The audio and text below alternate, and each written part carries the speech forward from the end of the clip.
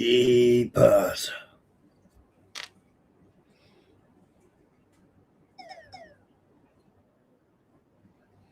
Right, where have we got? Why can I hear myself?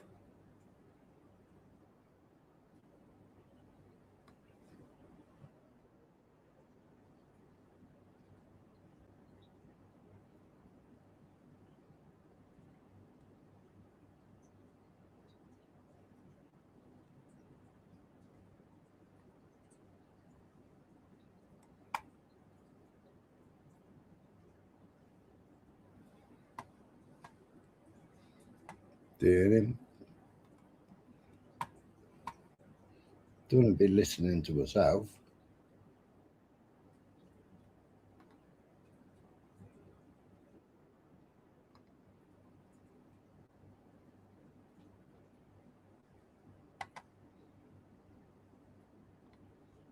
So I got rid of it.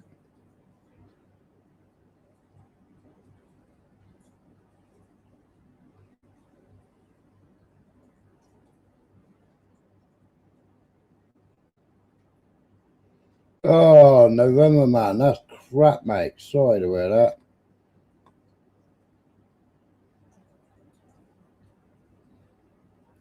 Devastating.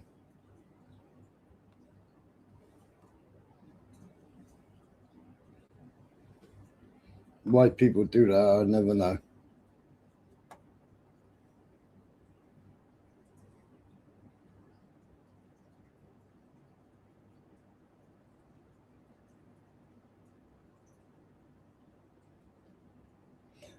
Paul O'Neill, yeah. Yeah, it was happening. A lot of other channels, they were getting everything being typed out in French, apparently.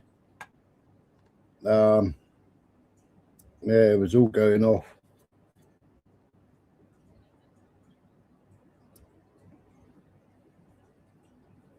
No, Beth. Yeah, I imagine so, Mr. November.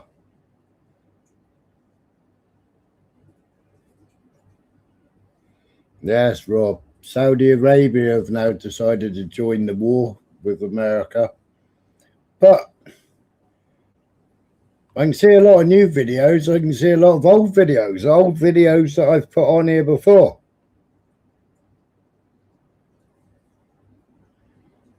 Blunt, yeah. Well, you know, I was saying to somebody earlier on, Blunt, I said it's absolutely, you know, crazy, you know, right? I don't believe there should be any marches in the UK, right? You know, whether they're funded by Zionists or whether they're funded by Qatar, you know, there shouldn't be any marches, right? Now, isn't it funny how they're all the anti-Palestine marches, but then you've got the Zionists and you've got the lobbying groups paying for the Iranian marches, yet all the ones that you've mentioned all support them, you know. But when we had the Syrians on the street, you know, when they wanted to topple Assad, not one of the Syrians left the bloody country. Not one of not one of these Iranians will leave the bloody country, neither. You know, but they're all sponsored, they're all paid to go out there, and you know, all their flags, boards, posters, all paid for. You know. Oh, Max.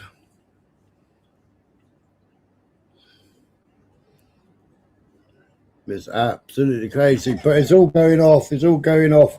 But present share screen. But you've got which screen is it? That screen.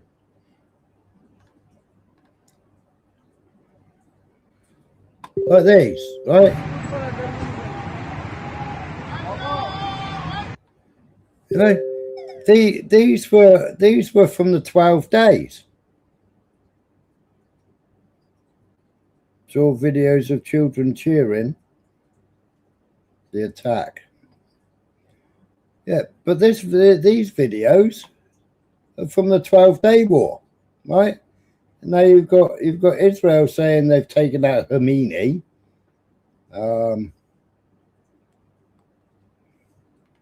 Just go to there a minute, see if I saved it.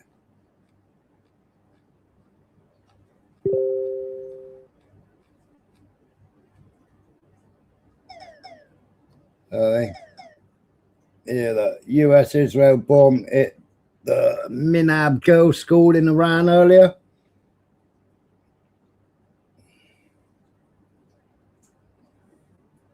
But then you look at the photographs and you think, strange. But then there is other photographs which are not allowed on YouTube. Israel has assessed that Iran's supreme leader, Ayatollah Khomeini, was killed. But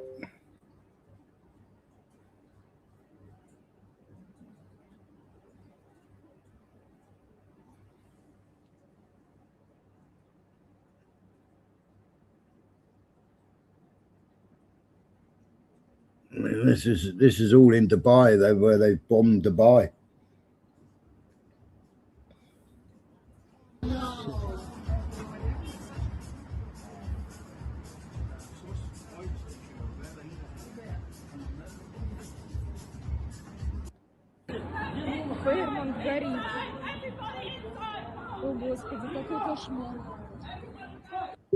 Everybody get inside. That was very English, wasn't it?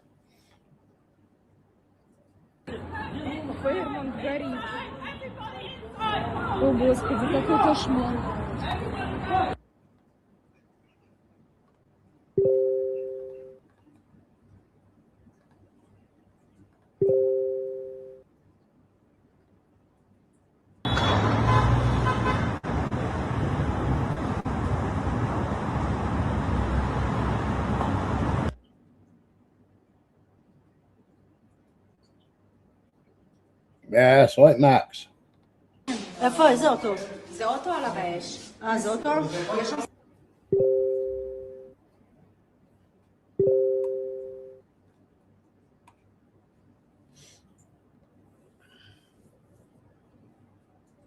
Where's those videos?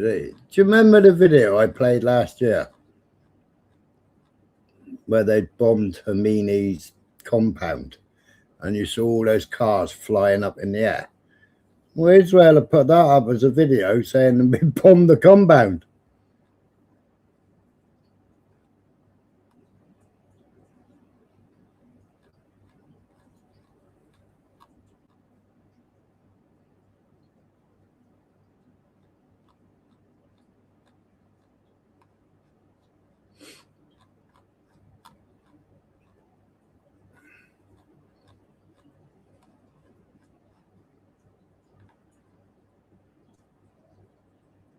So that's Kuwait.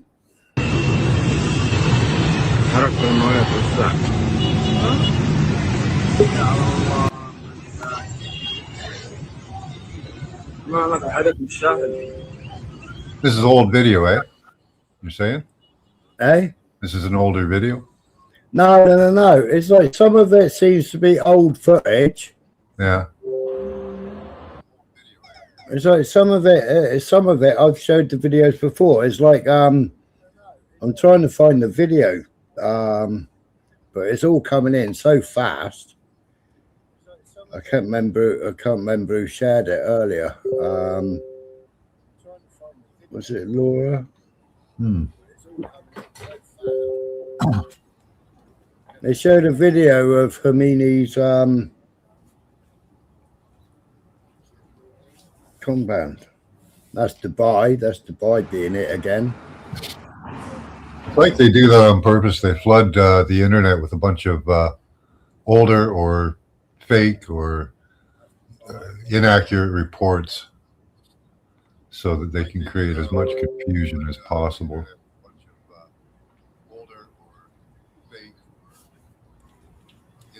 See, this is U.S. troops fleeing bases in Bahrain after many were killed and injured.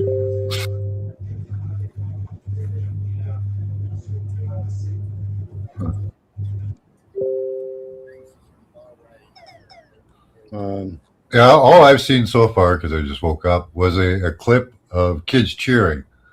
But I don't know who these kids are. I don't know where they're cheering. You know, could be an older video. They hit a school. I think there's 62 children dead at the moment. That was one of Israel's. That was one of Israel's. Right? This is Israel. This is Tel Aviv now. Oh, so they're just randomly blowing shit up, eh?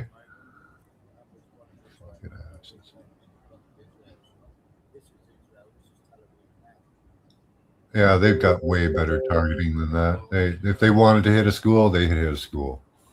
If that was their intended target, they'll hit it no matter what. So Iran is it? Erbil, Israel, Jordan, Kuwait, Qatar, Bahrain, United Arab Emirates, and Saudi Arabia. That's what Iran's targeted so far. Saudi Arabia said they're going to join America and join Israel to fight against Iran. Why did Iran target all those other countries? US missile bases. Oh, okay. That's where all the US missile bases were. All right. Yep, makes sense. Now, this video here, that's an old video. I played that on the 12-Day War. Mm-hmm. Now, this video here. Are we looking at possibly another Ukraine where they put missiles inside Russia and then claimed Russia did it? Are we looking at possibly another Ukraine where they put missiles inside Russia? Although that's a lot of missiles to smuggle in and then fire off. Oh, that one there, that's the booster, the rocket booster. Side pe. That's in Qatar.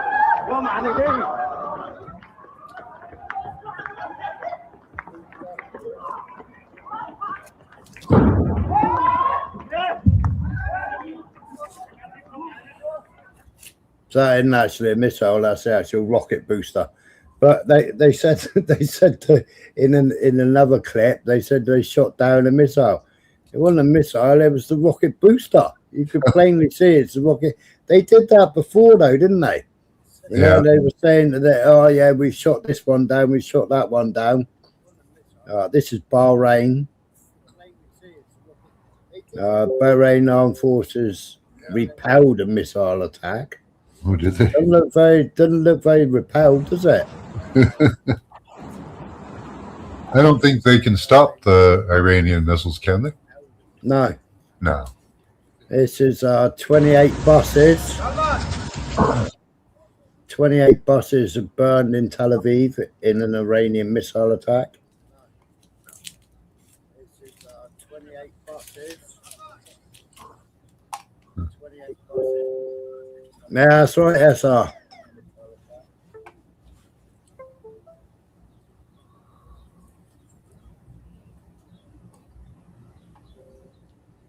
Yeah, that's right, SR. We got echo. Oh, yeah. Now, this was an earlier report. This one says 48 is 61, I think, now. So this is the school that Israel bombed. Continuing the terror campaign, eh? Yeah, blood libel, isn't it?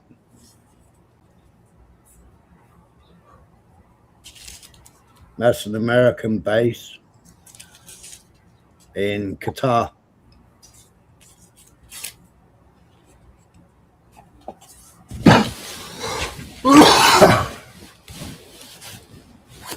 Abu Dhabi.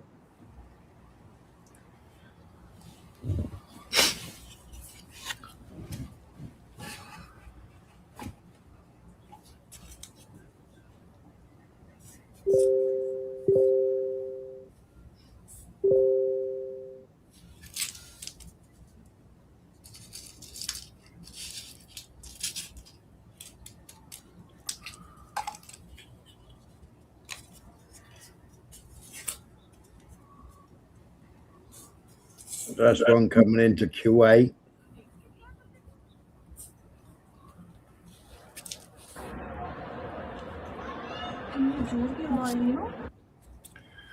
Come on, Iran. All you've got to do is give up all of your conventional missiles, all of your nuclear material, and let us run over you.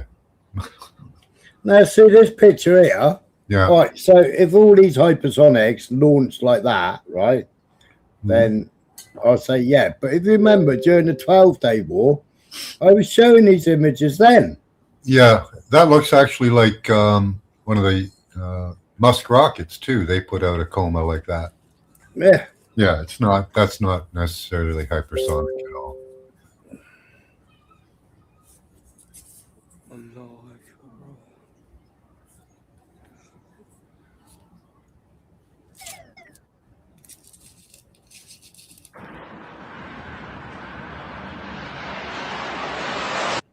Oh, so this is a hotel, and it had American and Israeli diplomats inside it in Dubai.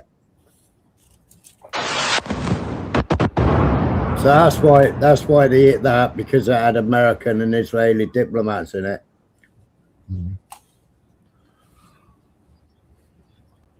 Oh, wait, you're not supposed to hit diplomats. You should tell Israel about that.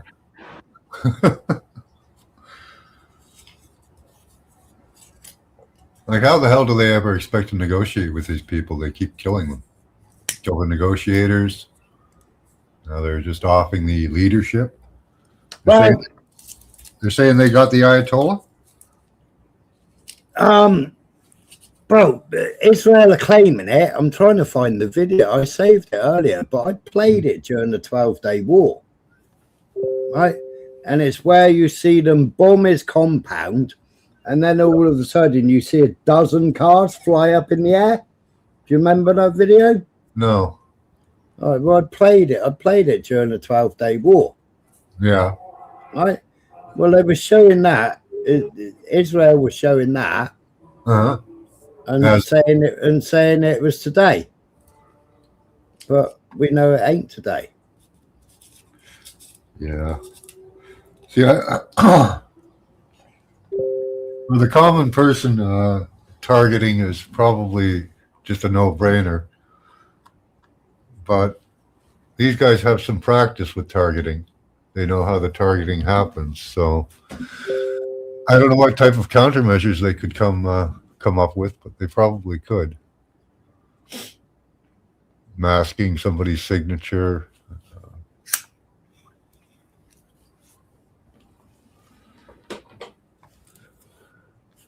They'll never tell us if they've come up with that type of technology, though.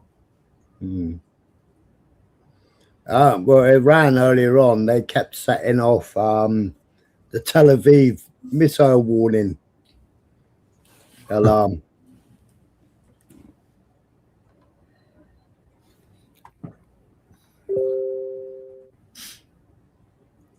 What's that, Urban? 5,200 jumping away from that now. 5,200 Pentagon employees caught with child porn and never got fired. Wow. Potentially hundreds of military employees and contractors who may have bought child pornography online but haven't been prosecuted or even in some cases investigated.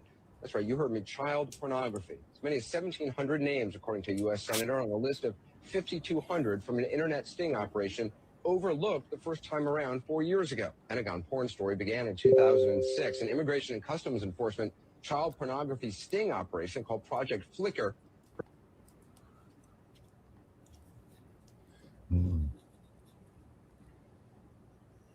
Unconfirmed report of a U.S. request for a ceasefire via Italy.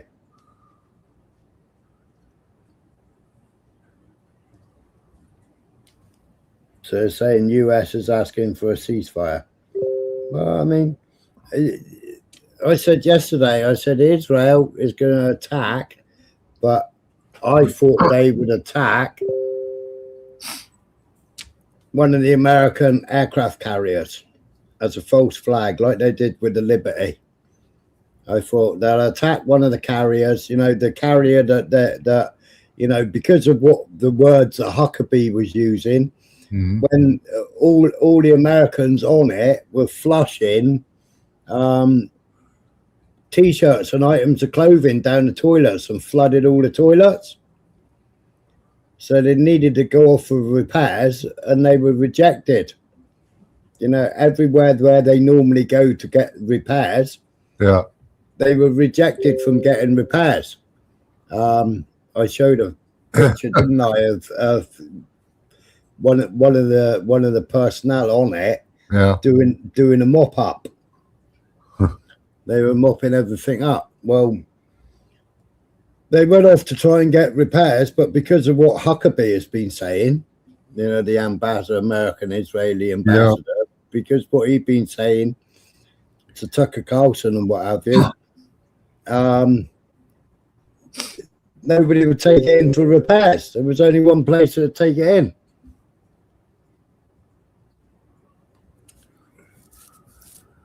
Well, who wants an American ship blown up in their port, right? I wouldn't want it. All right, so the Strait of Hormuz is now closed. Well, that's going to be hugely economically detrimental. Yep. That'd be good for commodities and oil price on the prices of commodities and stuff. Those will charge up like crazy. Watch oil go up.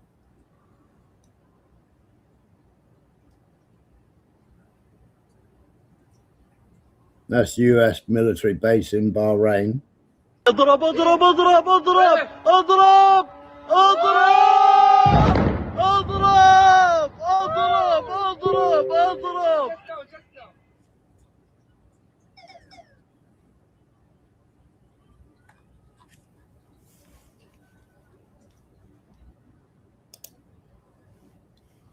A top Bahrainian official threatened Iran over ongoing missile attacks. Somebody said, I guess if Iran doesn't stop, he's going to swallow them all up.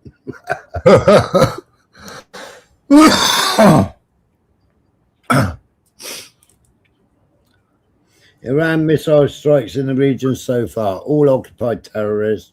Bahrain, Al Jafar Base, US 5th Fleet Command Center, Qatar, Al-Ud Air Base, Kuwait, Araflan Camp, Ahmad Al-Jabar Air Base, Mubarak Air Base, United Arab Emirates, Al Dafer Air Base, Jebel Airport, Ali Port, Fajr Air Base, Saudi Arabia, Prince Sultan Air Base in Riyadh, Tabuk Base, Kamiz Mushat Base, a Western base in Jeddah, Jordan.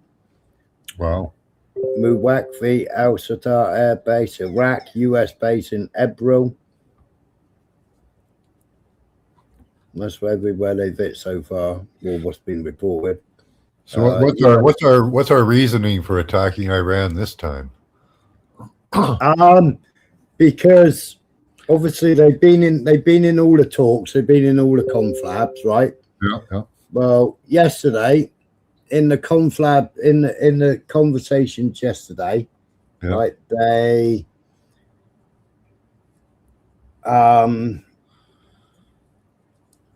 in previous talks, like over the last weeks, right? Yeah. Now, America said they can carry on with their uranium enrichment, for nuclear power, right? Really? So so for nuclear power, not for bombs, for nuclear power, right? Yeah.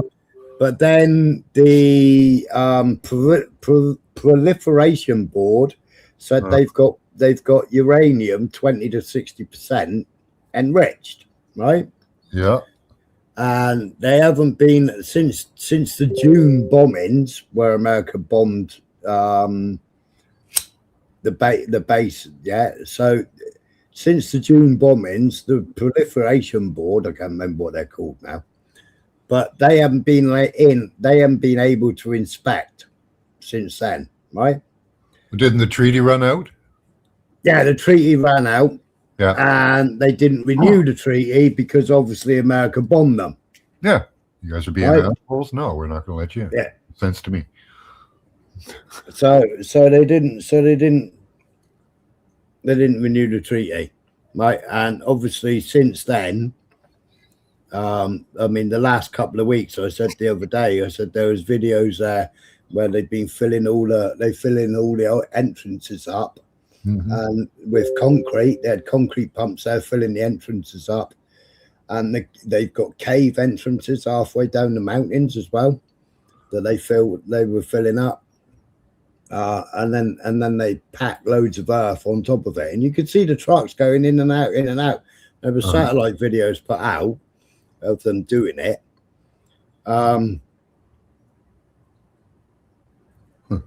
So then Satan Yahoo turned around and said, well, I want Iran to stop doing ballistic missiles.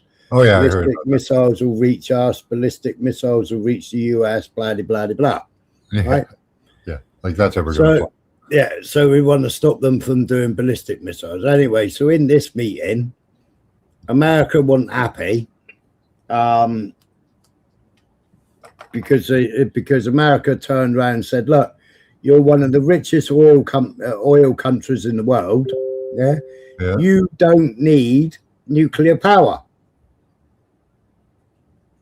Well, and Iran said, well, we want nuclear power. Yeah. Of course we do. And Iran were going to be working with Russia. Yeah. To build the nuclear power plants, right? So in one of the agreements, 3 or 4 times before this, 3 or 4 meetings beforehand, they agreed that Russia would be in charge of the nuclear power plant, blah blah blah blah. Yeah. Right. And Russia would build it, and it was going to be some fucking Megatron fucking power plant, blah blah blah, right? Yeah. And then America went in, and then they wanted to move the goalposts, and every time Netanyahu went to America, it was, oh no, you have to go for them now. They got all these ballistic missiles. Look what they did to us during the 12-day war. Yeah. You know, they obliterated us in 12 days, and we had to beg you for a ceasefire. You know, so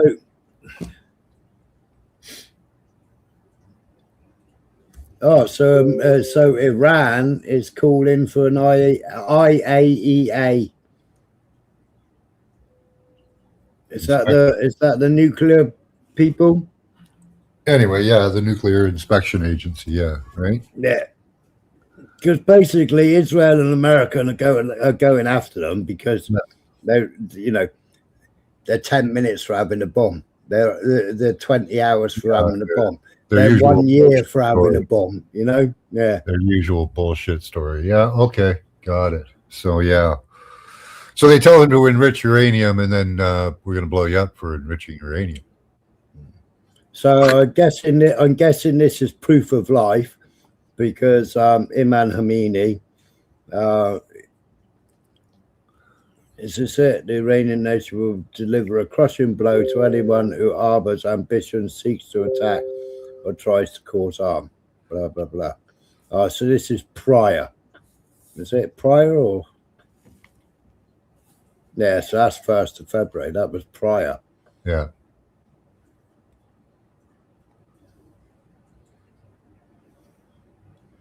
Iran calls for an urgent IAEA bulk meeting to address ongoing aggression against its nuclear program by the US and Israel. So what was that dated? So that was dated 28th. So that was sent to Vienna 28th of February 2026. So today's date, right?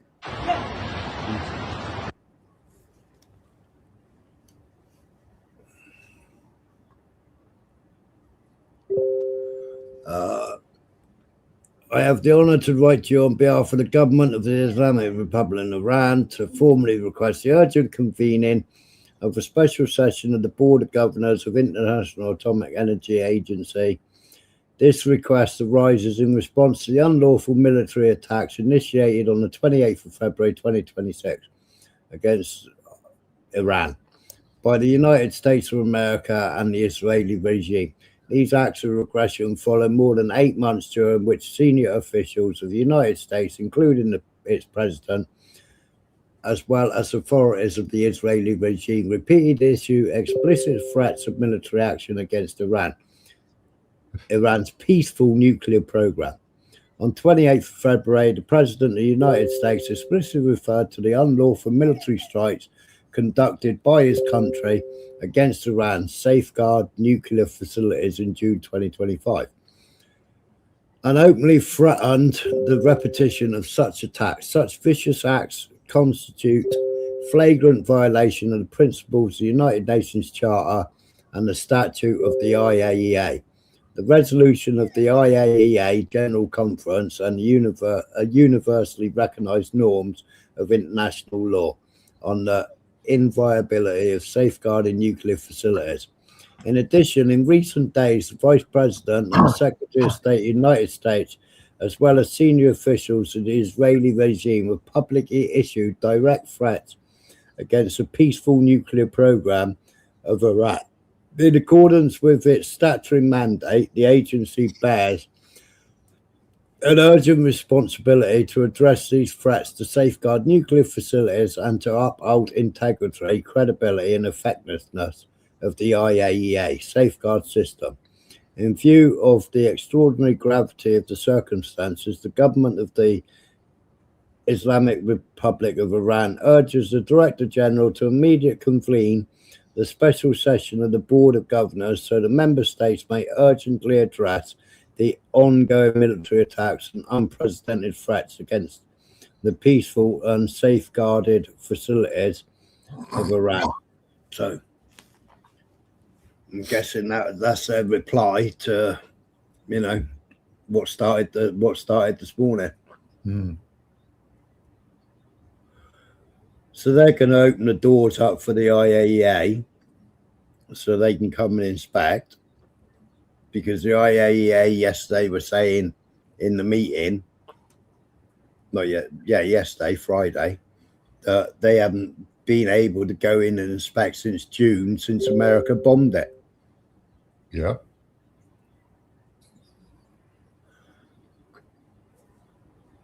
And America and Israel yesterday, they wanted Iran to stop their what do you call it again, Max? Enrichment. Wanted them to stop their enrichment. Yeah.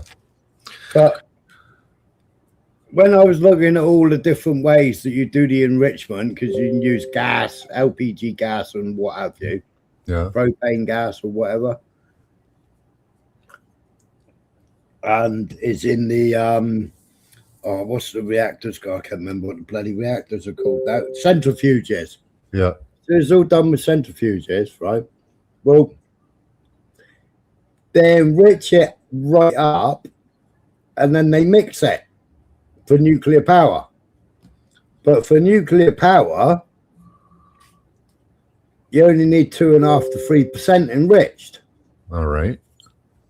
So they were arguing that they're enriching it and then mixing it down. Oh, okay. But if you only need 2.5 to 3%, surely you just enrich to 10%. But they've been enriching 20% to 60%. And I don't know what, I can't remember what it is for a nuclear bomb. But then you also need plutonium, don't you? For nuclear, don't you need uranium and plutonium? Hey up, Ulick. Hey up, Irish. Not sure on that. I don't know. Let's check that out here.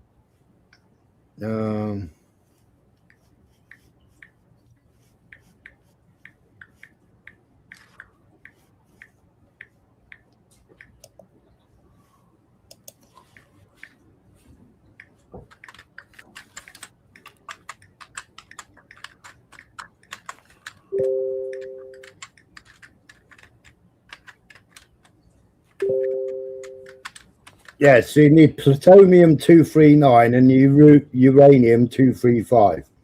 Those bombs differ primarily in fissile material and mass detonation method. Plutonium bombs in implosion type are more efficient, requiring less material and using complex explosives to crush the uranium bombs. Gun type need more material, 50 plus kilograms, but are simpler to design. And it needs to be 90% or higher. Yeah. So they're not getting even weapons grade. So no, so they're not even. They've only been doing up to 60%. yeah. And all right, catch you later, Urban. So yeah, they haven't even taken it to 90%, which they're quite capable of doing. Yeah, you just spin it longer, pretty much. Yeah, quite capable of doing it to 90%.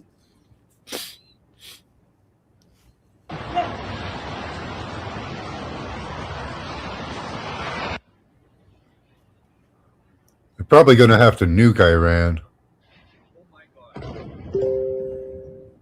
Well, I mean, that's what all eyes. I mean, that's what Israel threatened, didn't they? They threatened the Samson option. Yeah.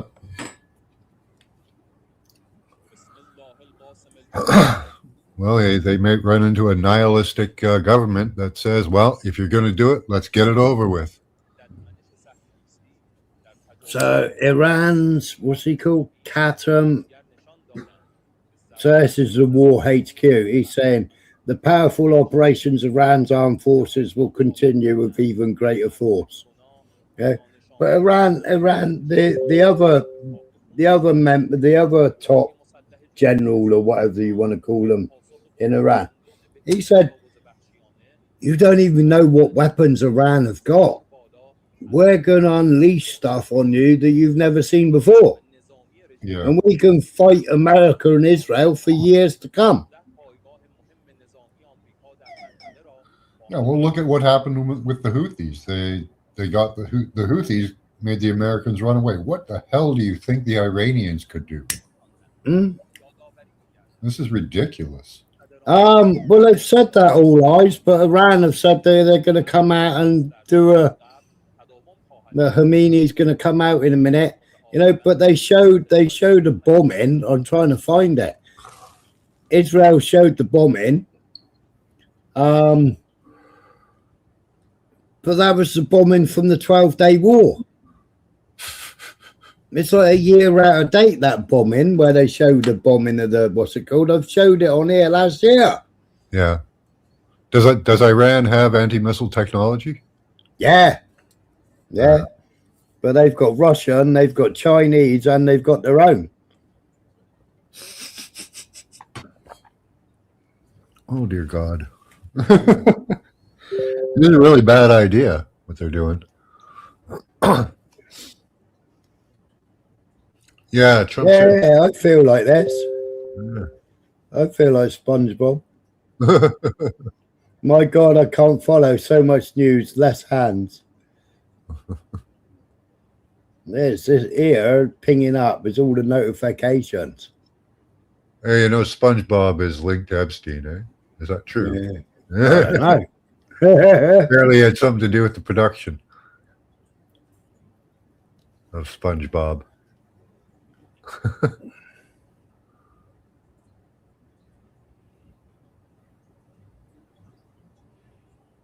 That's right, Bird Nest. They've been playing really, really nicely with people.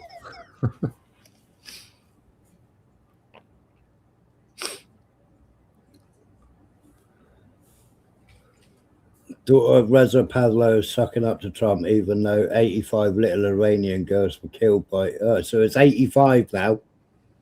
85 Iranian girls have been killed now at that school.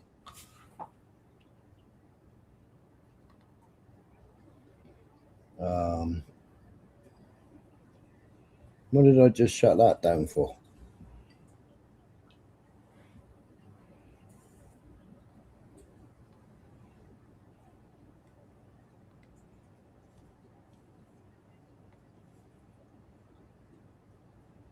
Oh, God.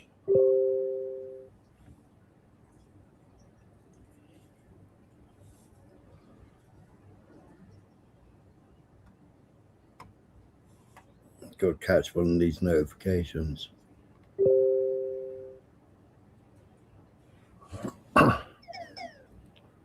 He's in Iran, he is.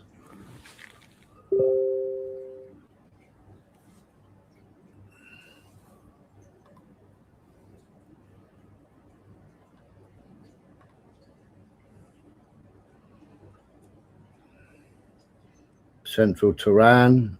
Initial reports state that 18 strikes hit sensitive targets in central Tehran.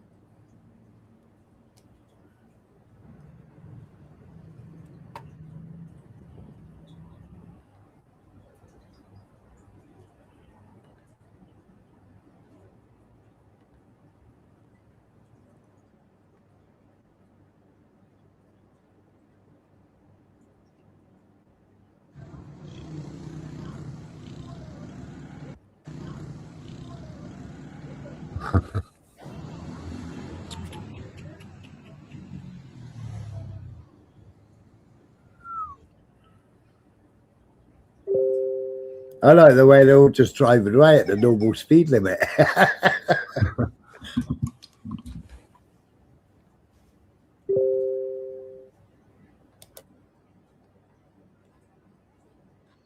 No, since showing that, there's 34 messages come in on this now. These the satellite photos, eh? Yes, this is America's radar. So that's the radar base in Qatar. That's smart. So they took that clean out. Yeah. Yeah, you've got to get rid of those radar systems. Yeah. Less accurate targeting. Less accurate defense. That's Dubai.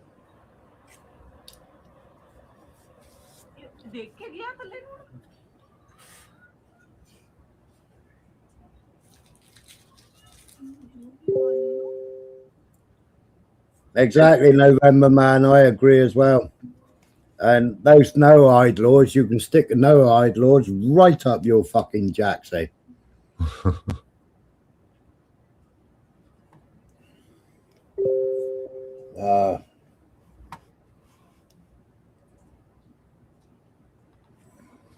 Just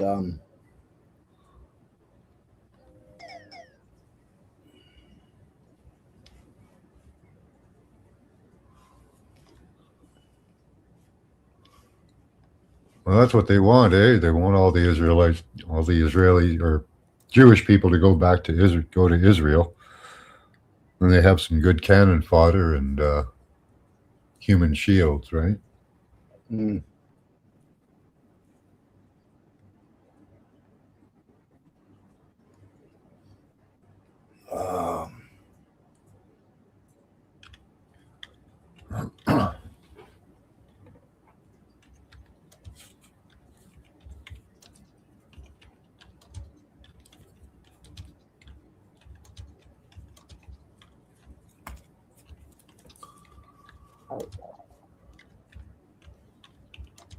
Be right back.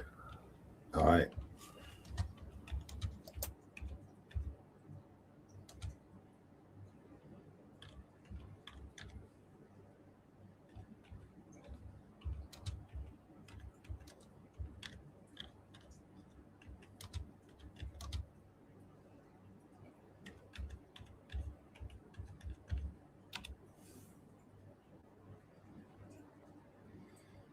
Yeah, and who let them back in, Blunt?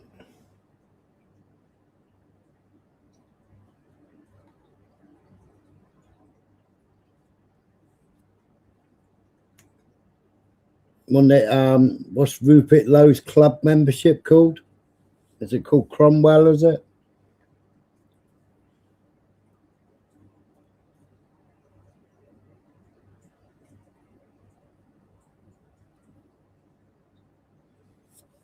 So I can't remember. Hello, Laura. I can't remember who was in the chat earlier. over at Zara's. Oh, it's potatoes, spuds. He said he don't see anything wrong with the Noahide laws. Some laws of Noah, you know, and you know, we signed them in, Trump signed them in. Yeah, Cromwell. You know, so he signed them in. Well, we had the 70 representatives that brought in the Sanhedrin. Well, the Sanhedrin, they were the ones that put Jesus to death.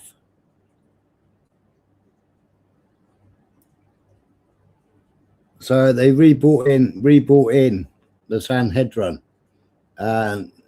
which constitutes the Noahide laws. Well, under the Noahide laws, which we've now got, right? According to classical Jewish legal sources, the Mishnah, the Torah, and the Talmud, yeah, a Gentile who deliberately violates any of the 7 laws is theoretically liable to capital punishment, which historically describes as death by decapitation. So the Jews believe that worshipping Jesus Christ is idolatry.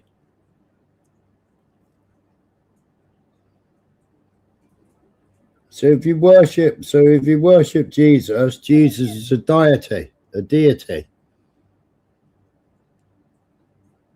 according to Judaism or Zionism or whatever you want to call whatever their mixed mash religion is. Satan worship, Black Saturn worship, the Black Cube.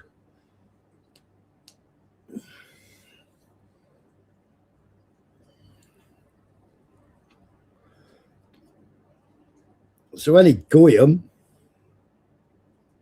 or Gentile,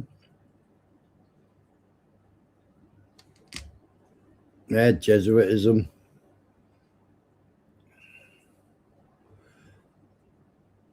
so any Christian practicing Christianity under Noahide laws gets choppy. So new potatoes. He said he's going to go and have a look at it because I was explaining from the panel and explaining to him.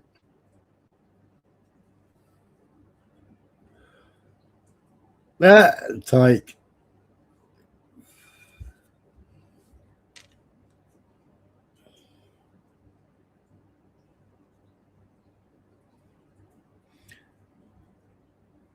so under the Noahide laws, strict interpretation, some traditional including views of Maimonides, Rambam, argue that the doctrine attributing divine to a human or to by extension, associating any entity with God is idolatry and therefore forbidden to non-Jews. In this view, worshipping Jesus as God is prohibited. Now, what the Sanhedrin did, right?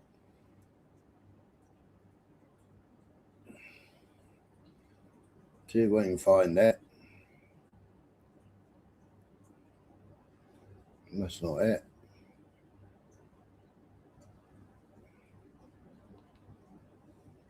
Noahide law, not Sharia law, is the threat.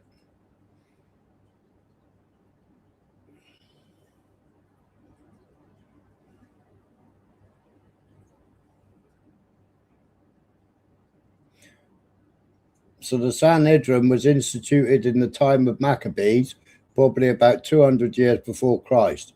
It was composed of 72 judges. The high priest was the president of the tribunal. The 72 members were made up of the chief priests and elders of the people and the scribes. The chief priests were such as had discharged the office of the high priest, and those who were the heads of 24 classes of priests, who were called in an honorary way high chiefs or priests. The elders were the princes and the tribes or the heads, blah, blah, blah, blah, blah.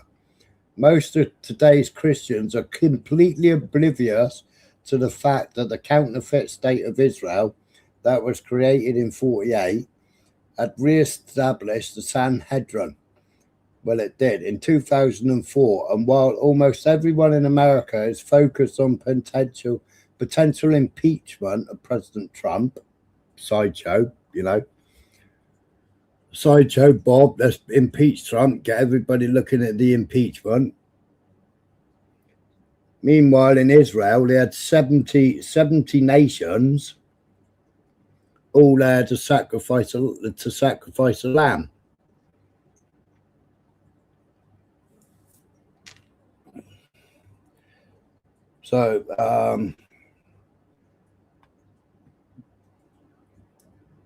So the impeachment of Donald Trump, a sideshow produced by the gamekeepers to keep the gullible trapped in the phony left-right paradigm. The Sanhedrin in Israel is this week, Wednesday, September the 25th, through Friday, 27th of September, launching a new global body, the organization of 70 nations that Israel will hope take the place of the United Nations. What was that thing that Donald Trump set up with his son, the peace thingy-majiggy. Oh, yeah, the Board of Peace. Yeah, the Board of Peace with all his nations, with all his Zionist friends. When that was all being set up, we said that's because Trump don't like NATO anyway. That's the new NATO. That's that's what they've been setting up, but people are oblivious to it. So launching the organization of 70 nations that Israel hopes will take the place of the United Nations. The purpose of this new global organization involves much more than nations sitting down to talk to one another. During the 3-day conference in Jerusalem, the nascent Sanhedrin is going to resume animal sacrifices and will call for the global implementation of Noahide laws, including the establishment of an international court based in Jerusalem that ultimately would be given the power to execute via decapitation anyone who commits blasphemy. This is the same charge that the Sanhedrin brought against Christ by not submitting to the Talmudic Chabadist form of worship. They aren't advertising that part of the plan, of course. Obviously, the animal sacrifices of the old covenant were completely abolished by the supreme sacrifice of Christ on the cross and the advent of the new covenant and the destruction of Jerusalem in 70 AD, which included the total destruction of the Jewish temple where those sacrifices had taken place. On September the 25th, 5,780th anniversary of the day of which the Jewish tradition holds the world was created, the Sanhedrin is holding a conference for the emerging organization of 70 nations. The conference will culminate in the animal sacrifice made by representatives of the nations on the Mount of Olives, in which they will renew the covenant made by Noah upon leaving the ark. The conference will begin on Wednesday evening, September the 25th. 25th day of the Hebrew month, Elul, at the Jerusalem Gate Hotel, and continue until Friday, 27th. Lectures and discussions will focus on Noahide obligations incumbent upon all of mankind. A major focus will also be the establishment of an international court based on Bible Talmudic principles. People say, are you sure they still study the Talmud? Are you sure that they still go by the Talmud? And it's like, Yeah, we know that they spent 7.5 years studying the Talmud. Yeah. You know, that's what the yeshivas are for.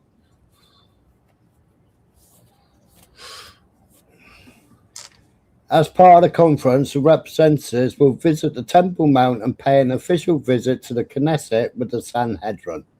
On Friday, the conference will culminate in a trip to the Mount of Olives, where the nation will be invited to reenact the ceremony first performed by Noah upon exiting the ark, animal sacrifice.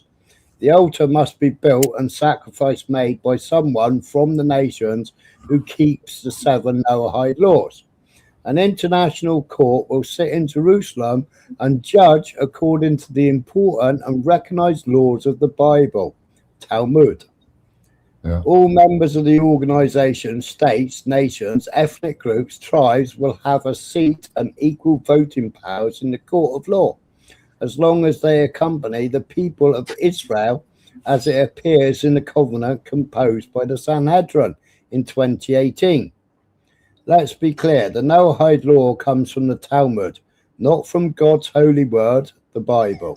And if you think that the acceptance of the implementation of Noahide laws are not pertinent to the US in America, you better think again.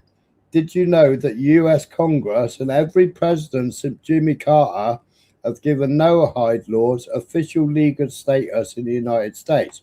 Donald Trump has signed official documents recognizing Noahide laws all 3 years he's been in office. Here is an excerpt, Public Law 102-14, dated March 20th, 1991, and voted into law by Congress of the United States.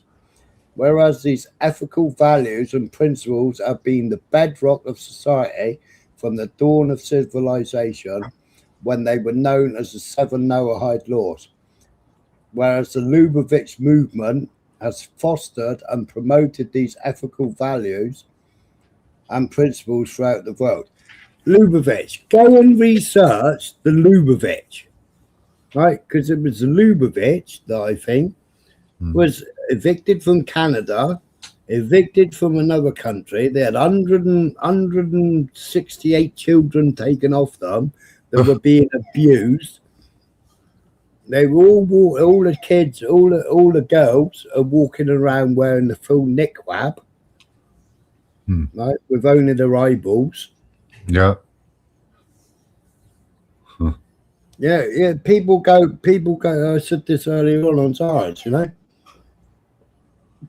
The niqab and the head coverings, Yeah. were thousands of years before Islam and Christianity was even born. It was a Jewish tradition. Yeah. Yeah, you showed us all those Jewish women covered in, well, whatever that word is, niqab, burqas, beekeeper suits.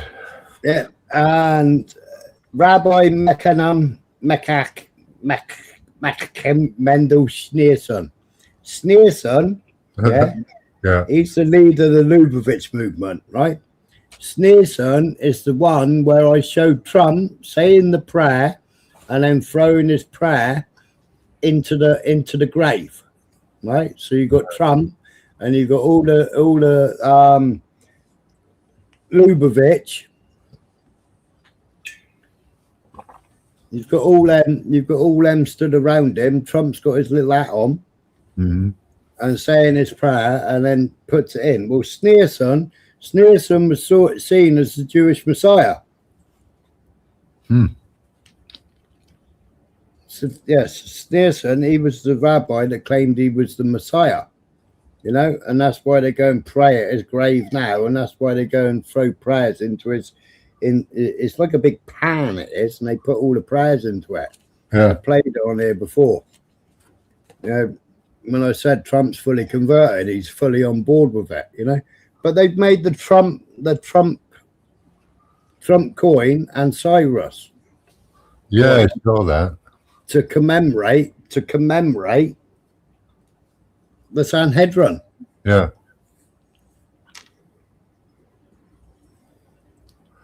Yeah, you showed that. Got a big Got a big old star Remfram on it, doesn't it? Yeah. Yeah.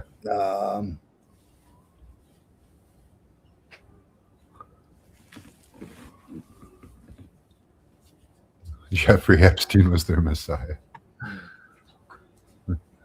So remove that one. This bombing, the bombings are flying in thick and fast. Oh, is it? Jeez. Yeah, I don't know why they want this. Iran could level Israel if they wanted to. Yeah. So this is Israel. This is Israel 365 news. The 70 nations sacrifice on the Mount of Horrors a personal account. So that's the sacrifice. The Christianity does teach idolatry. Christ said that he was not to be worshipped, but they do it.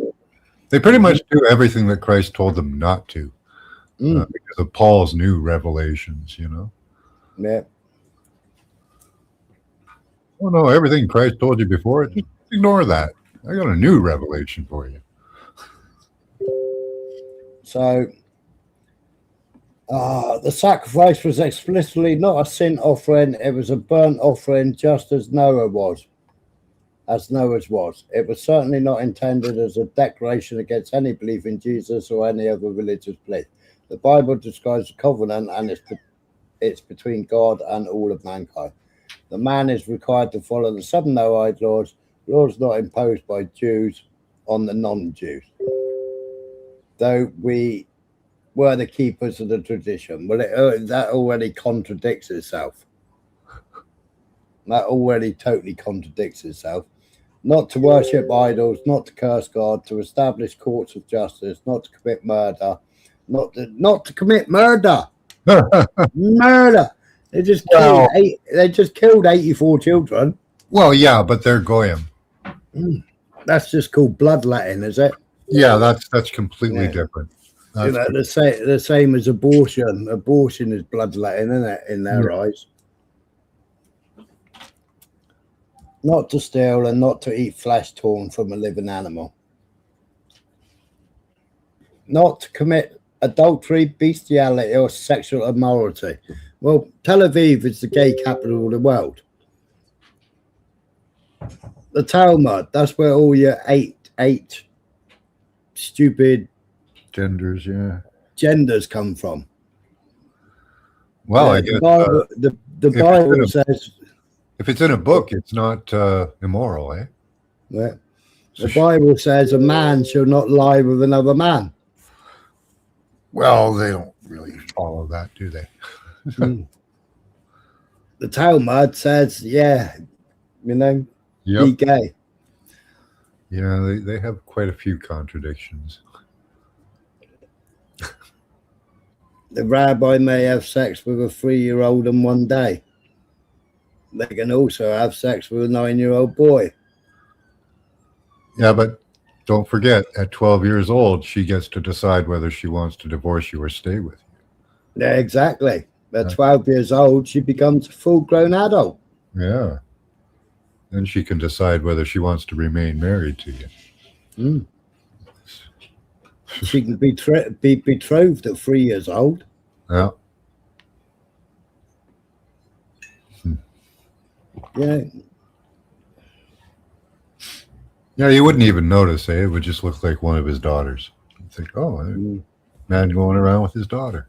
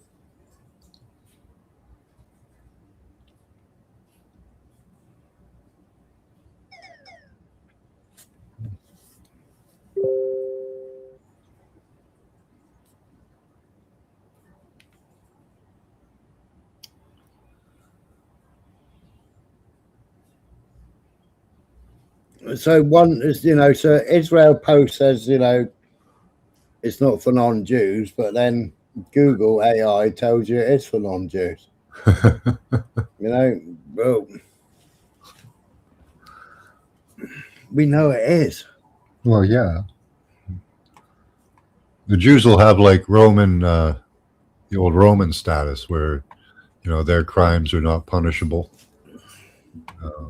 Any accusations brought against them can be immediately dismissed. Yeah.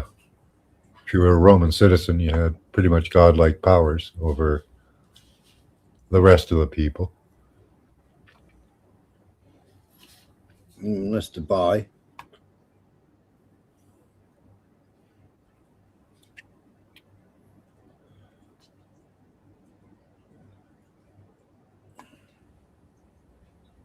Warning sirens will be activated in the coming minutes following the detection of a new barrage of missiles launched from Iran. Attacks and air across multiple Iranian cities.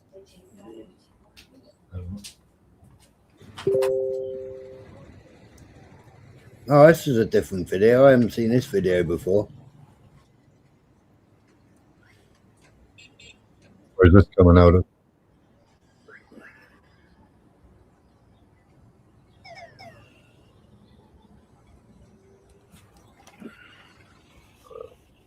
Yeah, Paul. AI doesn't lie. Except when it does. Or it hallucinates. Netanyahu called President Trump. In the coming minutes, alerts are expected in the following: Upper Galilee, Lower Galilee, Southern Golan, Carmel, the Bay, the valleys. Oh, guess what? They actually opened the Gaza border today, and loads and loads and loads of trucks have been flooding into Gaza today. It's strange that, Or since Ramadan started, they wouldn't allow any trucks in. They wouldn't allow them to have any of the whatever they eat at the end of fasting. They wouldn't allow any of that to go in. And now all of a sudden, truck after truck after truck. There's a video. I'll find it. Oh, yeah. They're setting them up. Yeah. Setting them up. Our armed forces have launched a supersonic Fatah missile against enemy targets. So that's the Fatah missile. That's supersonic. Cool. Yeah. It looks fast.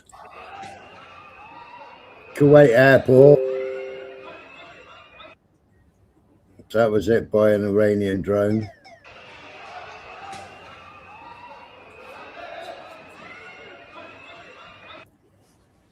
Yeah, what's going on with all these countries? America's got all their stuff there. Is it because they took out that missile detection, the radar? No, because they can't even stop the drones coming in. But then they couldn't stop them in the 12-day war, could they? Yeah. They can always overwhelm their systems anyways. Yeah. Well, they can shut down Starlink just like that now. Mm-hmm. Yeah, because I'm pretty sure that the Russians have some pretty sophisticated electronics and laser systems that they used.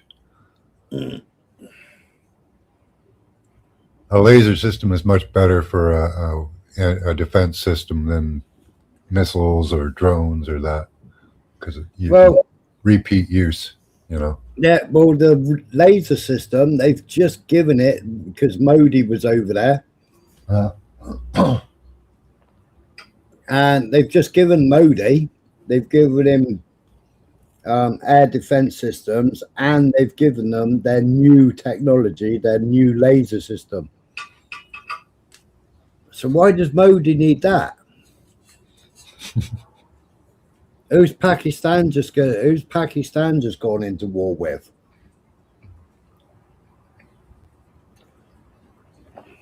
Well, they're always fighting with India, so. Yeah, is it for India?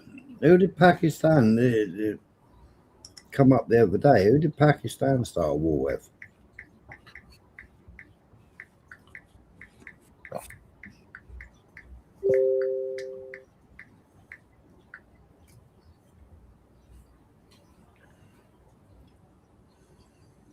Oh, it was Kabul, wasn't it? It was Iraq.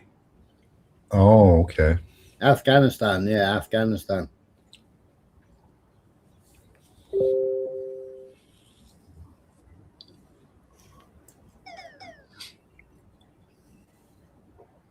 Since we've been talking, there's 30 posts.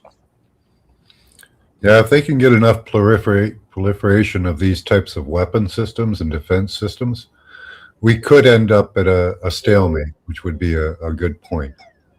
Mm. But the unequal distribution of these systems is going to cause problems.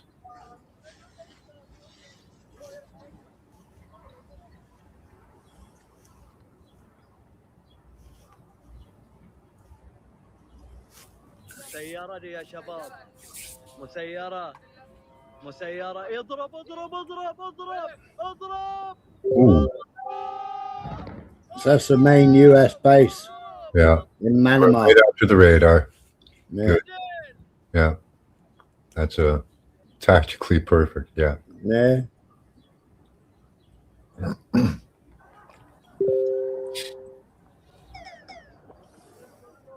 Side पे हो जाओ, side पे. No, I've seen that one.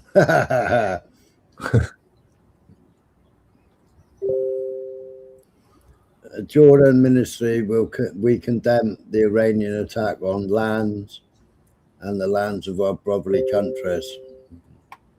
He's a traitor anyway, he is, isn't he?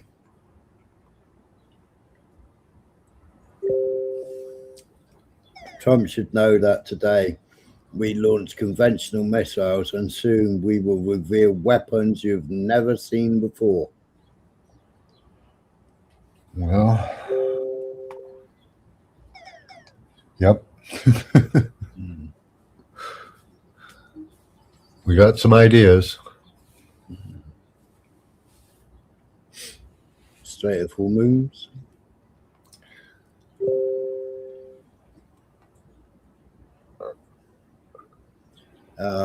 Ebril, Iraq, the runway of Herat Air Base has been confirmed as targeted. And what they did in Venezuela there was attacking people with, well, they were probably sonic. It's probably a combination of sonic and radar systems. Largest radar in the Middle East has been destroyed.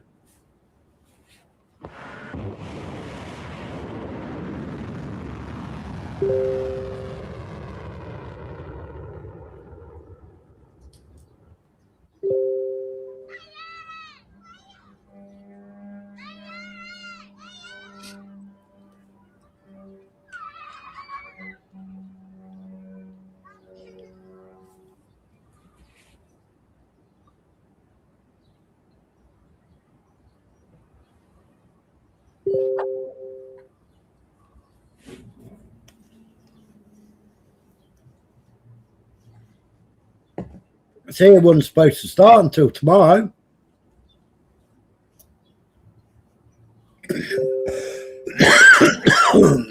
They were all supposed to have got out.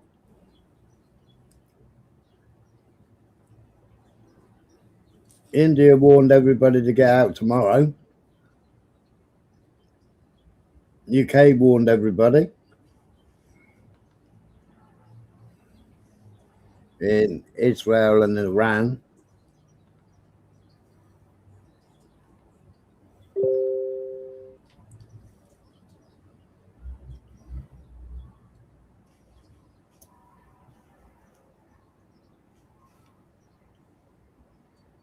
City of Tukran.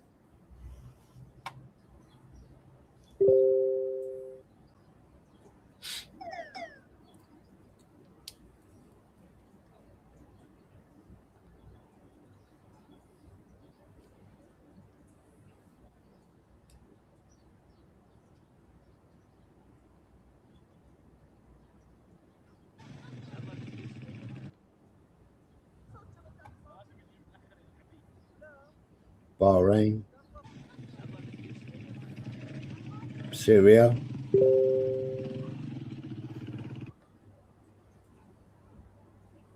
that's the Americans in Bahrain.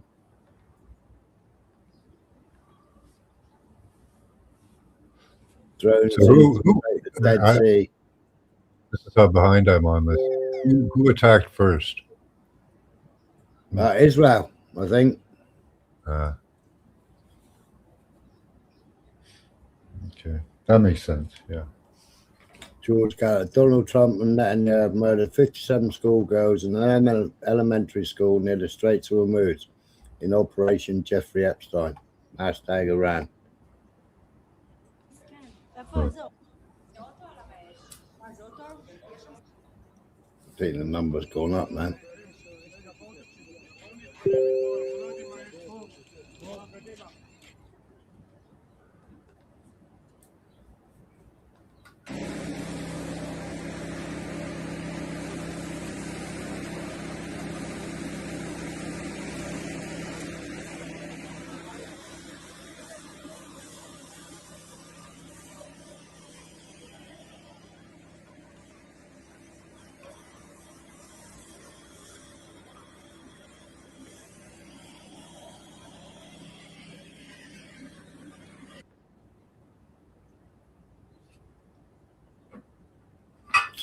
Central occupied Palestine.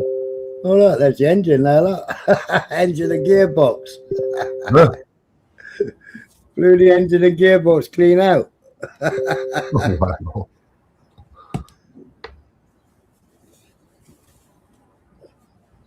Was that a drone or a missile strike? Don't know. Direct hit and fire outbreak in Rosh Hashanah settlement, Central Palestine. I saw a really good video last night of I think it was ex-IDF, ex-Orthodox Israeli that moved out of Israel, and he speaks about all the indoctrination. He speaks about everything. His family have turned their back on him, but he talks about October the 7th. He talks about the Hannibal Directive. He don't go into too much detail on the Hannibal. He talks about how basically they all stood down for 8 hours, allowed the attack to go. It talks about how Netanyahu directly funded Hamas. Mm-hmm. It talks about the border fence, the most secure fence in the world. People that live near the fence feel the most protected in the whole of Israel, because it's the most protected. It's got facial recognition, it's got facial targeting. You go within 500 meters of it, and it targets you, identifies you. I mean, that system knows if a cricket comes near the fence. Yeah. What's she called?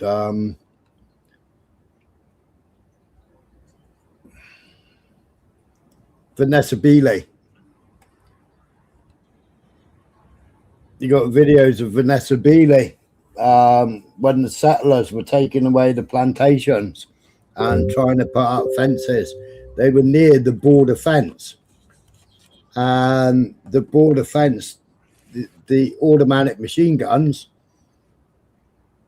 started firing warning shots at them. There's video that I played on here ages ago from when she used to live in Syria and go to Palestine all the time, but now she's denied access. But she's moved out. I mean, she's from England. I think she was from Dorset. I can't remember where she's from. It's definitely the southwest, but I can't remember where she was from off the top of my head now. Yeah, exactly, Paul. You ain't passing it unless you're allowed to pass it. And they stood everybody down. Yeah. They spoke out about it freely, spoke out about it. Freely spoke out about the indoctrination. You know, They're probably shipping missiles into Gaza right now, so they can have another reason to take over. he spoke about his legal settlement.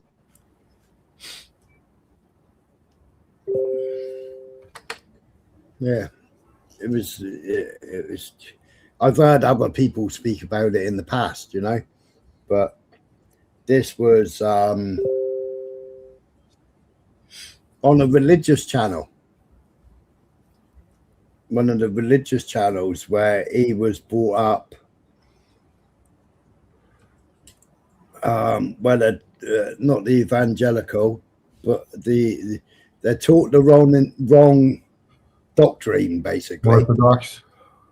Yeah, it might have been Orthodox. I can't remember. I've played him on here before, Jay Sly, USA. But they're taught they basically taught everything wrong. You know, they're taught about they're taught the Zionist entity of religion, basically.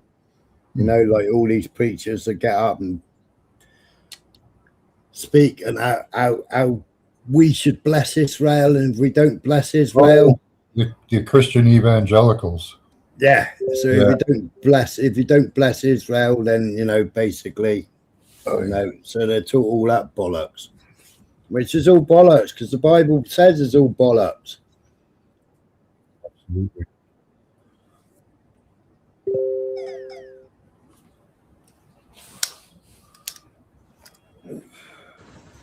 But I don't know what this lot are going to do personally, because Iran said, fight, you know, fuck about and find out, didn't they? And everybody laughed. You know, 12 days, fucking Netanyahu was like, please get them to stop.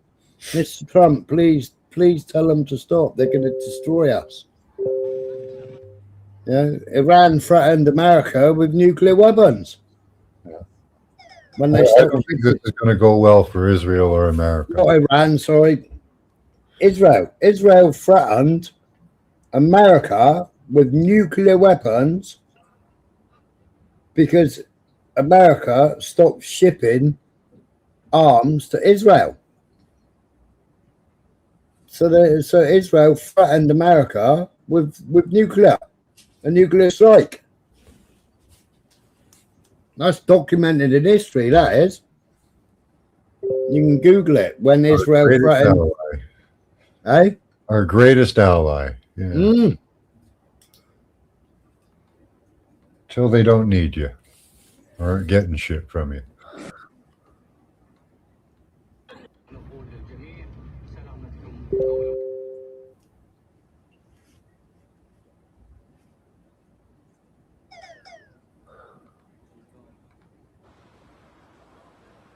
UAE.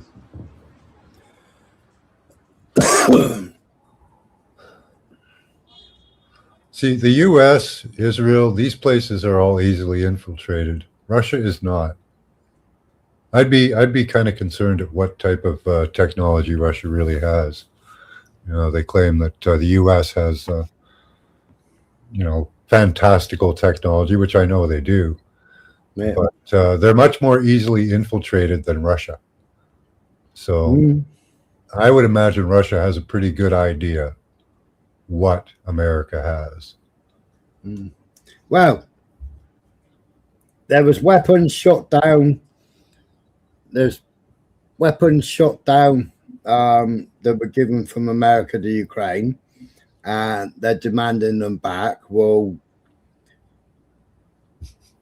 they've already reverse engineered them. There was weapons during the 12-day war that were shot by Israel at Iran that were unexploded, and they've already been reverse engineered. Yeah. Right? America's demanding those weapons back. We want all the unexploded missiles back, please. It's like, what? You want the unexploded missiles back? Get the fuck. And it's inferior technology to what the Russians have anyways, and the Iranians. So, you know, they might get a few little tricks out of it, maybe in some targeting systems or something. Can't see much of a benefit. They're still using cruise and Tomahawk missiles and shit, aren't they? What generation missiles are they using? Tomahawks, I think it was. Yeah.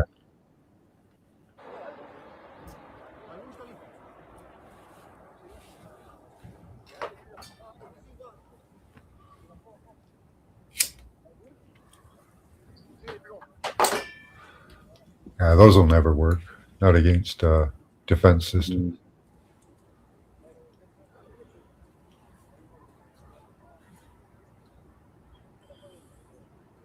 Got to go hypersonic or suborbital. There you go, completely blockaded. Is that all the ships? Yeah. Wow.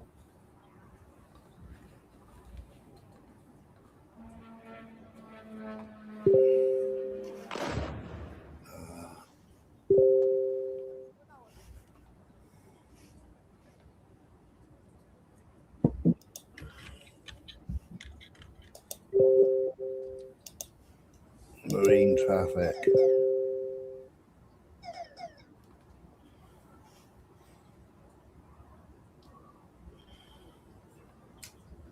Oh yeah, get your silver now before it goes way up, people. Yeah.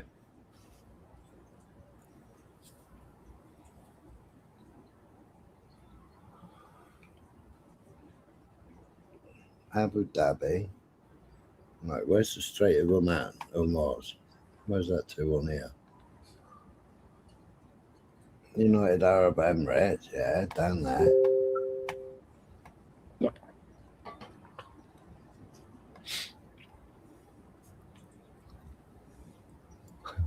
Right, Paul?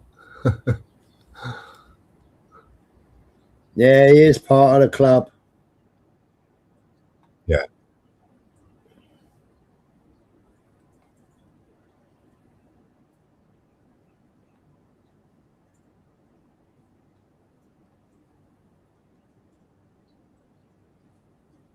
Yeah, this is just part of the depopulation part of the process they want.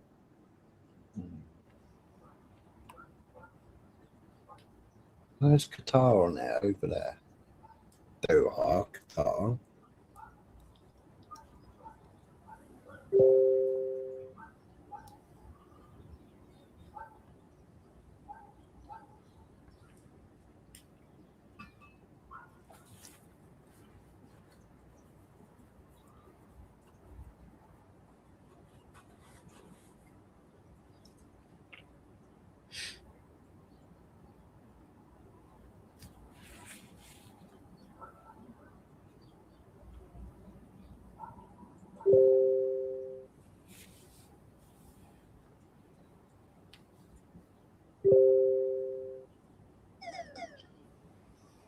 So I'm looking at the straits at the moment, live.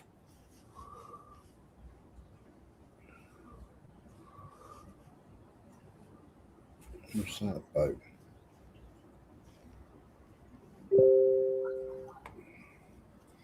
I don't even know whose that map is. Letting Putin there, he's run by technocrats. Who pushes him around.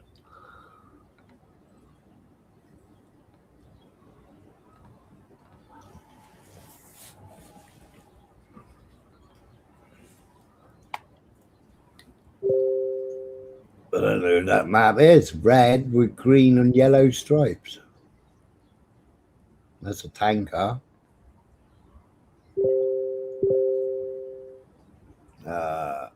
Destination for orders.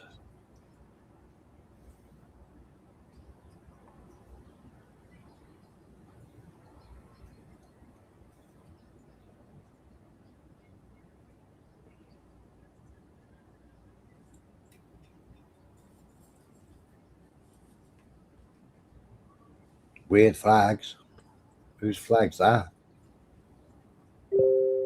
No, MH. no idea. MH. Oh, 20 minutes ago that was AIS.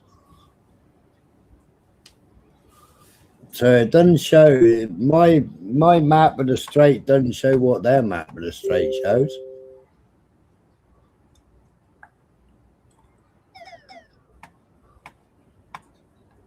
Where'd they block it up?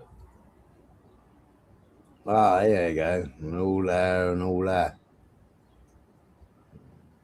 How much of it is navigable for big tankers? Well, all of Is this. it just a small? No, all of this. Yeah. So all this white is the sea. All this is land. Yeah. Yeah. So it's all come through here. Yeah, so they're all blocked off here and all blocked off here. What'd they block it off with? Don't know. If it's such a large area and all navigable, they should be able to just go around anything that's in their way. Well, you got Houthis Yeah, but- over here. Where's the Houthis based? Over here somewhere, aren't they? The Houthis? Yeah. I'm not sure. Do you have a depth chart on that strait? No. Let me see if I can find one.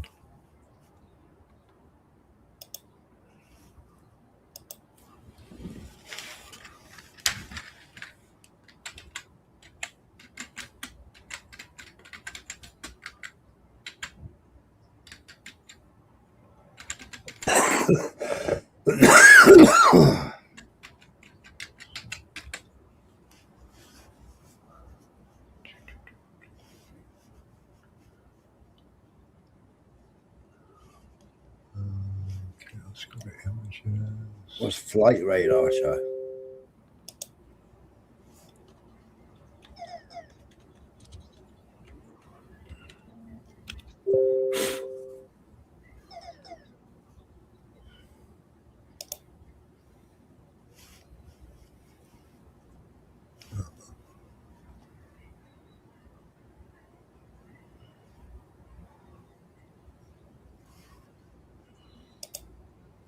So that's all the no-fly zone.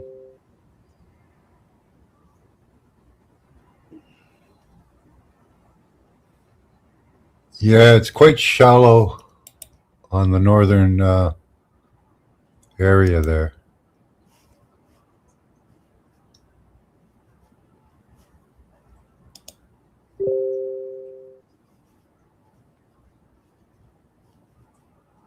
No, shallow. I think it's, let's see, it goes from here, let me show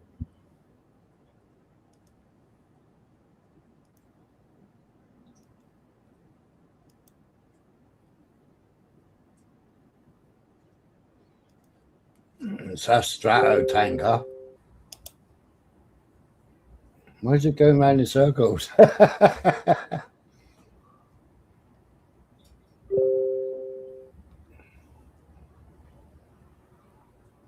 That's Pegasus.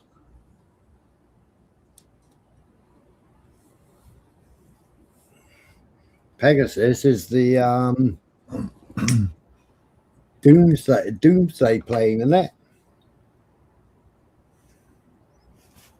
Is Pegasus the doomsday? Not sure. Just taken off from Jordan. So there is quite a pinch point in there. There's there is a very small area to get through in the strait.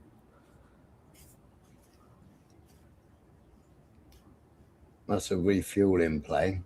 Wonder where that's off to. That's just taken off from. M1. That's another Pegasus. KC-46A Pegasus. What are they? I guess what they need is about 60 feet to get through. 60 to 90 feet. and there's only a small section that's really that deep. Could be meat.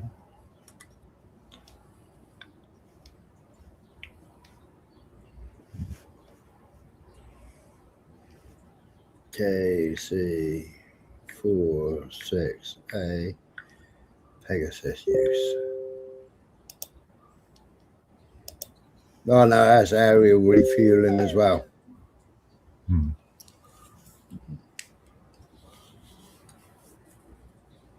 So Pegasus, that's 2 Pegasus refueling planes. 3. So that's a Strato tanker and they're 2 Pegasus.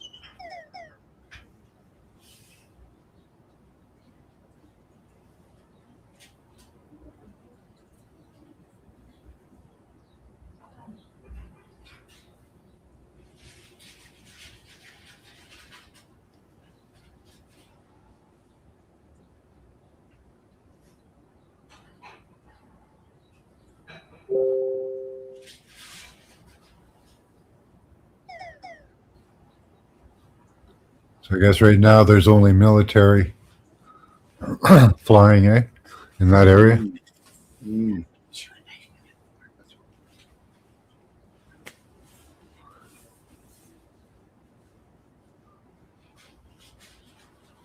Oh yeah, look at them all going around.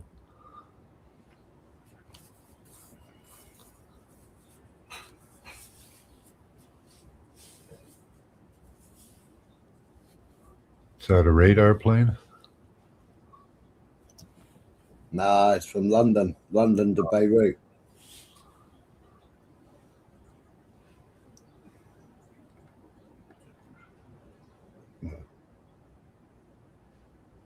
I dropped it. Where was it?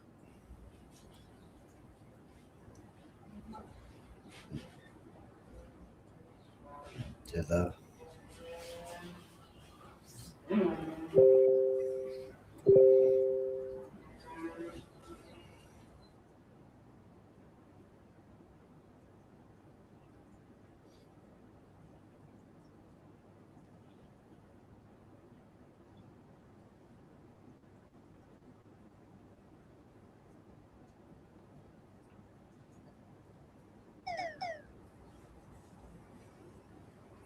It's all the 49 posts on the other one.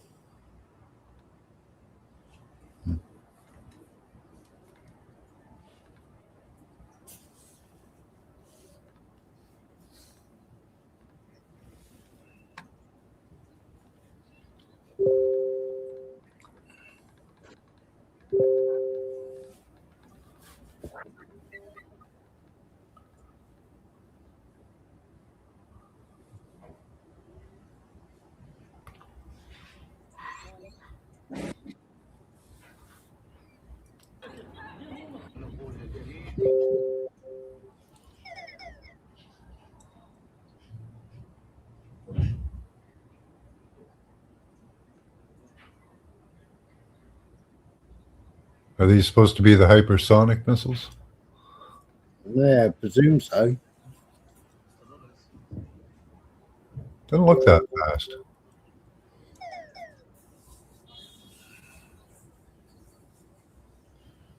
They don't, do they? Could be our perspective. But I think what happens is that's the fuel. What we're seeing is the fuel. Mm-hmm. Just But the that- initial stage. Yeah, but on the descent, the bomb breaks away from the fuel tanker, Oh, okay. Yeah. and then that.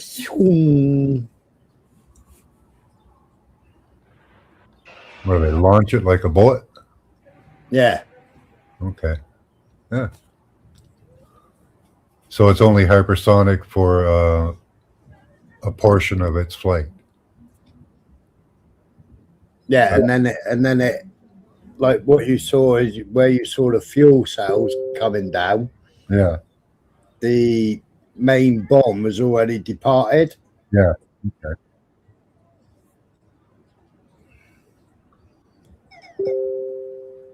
But they're all GPS guided, aren't they? Or some type, they've got some type of guidance system on them.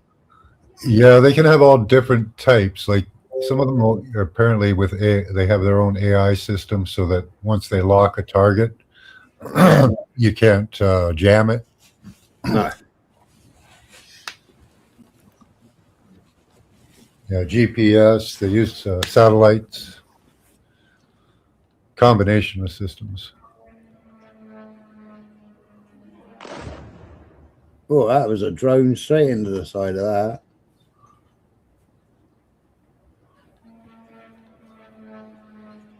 That's the scary part too, is they were probably just after that one apartment. Mm.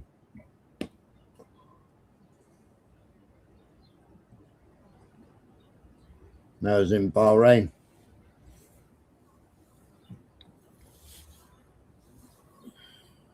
Yeah, they did strike into Iran with one of those the Razor missile.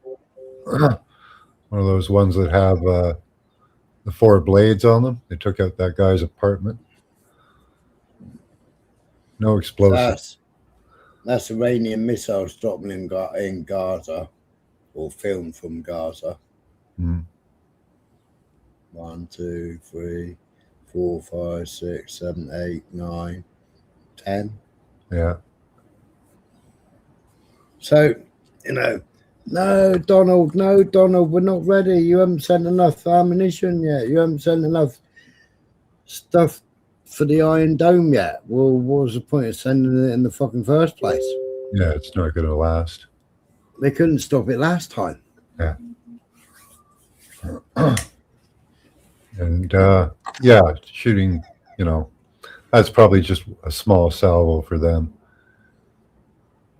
10 missiles. How many is that? 1, 2, 3, 4, 5, 6, 7, 8. That's 10 missiles just in that picture. Yeah. That's enough to overwhelm a section of the defense system in Israel. Mm. No, I'm more, 11, 12. Yeah. Jeez. Jesus. Oh, there's more. Yeah.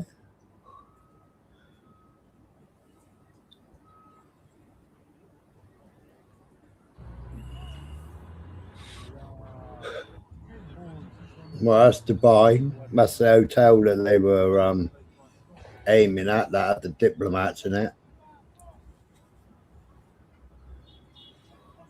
Well, so everybody's just taking out diplomats all over the place, eh? Jesus Christ. Yeah, but when you think about it, it's a hotel, right? So it hasn't just got diplomats in it. No. Do you know what I mean? Yeah. If you're in a hotel and you know that there's any... Yeah, bad time to be in the lobby, eh? Yeah, it's like, get the fuck out of there.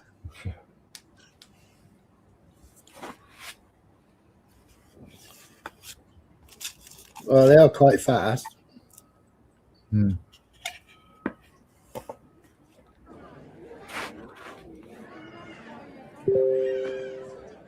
See, that's on a slow burn, that is. People in Dubai watching an Iranian missile hit US terrorist base.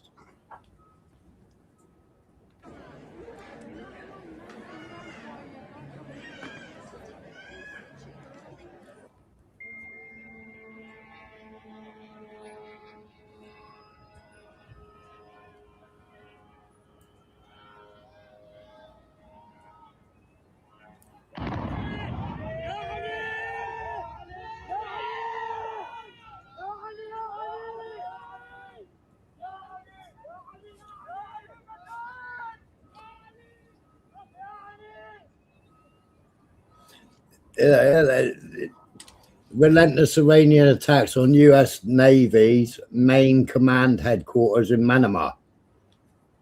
Where's Manama? How do you spell it? Manama. No, never heard of that.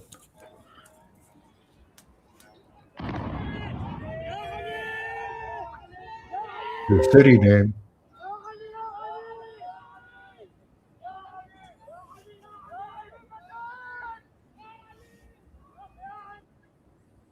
Oh, it's jumped back now, isn't it?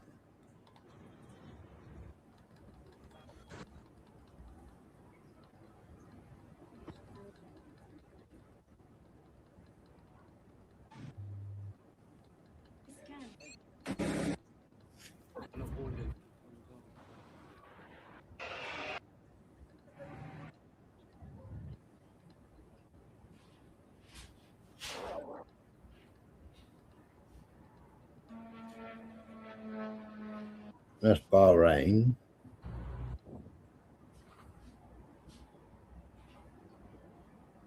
Occupied Palestine territories. Manama. Where's Manama? Anybody knows where Manama is? Is it in Iraq, I guess? Or Iran?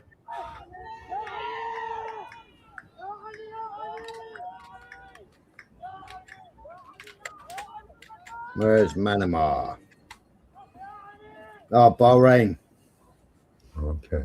Northeast tip of the main Bahrain island, the Persian Gulf. Well, I mean, that's Bahrain, and they're all celebrating.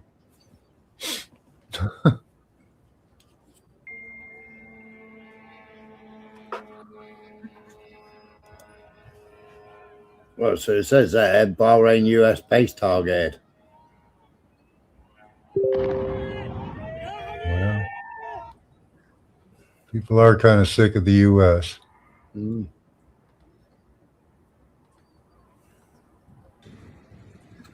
Where's that flying down?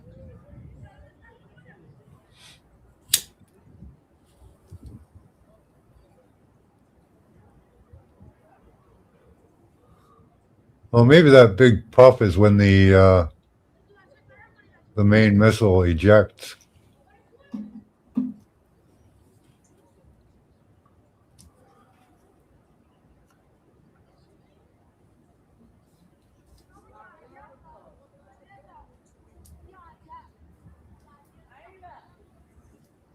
Don't know.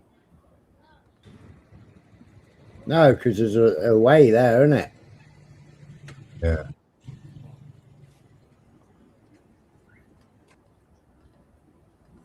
That's actually pretty typical of regular missiles that I've seen.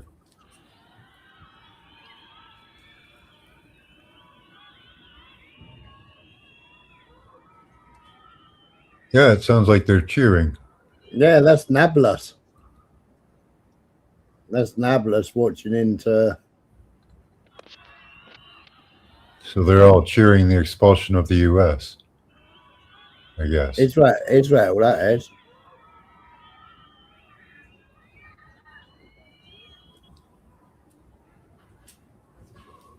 In Nablus, city Nablus, in that occupied,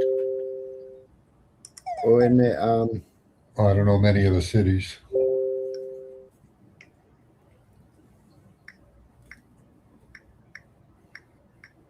Geography is not my strong point. Yeah, Nablus is a major Palestine commercial, cultural, and industrial city of the northwest bank. So that must be all the Palestinians cheering then. And that was filmed from Nablus, watching them go down in Tel Aviv, I guess. Israel hiding shelters in the illegally occupied land of Palestine.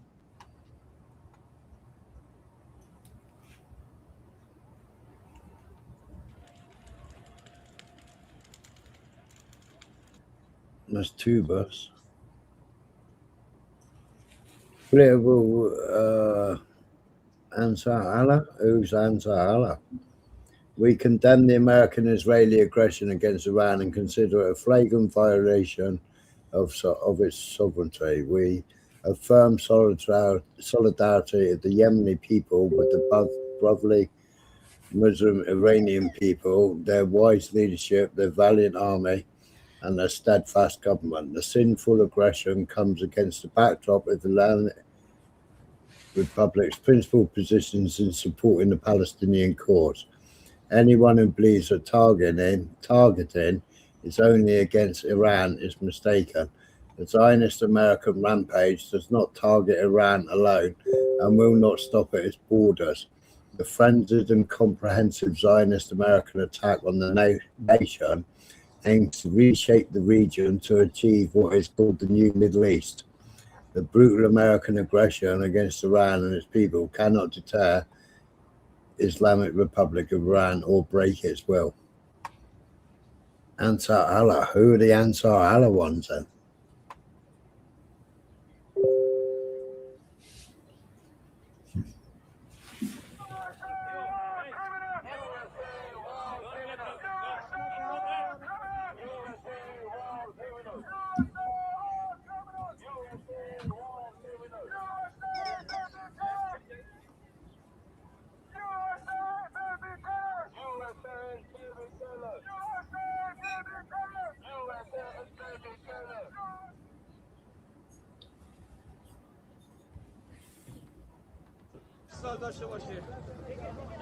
Oh God, can't be watching that. Do you notice what I was at? Who was that? It was a forearm and hands. A forearm and hand. Huh. The remains of somebody. Oh, God.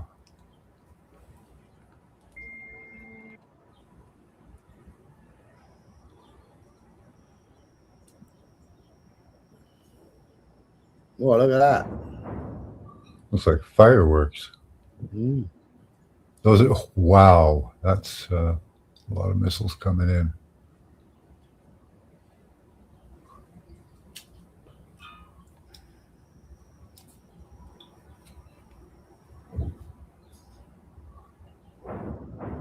They're filming from inside a window, they are. We're getting a reflection.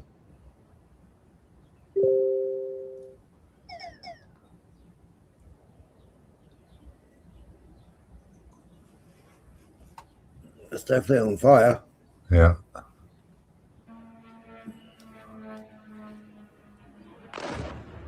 Ooh. It hadn't collapsed yet, though. It hadn't done a Twin Towers. Oh, that was another thing I watched the other day. Yeah. Yeah, the Twin Towers, the pilots. Mm-hmm. Yeah.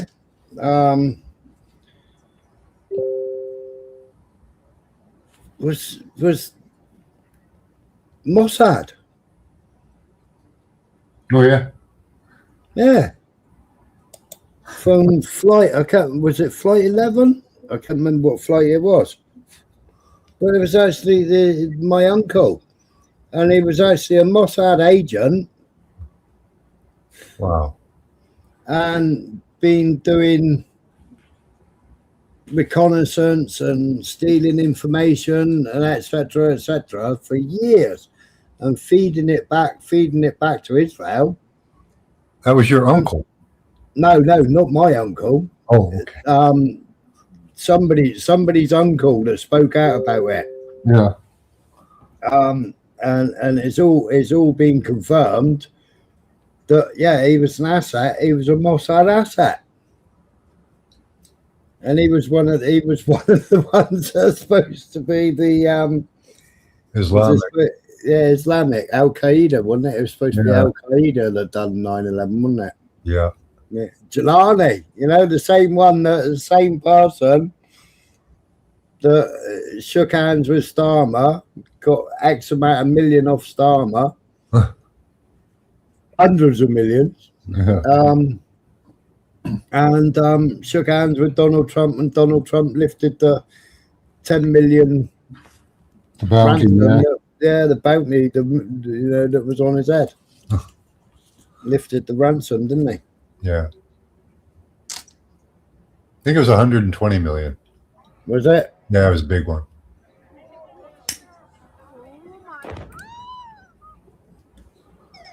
Big payout for him. Mm. No, he's a great guy. Yeah.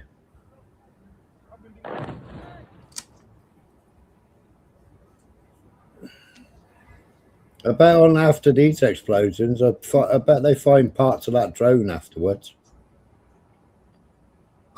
Yeah, not like Twin Towers, they didn't find any parts of an aeroplane, but they found a passport, didn't they? Oh yeah, yeah. Paper passport made through the intense fires that burnt steel. Yeah. Melted steel. Same with that guy that burned himself in the Cybertruck there outside a Musk place there. Everything Right. burned except for his passport, driver's license.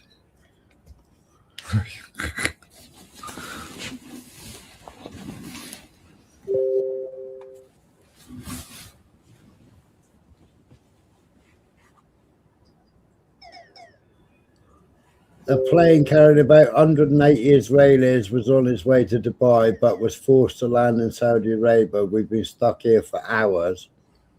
We don't know what will happen.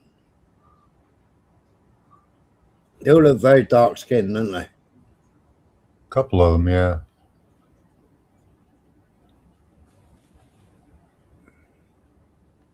Confirm for us whether the top leadership is still alive, or where are they? I'm not in a situation to confirm anything.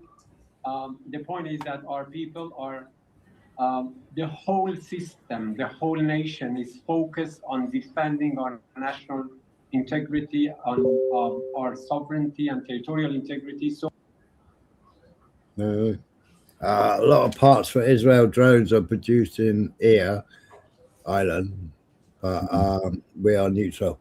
Yeah, a lot of them are produced Elbit systems. The Wankel engines are built in Bristol because they run on Wankel engines, don't they?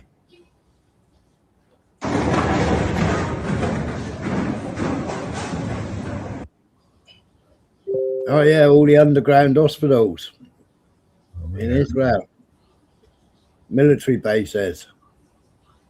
Yeah, what they claimed Hamas had. Oh yeah, hiding missiles in the middle of the city. Yeah, what they claimed Hamas has, and there you got IDF lot. Yeah. Well, they probably got missiles right in that hospital. Yeah. I show videos like that on the 12-day war and prior to that as well. You know, all the military bases, aren't they, in the hospitals? Yeah.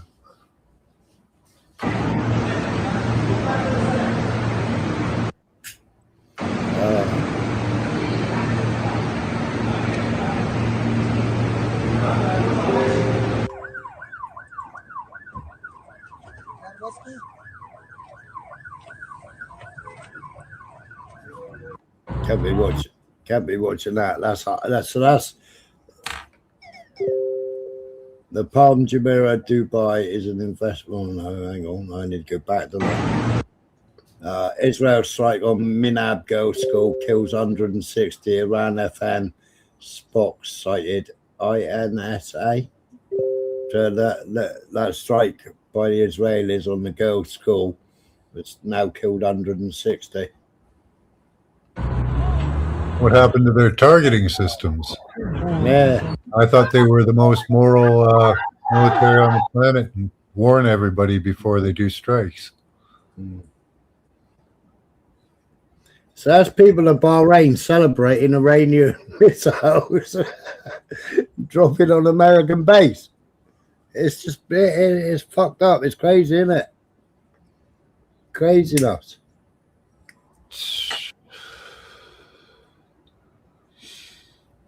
I don't know. It seems kind of logical from their perspective.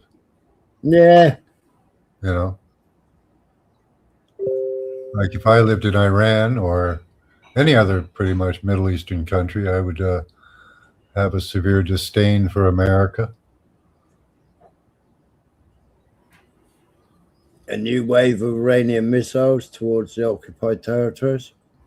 So it was 25. So that's now.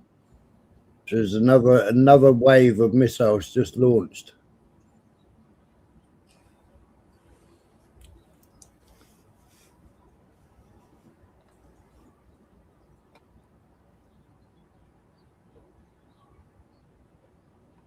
What's this? The Strait of Hormuz is unofficially closed. UK MTO is aware of significant military and following the Arab Arabian Gulf, Oman. UK MTO continues to monitor maritime security situation. Vessels are advised to transit with caution and conduct enhanced risk assessment. Channel 16 prepared to respond to hails.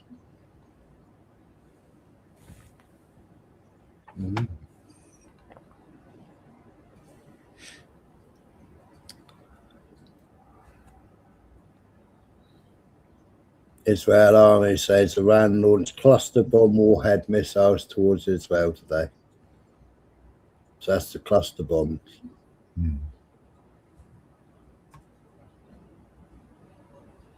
So I'm guessing it breaks off here down the bottom. Yeah, all that shielding would peel away. Yeah. They might eject the cone too. Yeah.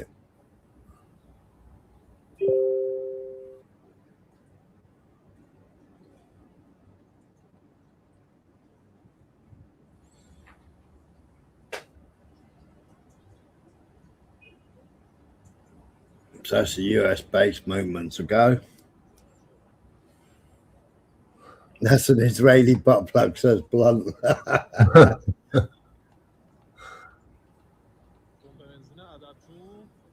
Did it have Shmuley printed on the side? Yeah. If it's not a Shmuley, it's not kosher. So that's an Israeli Seiji.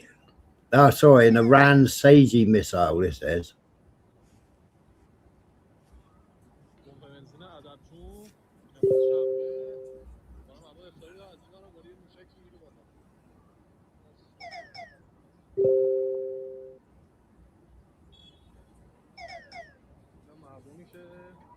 So Iran striking military bases, and Israel and the U.S. are attacking schools. Yeah. So I'm kind of getting out of this. Israel launching a lot of interceptor missiles in Shiran. There's a lot of interceptor missiles. They'll be depleted quickly at this rate. Yep.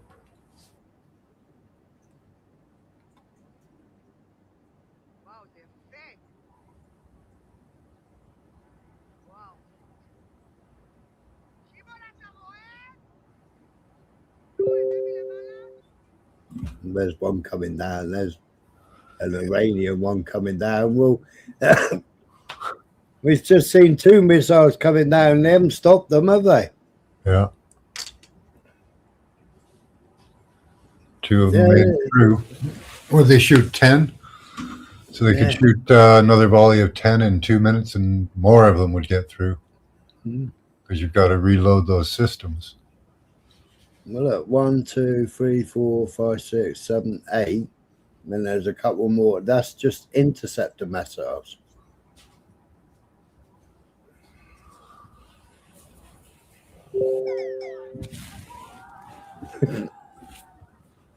Yeah, the cost between the two is huge.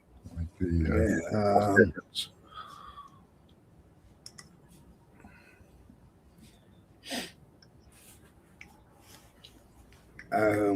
Much.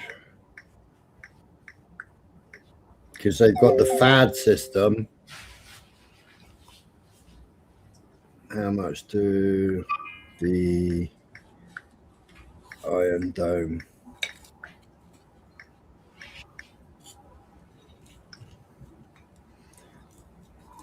Iron Dome missiles are 40 to 50,000, 40 to 50,000 each.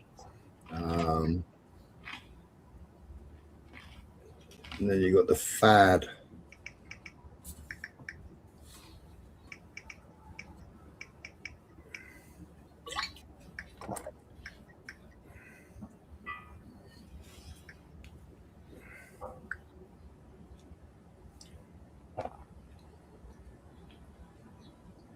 The interceptor missiles for the THAAD, Terminal High Altitude Arena Defense, 12.7 million each. Oh, And I think America give Israel 3 of them, didn't they? Give them 3 of them. So it's 1 billion to 1.8 billion per each battery.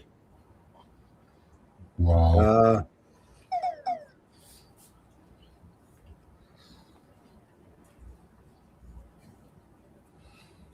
But that doesn't make sense because the operational costs in 2025 deployment involving multiple intercepts resulted in over 800 million in usage.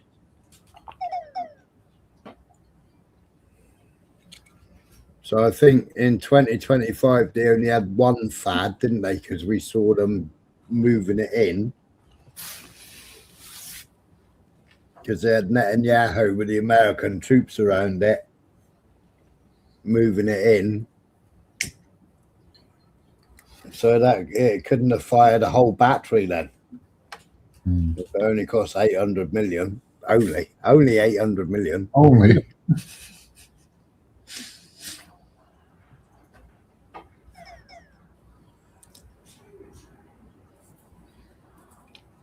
Yeah, how much were the Iranian missiles? A few 100,000?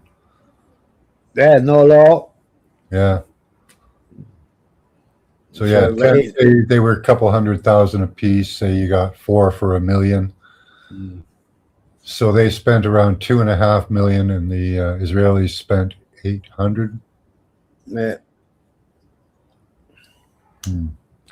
Iran's chant, death to America echoes in the shrine of Imam Reza.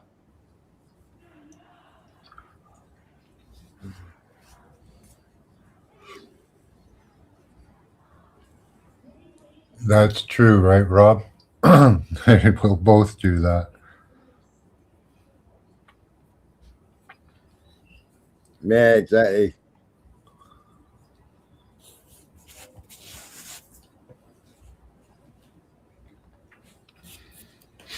What else we got? Middle East Spectre.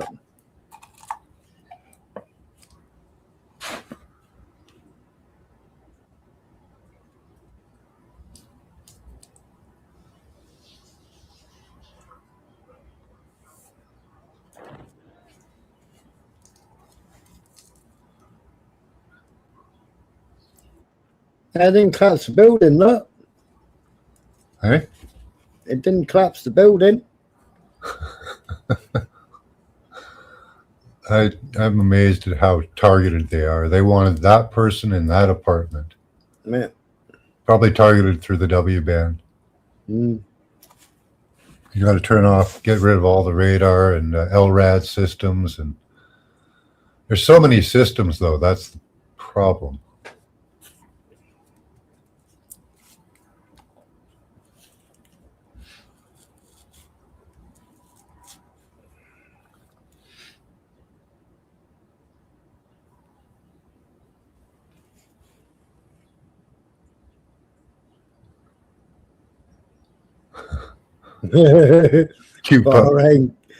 Bahrain cat specters observed the delivery of goods to U.S. military base.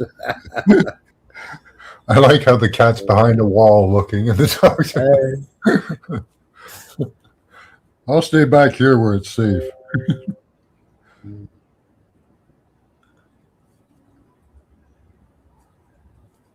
That is mad, isn't it? That's crazy.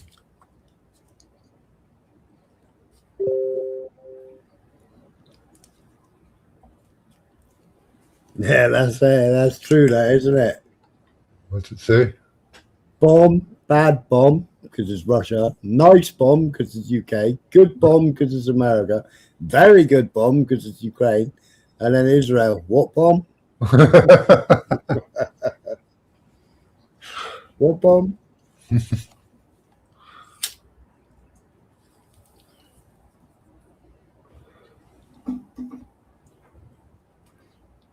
You know what? The whole thing of how people involuntarily switch to the native tongue when in stress. This specimen of a Hoholian female in Dubai just heard a few explosions. She's scared, so of course she needs to let the whole planet know of her feelings. She's trying so hard to squeeze Ukrainian out of her duck face, but it just ain't working. She keeps slipping and speaking Russian. She calms down, has a drink, and forced oink.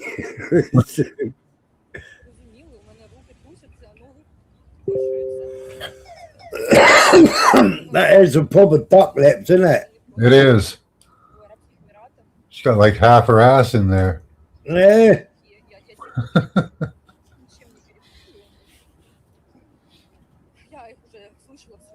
Probably got a TikTok account there.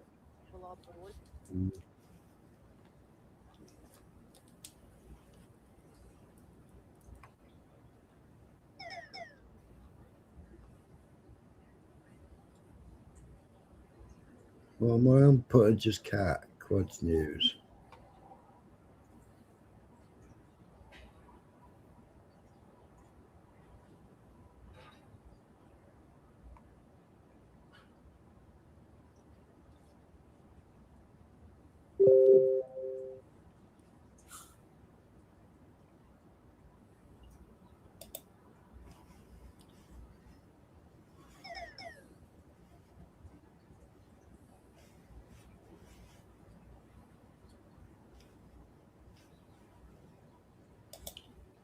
Oh, it's 218 posts. It's going to be a popular subject for a while, I guess.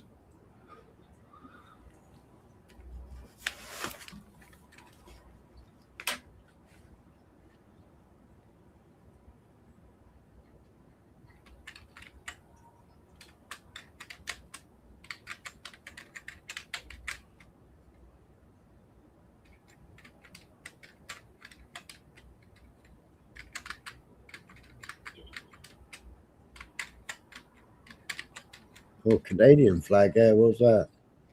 Canadian government urges its citizens to avoid all travel to Iran due to regional unrest and rising tensions, and advises those currently in the country to leave immediately, if possible.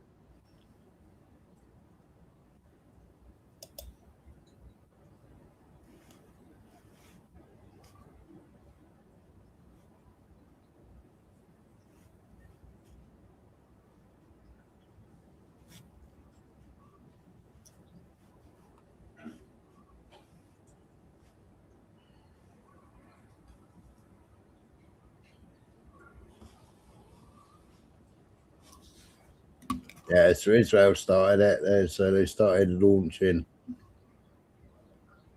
airstrikes on the capital of Tehran.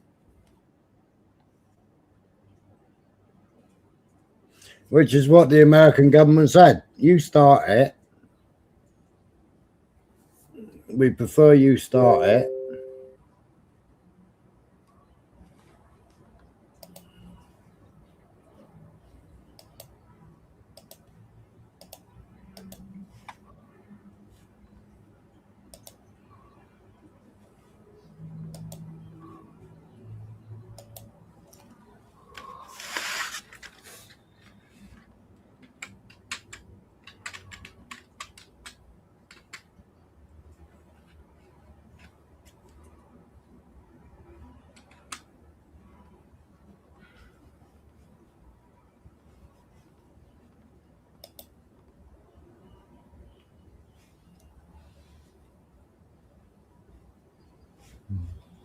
So the US says that they've just started a large-scale attack.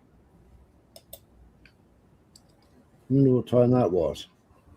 6:24 at 6:24 a.m. What time does Trump announce it?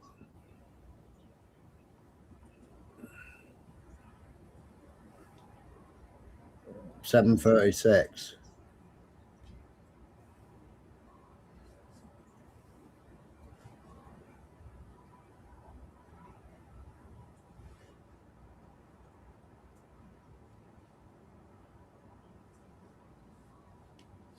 So they're saying that President Masood, whatever, Pezeshkian, is in good health and has not been personally hurt.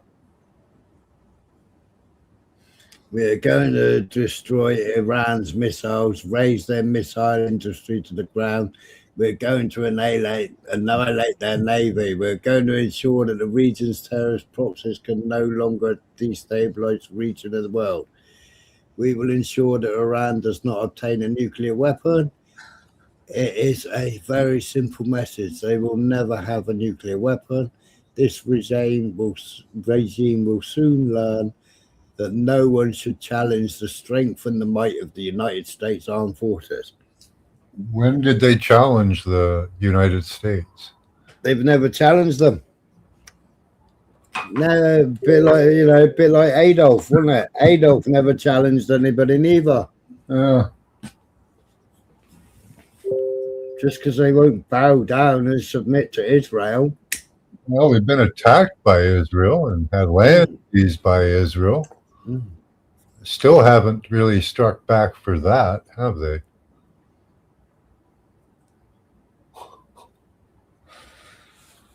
Wow. Way to produce some propaganda, eh?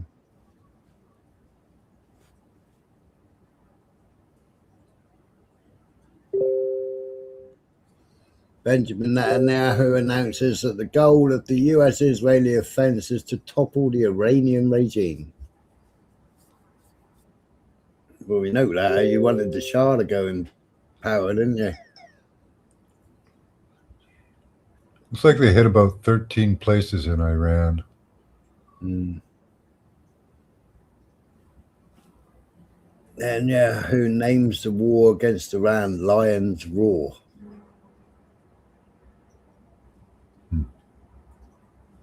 Trump claims war aims to protect Americans from Iran.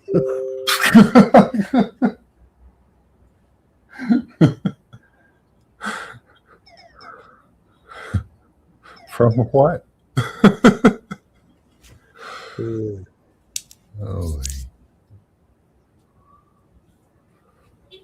Just straight up spewing bullshit and lies.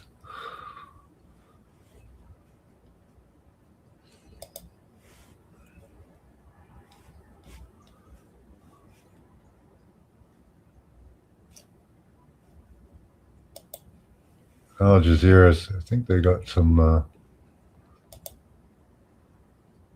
Do they have any? Yeah. No, these are the ones we were looking on flight radar just now. They're the refueling planes taking off from Ben Gurion, Tel Aviv.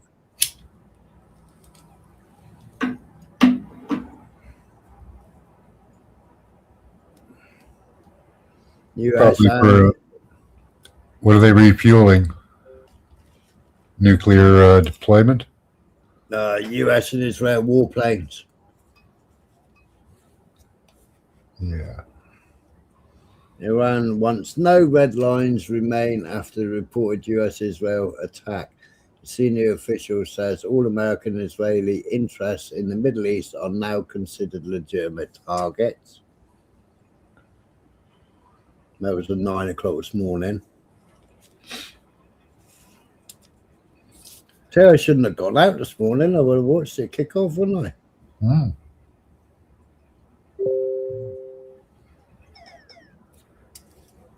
Shit. No, that's a settle alert.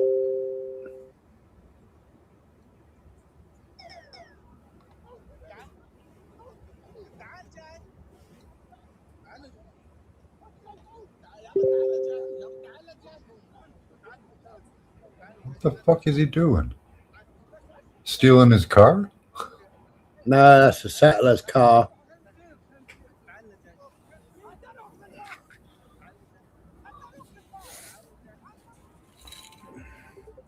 Huh.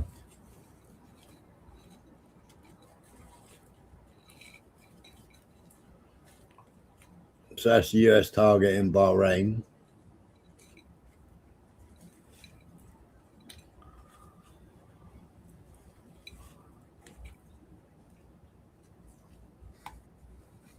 Oh, well, that is a Fatah Highway. Salman Ahmed Al Fatah Highway. That might be Iran, I guess. I don't know. Probably, yeah.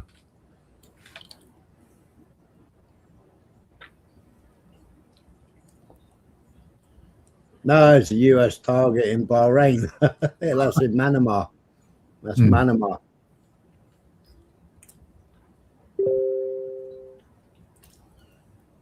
US ignored negotiation. Israel-US attacks against Iran pre-planned.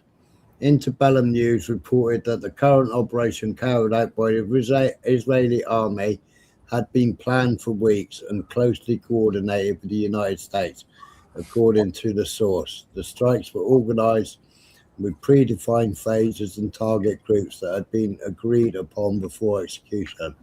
Early reports in international media indicated the operation was deliberate and pre-planned rather than a spontaneous response to recent events. The source added that the nuclear negotiations early in the week were not expected to result in a breakthrough and were viewed internally as unlikely to succeed. The information reflects the account of a single Israel military source, while independent verification remains limited due to the ongoing developments on the ground. Well, yeah, I mean, this was Friday, I think.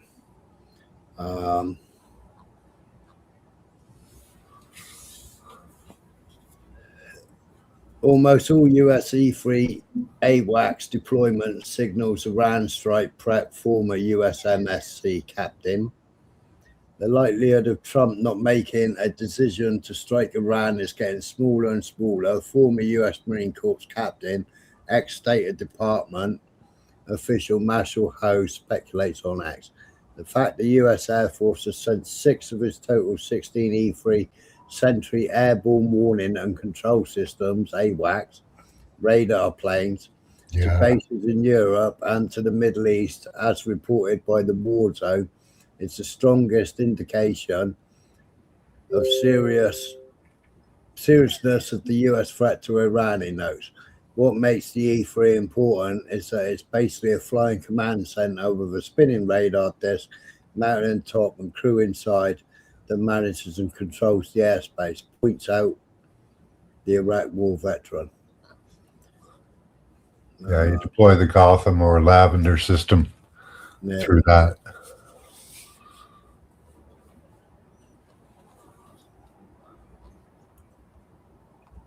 Then you divide the country up into little tiny kill boxes. Oh yeah, the Winston Churchill statue was defaced. Zionist war criminal.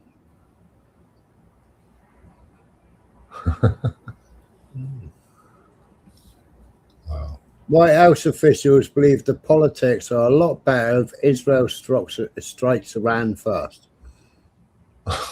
To Mold's military action in Iran, officials argue it'd be best if Israel makes the first move. So that was yesterday. That was yesterday at 10 past 8 in the morning.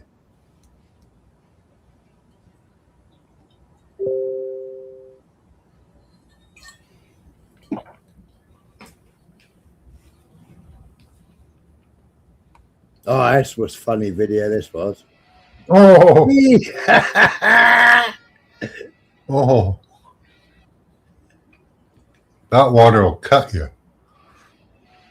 Boom. Oh. And he had no shirt on too. No. Oh, that would hurt. Oh. I don't know where it is. They've all got Israeli flags, so I don't know where it was. Boom! Have some of that.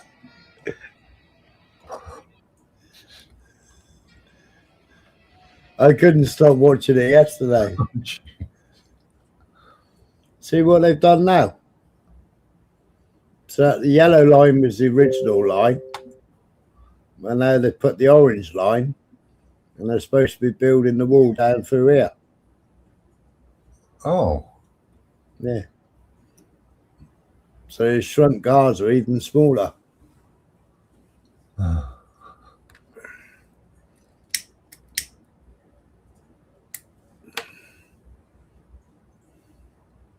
Yeah, it won't be long.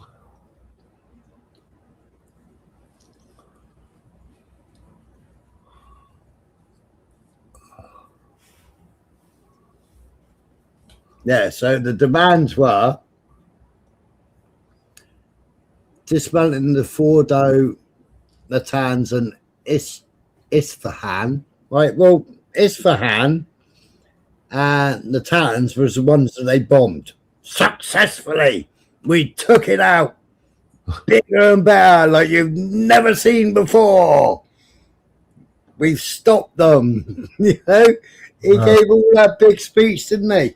You ain't seen nothing like it. We're bigger and we're better than anybody's seen before. We got all their uraniums. Yeah. You know, but there was no fallout. There was nothing, was there? No. You know, so transferring all enriched uranium to the United States. Well, I thought you bombed it all. Yeah. Removing all sunset clauses, permanent restrictions, zero enrichment with only Tehran research reactor allowed to remain. Minimal sanctions, relief upfront, further relief only after full compliance. Well, no wonder it went pear-shaped, didn't it? Yeah. Well, they've been pushing it. You know, we're telling them to give up their ballistic missiles too. Come on. That's well, we can't get them because they have uranium. So let's tell them they have to give up all their other stuff. Another member of the community suggested that as Iran is persecuting Christians, they should pray for their boys and girls in the military and navy in the righteous war against injustice. Of course, I pointed out the role of Iranian forces in the region, protecting the Christian communities from Washington's assets, such as ISIS and Al-Qaeda.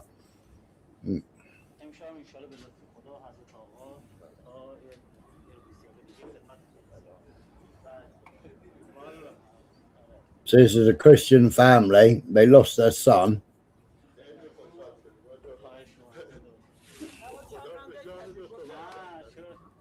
No, I lost two of their children's sons, Christians.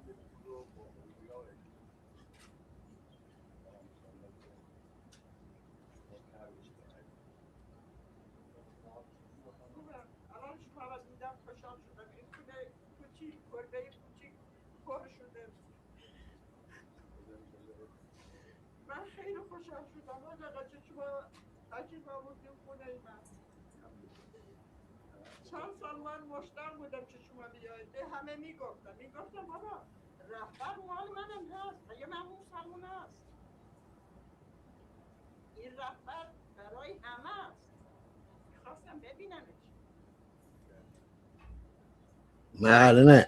Yeah.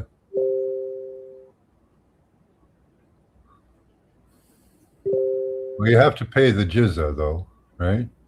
But they let you live. They don't chop off your head. No.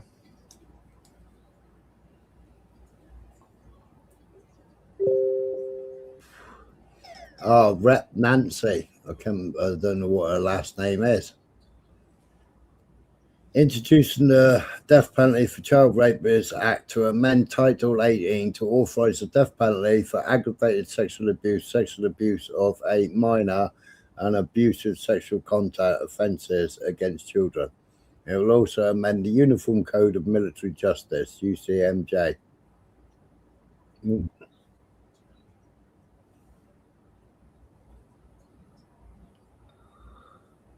27th of February, the Department of State authorized the departure of non-emergency U.S. government personnel and family members of U.S. government personnel from Mission Israel due to safety risks. Well, there it is, isn't it?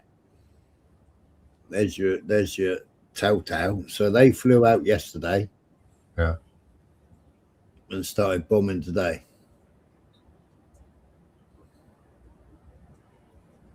I never looked at flight radar yesterday to see what was flying out. I'm trying. Oh, there you go. There it is. So that's all in Ben Gurion, this is.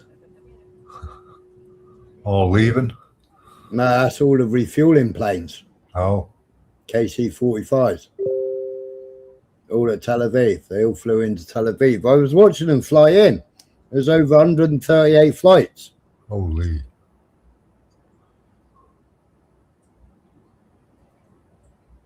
One morning I was watching 25 flights into Israel.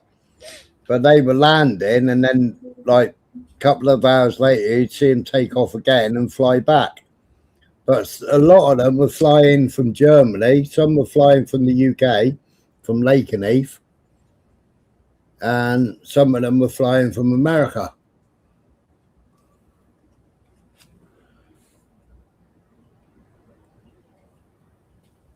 Yeah, that's right, Blunt.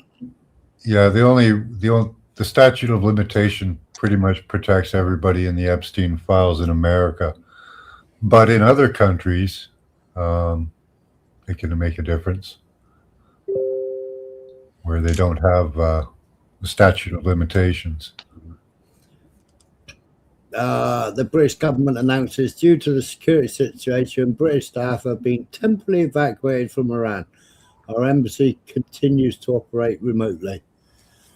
That was 27th of February. No, it's Rothschild. It's Rothschild. Hi, Beyonce. Good to see you. Hey up, Beyonce. This is Nancy Pelosi. Nancy Pelosi. I don't know who Epstein is. I've never met Epstein. That's what Hillary said too. I don't recall meeting him. Her famous, I don't remember, I don't recall defense.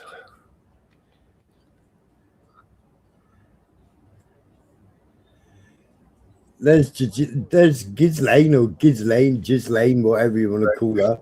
There's Clinton's wedding. She's a wedding crasher.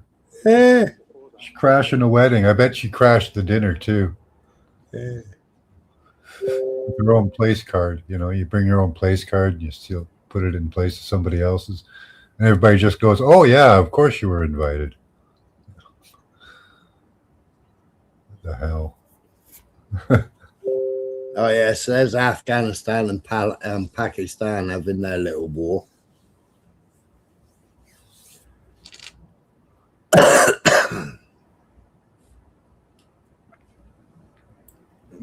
Yeah, exactly, Beyonce. Yeah, Afghan-Pakistan border. I've never met Jeffrey Epstein. Never had any connection or communication. There's fucking loads of emails. Epstein set up her fund. She set up the. He set up the Clinton Foundation. Yeah. and there's Hillary, you know, pulling on Jeffrey Epstein's tie, pretending to hang him. You know.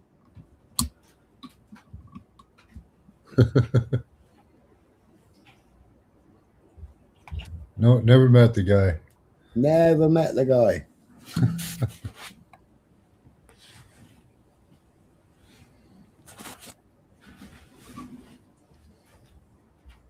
Yeah, pretending to be choked because they know, they like being choked, don't they? Mm.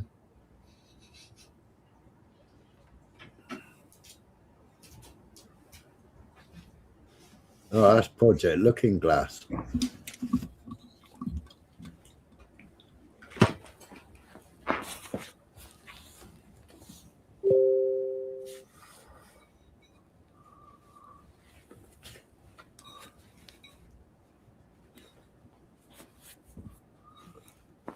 Be right back. All right. Put on some water.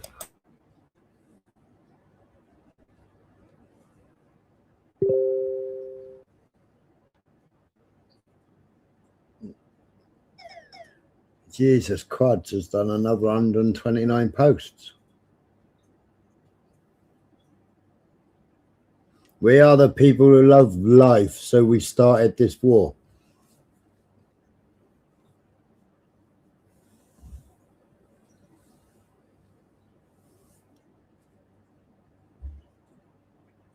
So just like Trump ordered, Israel started the war.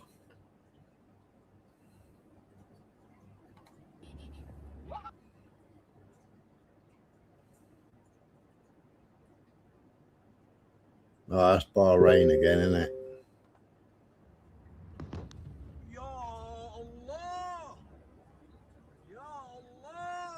That's the Bahrain military base, US military base.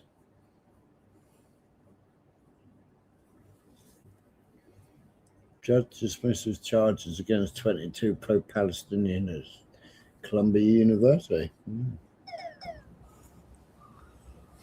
Iranian forces strike US military base, Bahrain, Kuwait, Qatar, and United Arab Emirates. But it's more than that now, isn't it? Yeah, exactly.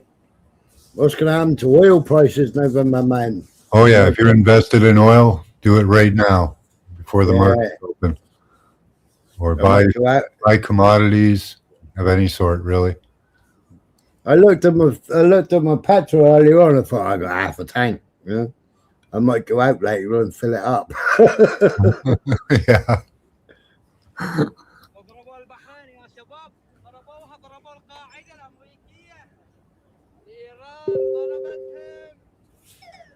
It's mad. Look, they're all living in Bahrain and they're all celebrating US bases being targeted.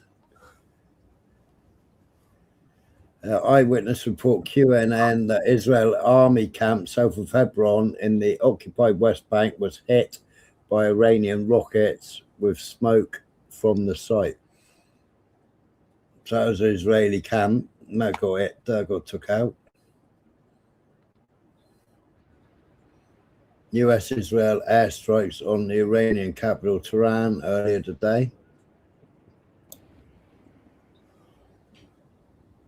She's flying quite fast, isn't it? Yeah, if you can invest in any of the missile manufacturers, you're going to make good money. Oil, commodities.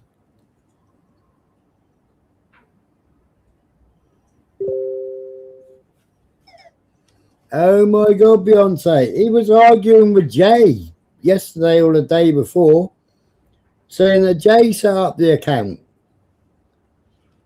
Trump's weak. I'm sure Jay was playing it because I think Jay put it up. Is what's he calling himself now? Some sort of fucking devil or something? Spanish devil? El Diablo. El Diablo he's calling himself. And it was on Lamis.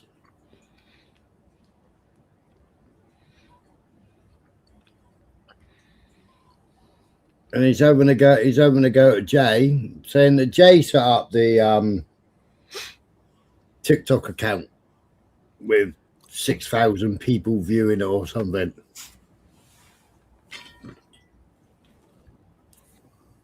Trump announces alleged goals of war on Iran. Complete destruction of Iran's missiles. Well, that ain't happening. Preventing Iran from acquiring any nuclear weapons. Well, they've always said they don't want any nukes. There's no proof they do have any. Destruction of Iran's navy. We haven't seen any navy ships being bombed yet, have we? We know that Iran took out one a small vessel, a support vessel or something it was. Yeah. But that was early this morning.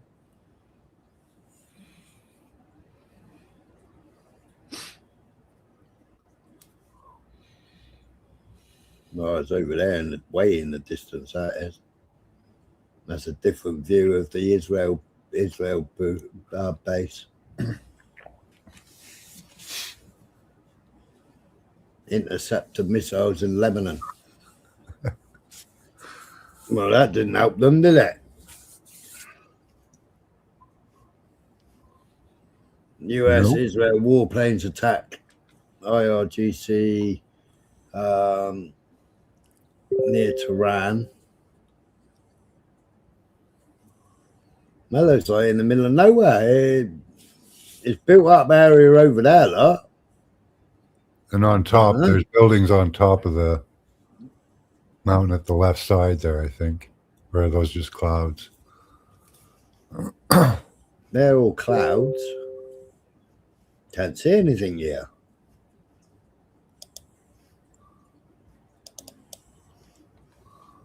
Oh, there you can see it.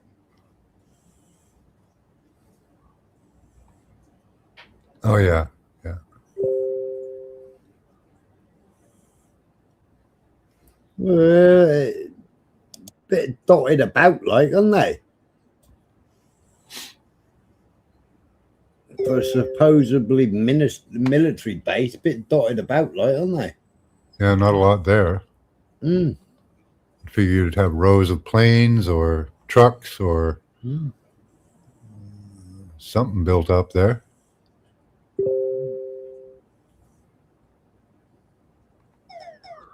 Well, maybe they pulled all their assets out,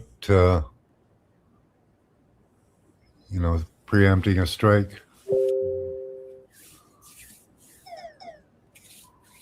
Oh, so that's Tel Aviv, completely empty.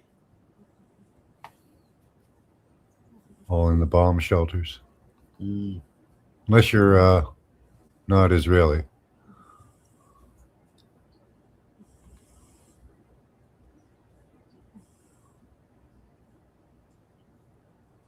Jordanian army announces it has intercepted 2 Iranian missiles targeting US bases in the country. We know they've already hit it.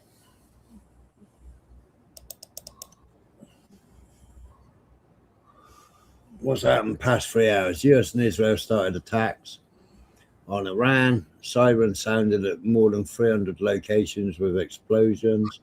Iran activated air defenses and fired missiles and drones towards occupied Palestine.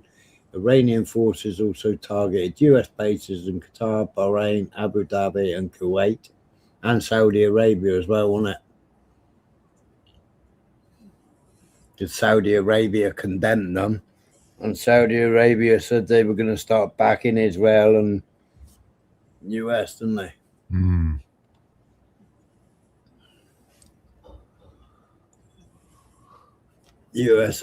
USAI Udeid Air Base in Qatar.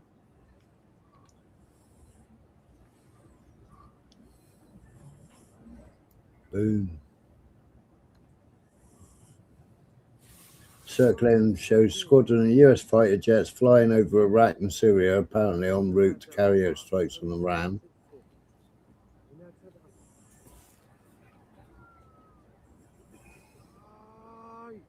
Well, there's only a few of them, like, isn't there?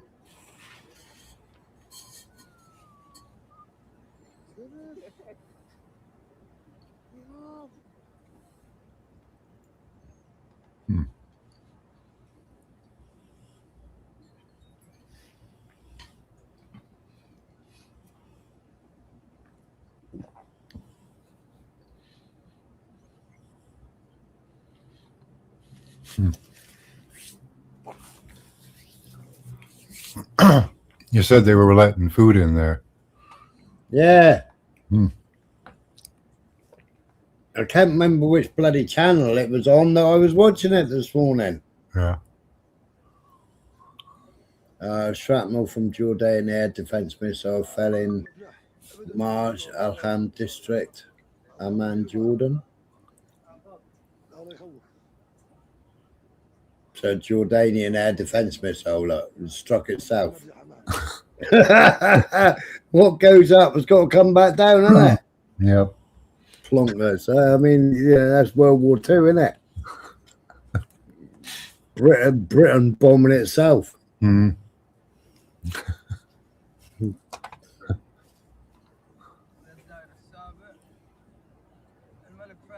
That's Kuwait.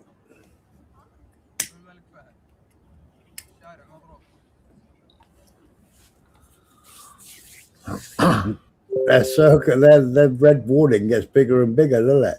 Oh, geez.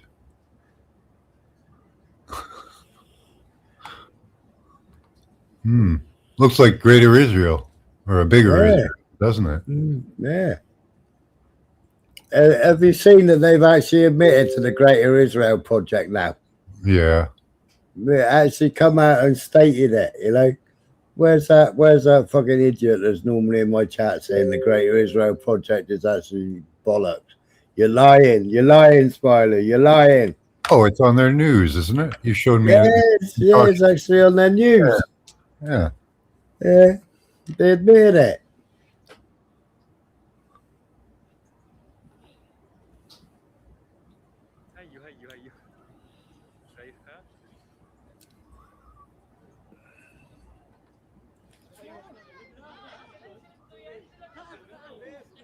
There you go, that's the one in Jordan, look. Column of smoke is seen emerging from US-dominated airbase Mawafq Salti in Jordan, apparently following an Iranian missile strike. So their weapon, blunt occur.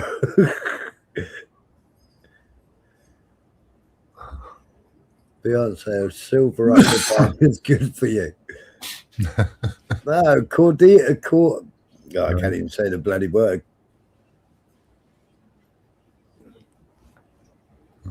What's it called again? The silver? Oh, I can't even think of the name of it. The liquid silver is good for your health. Oh, colloidal silver, yeah. Colloidal. Mm-hmm. Yeah, give yourself an enema, I guess, eh?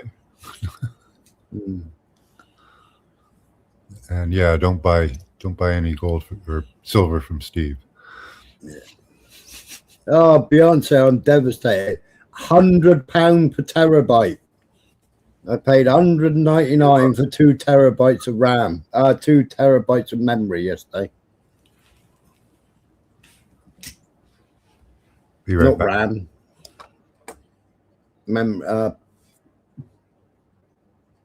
Storage. 2 terabytes of storage. 199 quid.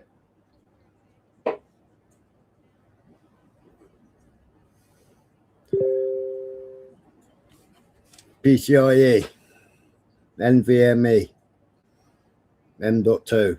200 quid. 199 quid. Mental.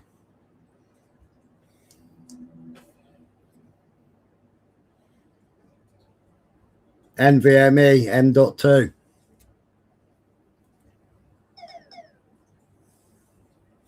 Crucial.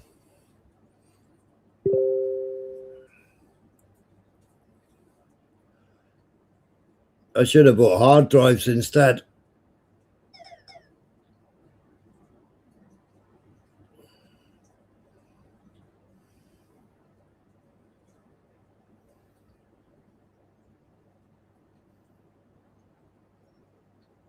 Yeah. When I run out this time, I'll buy hard drives. I'll buy the old spinny ones. Mind you, I've still got 3 of them here. 3, maybe 4. External ones, I've just got to put them in.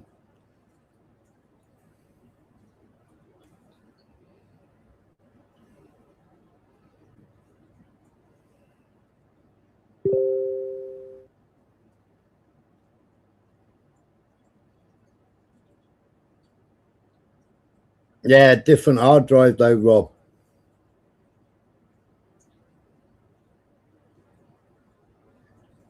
Yeah, 16. Yeah, I should have got spinny ones. I don't like the old SSD cards.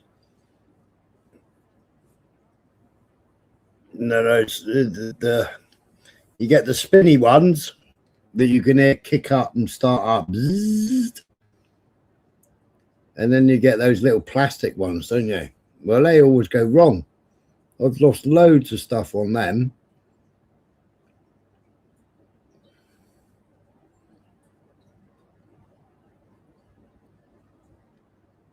Those SSDs, the solid state drives, the little black boxes.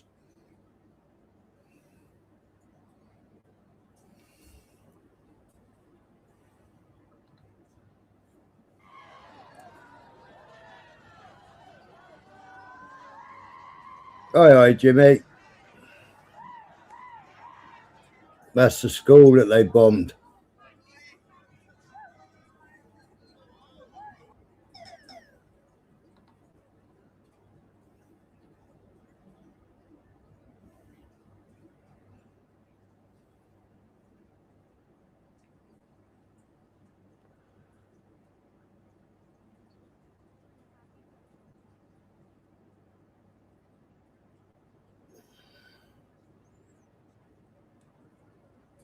Yeah, my SSDs had Windows on it. I got two of them there that I can't get any access to. It's got loads of like decent safe stuff on it as well, films and all.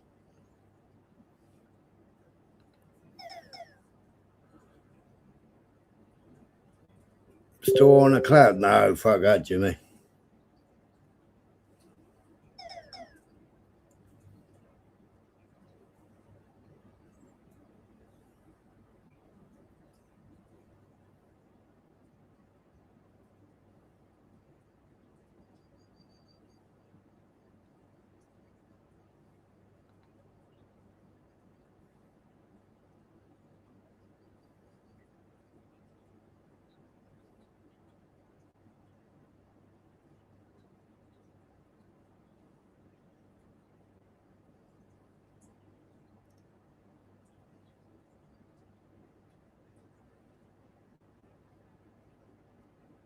Format via DOS.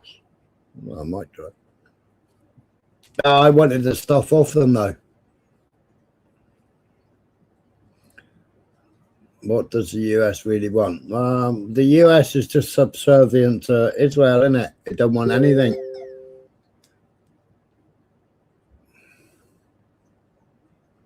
Exactly, Rob.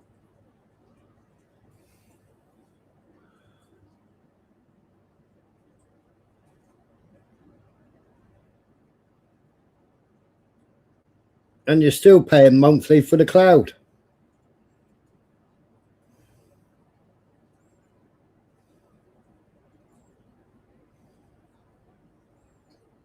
What is it, about 12 quid a month for 5 terabytes or something?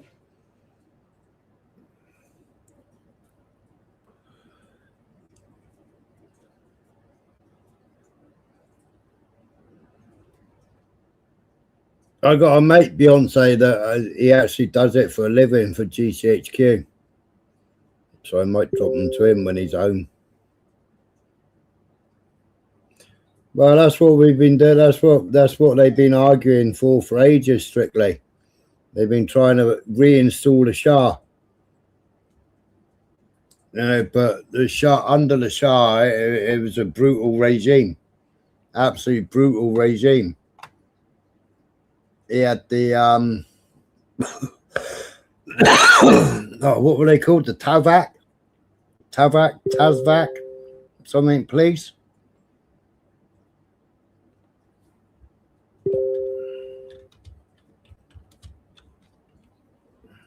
I showed a documentary on them.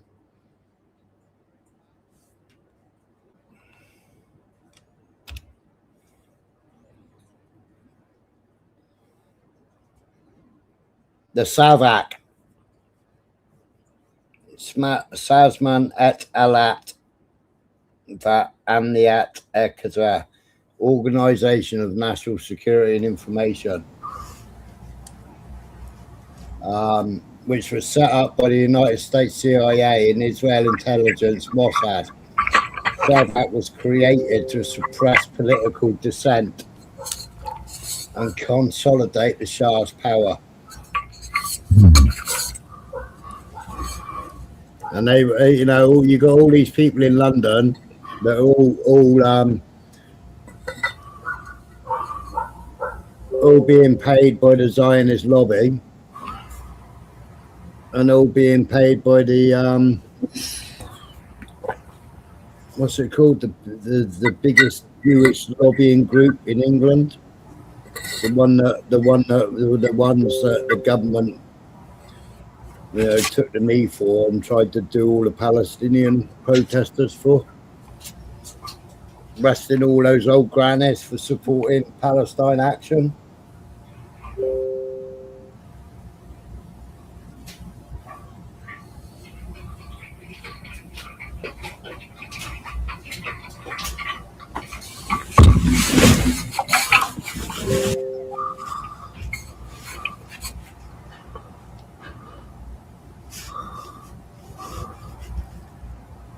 What are you doing, Matt?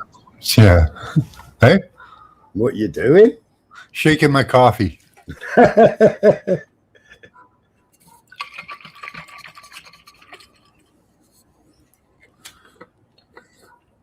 Timing coordination. Sources reported attack was coordinated during Netanyahu's US visit on February 10th. Israel and US did not seek an agreement or peaceful solution.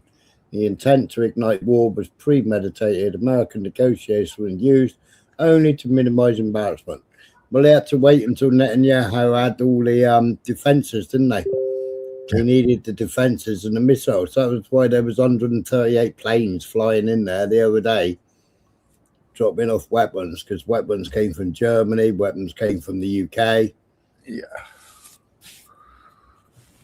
No, there's no doubt that this is all pushed by Israel. Absolutely none. Anybody who can't see that. This is just Greater Israel Project. Damn. You had all the call signs were, what was it, NWH 139, 138, 137, 140, 141, 142, you know, and like you could just list them up, and there was 28 in the air all at the same time. Yep, Stevie Wonder can see it. US launched military operations under Zionist pressure to advance Israeli goals. Bombings targeted governmental and administration institutions in Iran. No, they bombed a school. Little girls' school. Yeah. That was one of the first places Israel hit. Did they hit any strategic targets at all? Not as far as I've seen. That's supposed to be Hermani's compound. They hit that. So going against the Geneva Convention and attacking diplomats. But Iran's been doing that anyway, hasn't it? It flew the drones into the hotels. Well, yeah. Now, was that retaliatory strikes for strikes into Iran with the negotiators? Yeah. So. Yeah, but you can see Iran's been taking out military bases all around the Middle East. Yeah. All US military bases. Just today, right? They just started? Yeah, it started this morning, didn't it? Yeah. 6:30 this morning.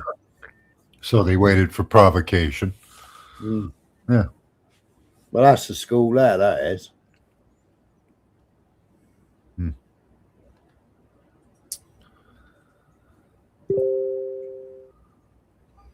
US Fifth Fleet base in Bahrain following the recent Iranian missile strike. So that's the US base in Bahrain, that is. That was the one where the cats were looking over the wall. Yeah. Israeli occupation fired tear gas towards Palestinians Palestinians waiting at a traffic Israeli checkpoint south of Tukum.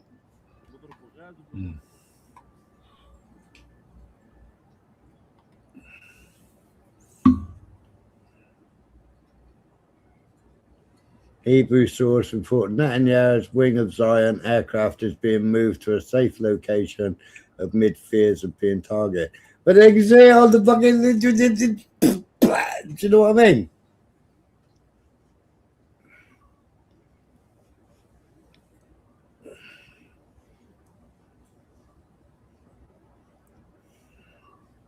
Wonder how long they left this AIS on for.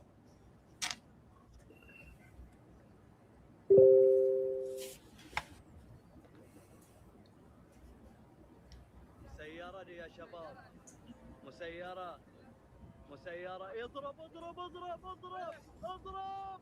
Oh yeah, that's the radar base, isn't it? Yeah. Totally blew it to pieces.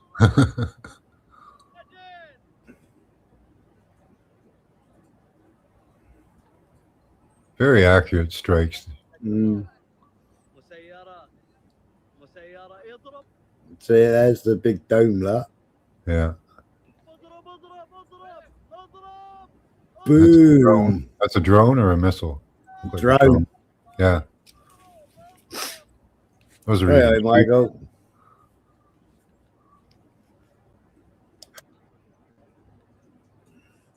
Netanyahu and Trump's war. On the one hand, it's wholly unprovoked, illegal and illegitimate. Trump has turned America first into Israel first, which always mean America last. Our powerful armed forces are prepared for this day and will teach the aggressors the lesson they deserve. Now that Obama's poll numbers are in tailspin, watch for him to launch a strike in Libya or Iran. He is desperate. Obama? Huh? Oh, that was 2012. October the 9th, 2012, that was.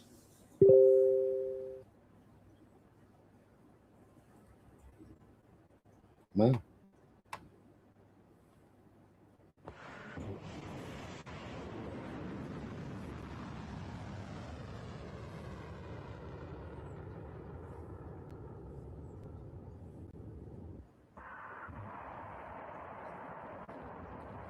Yeah, they all want to strike Iran. That's been going for 30, 50 years, right?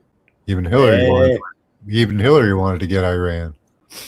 Netanyahu was a teenager. He had 3 different names back then.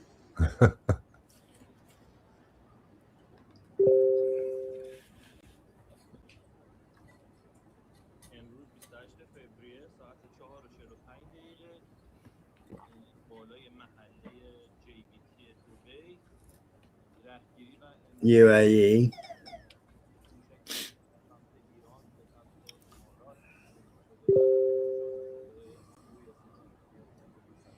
Yeah, they were. He had one name because he was a university in America.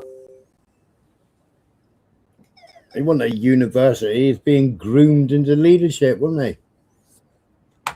They were training him up as a leader. He was at the Young Globalists School Academy, wasn't he? Marching and speaking out about Gaza for asking for ceasefire. Aye. He was a young globalist like Trudeau and the rest of them. Yeah. Went to that academy. Yeah. It's changed, but and I couldn't do any major. Yep, they all in on it. Anything connected with. I don't know. I mean, Saudi Arabia said they're going to back America and Israel. Well, we didn't expect anything else. Jordan said, you know, don't bomb us, but they've already bombed them. But it's like everybody's been saying in America, why the fuck have you got all these American bases in the Middle East? You know, they're only there to protect Israel. Mm-hmm. You know, and loads of Americans are saying, why American children dying for Israel. Yeah. Yeah, just like World War II. Independent films. No. And films that are All our forefathers, granddads, uncles, etc., they all died for Israel. Yeah. Well, they do need a good regional conflict, and increasing Israel's size is a good. World War One and World War Two were written in the 1830s. 1830s, they already started planning for Israel. Mm-hmm.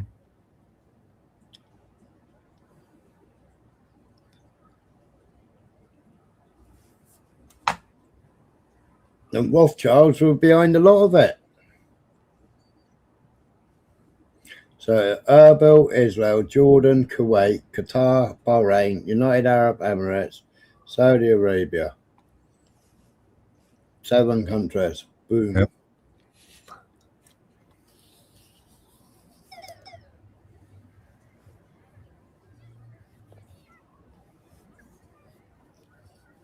That's Dubai. Well, that's the school, isn't it? Minab Girls' School. Yeah, that's the school.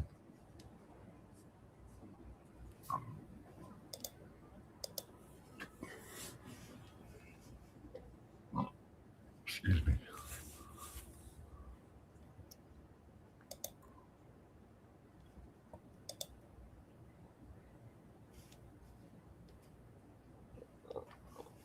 See, that is Israel is saying it was successful, but the video that they played, I showed that video last year with all the cars flying in the air. Yeah. I thought I clicked save on it, but I didn't. Where's that? Oh, that's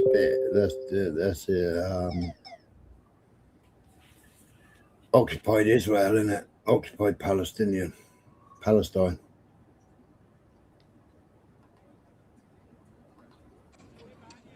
Oh, that's the school. That's the school.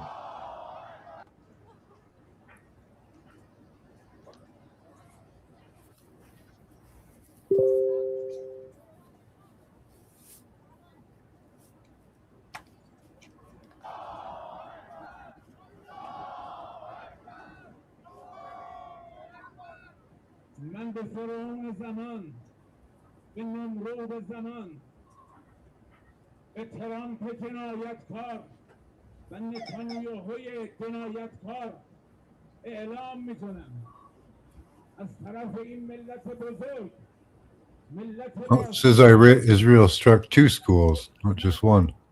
Did they? Yeah, more than 80 people. That's straight from Al Jazeera. Yeah. As you will.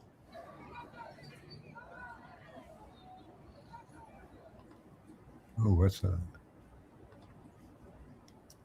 Israeli defense systems intercept Iranian missile over Haifa. Looks like it went up in the water. You got it to drop in the water.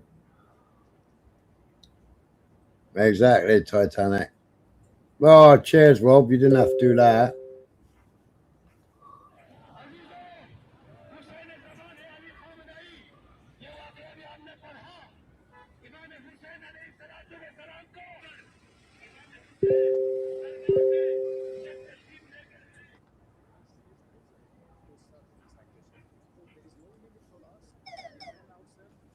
But once the aggression is stopped, we would also stop our self-defense. This is quite obvious and quite natural.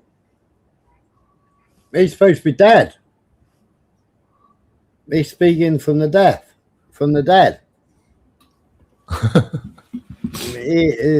What do they say? 32 virgins, is it?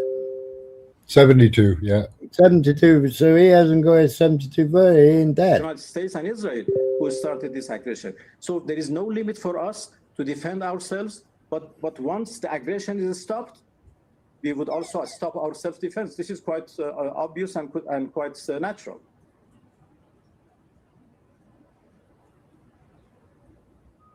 Well, he's very animated for a dead guy. Unless he's a Yeah, isn't he? double. Unless he's a double. Yeah, it might be AI. Clone. AI. Yeah. No, that's Tel Aviv. Iran's supreme leader to address the nation shortly, state TV announces. This denies earlier Israel reports of assassination in this morning's bombardment of Tehran. And everyone...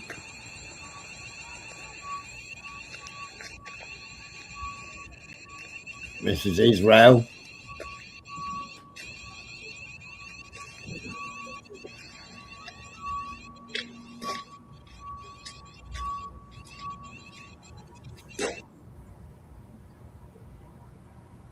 I wonder why so many of them have glass doors.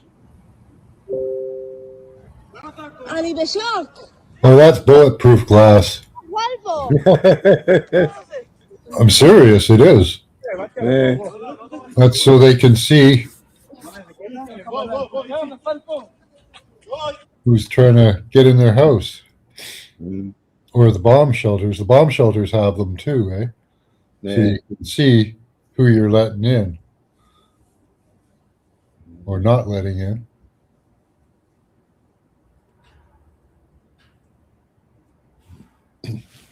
Well, they're just pissed off, they are. They just turned up, played basketball, and the court's been blown up. Oh, that's the engine and gearbox together. Look. How did it blow clean out the car like that? That's just mad. That's pretty impressive. Yeah. That takes hours to do with a wrench. I mean, there's the gearbox, and you can see the drive shaft. Look.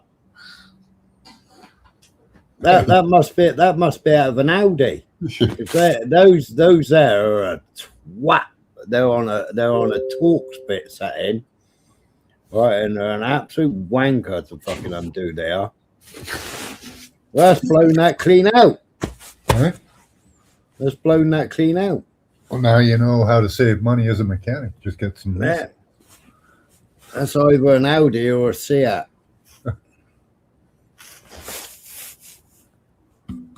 Could be a VW, of course.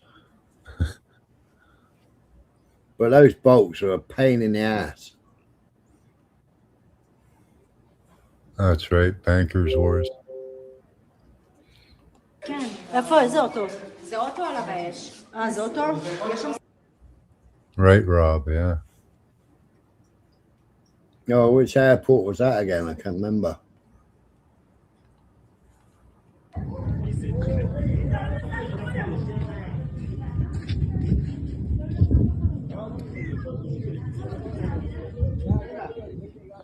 I wonder why it looks like it's in so slow motion. That's coming down.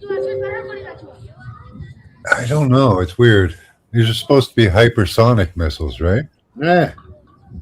Unless, like, it doesn't look that far away.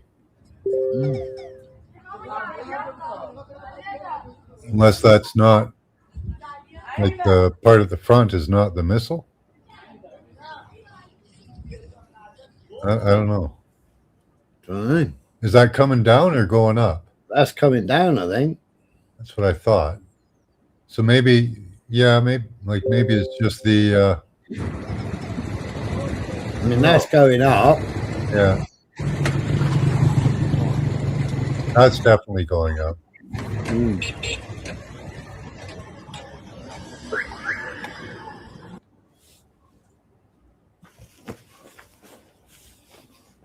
What time was that? According to Reuters and the IRG Navy announced on 5 VH8, no vessels are allowed to cross closer Strait of Hormuz in response to ongoing.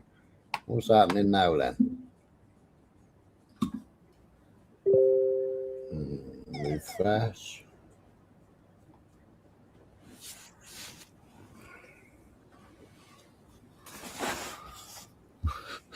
Wow. Now they're all still gathered up. What's that boat there? Puffin 2 minutes ago. What's that? Oil product tanker. So there's an oil tanker. Yeah. What's that other one? What are the tides like in that area? Don't know. Is it tidal? Should be a tidal ratio there. That's an LBG chemical tanker. What's the other one? That was 14 hours ago. Position received. That was 2 minutes ago. That one there was 14 hours ago. It can't be an anchor. That's an oil products tanker. Why hadn't that one disappeared then? Past track.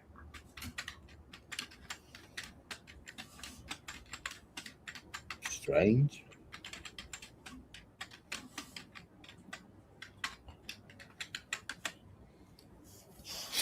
So yeah, there's only 3 tankers in actual,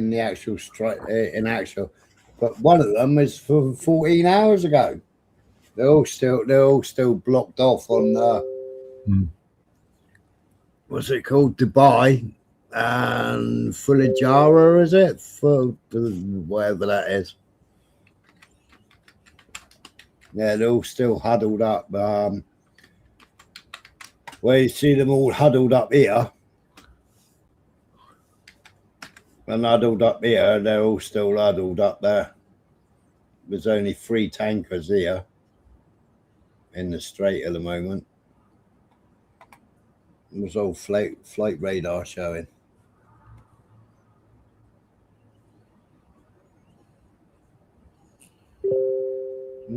So the tides are only about 1 to 2 meters. The depth of the Strait of Hormuz ranges from 60 to 100 meters. Average depth is 50 to 70 meters, 164 feet, with deeper channel reaching over 80 to 100 meters in some areas. Shipping lanes are relatively shallow, under 60 meters. So there's quite a lot of the strait they could be using.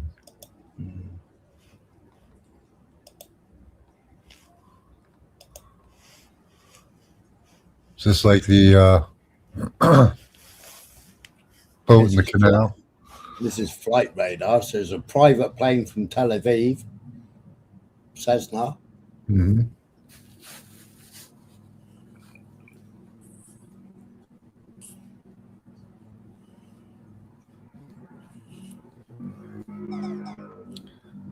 The military won't have their transponders on, right? So. They did earlier. Did they? Oh, okay. Yeah.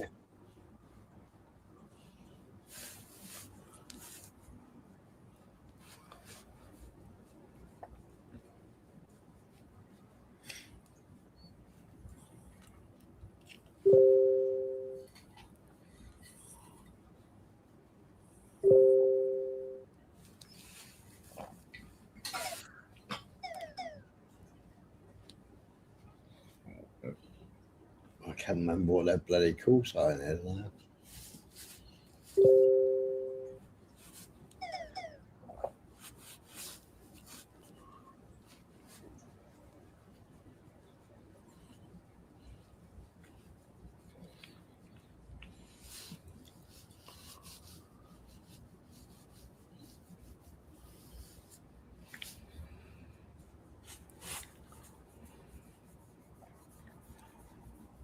Oh, what's that call sign again?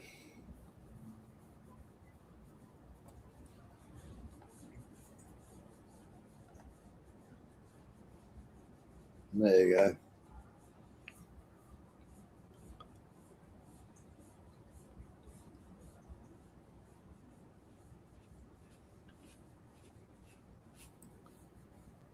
So at the moment there's 23.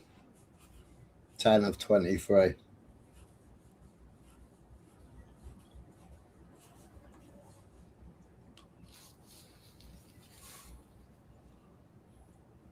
What are those for?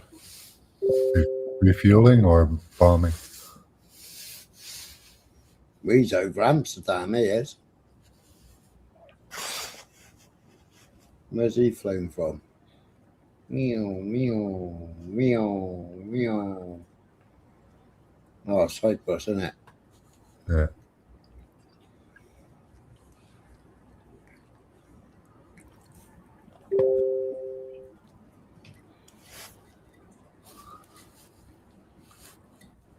That's 10 of 1,758.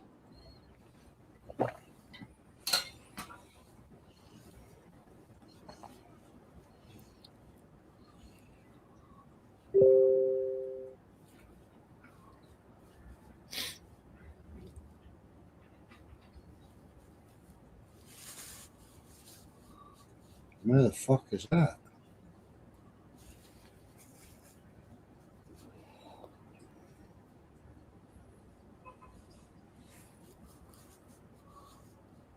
Macedonia, Bulgaria.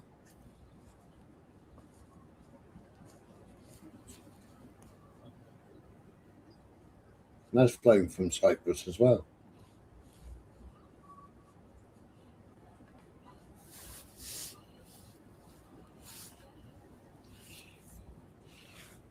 Well, Cyprus is all kind of isolated. You could do whatever you wanted there. Not That many one there is in the Bahamas.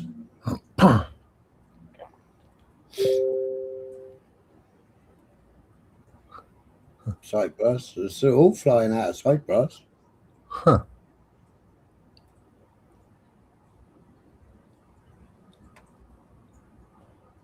And if they're being outfitted with new equipment. What's that one on that flight path?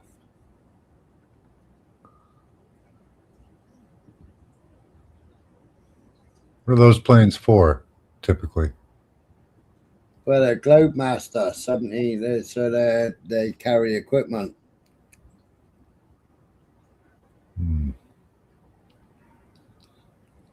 You So could also.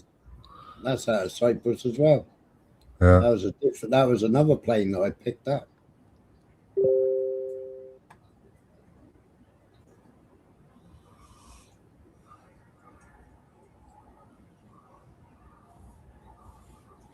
The Stratocasters.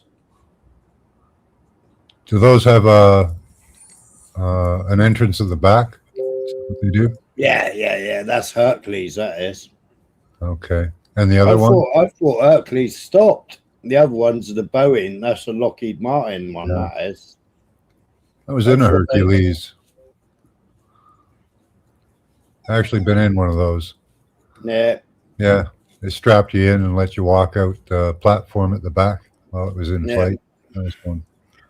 Yeah, we had them. And they just put the seats in on pallets. Yeah. Yeah. And they flew back from Germany on them to Bryce Norton. Yeah.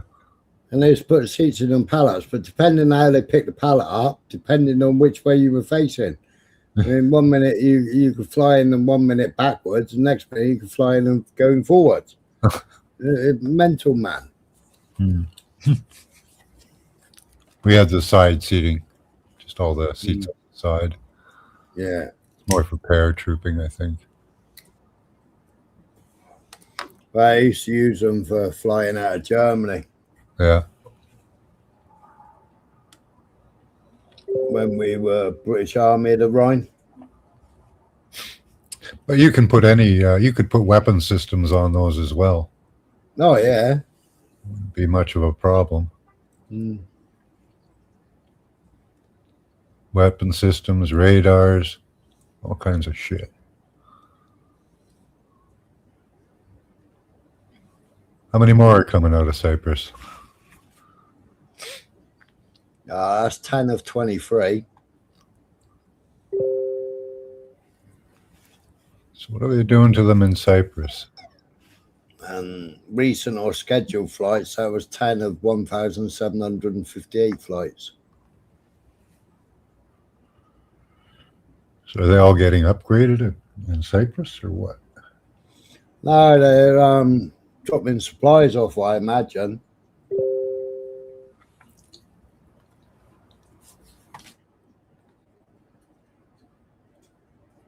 So these will fly on 27th of February, these were. 26th of February, 25th. So Camp Springs, Colombo, San Antonio. So they've been picking stuff up. but they haven't shown. When they don't show, you normally find they've landed in Israel.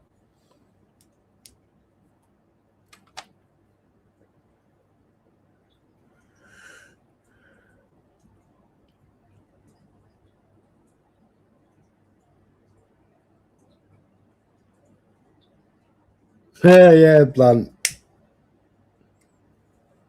Yeah, I think a lot of people said it was coming through in French.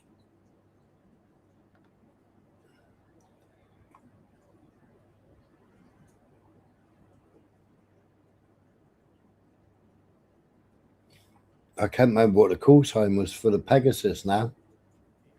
Should have wrote it down earlier, shouldn't I?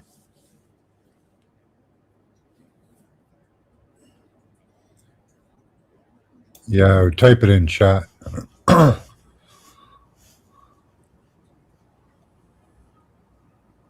Yeah, so that's all matters. That one there, which one? That one there. Last time its position was received was 14 hours, 35 minutes ago.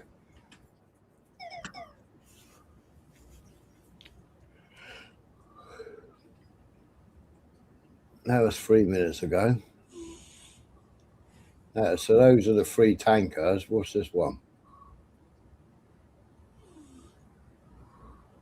And that's a bulk carrier.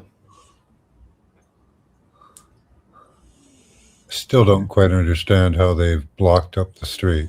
Like it's a wide body, it's a wide area. Well, because Houthis guard it, don't they? It was Houthis, if they put out and say it's unofficially closed because we're going to bomb you. All right. Well, that'll work. Yeah. Yeah.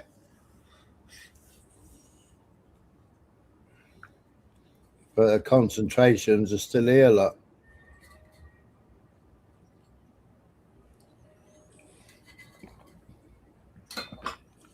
Yeah, those are within striking distance, aren't they?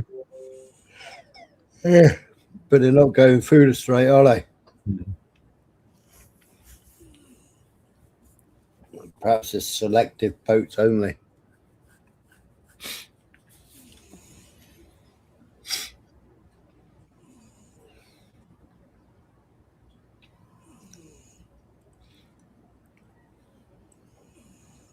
I'm sure like the Houthis are over here somewhere.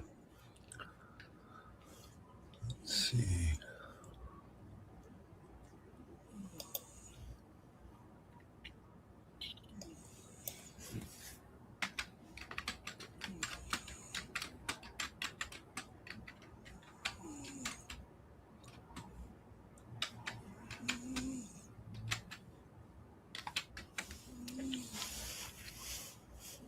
Okay, it's not that wide, 21 miles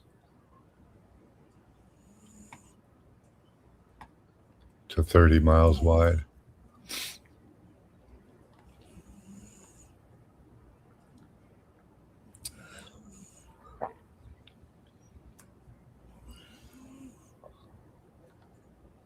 Oh, shit.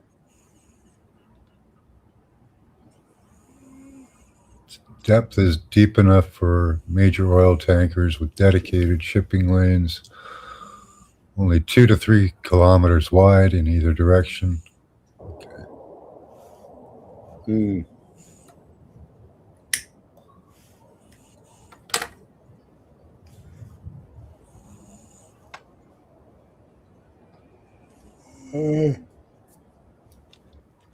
Where is the Houthis on Strait North Hormuz?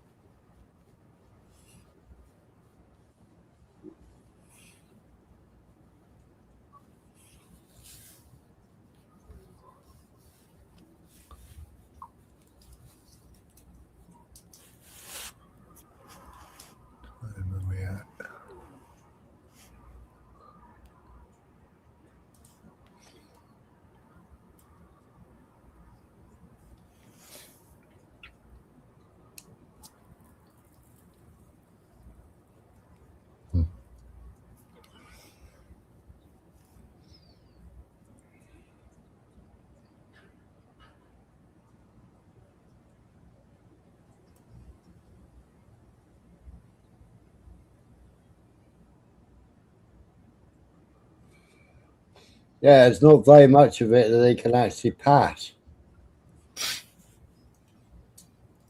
Yeah, it's pretty slim. Yeah, you basically got to be smack bang in the middle of it. And further down where you got the two islands, you got Tum Astugira or something and Tum Akukra. And there's a big rise in the middle. Is that one of the islands? Yeah. Yeah, you're supposed to pass left and right of those islands, port to starboard, but you got to go port to starboard around those islands.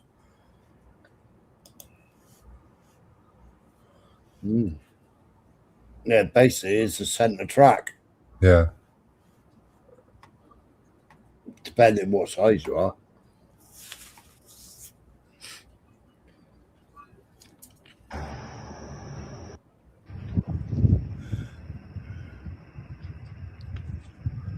Everybody was saying that they could just sink a ship.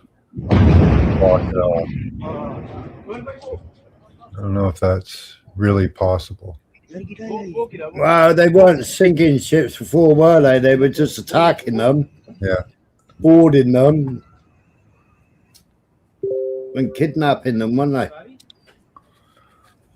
Yeah, that seemed to drive the Americans away. Yeah. But one of the ones that they boarded, which it all went radio silent on, it was a tanker ship. And apparently they found people in the tankers. Ooh. Yeah. But it was reported, and all of a sudden, it just disappeared.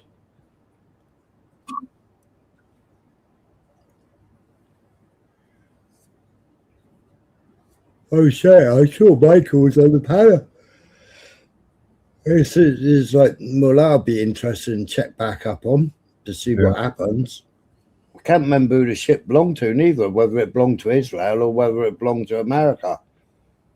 But the actual one of the actual ship's containers was full of people. Shit. Mm.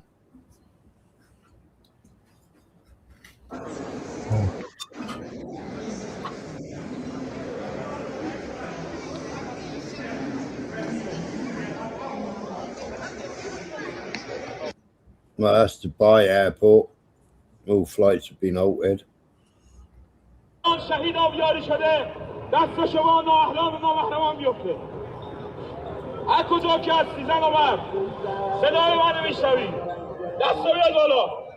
They want the media. Israel issued evacuation orders for all personnel within G industrial complex in Isfahan, Iran. So they're going to bomb Isfahan.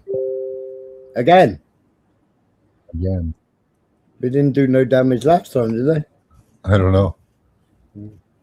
Any of their missiles make it through? No, that was where America bombed last time, wasn't it?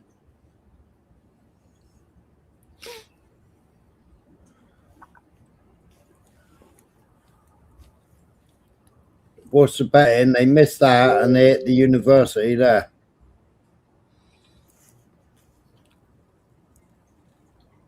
And because they like cemeteries, they're going to hit the cemetery. Hey, up next day. Oh. They did that. They did that in Palestine, didn't they? They kept on attacking all the cemeteries.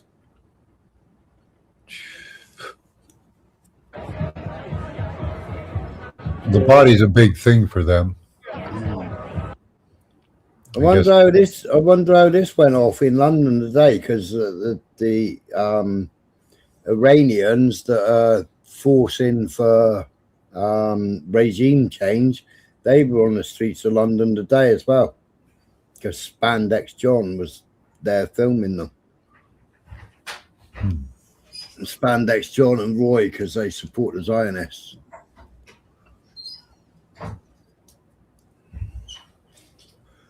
So I wonder how, wonder if anything went off in London. Or the US, even. They've got a big Iranian. Now you say hello and don't blank Zara isn't on you. I said hello to you last time. I went, oi, oi, Nixie.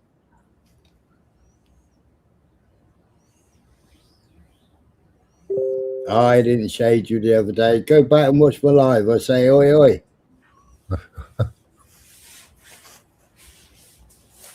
I don't blank anybody just because she was there.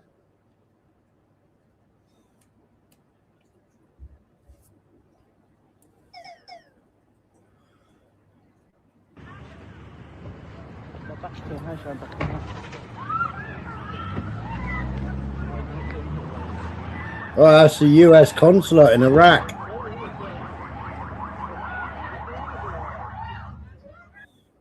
Well, that's a bit illegal, isn't it? All right, what are you doing when you go live? What's the topic? New satellite image show burning frigate at Iran's Konot naval base following US airstrikes. There's a burning frigate here.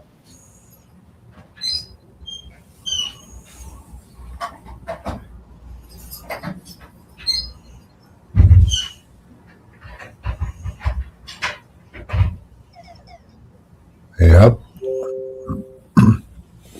What happened to the other two then?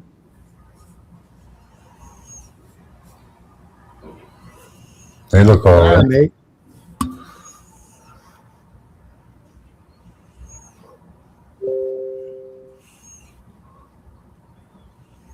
Miss, you got one there and 2, 3 there. Then you got a tank of that.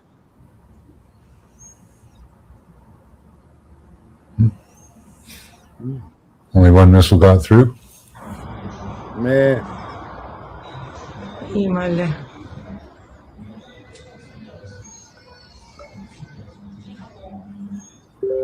Oh, it's just attacking the US base again. Jesus. That's a fair amount of missiles getting through there.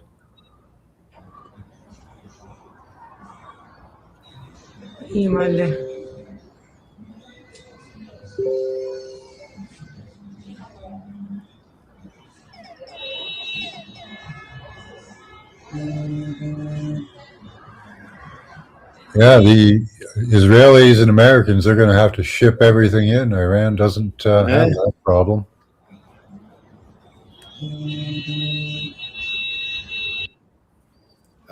She's a dangerous woman spewing all that hate based on lies. Did you listen to LTG altercation? I did. I went in and commented.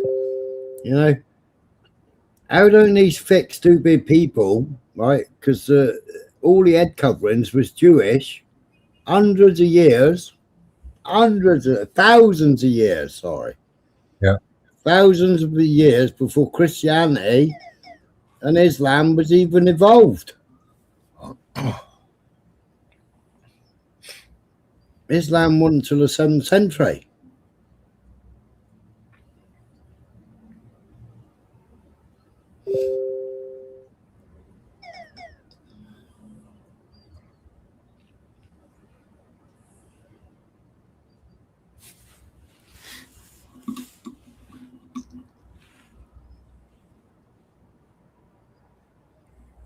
She's a spastic.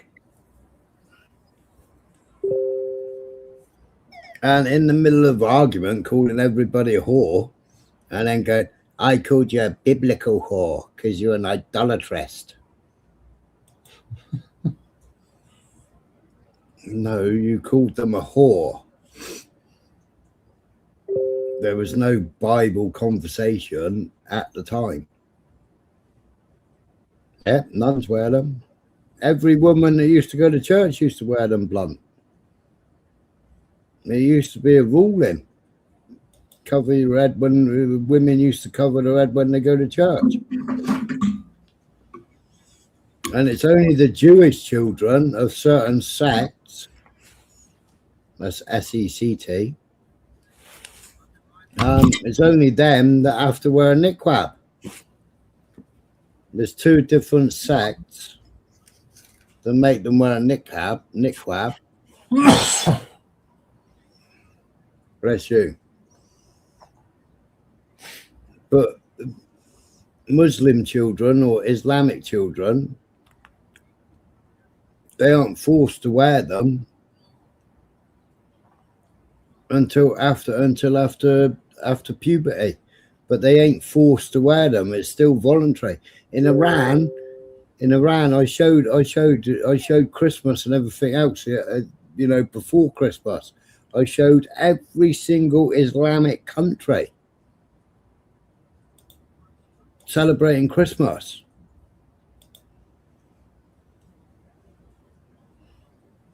I was in Iran, like 2 or 3 different streams in Iran showing their stream, and like it's very few and far between that wear a hijab.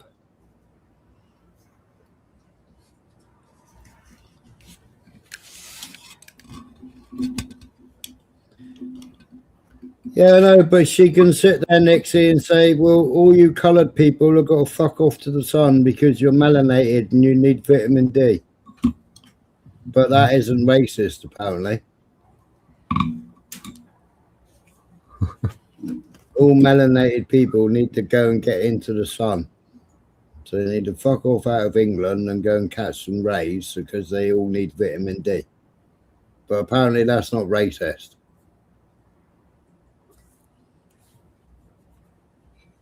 But she says something. I mean, the other day she was going on about the Green Party, right? And she said the Green Party, kids as young as 5, they're going to start giving them drugs. They're going to allow kids of 5 years old and upwards. They're going to start prescribing them drugs, and they're going to give them crack cocaine and all this bollocks. Where's my spanner? I don't know. What account are you on?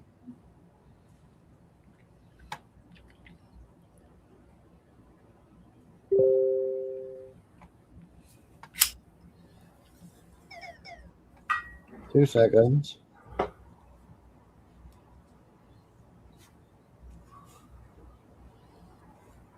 Before you have a little bitch fit.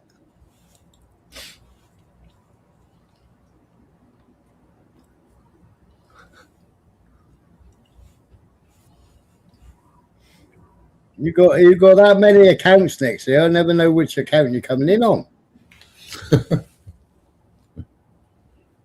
You set up a new account every week. Can't keep up with you.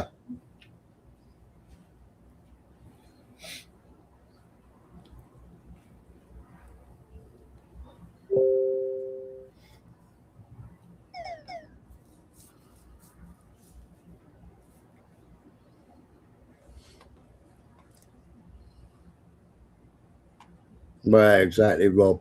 But, you know, if reform was so good, how come reform didn't get in? And Ben Habib,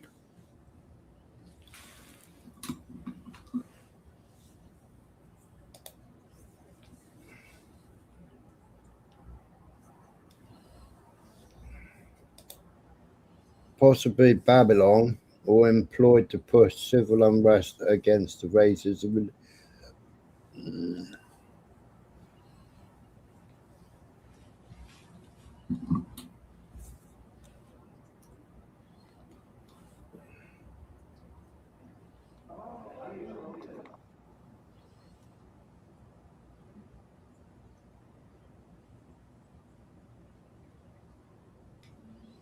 Oh, so he's that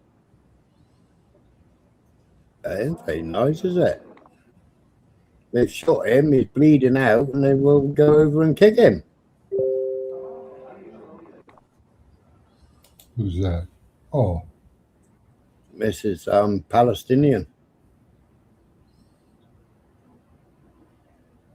So the IDF or IOF, Occupation Forces, have shot him, he's bleeding out, and he's just gone over and given him a kick. Thing is, though, they never let them rescue them until they're brown bread.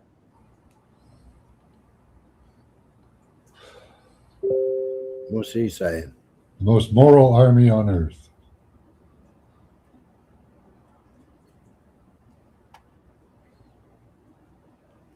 I have a green, yellow, blue, and pink channel.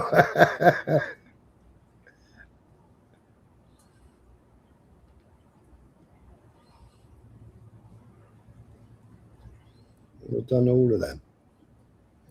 During his recent visit to Israelis, Netanyahu stated that they destroyed Khomeini's headquarters in Tehran.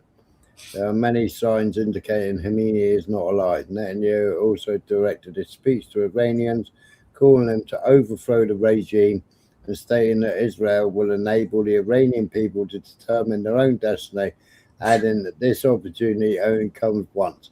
Yeah, he says that, like, you know, that's Iranians on the street. They want immediate retaliation. You know, there's video after video of Iranians. Look at them in that what's it called? Oh, where are we to here now? And these are unread messages. Why is this that?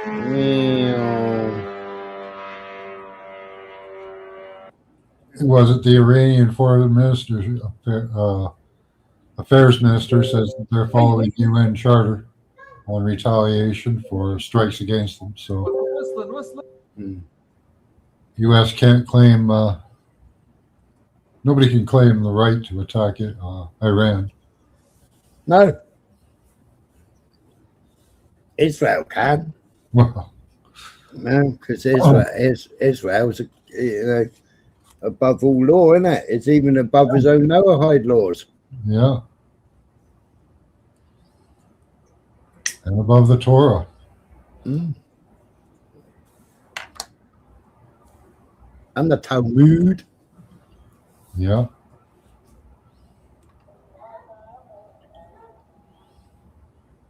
What's this? West Bank. Yeah, UN law, Geneva Code, that doesn't mean a damn thing. ICJC. Yeah.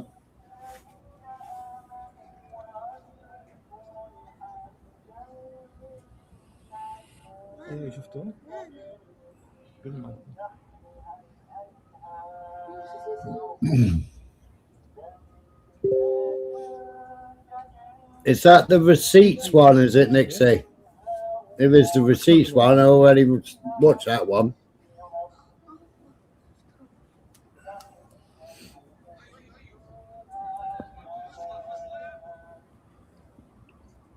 بدون اعتراض.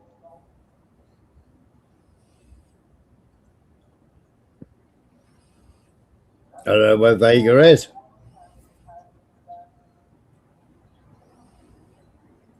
Where did all those missiles go?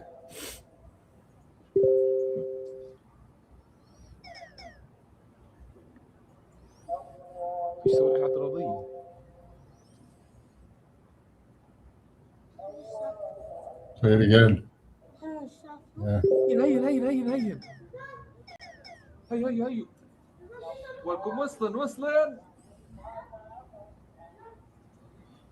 Yeah, that's probably just them eject. Like they probably have a 2-stage, like you were talking about. So they it should come down in it over here somewhere. Yeah, well, that's probably just a projectile without any fuel. Yeah. Looks like they use an explosion to eject it.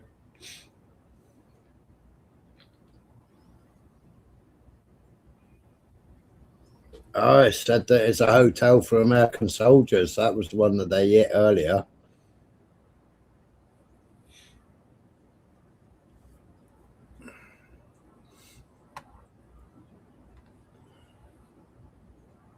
That was the other one they hit. That was the drone that flew into it. They should have used a Boeing. It might have collapsed then.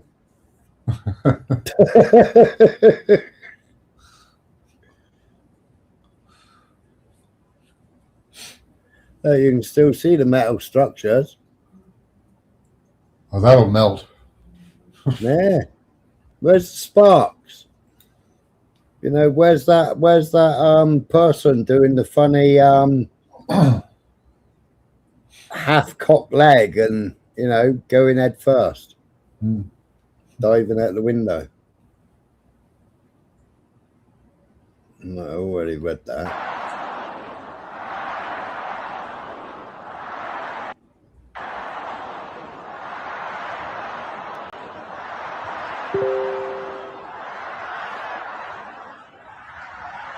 I mean, when will America and Israel get through their thick heads? Yeah, because that's at the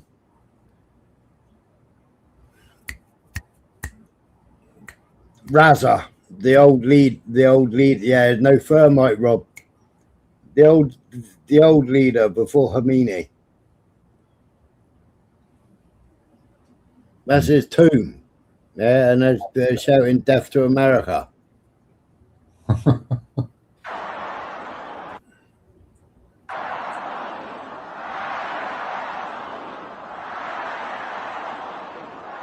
Yeah, they bombed during the 12-day war, didn't they?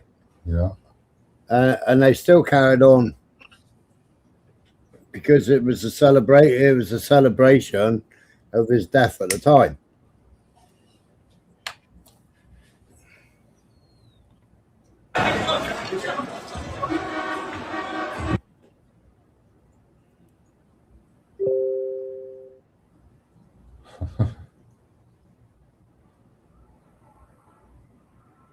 Is Vegas a Zionist? Hey? Vegas a Zionist, is he? No, Vega? That's what saying in chat there. Well, he thinks that they should have their own state, but he don't really. He don't really. Well, you know, there's so many Christian nations. Oh, wait, no, they've all changed now. They're Muslim. So Jordan shot down a missile or a drone and bombed themselves. And bombed themselves.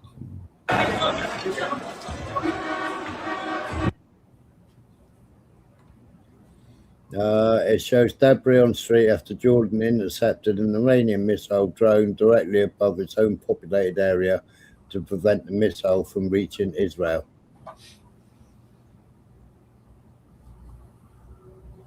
Sure, just let it go to fucking Israel.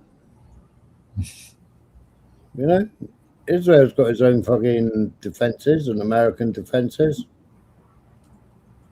Well, they'll probably get kickback for that. I actually watched it while you were premiering it. I typed in the chat.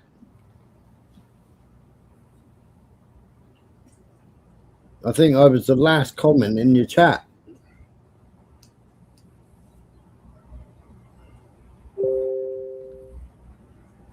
What's this? A direct hit on one of the sites where American officers are located near Iraq.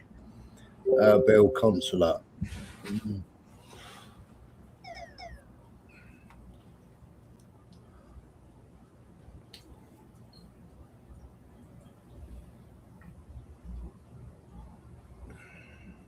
Yeah, it's too bad the Americans are being drawn into this.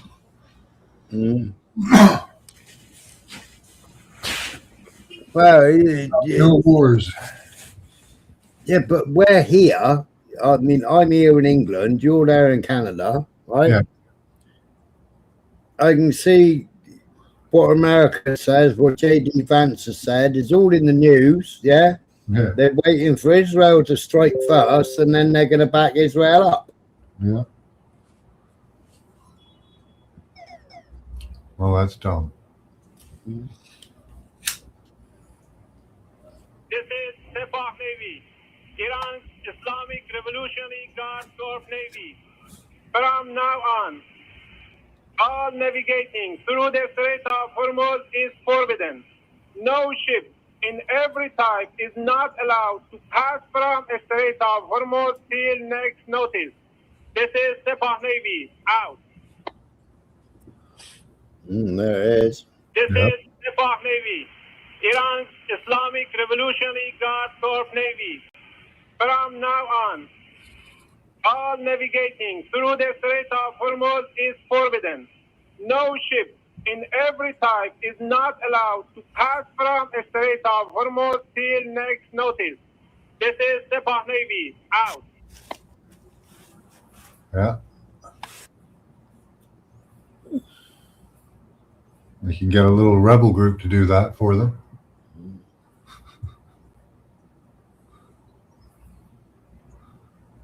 I don't know why. Oh, so they left it on flight. They left it, so it's gone. It's going. It's heading towards Greece. That From Cyprus? no, from Tel Aviv. That's Netanyahu's plane. That is. Oh. OMM. I'm gonna have a look at that on flight radar. Is he running away, is he? Where's flight radar gone again? There.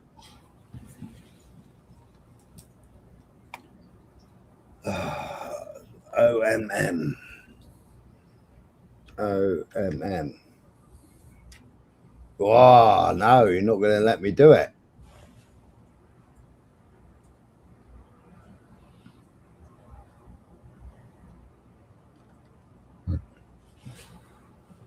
Zero MM. Oh, there he is. OM11. Look. Live. Right, show on map. Oh, he's heading towards Venice now.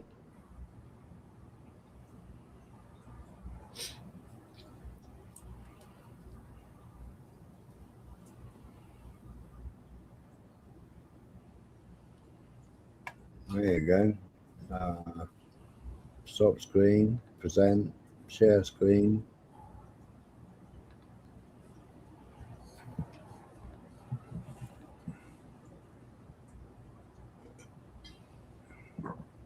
Now look, that's Netanyahu's plane heading towards Venice.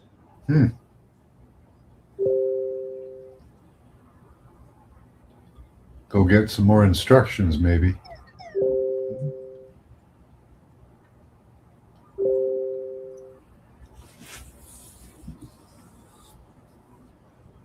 Flying at 38,000 feet, 476 knots.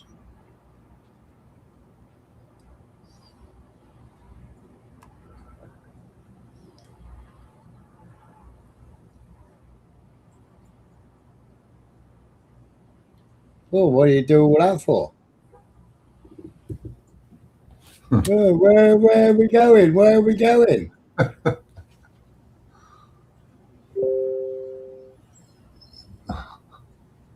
What's all that about then? I have no idea. That's Did they a get irregular flight path. Yeah, did they get told to hold fire?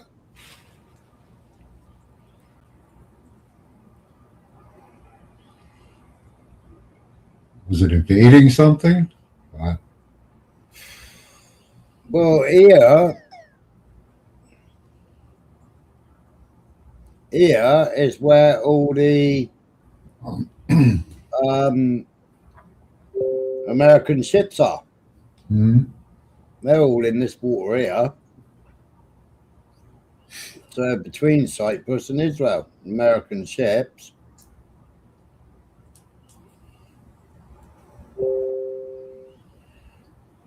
So perhaps they're waiting for takeoffs. Oh yeah, or landings. So it might have been landing planes on the tankers, mightn't they, after a bombing spray? Or making sure that they identify him properly, so he doesn't get shot down. Or was it flying in circles to gain height? Yeah, could be. So if he's flying at 38,000 feet, was he flying and gradually building height? And say the American planes are at 20,000, was he building up height there?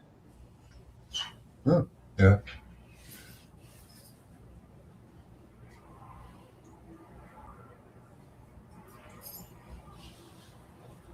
Oh, I don't know. Does the color of the line indicate his height, his flight height? That would make sense. Then.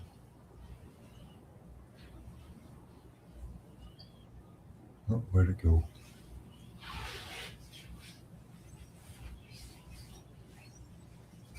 Doesn't tell me the height.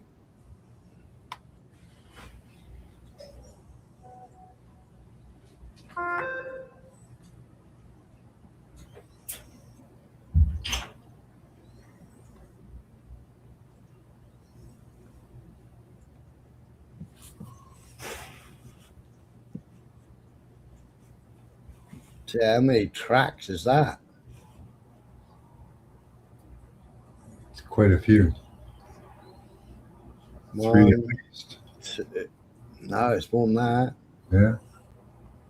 1, 2, 3, 4, 5, 6, 7, 8, 9. Wow. 10, 11, 12, 13, 14, 15, 16. 16 circles. No, it's not descent, Blunt. It's taken off. Yeah. It's only just taken off.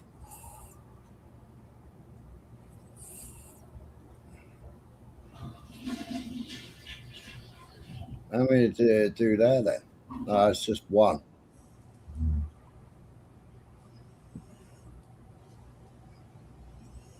Oh, go away. Tranquil Peninsula Dream Escapes log says scan in progress. What? Oh, God.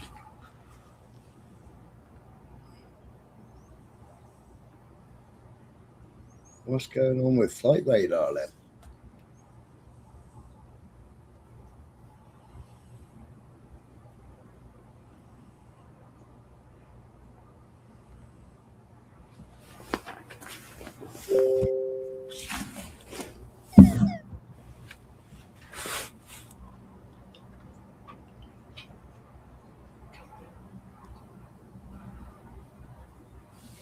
Well, it's flown over the top of Venice now. Oh, Netanyahu's leaving Israel. Why? Because they're at war now with Iran. Okay. I know the name, but I don't know what he's... It's going the wrong way for America, though.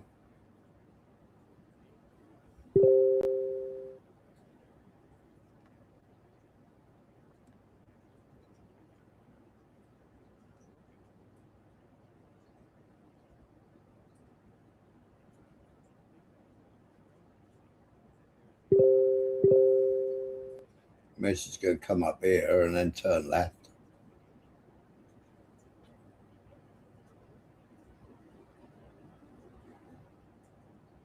Yes, November, man. Definitely.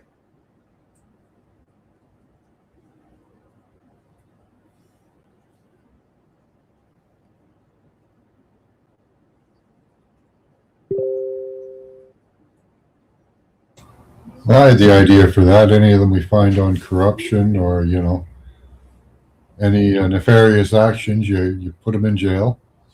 Then you move the next level down up so people who are mayors or regional positions, they run for higher positions. You just keep moving them up and cutting them out.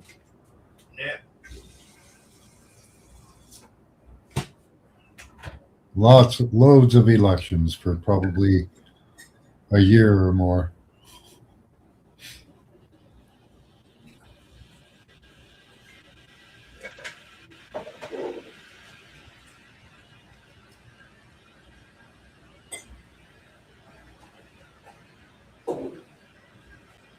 Most of them are probably corrupt at this point, November, man. So,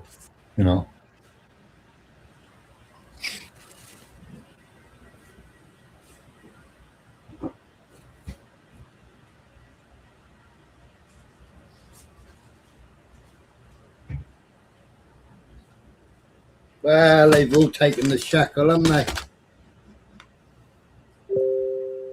Yeah. Even Rupert Lowe. Rupert Lowe owns a pharmaceutical company, doesn't he? Supplying pharmaceutical equipment. He's supplying his company Rupert Lowe's company was actually the company that was making the PCR test. He made millions. Yeah, if you're in political office, you shouldn't be doing business. Mm. Conflict of interest. Investing shouldn't be allowed. Taking campaign donations shouldn't be allowed. You know, so A set amount that you can have, put a portion by the people, and that's it. So with all he said, yeah, exactly, November Man. Right? Not even for that. Mm. It's not for. It's not a testing mechanism. Mm. Not a test at all. No, well, Mullins told everybody, didn't he? And he also told everybody about the black stuff. I can't remember what it's called. It's like razor blades in the blood system. Oh, graphene. Yeah, graphene. He also told everybody about graphene. You can invest in graphene-based healthcare now. Yeah. Yeah.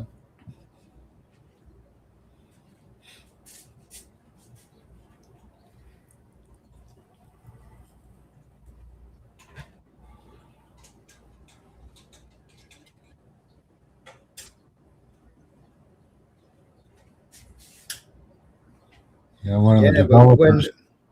But when they turn a certain frequency on, yep, it turns it into micro fucking samurai swords. Yeah.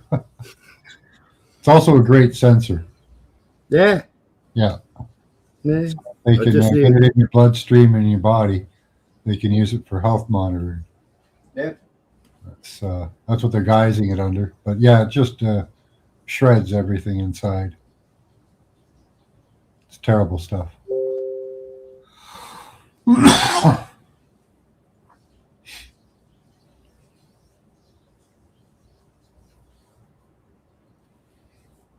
Beds and cell walls and stuff.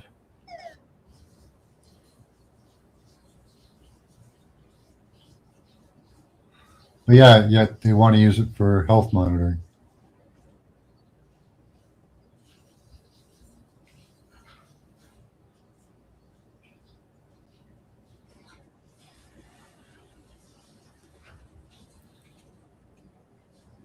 I see what she called did another live stream last night.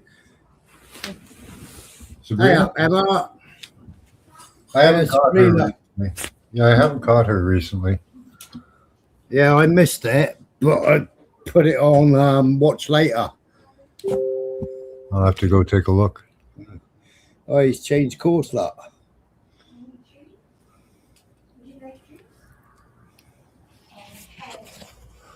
I thought maybe he might be going to Switzerland or something. But he's just changed course. Oh.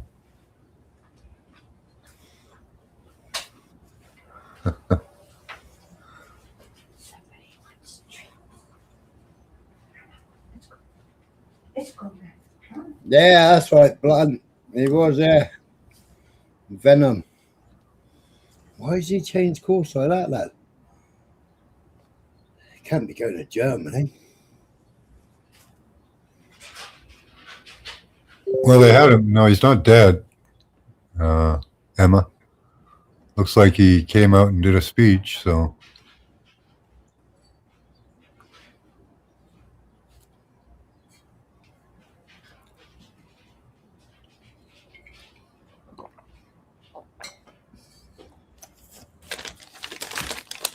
Yeah, Khomeini hasn't come out and done a speech yet, though, has he? I thought you showed him coming out. I thought it was. Yeah, I didn't know. Yeah, I didn't know when it was. Is he going home to Poland? I remember that. I was thinking it as you were saying. Maybe he'll stop in Ukraine for a big bag of money first. Mm.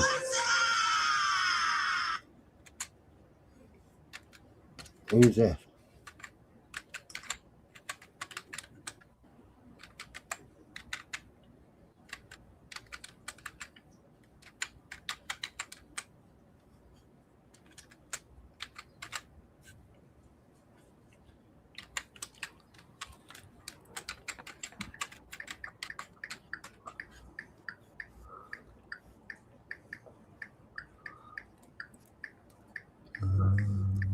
See, it says he's going to give a speech. Speak. When was this? 5 hours ago.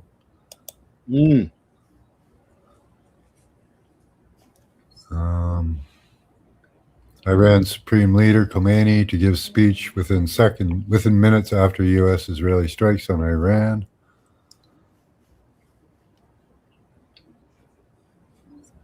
Al-Amal TV says, okay. See if there's anything more on this one. Nope, nothing really. Just says he's going to speak.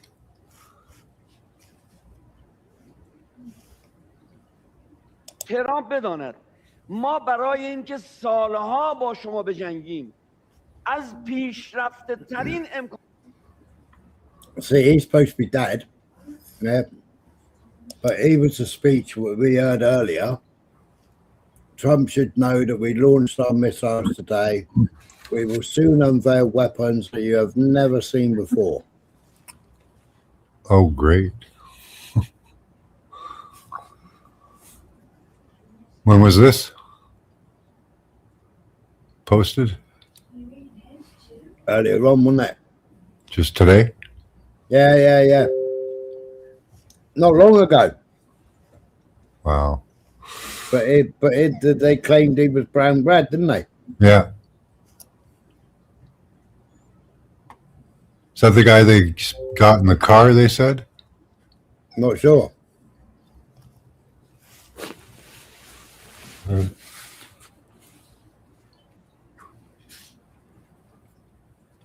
That's General Jabari. I think Tusi TV was going on about it. I don't watch Tusi TV though.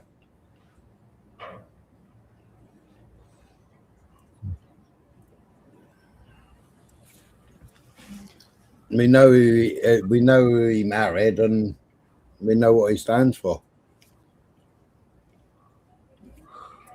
Wasn't there one they got his daughter instead of him too? Again, they did that, didn't they, before? Yeah.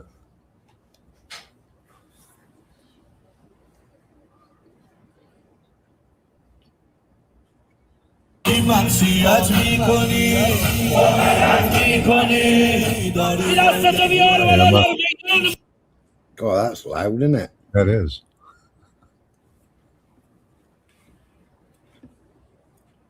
Look, people are Shiraz. That's where all your wine comes from, people.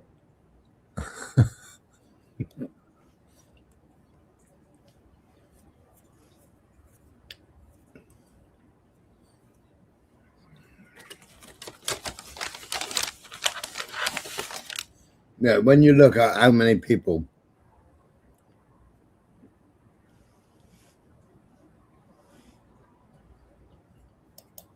well, Tusi's Iranian, isn't he? Is he Iranian? Him and Banksy. Banksy's Iranian. Banksy's mum came over.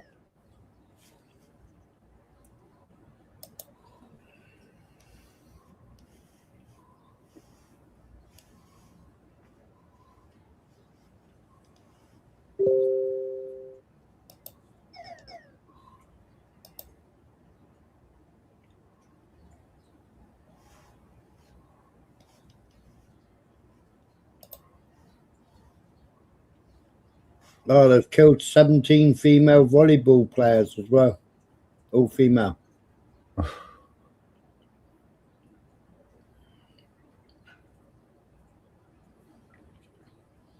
Trump's held talks with Saudi Arabia, Qatar. We'll have a look at that in a minute. Enemy Watch and Laura. I have a hard time believing that they're hitting those people by accident with weapon systems they have.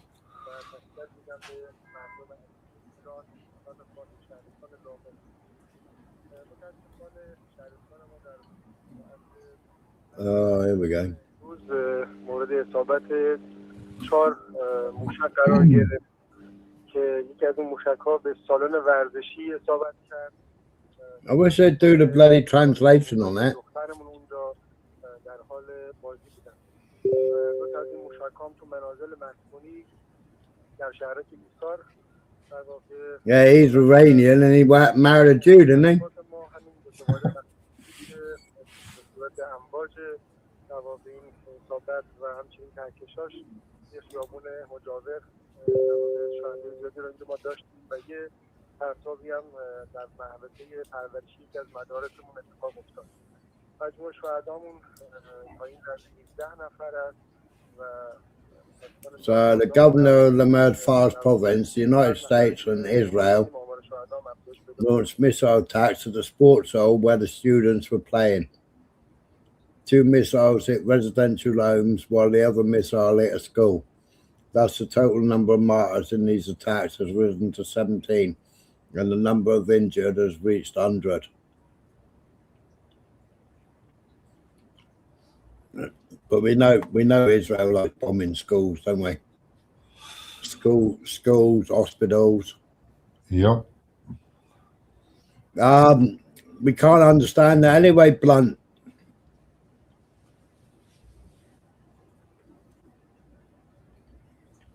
I think they're speaking in Farsi. That's what they speak over, isn't it? Farsi? Yeah, I think so.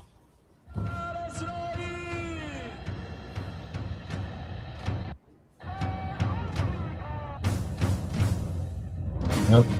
Backpack school book seen amid rubble of Iranian schoolgirl, Iranian girls' school. Got video of it.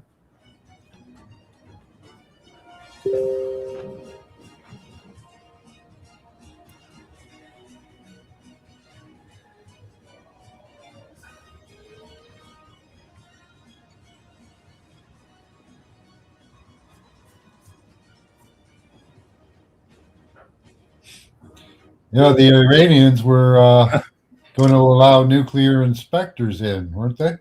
Yeah. Yeah. Well, they wrote another letter today, didn't they? I read the letter out earlier. Yeah. Did you see this? No. This video here, look. Oh, let's see.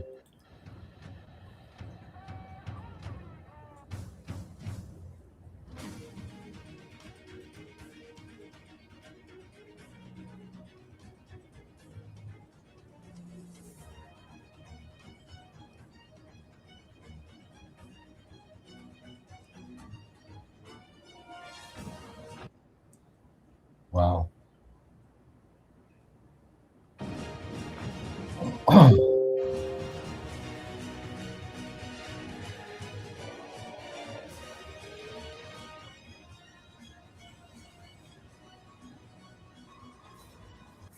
That's some fucking thing, isn't it? Huh?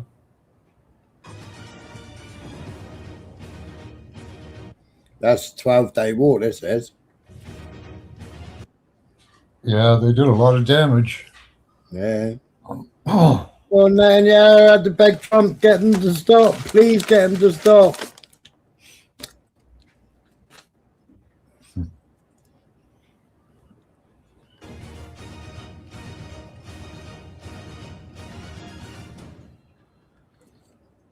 How are they going to play the victim card?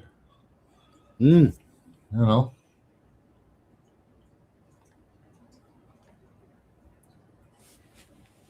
Oh, shit. But they ain't winning the hearts and minds, are they?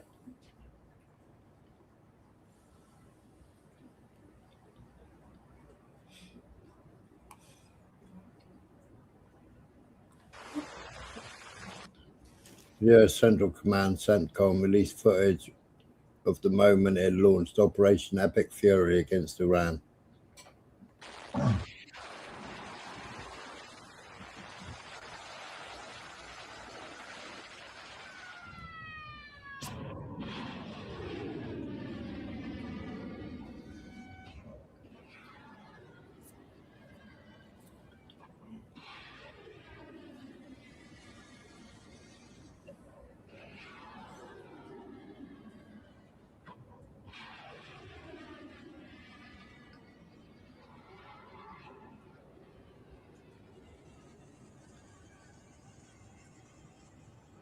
There goes a few $1 million. Yeah. All for Israel, eh?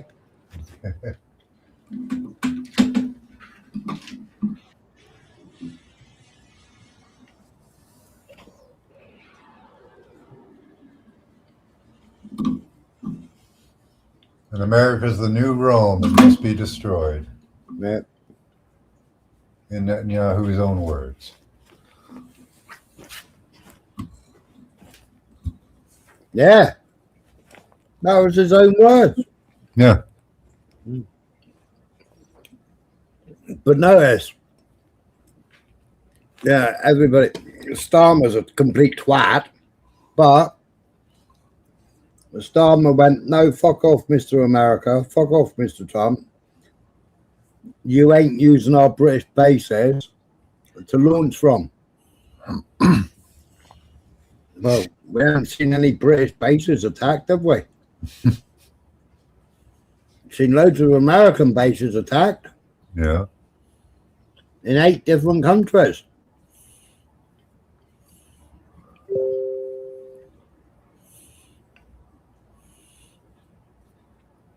But they haven't attacked any British ones yet. You said Arabia, Saudis are going to back America because of the base that got hit? Yeah. Yeah. Are they the only ones so far? Yeah. Yeah. Well, Jordan is shooting down. Oh, yeah, yeah, on behalf. Yeah. Yeah. So they're involved.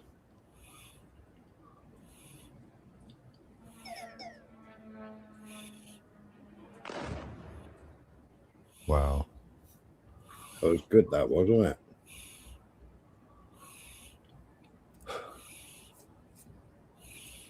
Probably hit the 13th floor, I bet you. Yeah.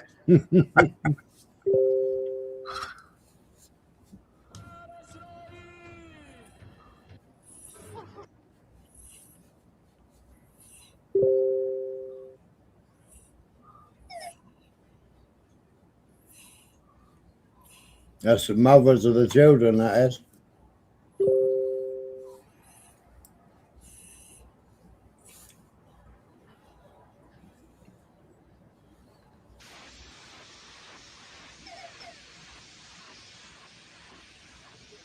Oh, it's Pakistan bombing Afghanistan. Oh.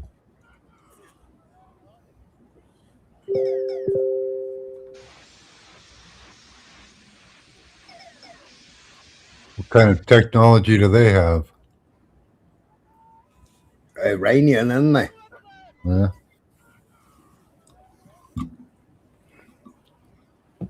Oh. Or Israeli, I don't know. That was off a rocket, was off a lorry. Yeah. Yeah, it's off a lorry, look. Yeah, they don't need much.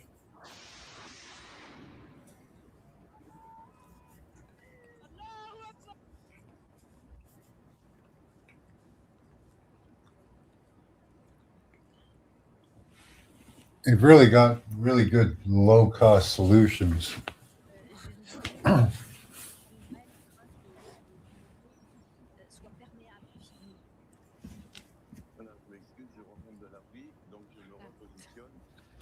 Le dôme de fer fait partie d'une panoplie, d'un arsenal. Hey, you're French, you should be able to understand that. Il n'est pas tout seul suffisant pour faire face à la menace. I took French in school. On a dit aux missiles balistiques. Mais au moment où je vous parle, nous venons d'essuyer une grande salve. Where's all them French Canadians? Where's Radio Fuming when you need him? Yeah. Probably wouldn't understand it because it's Parisian French. Is it? Totally different than Quebecois. Deux missiles sur Israël. Je suis descendu. A French journalist living in Israel. There's a barrage of Iranian missiles here. The Iron Dome system is unable to repel these missiles. Israel and the United States are suffering from a shortage of ammunition.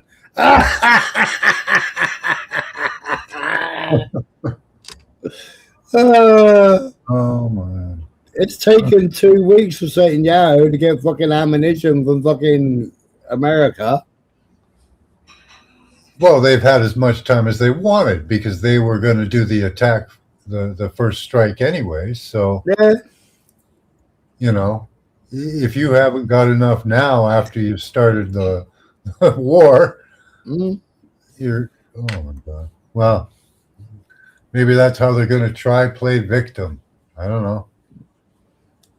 How do they? Well, I mean, he went to Trump. Satan went to Trump and said, "Don't bomb them. Don't start yet because we need more equipment off of you." Yeah. You know, so they took 2 weeks shipping equipment. Sometimes I wonder if Trump is working against the New World Order. Well, you're not ready for it. Let's kick it off now. Yeah, but Satan, but no, they had enough. So they reckon they had enough stuff. But I think, to be personally honest, right, they completely underestimated. Now, I've got videos, yeah, of all the underground bunkers, all the missiles underground. And they got thousands of missiles underground. Right? Yeah. Now you think about it, they're still making missiles every week. Yeah. Still making them. Bases. In underground bases. Yeah. Right. Now, where's all America's missiles going? Where's all UK's missiles going? Where's all Germany's, France? Yeah. Every country you can imagine, or 47 countries, is all sending missiles to Ukraine and to Israel. Yeah, we just sent another 3 billion, or Trump did another 3 billion to Ukraine. Yeah. Yeah, but they're sending them money so that then they've got to buy the equipment. Yeah. It's just laundry. Yeah. But instead of sending the equipment and then saying, right, that's a debt, so they're lending them the money to buy the bombs. You know, but you know, they started this morning, and they got a shortage of ammunition already. You know, the Americans on the crew on that ship, they were sabotaging the ship.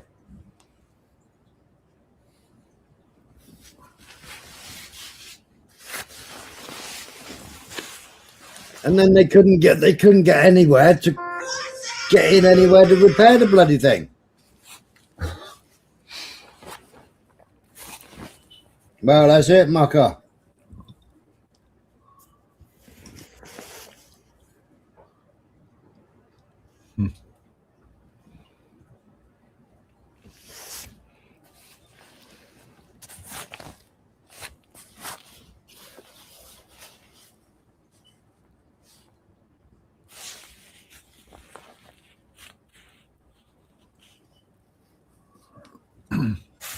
Oh dear. So where is this going to go? Like, I don't understand the impetus for starting this conflict, because they haven't done well against them in the past. Well, America got totally annihilated the last time they tried to take on Iran. Yeah. Totally annihilated. And that was land war as well, land and air and sea, wasn't it? Yeah. I don't know how they think they're going to do any better. That was when Pavlovi abdicated, wasn't it?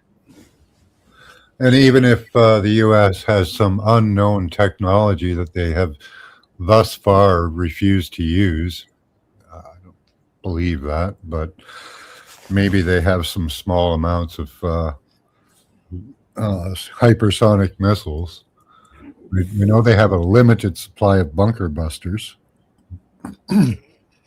I think they've got what's the Russian one called? The Roshnek or something. I think they've got the big Russian missiles. Yeah, but then again, how many of those can you have, right? because those are going to be bloody expensive, right? Yeah. But we know that Russia's been flying in and out of Iran because I've been watching them. Huh? Mm. Oh, you're saying Iran's got them? Yeah, Iran's got them. The bunker busters? Yeah. Oh. Yeah.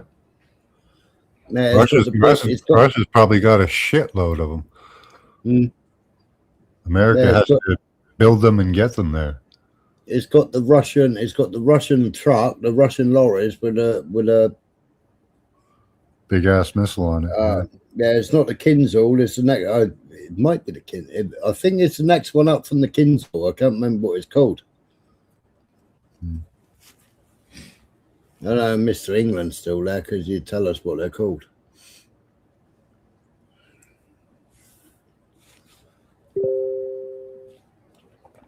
So that was at quarter past 5 tonight. That was.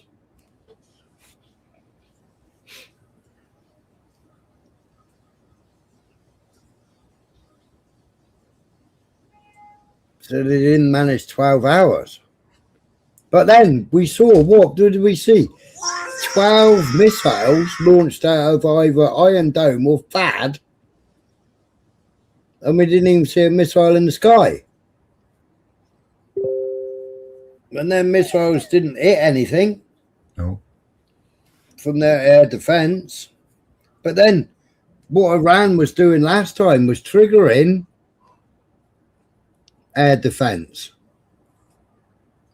Yeah, they could just send over a bunch of little drones and make them spend all their missiles. Yeah, that's what they did last time. Yeah. That's why they were sending massive batteries. Yeah. A couple of $1,000 drones.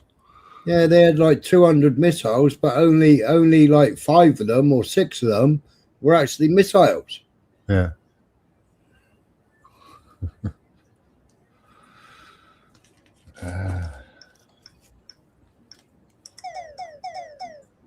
Do.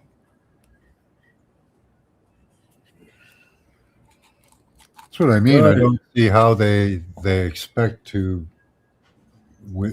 get anywhere without just nuking Iran. Well, that's the only option, isn't it? You know, that's their only option. But is the rest of the world going to allow it? Do you know what I mean? Mm. You know, and what happens if Iran gets nuked? Like, are they going to have? Do they have their own Samson option? I bet they do. Yeah. You know, well, probably not like the Israelis, but yeah, but I think that the Israelis are on their Samson option. Yeah, they're on Samson. They've already said it over and over again. Yeah. But I'm sure if a nuke goes off for Iran from Israel,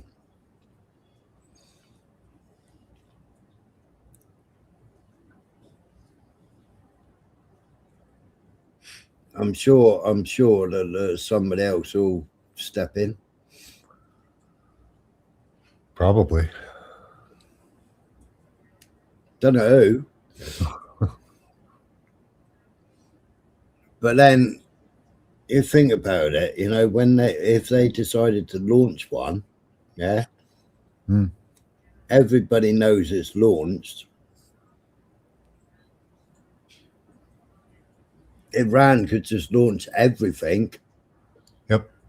That they got.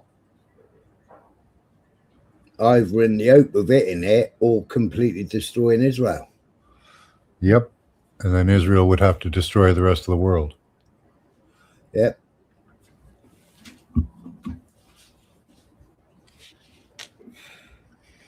So it's a catch-22, isn't it? Yep.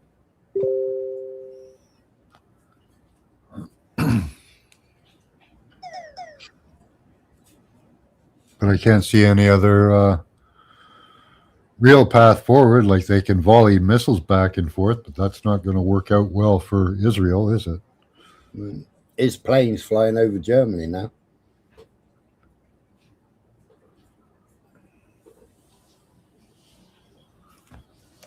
Where is he headed to? I don't know. Think he might be headed to Switzerland? No, I thought that, but he should have turned left for Switzerland. Oh, okay. He's just gone over Nuremberg.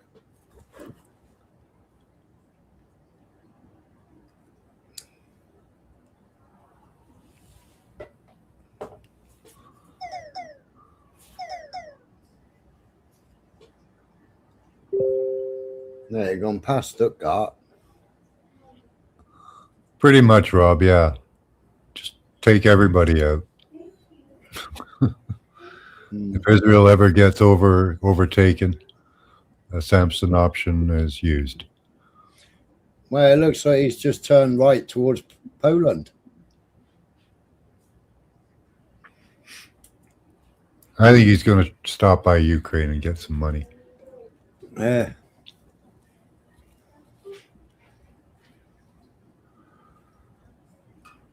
But then he's a bit silly going Poland, isn't he? Because you've got Belarus right there. Yeah, they got nukes. Yeah, they got Russian nukes. Yeah.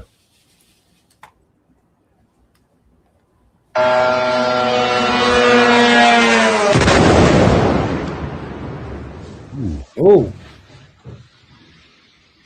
Struck just above the guy in that apartment. Above there? What's he doing filming it? Holy shit.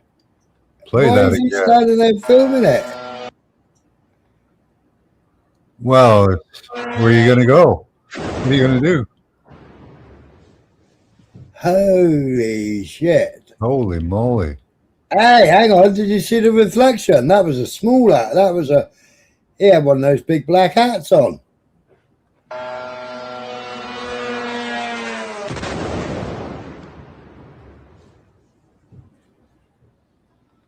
Oh.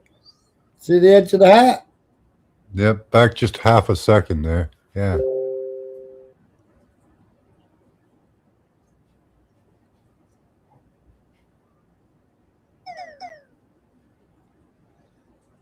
Yeah. Right there in the reflection, he's got a big hat on. Yeah.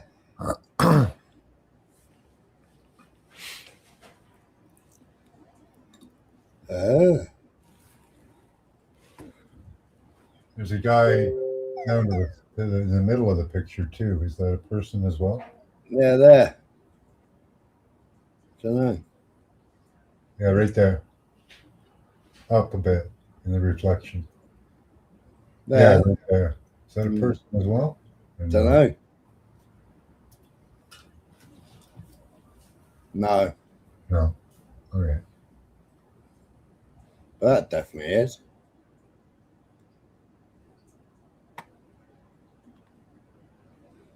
Whoa. That was taking your life into your own hand, isn't it? Yeah.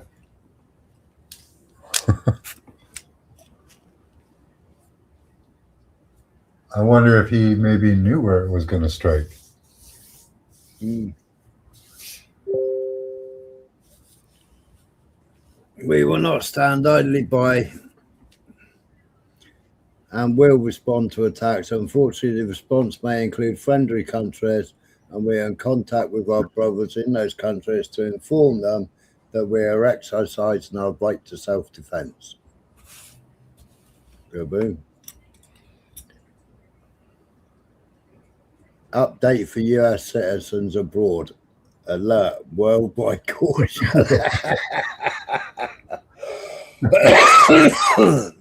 We just stepped in the shit. Yeah.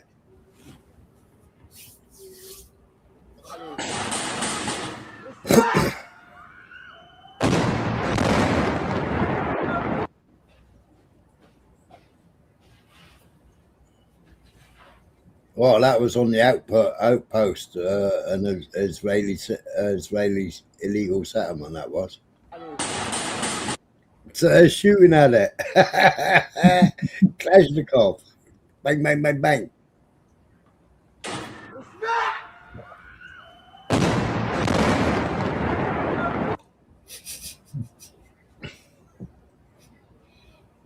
You cannot do that. You cannot land.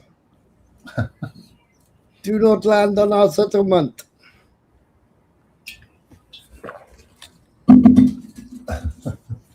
They will claim another Holocaust.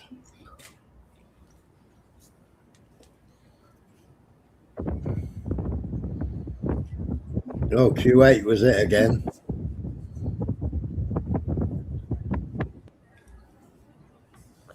So they're still striking, eh? Mm. Yeah.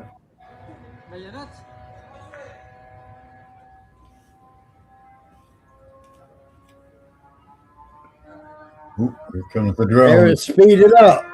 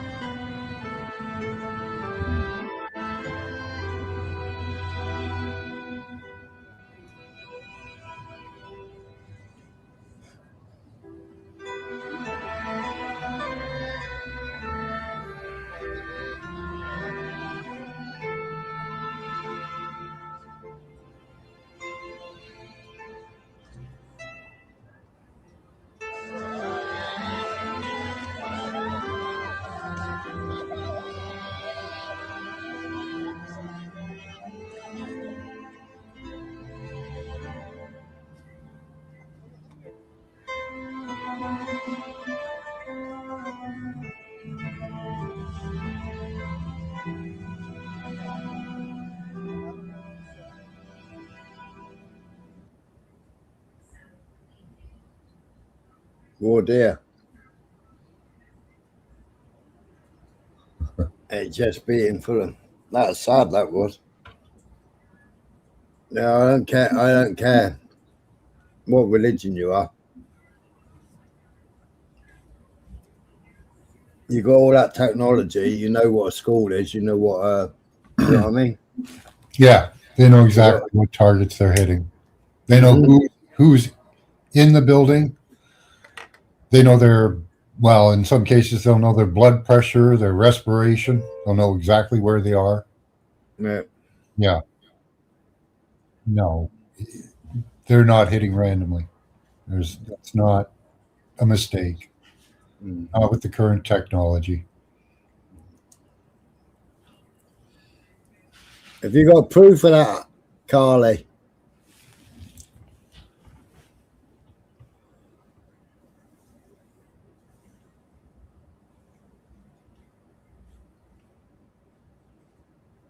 I got enough documents on how that technology works.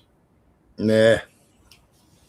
To know that if they sent out their radar planes, they've got targeting down to your bone.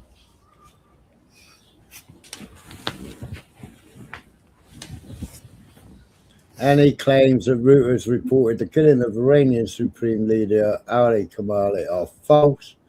Reuters did not publish this information.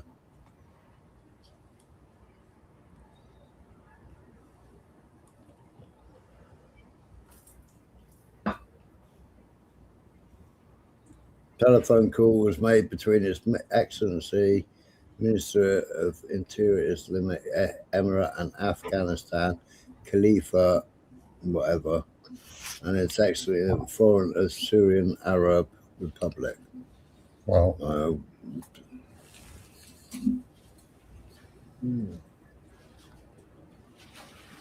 Journal, both sides exchanged good wishes and congratulations and discussed the importance of strengthening relations.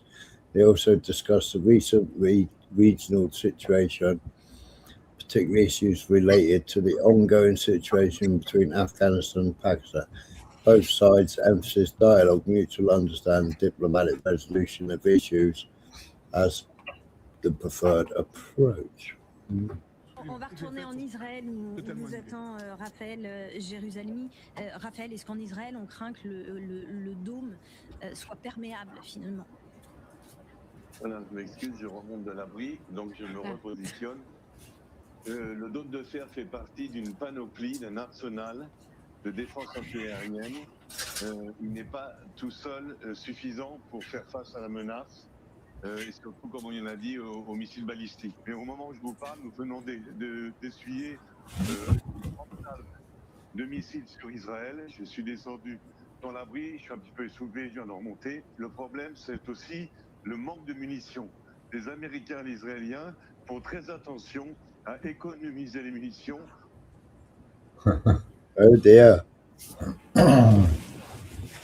That's not good. Jim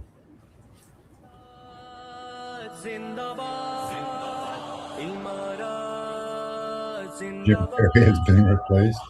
Hi, Hilda.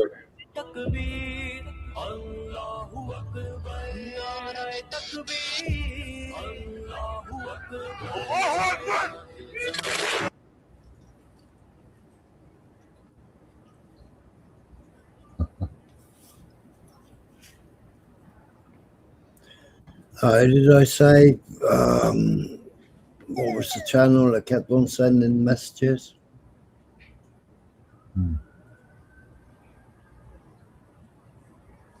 Remember, it was a big number of messages, but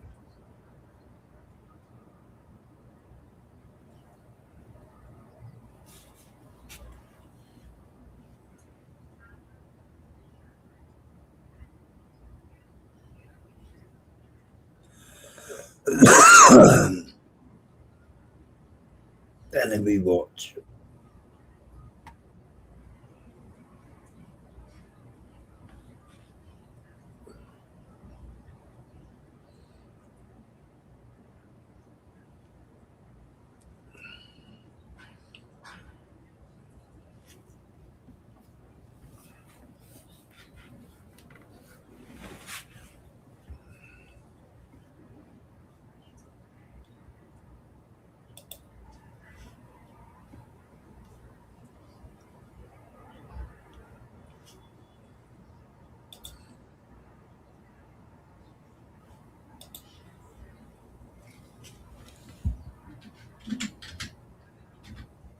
He's a knob, Carly.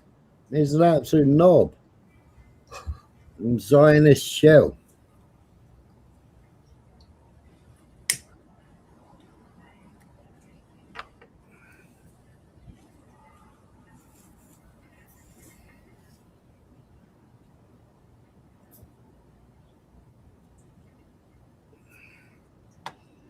What did somebody say? bombs will be dropping everywhere, says Trump. Yeah.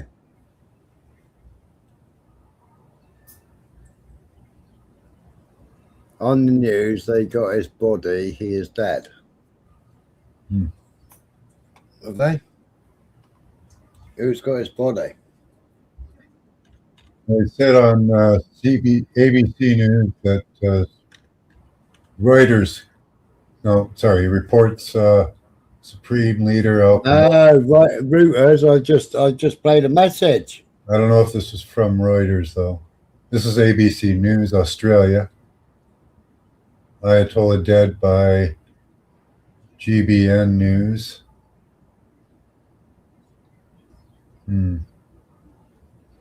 But if they got theirs from Reuters, then it's wrong. Yeah, Reuters have already put out a thing saying they didn't publish it. Yeah.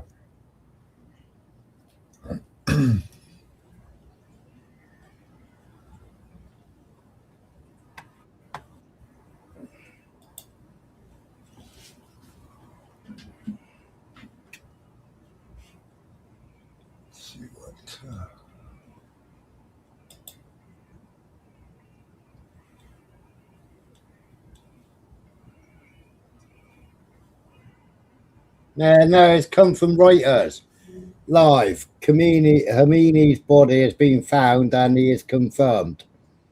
13 hours ago, Israel Prime Minister Benjamin Netanyahu said there were many signs indicating Iran's supreme leader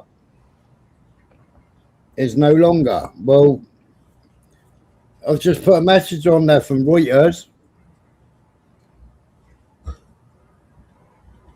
Just put a message up from Reuters saying it's false.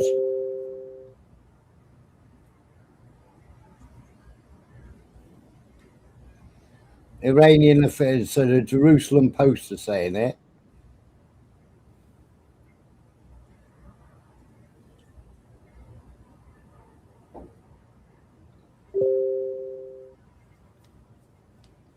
No, Tusi said earlier on they were all taken out. Well, we've just seen one of them give a full speech.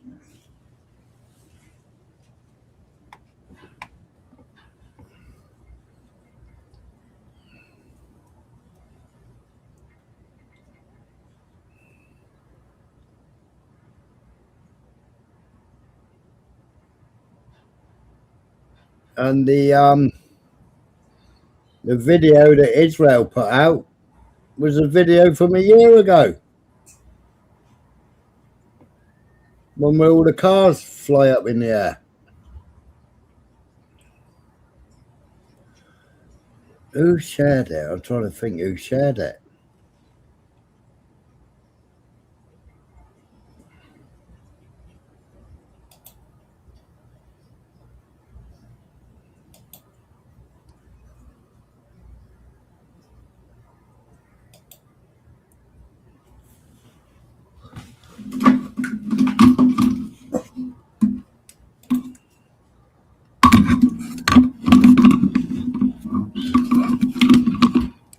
You knocked your mic over. Yeah.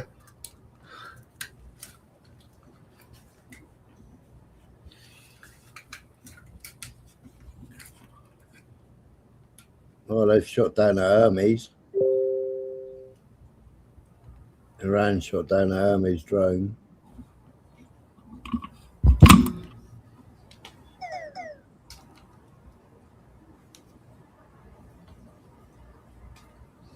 The AFP reports mass celebration from people's homes in Tehran after Israel medics announced the death of Khamenei.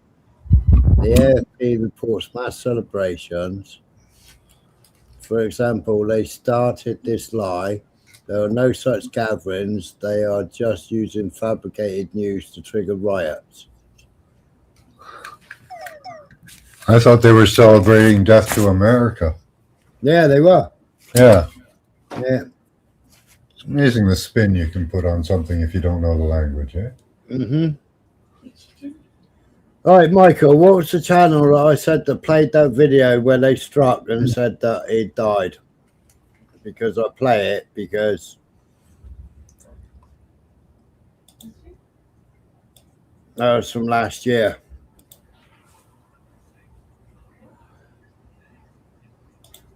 Is it Israel as a war criminal?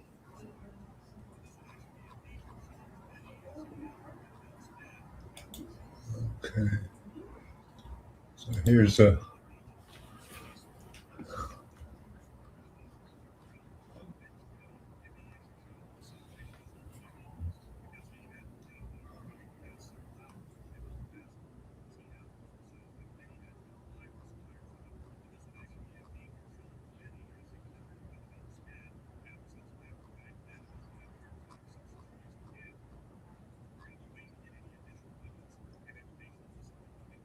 Iran is still claiming he's alive, Khomeini. Mm. Oh.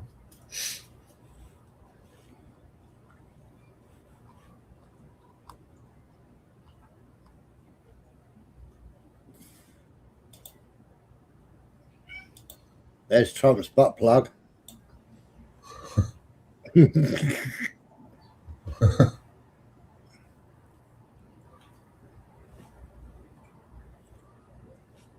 Go back up. I was on something else. Oh, God. Yeah. What does this say? This was a 950.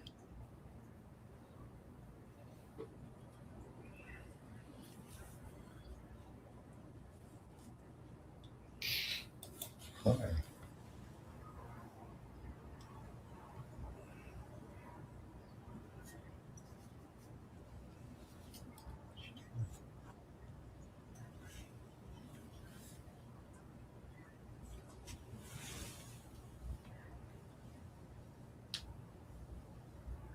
No, this is probably how they knew which hotel they were in. So they're filming out of Bahrain. An American soldier filming out of Bahrain hotel.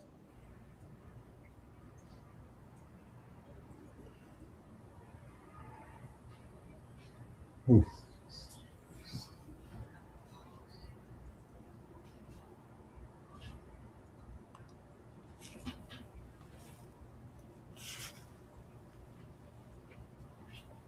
People of Abu Dhabi are paying the price for harboring American terrorists.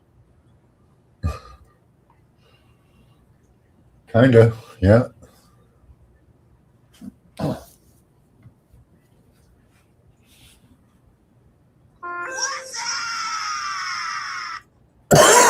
What's up?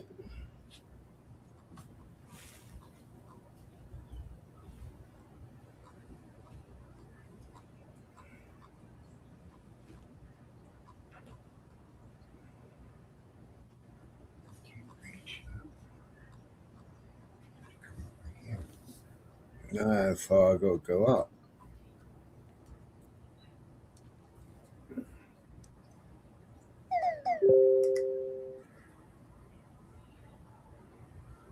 What are those? All the strikes? Yeah, no, these are all the air raid sirens. Oh, But okay. I'm looking for that video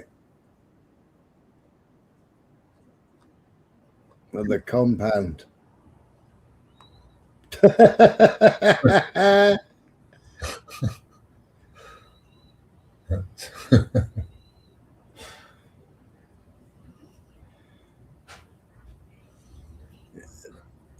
It says speedophile Trump. Our goal is to defend the people of America 10,000 kilometers from Tehran by eliminating imminent threats from Iran.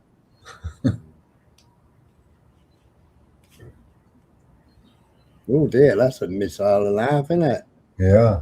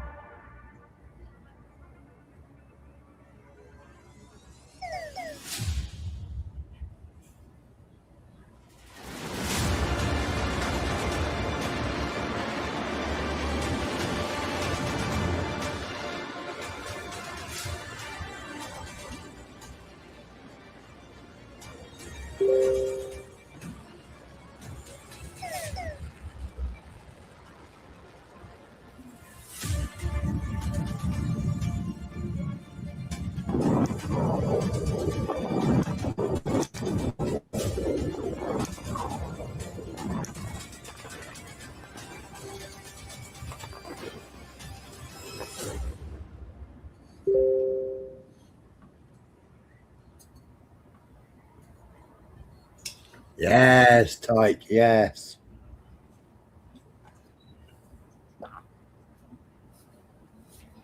And they have warehouses underground full of those, don't they? Yeah. Yeah.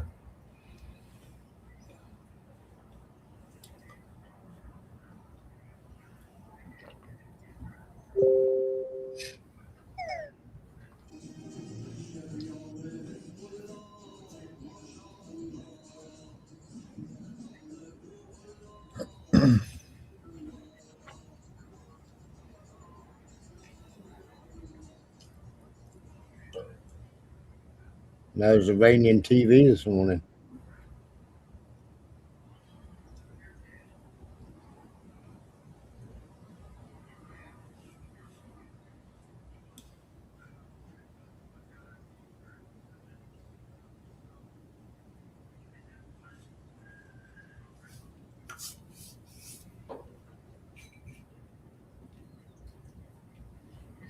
Ben Gavir.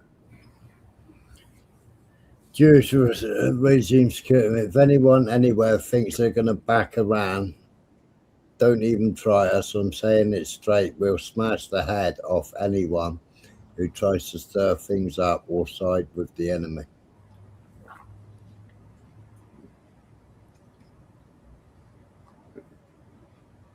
The people you unjustly attacked? Mm. Yeah.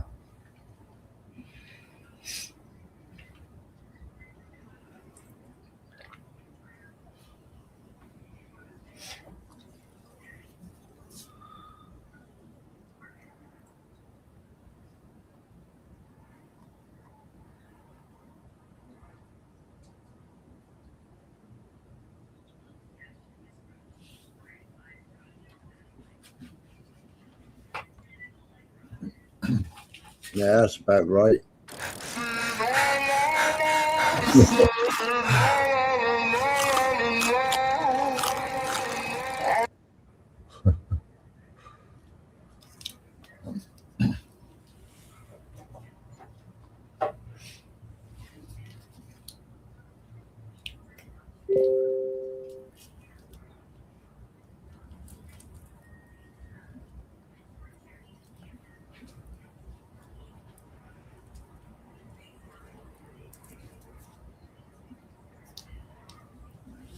There you go. Look at it.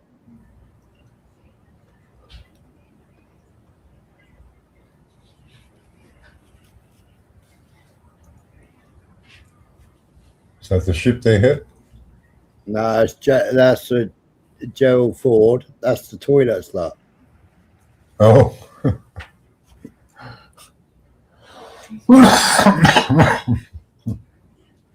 Mela. I'm going to start defrosting the chicken, or the hamburger.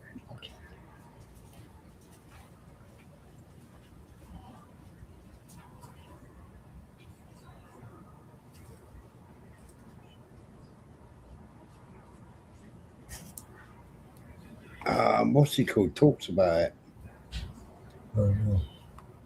Hold on a minute.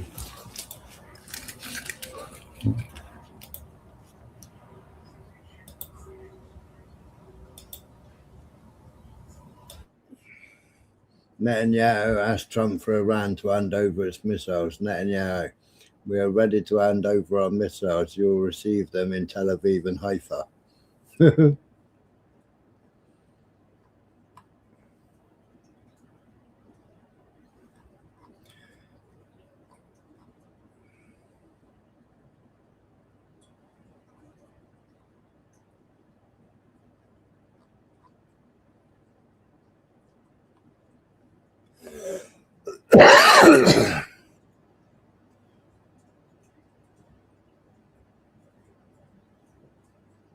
But so it wasn't them.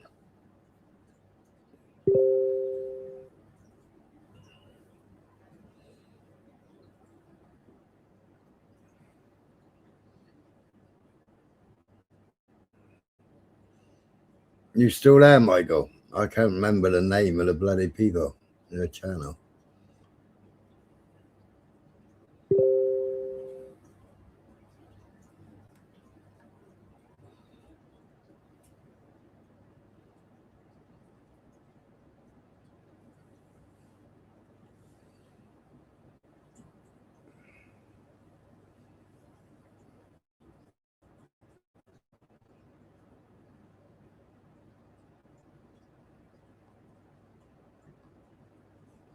It's not that.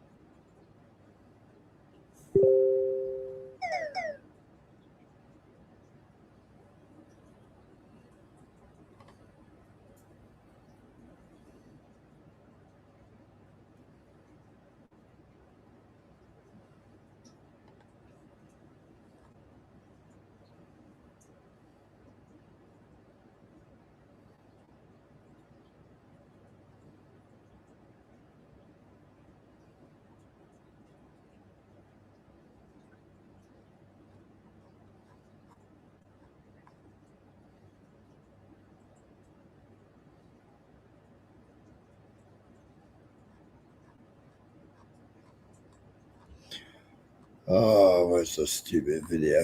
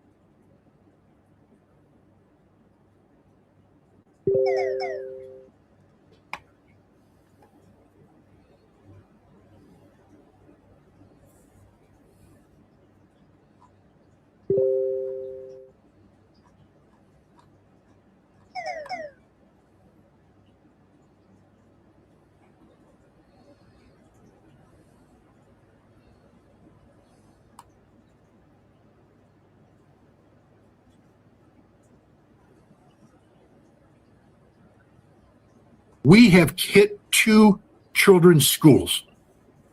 We have bombed 2 children's schools. 63 dead children, girls, little girls dead. Their mothers waiting for their daughters to come home. They sent their daughters to school on the belief that there wouldn't be a war because there was diplomacy going on, that there wouldn't be a war because Marco Rubio said he was traveling to the region on Monday. So they sent their girls to a school. The girls were in school and we bombed it. And we bombed another one. There's 100 girls buried under that rubble being dug out now. Girls that will not survive.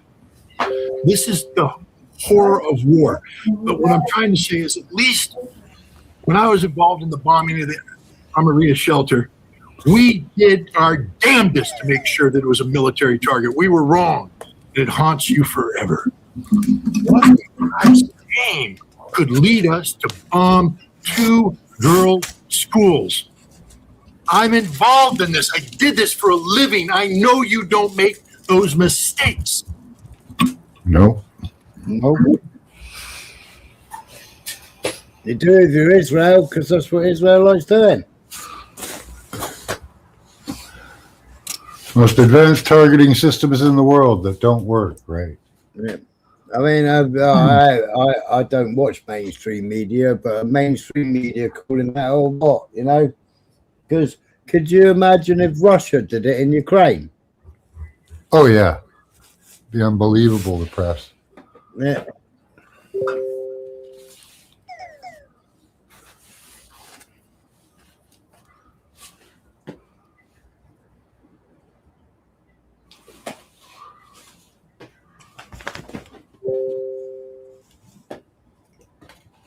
Let's go to them. So them that shared it this morning. 11:21.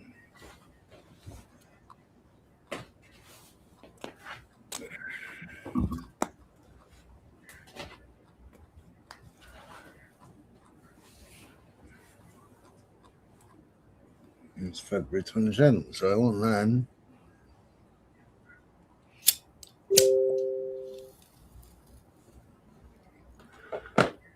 On that.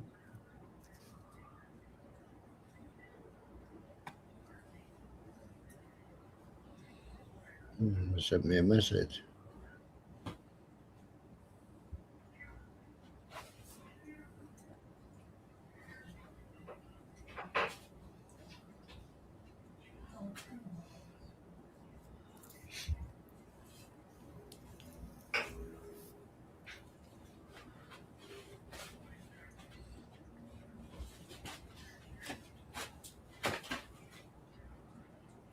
Two.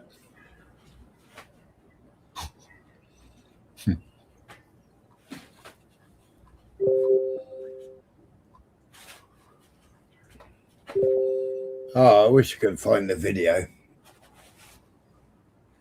I said straight away earlier on, my God, that's the same video I played last year. How can they claim it's today?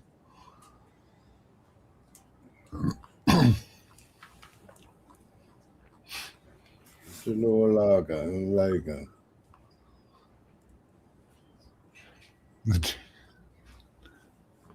DNA of bananas. Oh, Logan.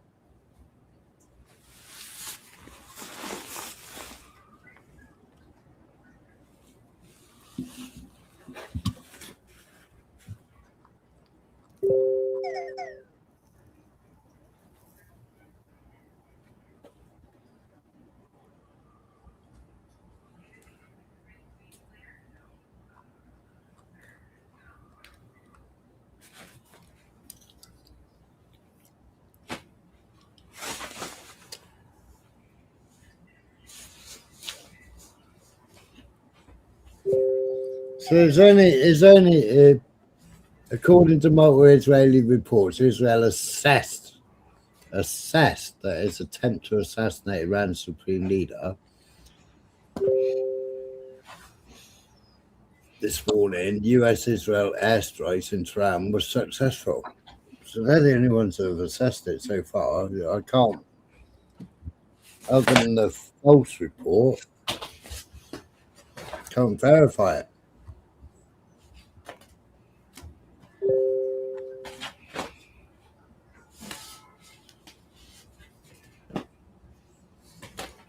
Today's Saturday, right?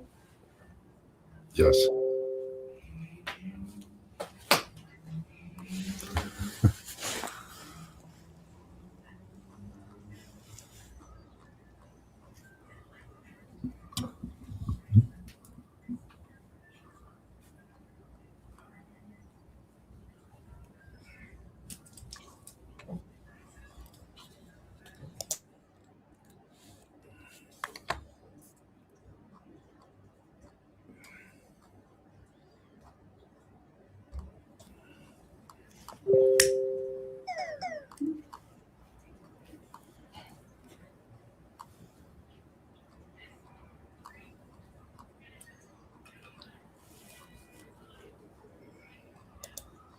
Oh, I really wish I could remember which channel it was this morning.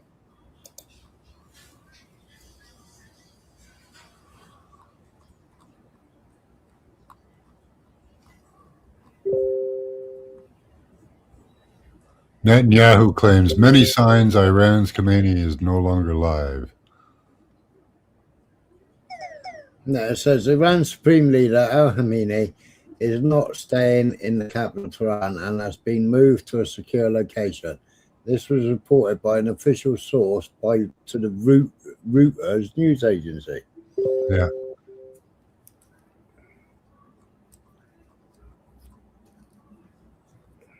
Well, Reuters or Reuters.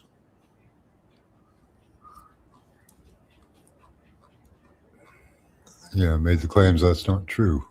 Mm.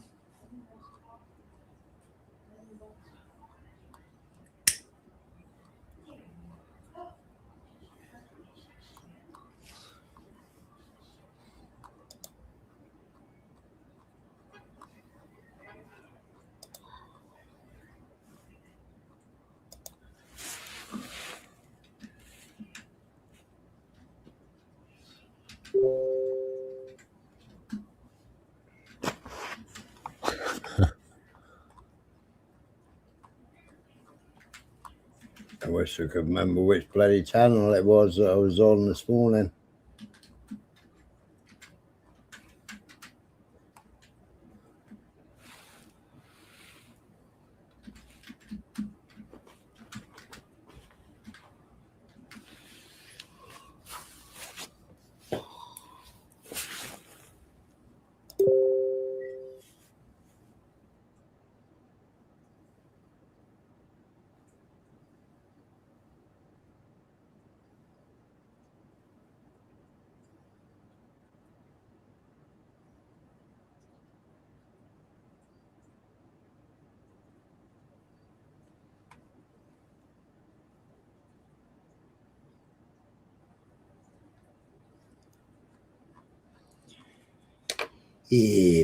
Giddy gumdrops.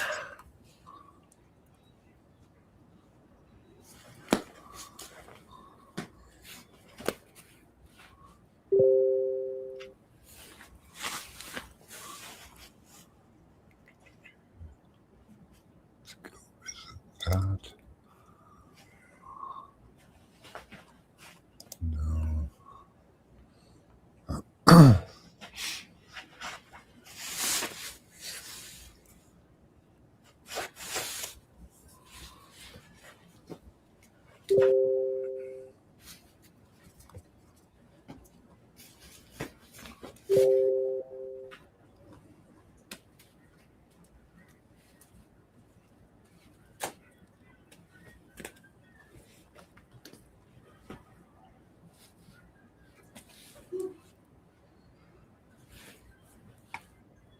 So it wasn't her channel. What does their flag look like? Green, white, and red? Yeah. Is it a whole bunch of them walking in snow and they're chanting? Yeah, apparently They're all just walking with their flags and wife's watching the news. Yeah. Yeah. Watching the Iranians, TV news, watching the Iranian protest, I guess. What are the, hold on one second, I'll find out what they're saying.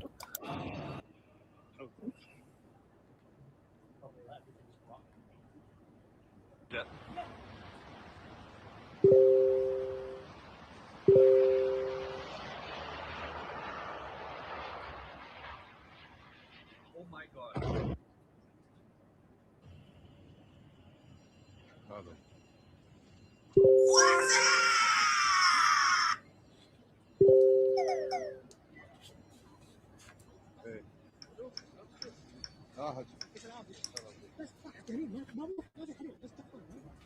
درون شفتها شايفها بس ما في حريق لا بس ضربت انا شفتها لو كنت بالساعه انا كنت يمي انا بسداد يمي ضربت لا لا Hello. We are facing an act of aggression, and obviously we have every right to defend ourselves. So what we are doing is act of self-defense, which is absolutely legal and legitimate. So, and we think that we are fully prepared for that, even more prepared than previous time, the 12-day war. And I believe we managed this. We know very well how to defend ourselves. We learned lots of lessons from the previous war, and we will certainly teach the aggressors a lesson they deserve.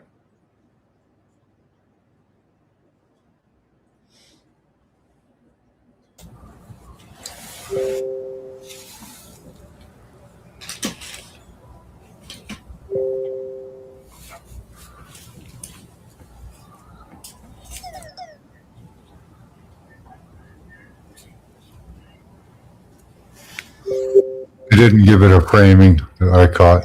They just showed the protests. Right. I can't say anything else.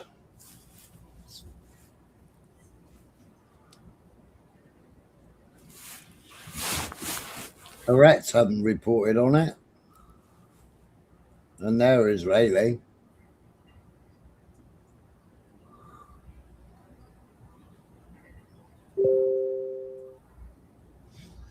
Associated Press haven't reported on it.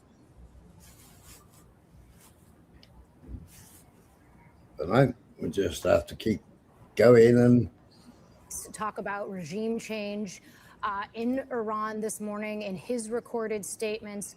What is your message to the president? Well, I think this is mission impossible.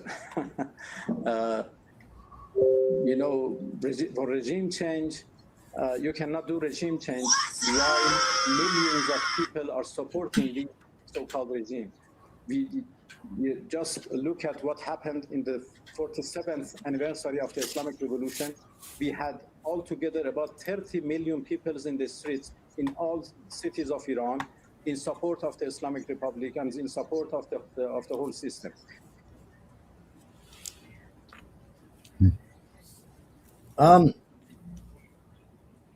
Netanyahu's plane's just gone off the radar. It's landed in Berlin.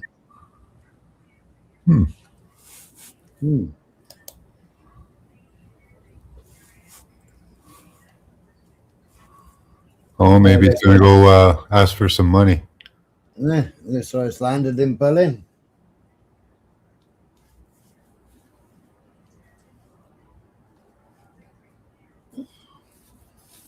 Tucci is saying it's confirmed the Iran leader is dead.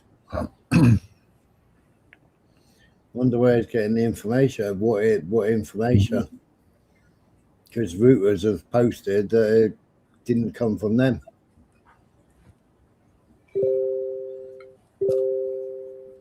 Finally, to the great, proud people of Iran, I say tonight that the hour of your freedom is at hand. Stay sheltered. Don't leave your home. It's very dangerous outside. Bombs will be dropping everywhere.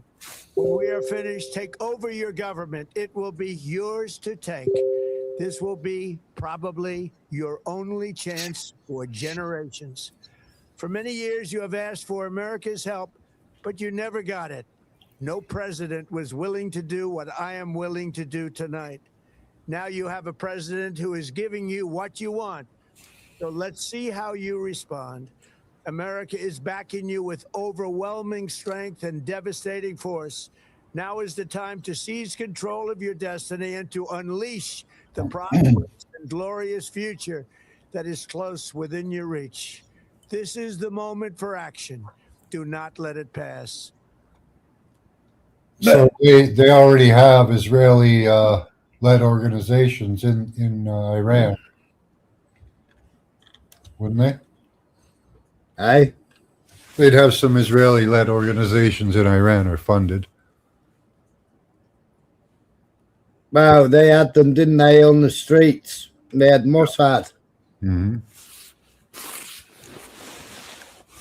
Wonder if they have any people ready for leadership roles. So they were pushing a couple people, but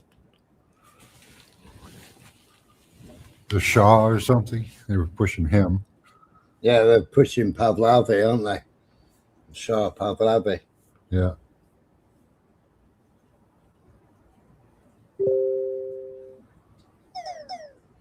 Iran latest, Netanyahu says growing signs Iran Supreme Leader Khamenei is gone after US Israel. So that's BBC. But they're saying Netanyahu says it. Yeah. That was 4 minutes. So who is Iran's and why is he a possible target? If Khamenei falls, who takes Iran?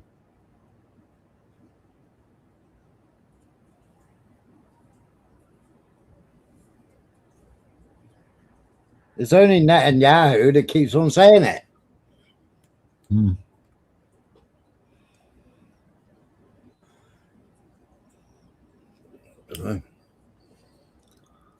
Keep looking.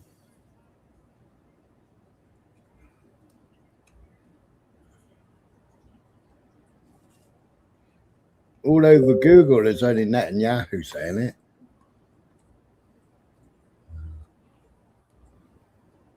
That's not a credible source. He says all kinds of shit.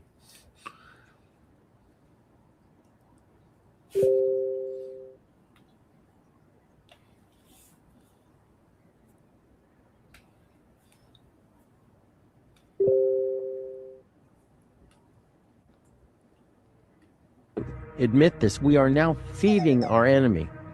I mean, this has never happened in history before, and you have to ask why. And I don't want to hear this business that it's consistent with Jewish morality. It isn't. Anybody saying that doesn't know anything about Jewish morality at all. Oh, let me bring you back to October 1973, during the Yom Kippur War, when Henry Kissinger instituted an arms embargo against us. And what happened? What happened was an A-4 Skyhawk was parked at Tel Nof Air Base with some interesting weapons under its wings. And that's when they threatened nukes. When they put an arms embargo. We told the Americans, take your eye in the sky and take a good look at the airplane that's on that runway.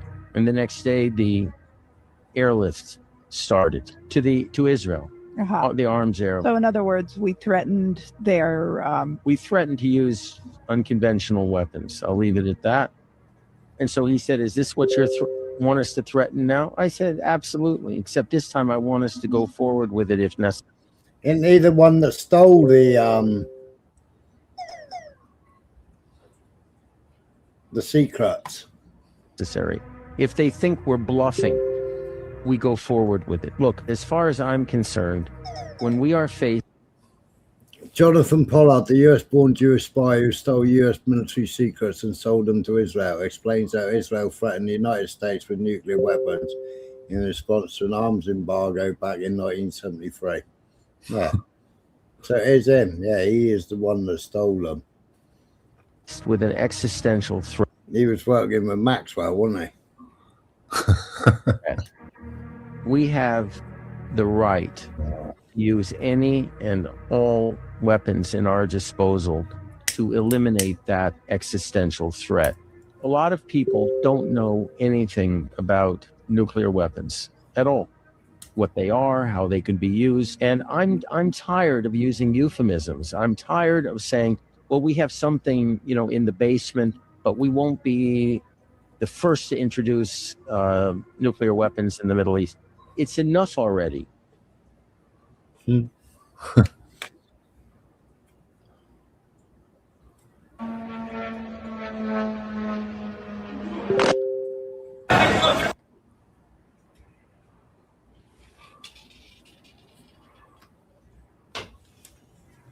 Can say is new right now. We're just getting word that the Kingdom of Saudi Arabia says they will join the U.S. in the operation against the Islamic Republic of Iran. They said that this comes in the wake of Iran attacking the U.S. base in Saudi Arabia. I just spoke to a senior U.S. official who said the Iranians made a big mistake by firing on Arab coalition partners. Now they are likely to respond. So by Iran firing missiles at UAE, Bahrain, Qatar, Kuwait, Saudi Arabia, and Jordan, they are now likely to fire back at Iranian targets. So those coalition partners are now going to enter this operation that started off as a U.S.-Israeli operation. That is very, very significant, and we haven't seen that happen in the past. The U.S. military has been focusing on high-value targets, I'm told, the IRGC, significant facilities. Why didn't you mention the children? It's not important. Just need a reason to attack Israel. Yeah. Or to attack Iran, sorry.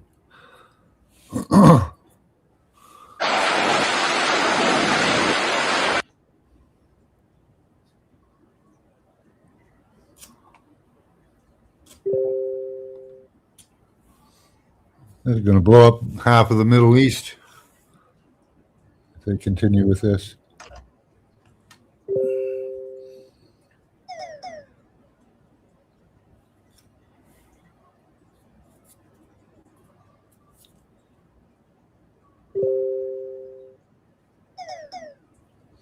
Yeah, so his announced address has still not yet taken place.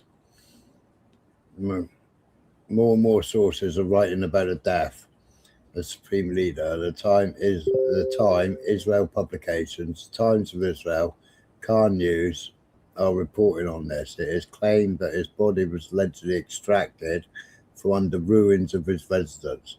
There are still no confirmations of this. However, Khamenei himself has not appeared in public in any form, and his announced address has not yet taken place.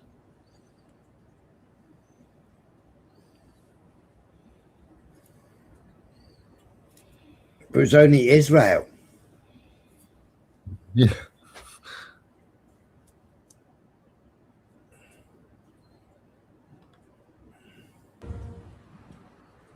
Yeah, Sandra, we just got this in literally 2 minutes ago, but Fox News can confirm that Iran's supreme leader, the Ayatollah Khamenei, is dead following Israeli strikes against his compound and location earlier today. A senior Israeli official confirming this news. Earlier tonight, Israel's Prime Minister Benjamin Netanyahu describing the strikes not only against the supreme leader, but against much of the Iranian leadership.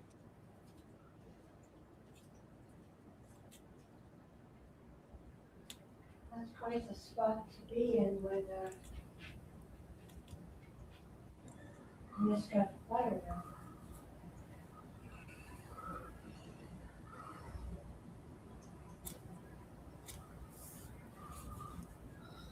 So they're saying it's coming from Israel as well. this is a chance and an opportunity that will not come again, because you will have your moment, a moment where you will be demanded to take to the street in order to finish the work and to topple this regime, this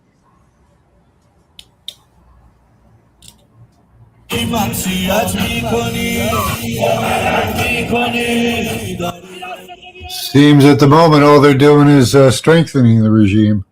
Yeah.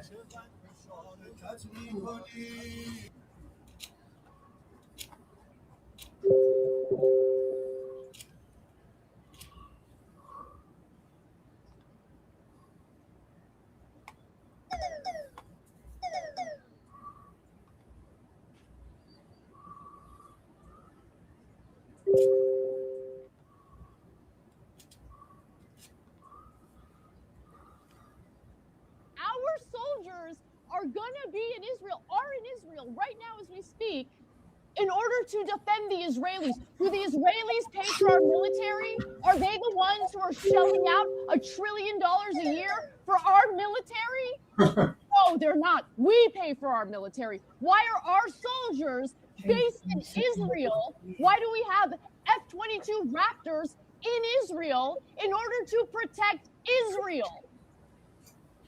Yeah.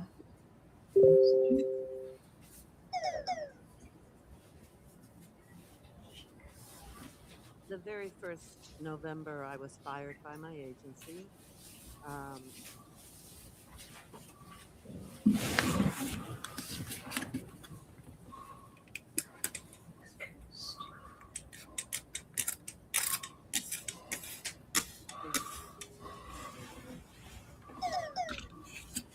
This is so stupid.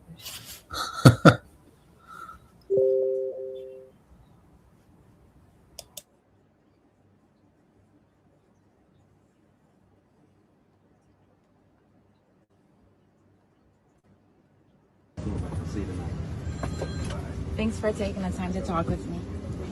The children of Gaza are dying every day. We need to stop them. I know that.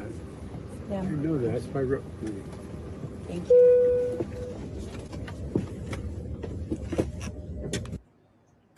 Joe Biden.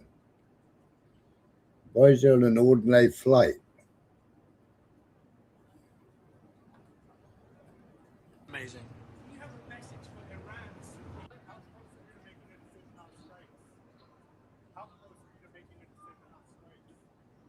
I'd rather not tell you. You would have had the greatest scoop in history, right?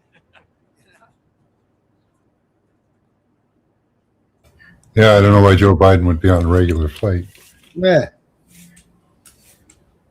Israel strikes first. Will that end the diplomacy that you are trying to conduct here on the nuclear program? When we saw what happened last year, we don't want a repetition. To be clear, you were helping with the diplomacy last summer, and in the middle of that diplomacy is when the United States and Israel carried out the bombing of the nuclear sites. The U.S. hit those 3 nuclear sites. Are you concerned that that's what's happening now? I'm very concerned, like you and like everyone else. The whole world is concerned about this, and I think the whole world really wants an true, strictly. Deal out of this. Yeah, could be. The root of what we saw last. Because if they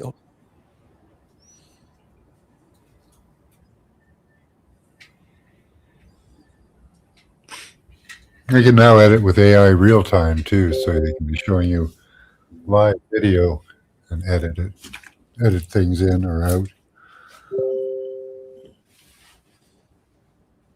How Israeli influence on German defense is growing.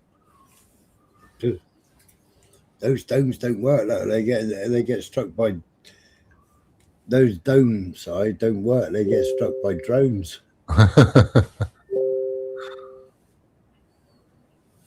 German Navy received Israel Blue Whale autonomous underwater vehicle developed by Israel Aerospace Industries. Yeah, that's why they flew in all those planes with the radar systems. Yeah.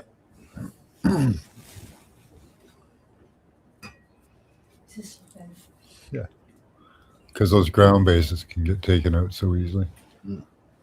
Germany expanded its purchase of Israel UE Arrow 3 anti-ballistic missile system. Germany, I bet you're going shit. It didn't work for Israel.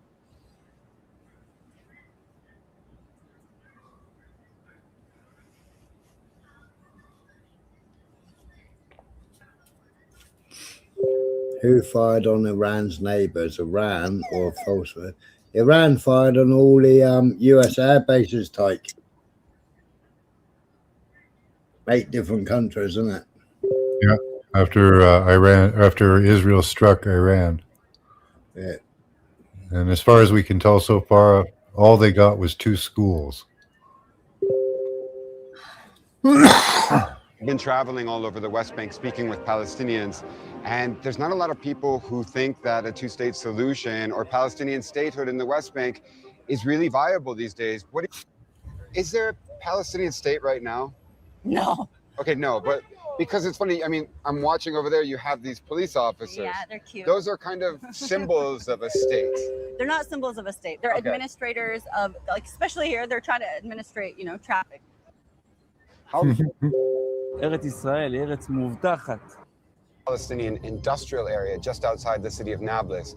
Right now, we're headed to that area to see the aftermath of the attack and talk to the Palestinians there about what happened yesterday. Well, that Nablus settlers camp got bombed earlier. Wow, okay, this is quite extensive damage here. The settlers around the area, they were around over 150. And that's over 150 settlers? Yes, and the settlers, which we counted on the CCTV, broke in our premises. And this is the truck that we see? Truck, correct. How did they destroy it? So this, with backpack, has the fuel, and the other one came for turning on the fire. While settlers sweat through the area, workers and locals, including children, fled in fear. After attacking the business, the mob turned their attention to a small farm nearby, torching homes, killing animals, and beating 4 Palestinians. Why do you think the settlers coordinated an attack here on your business? So this facility is started on Saturday. This is a new facility. It's been 3 days old. A day before the attack, for example, we've received some posts on social media on extremist settlers saying that Al-Junaidi is growing too much, taking over some market shares from back Israeli companies, which is nonsense. I'm very, very, very.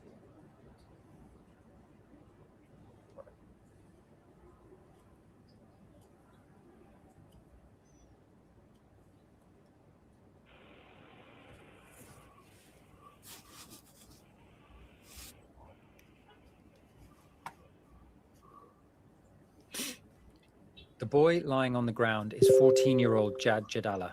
He has been shot by Israeli soldiers. He will lie here for at least 45 minutes, surrounded by the soldiers, as he bleeds to death. Lovely. Jad was born and raised in... Wow. That's brutal.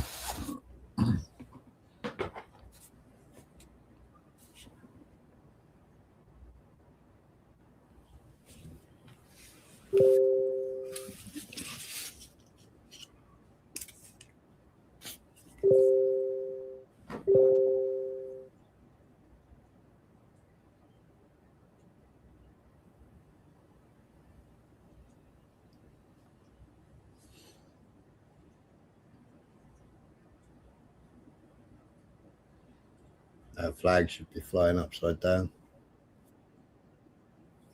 For decades, international aid groups have been vital to Palestinian healthcare, food distribution, housing, and schooling.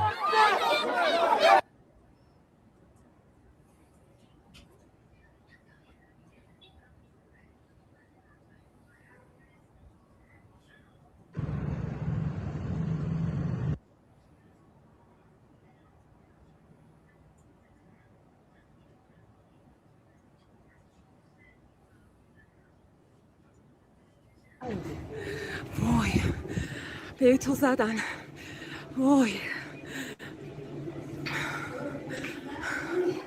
به زدن به تو زدن وای They sound happy as well, don't they? Yeah. What do they do?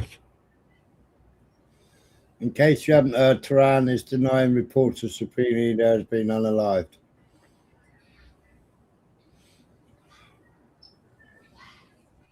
Yeah, true tight.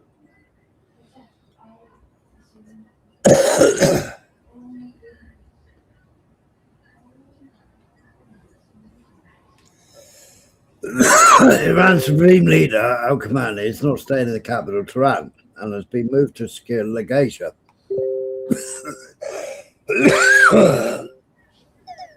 This was reported by Reuters news agency. So he wouldn't have been staying in his compound then. No.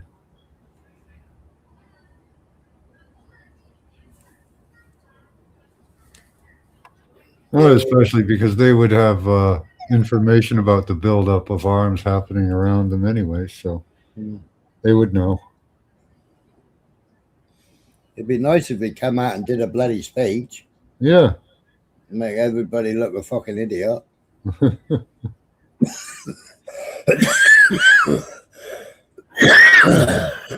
Maybe they're giving it some time for dramatic effect. Yeah. Let you run around for a day or so saying I'm dead.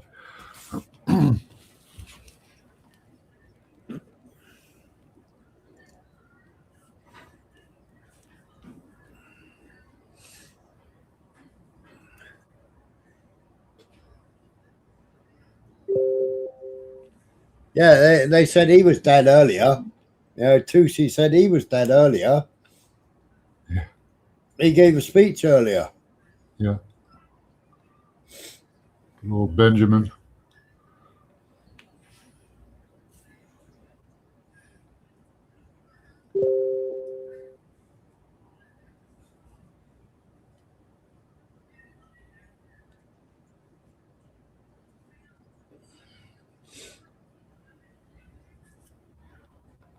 What the fuck, שי, תראה איזה אש, אחי. What the fuck, אחי. יש פה כזה אש. Guess the word fuck is universal. Yeah. وای وای Oh. خدا یا امام حسین شهر موشکی جمع زیدن شهر موشکی یا خدا خدا یا خدا خدا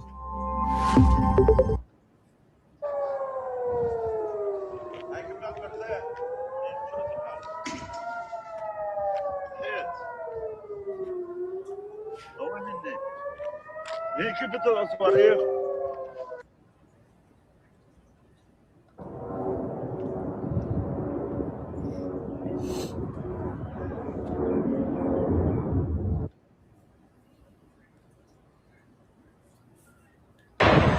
Threat warning. Target shelter. Shelter in place. Missile threat warning. Target shelter immediately. Shelter in place. They're only hitting military targets, so. Yeah. Hitting military bases, the general public doesn't really have anything to worry about except for shrapnel off your own missiles. We are people who love life, so we started this war. First two targets you hit were children's schools. Twat. Yeah. What a piece of shit. Ya Allah! Ya Allah! Ya Allah! Ya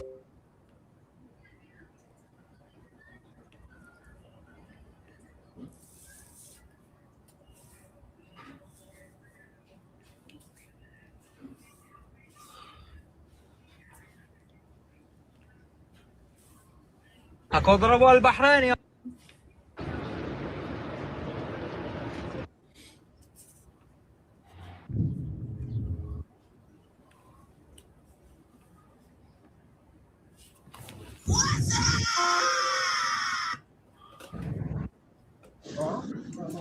هذا الدائر السابع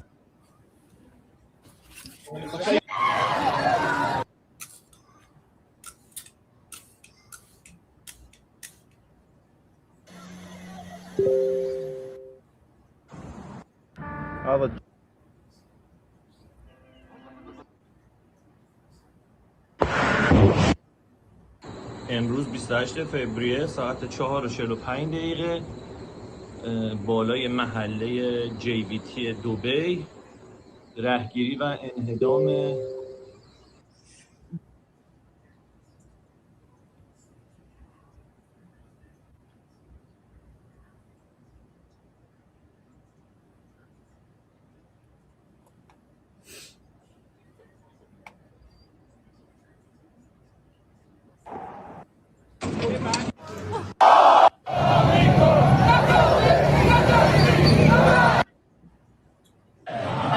United States and Israel who started this aggression. So there is no limit. But so he come out and made this report after Tusi announced he was dead. Also stop our self-defense. This is quite obvious and quite natural.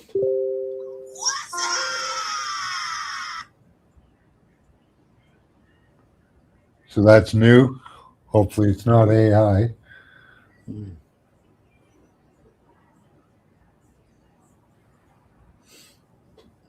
Iran Supreme Leader to address nation shortly, state TV. This denies earlier Israeli reports of his assassination in this morning's bombardment of Tehran.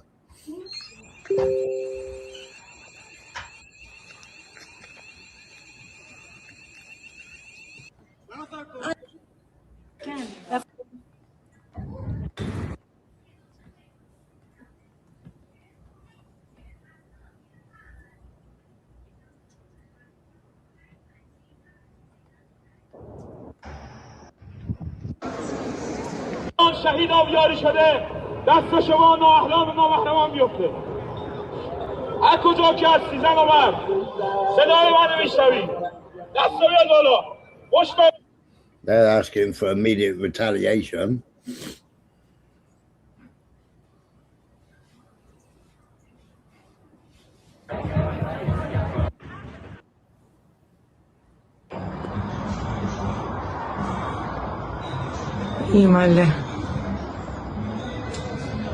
That is a shitload of missiles, isn't it?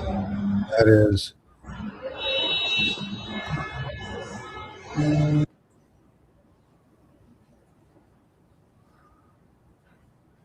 Well, you'd want retaliation just to make yourself secure. Like they're going to just run around bombing schools and stuff. You're going to have to take out the Israeli bases, you know?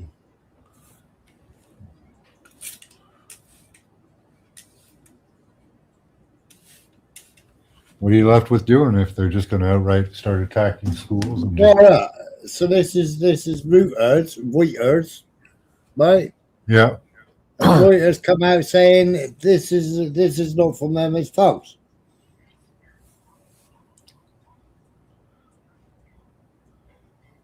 And they said anything that comes out of Reuters wasn't from them. Yeah. So who's posting on Reuters' behalf? Yeah.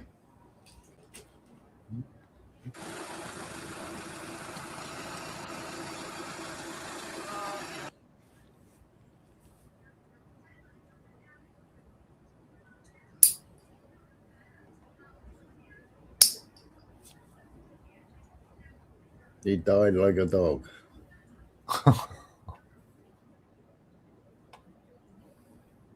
I'll believe it when I see it.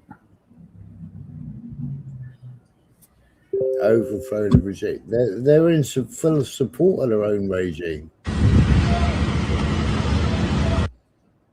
You just killed hundreds of their children, you know.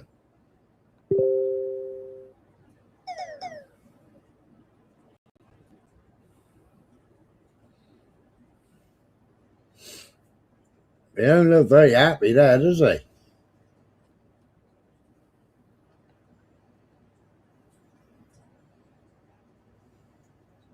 They always take pictures of Trump with a pouty face, eh? There's Rubio.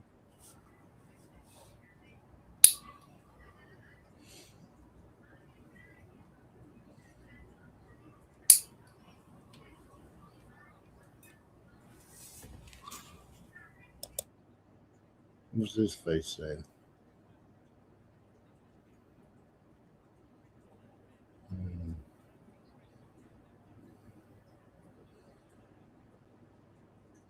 She's like, how many fucking bases have we lost?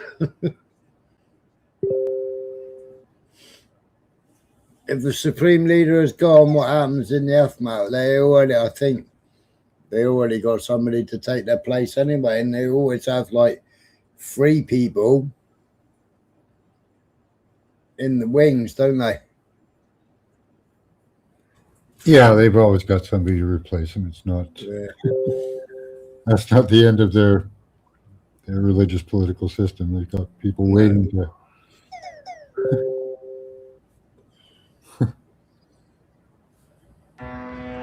طائرة مسيرة ثانية.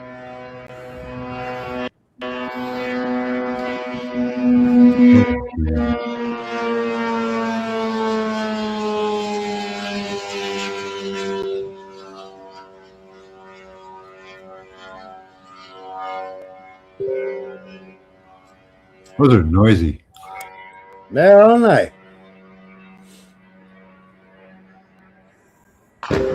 الله أكبر.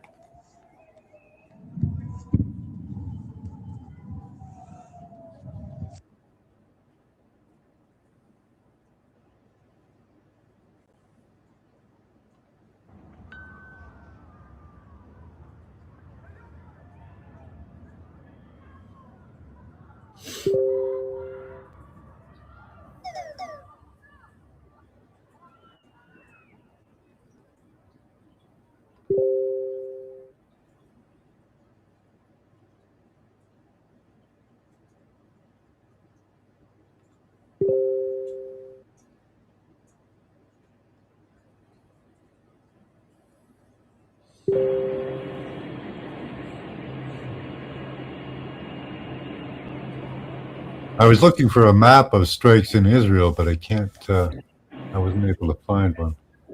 No. I was able to find strikes into Iran. Yeah. Refresh this. Where Israel, they come past Cyprus,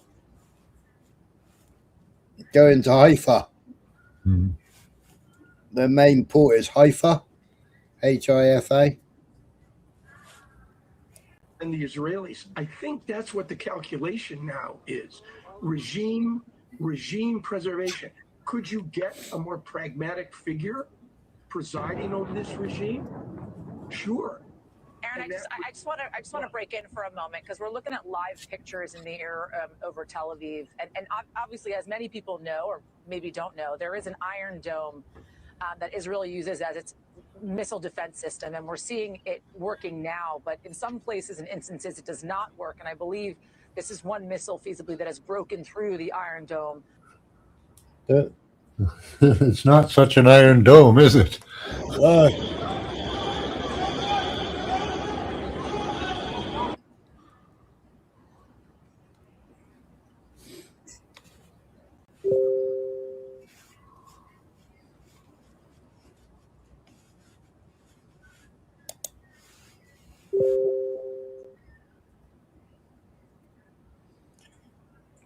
They've done 51. Look, there's loads of news. Aftermath of Iranian retaliation. There's loads of things. Ping, ping, ping, ping.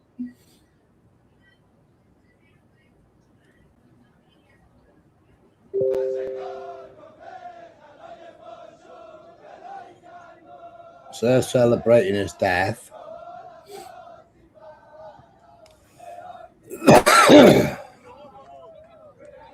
Of course.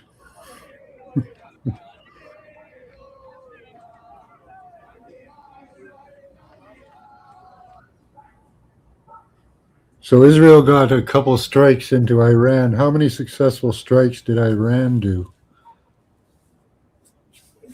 All over, aren't they? They're still bombing now. Yeah. They just bombed Bahrain again. And they've just been bombing. They've just bombed Dubai as well, international airport, and they've been bombing Tel Aviv. Destruction in Tel Aviv, Iran screenshot. So, what time is this? 2024. That's 2024. 2042. Yeah, a lot of the 12-day war comes up on.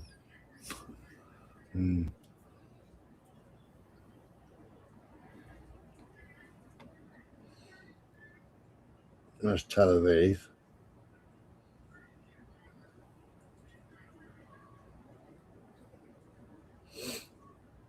That's Channel 12 News in Tel Aviv.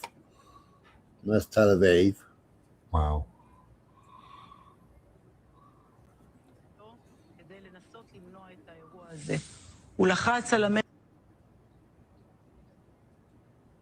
The full live, so broadcasting live. Boom.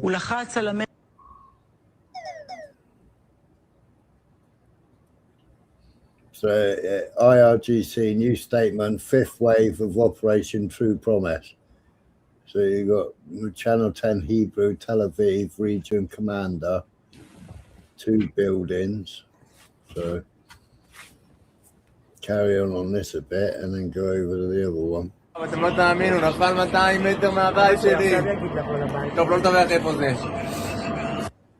So that's Tel Aviv.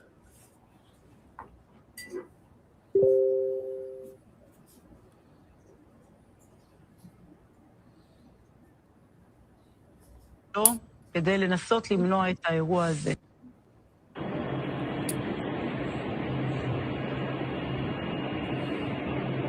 Oh, that's Secura headquarters in Tel Aviv.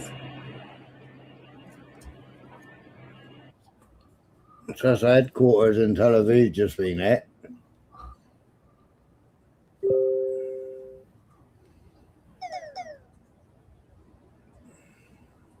That's Tel Aviv. Ouch. Don't the Iron Dome work in the night? No. Guess not. Tel Aviv is burning.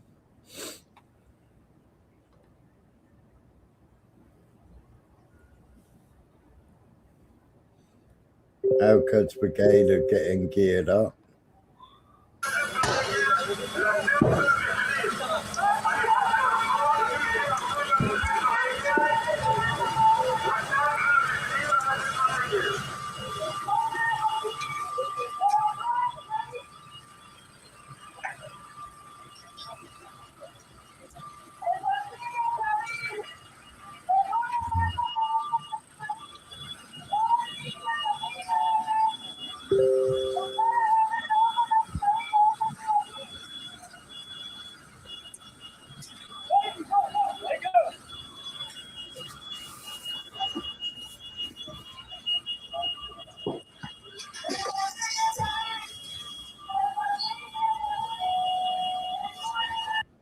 Well, you could see it was a compound by all the bloody razor wire and fencing, didn't you? Yeah, that'll be a good indicator.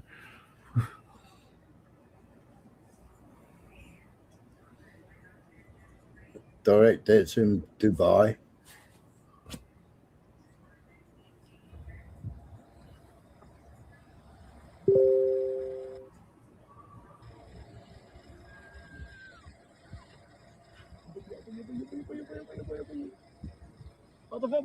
خبط اسمع الدمعة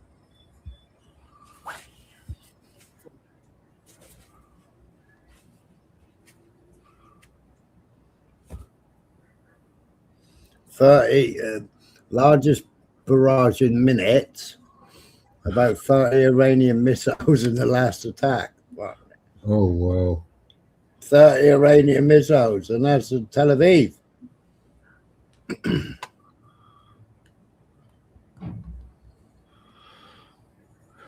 Impact in Tel Aviv. This is not going well for him. When is it? Over Jerusalem.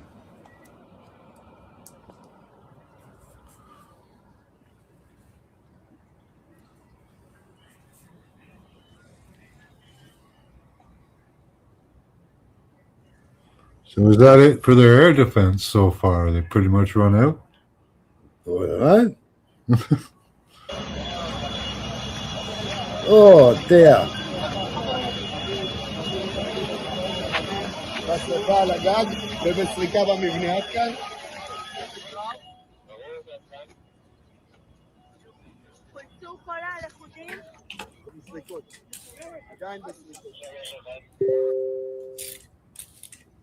That's a bit of a mess, wasn't it? Yeah.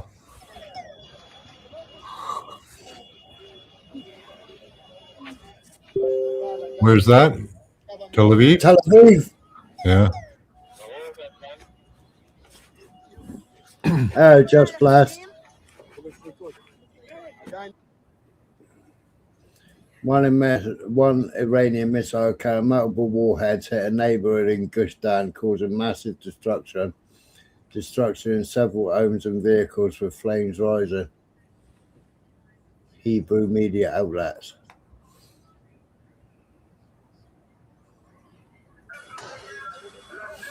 Or was that one of their own missiles? Mm.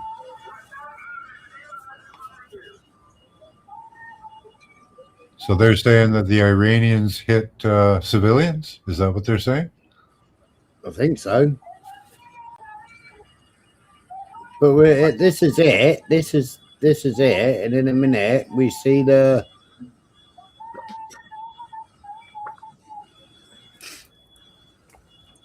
I question what I'm seeing here. Eh? I question what I'm seeing here. As it's Yeah, look, there's all the fencing. Oh, okay, yeah. Yep. Yeah. But the thing is, this is intelligent, right? Yeah, they use human shields all the time. Remember in the 12-Day War, they had the Iron Dome in the civilian area, didn't they? Mm-hmm. Smack bang in the middle of the civilian area. No, they're like the Ukrainians. The Ukrainians were using human shields, weren't they? Yeah. And so do these lot. They used all the people as human shields.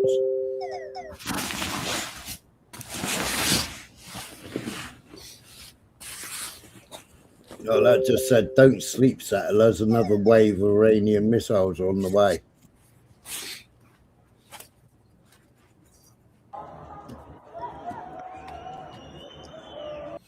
An exceptional night in the skies of Palestine, watching Iranian strikes reach Tel Aviv.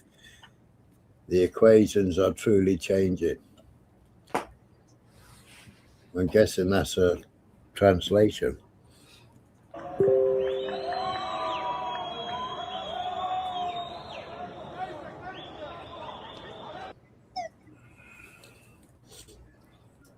They sound happy about it. Where's this? Over Tel Aviv. Really? Yeah. So where's the Iron Dome gone then? And where's the FAD? Way up again, Nick. Dozens of Iranian missiles as they pass through the sky of Nablus. So Nablus, where you saw those settlers setting fire to those lorries earlier, there was 100-odd settlers that attacked that business that opened up. Well, that's Nablus, and these are heading over Nablus now.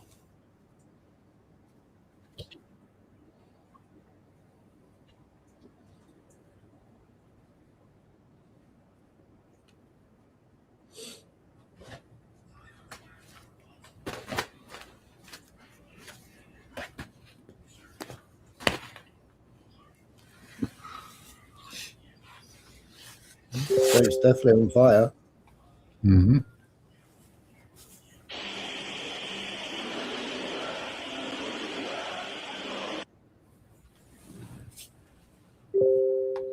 That's Dubai airport evacuated after it was allegedly hit. Where was it hit? Mm-hmm. I'm not seeing it.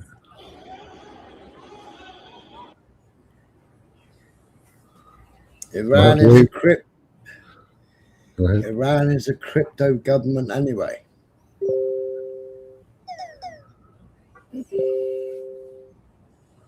No, they're anti. Iran's always been anti. They support Palestine.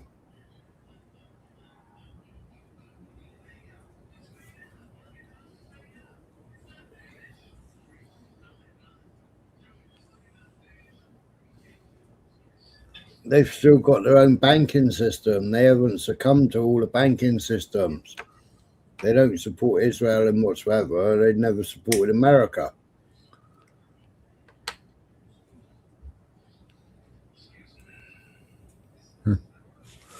They don't agree with their neighbors neither, having American missile bases on their lands.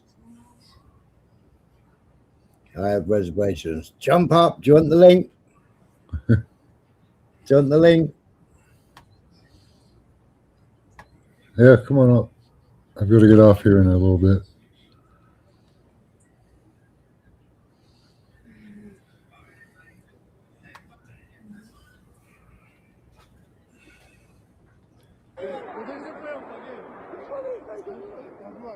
What's wrong with Iran's government? Did the Americans install the wrong one? Hey? Did the Americans install the wrong government in Iran or what? Somebody's complaining about Iran's government? Nah, it's Nixie trying to wind me up, I think. Oh.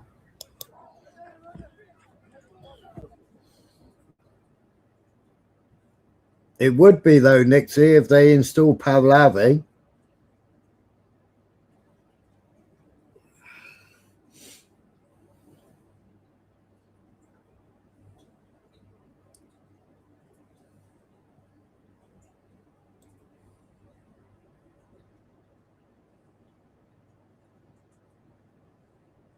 What time are you going live?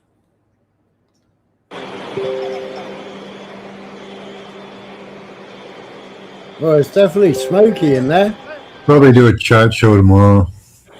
Live in my class tonight. All right. Oh, you're doing your class, are you? Yeah.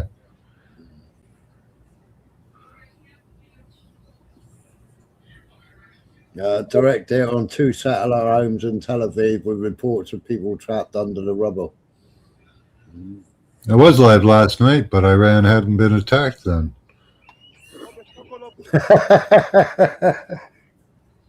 I was talking about the cannibalistic satanic pedophile. Oh, right, yeah. I know, it takes ages, doesn't it, Nick? I hate editing.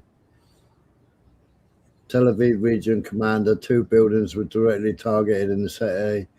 Surveillance and rescue operations are underway. Please do not go to the scene. Footage from Tel Aviv.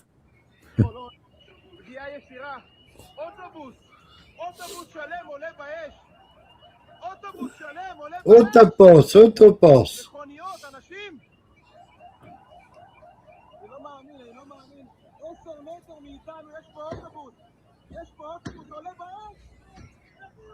Tires were exploded.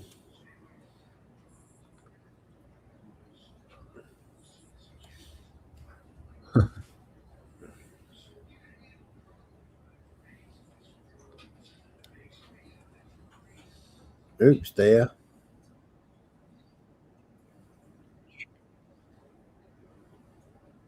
How'd they get up there? What's that? Oh, yeah. How did the firemen get up there? Looks like some of the stairs are still intact. But those stairs don't go nowhere. Yeah. It's like all crumbled down there. Not a lot of furniture left, is there? No.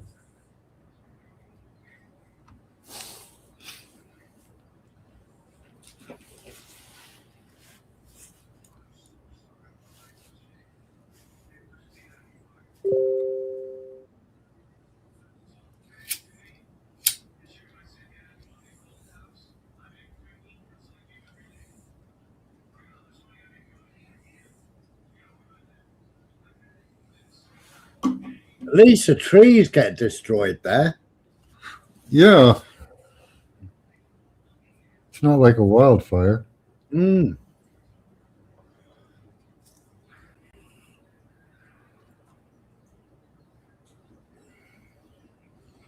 See that just ready to collapse up. Yeah. How much to get that down? Mm. Not like the Twin Towers. It's like the Twin Towers, right? Yeah. All right, who was the one that kept posting all those things? Warfare analysis.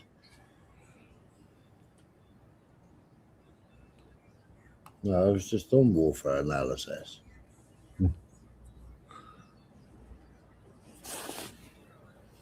We have accurately hit the Prince Sultan Air Base belonging to the US military in Saudi Arabia.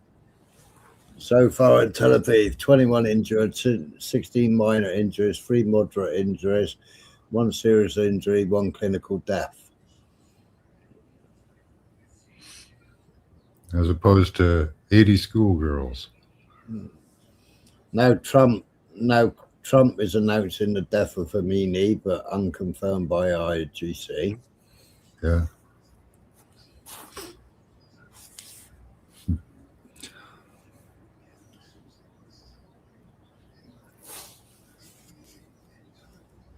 All right, I got to go get ready for dinner. All right, mate, you take it easy. Thanks for popping up. No problem. Good talking to you. Too bad And you, mate. It has to be World War III. We'll see. Yeah. All right, have a good one. All right, take it easy.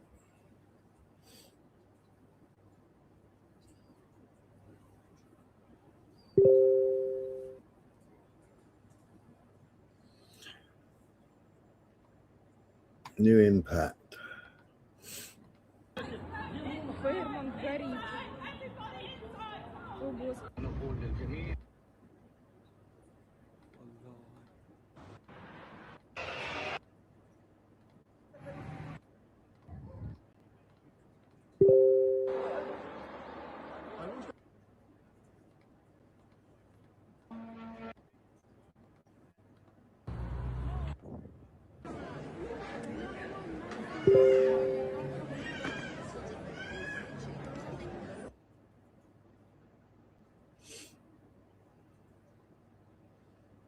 Quad News Network.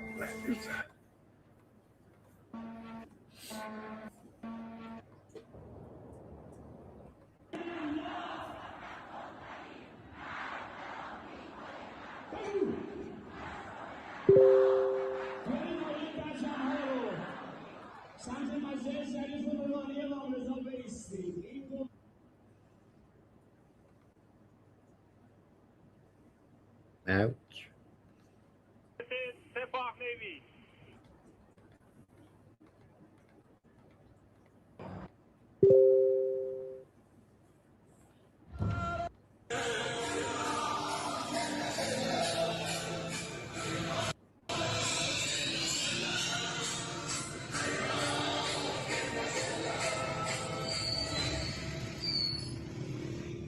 MashaAllah! MashaAllah! MashaAllah! MashaAllah! ملت ایران همشون حزب الله هست و ان حزب الله هم الغالبون ماشاءالله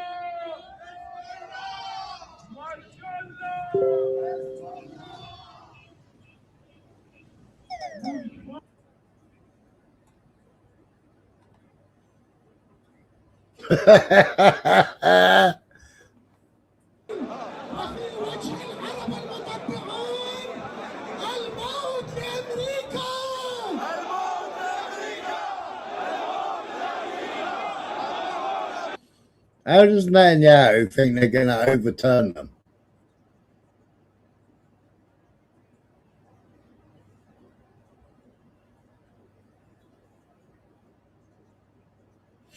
Exactly, Nixie.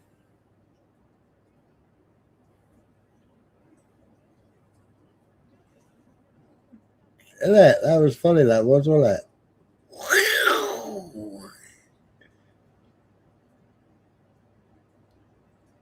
They all got butt plugs, rocket-powered butt plugs.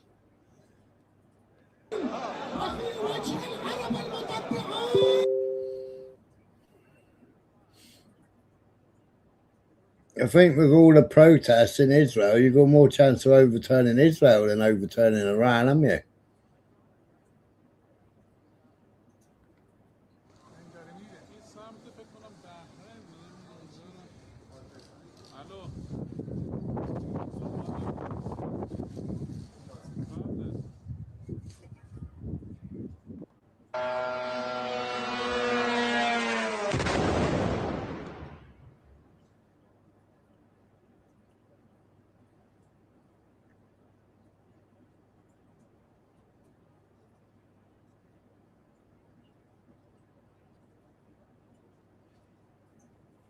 Aaron Ballistic. Now,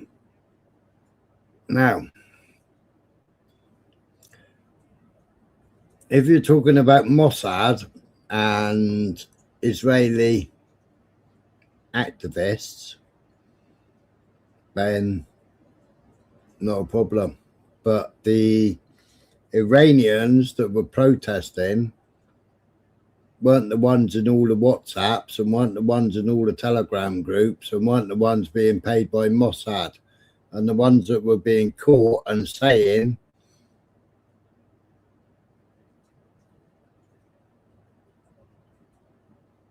that they had to meet up and get briefed.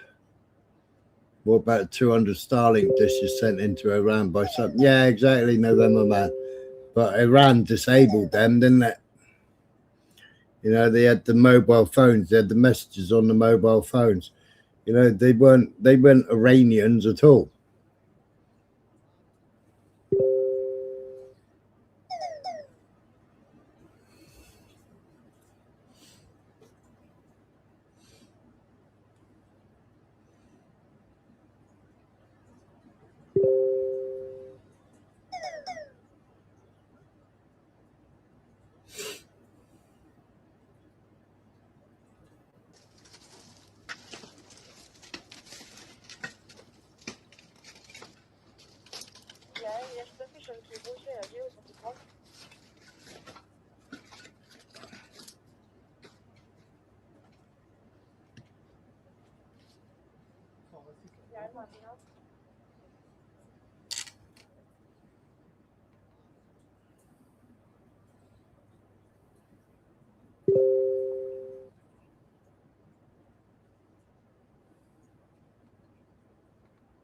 ها شوف الكلب يهرب الكلب يهرب امريكا امريكا امريكا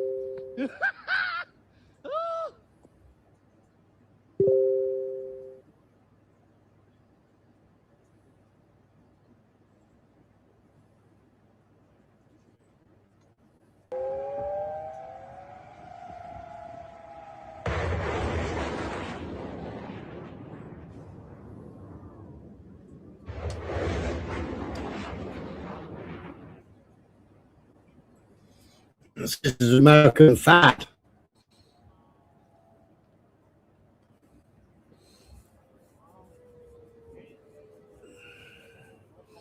That's the American fad system.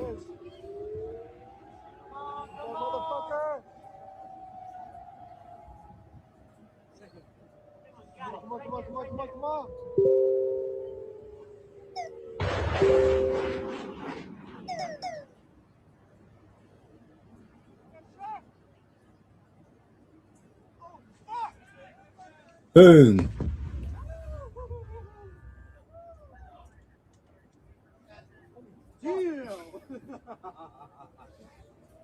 It does just blast. But that's the US defenses. So they're using the FAD system.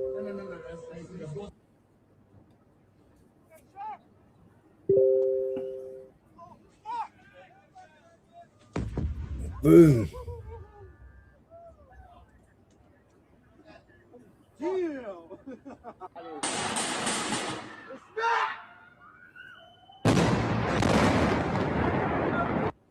That was a Jewish settlement.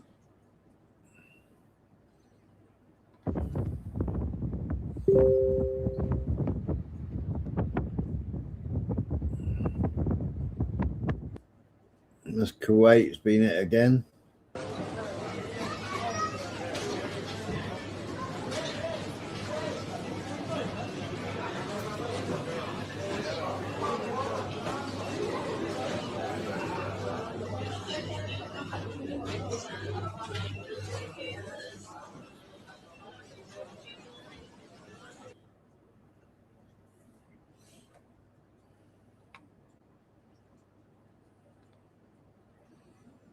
No, it was a drone that they shot down, wasn't it? Israeli Army's drone.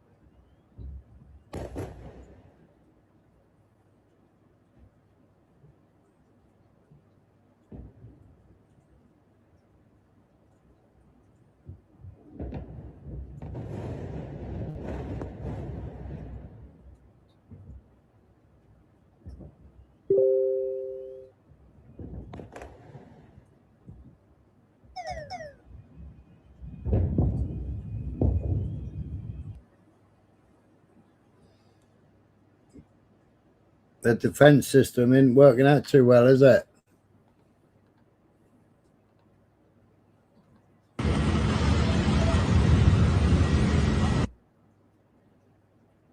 And that's the UAE airport.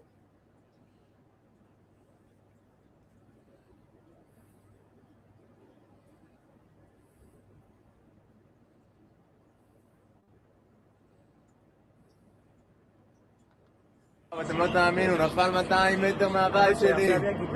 טוב, לא לדווח איפה זה. השם ישמור. אוי ואבוי, תראי, זה נפילה זה נפילה. זה נפילה בשידור חי. אני לא צוחק. חבר'ה, יש לנו נפילה. אוי ואבוי, בום. עכשיו תשמעי את הרעש, עוד שנייה. יואו, היה פה נפילה. כדי לנסות למנוע את האירוע הזה.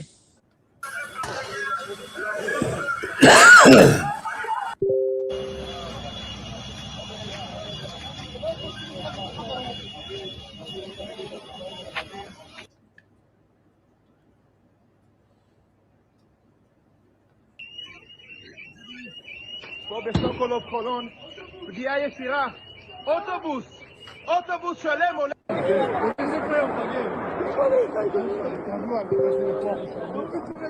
יואו, תראה את הסיבובים. תראה שזה פה משהו מוגזם. יואו.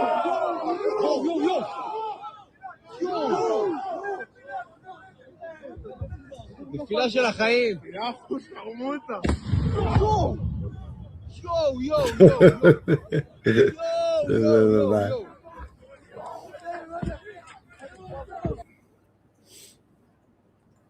And you're going to see behind us, we got to move. There's a lot of incoming fire right now toward Tel Aviv. And so just stay with us. We got to go. Our security. So we're going to stay live with you, but we got to move toward hard cover here. The city's getting hit very hard. Come with me. I think he's panicking.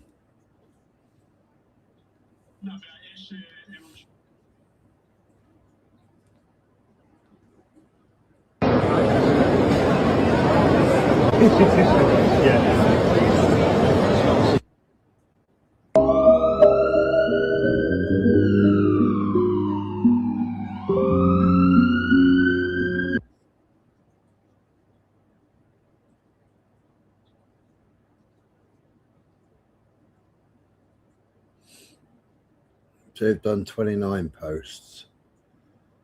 Yeah.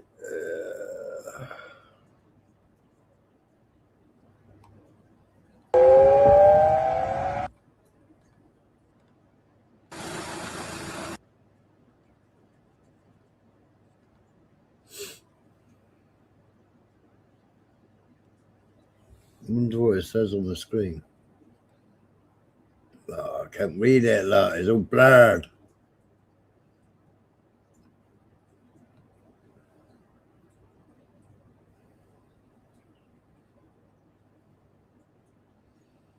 That's definitely a serious face, isn't it?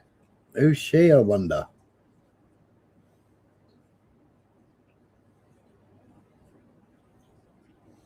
Have you got confirmation of that, of you, Aaron? Because we keep looking for confirmation of it.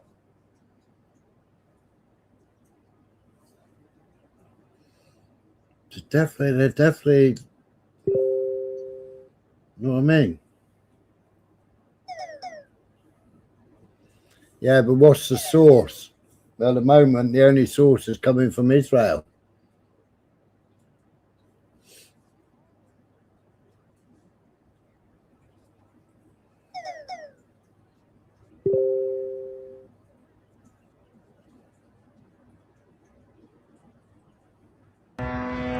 طائرة مسيرة ثانية.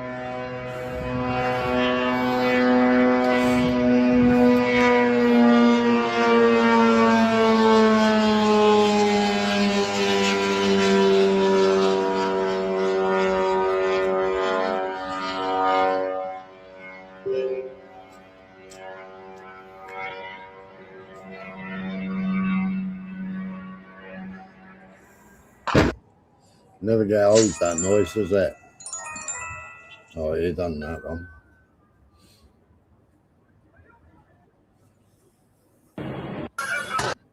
And the Israelis. I think that's what the calculation now is. Regime preservation. Could you get a more pragmatic figure?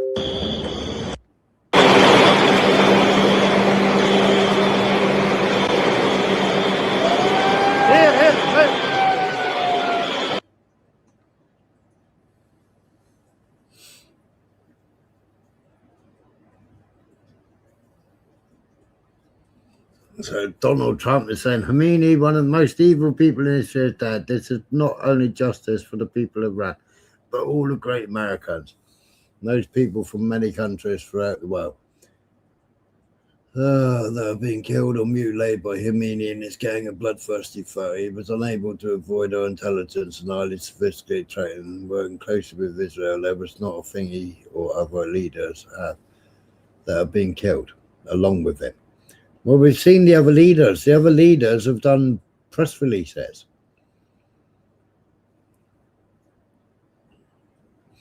We're hearing that many of the IRGC military and other security police forces no longer want to fight, and they are looking for immunity from us. As I said last night, now they can have immunity. Later, they only get death. Hopefully, the IRGC and police. So they're just forcing a narrative to try and push the coup.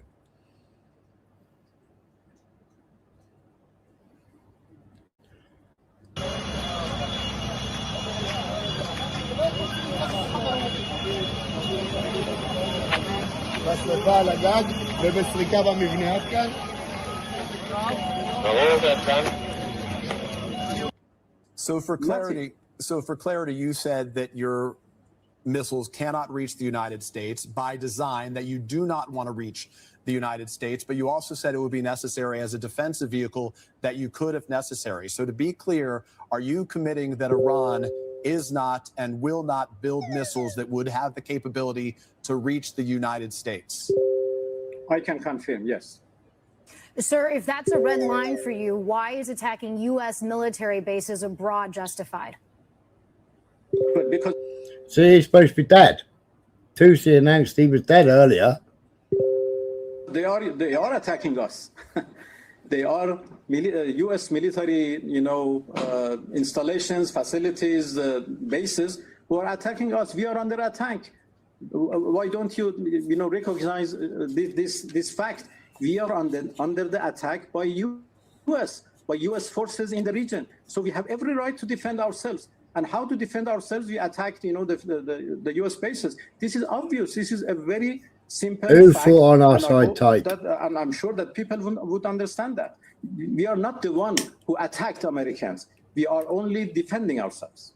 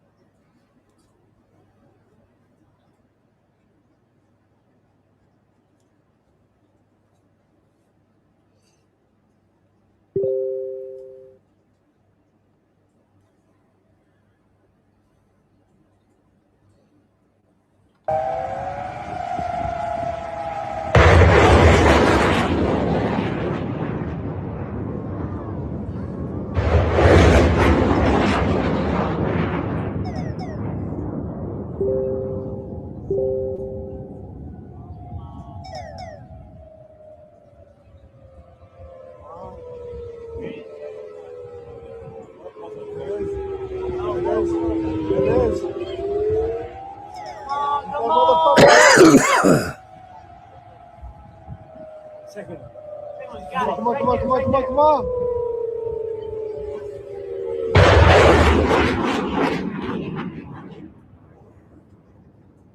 Get shot! Oh, fuck! Oops.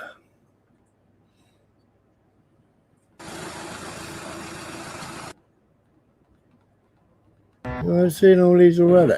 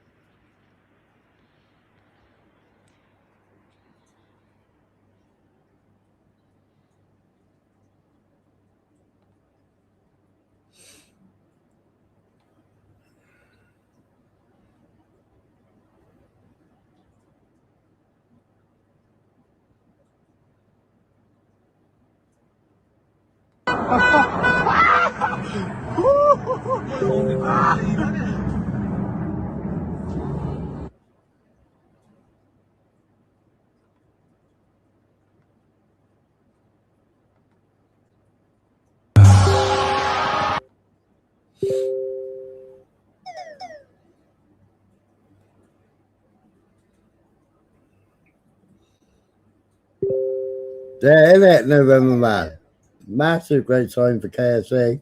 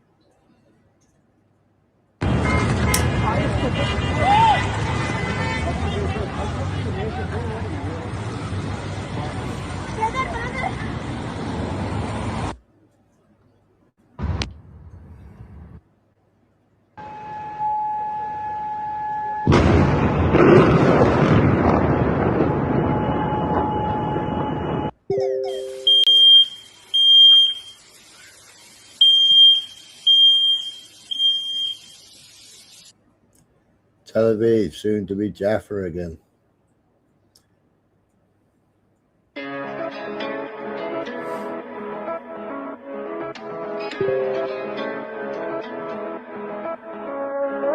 صدا بزن دل مرا و از دل زمین جدا کن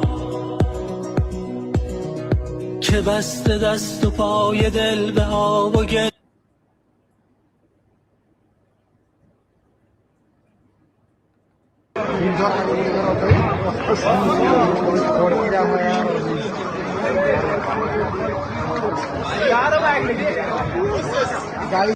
الدائرة السابع الملك فهد مضروب الشارع. ها؟ شوف الملك فهد الشارع مضروب.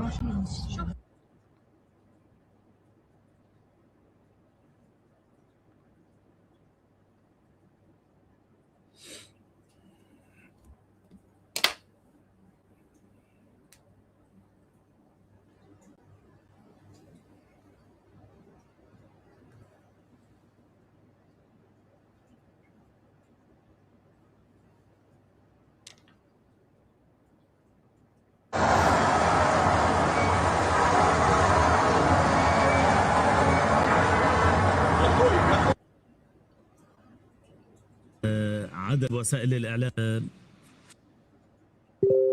الآن بحسب وسائل الإعلام الإيرانية ارتفع عدد قتلى الهجوم على مدرسة البنات إلى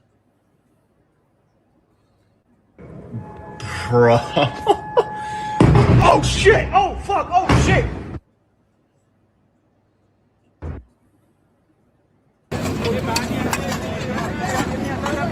كيف دانش آموز؟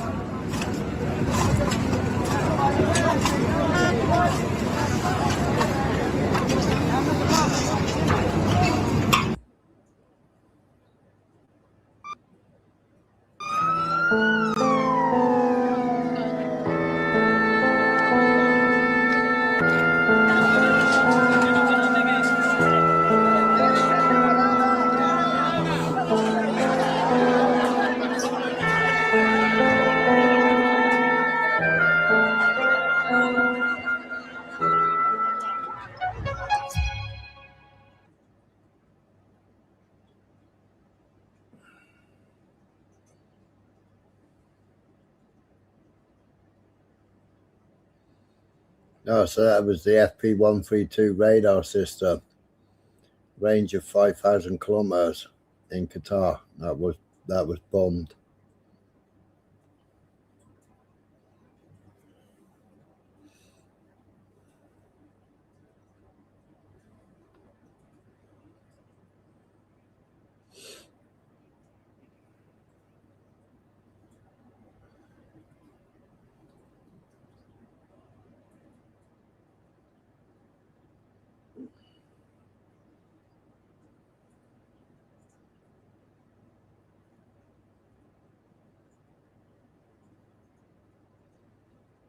Yeah, big up Vanessa Beeley.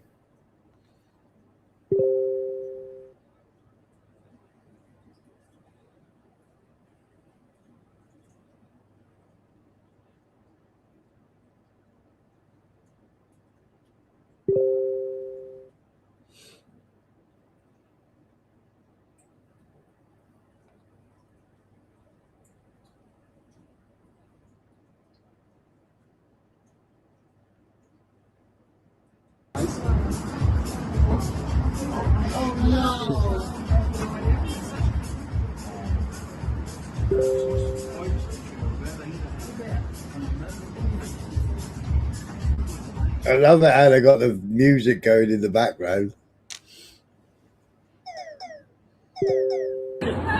Фейерман горит. О, Господи, какой кошмар.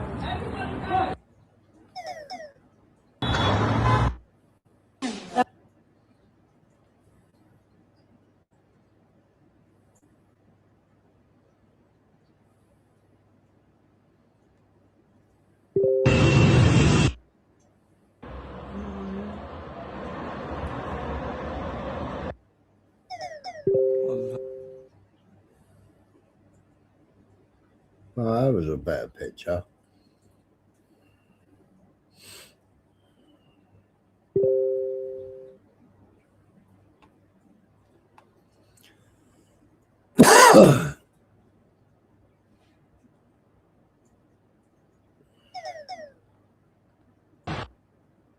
تصرخ على القار اجيهم كم ما يجيني صاروخ زياده من عندهم كم ما يجيني انا وصلت لمكانهم بس اخاف يجيني انا الراش وياهم يا شباب انا جاي اراويكم ما حبيت ان اشوف ما تشوفوني اياي شوفوا يا شباب هاي الصاروخ اخو وصل هني وصلنا لمكان الصاروخ بس اخاف ينزل عليه غيره بس ما عليكم الديره ديرتي شوفوا يا شباب الصاروخ اكو وانا صاروخ وصلنا احنا للقاعده داخل القاعده اكو صاروخ مالهم شوفوا يا شباب طلعوا واستمتعوا شباب استمتعوا هذا المنظر مو الكل براويكم اياه شباب شوفوا شباب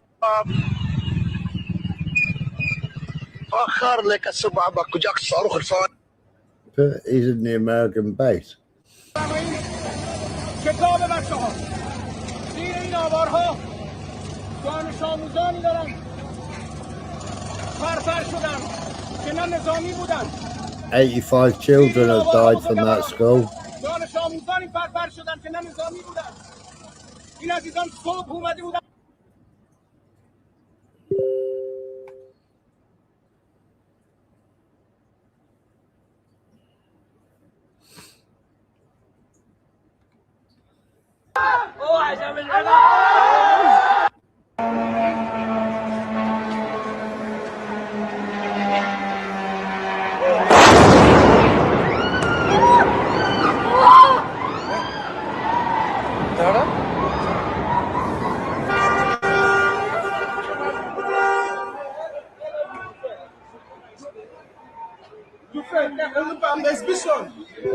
Jamisa.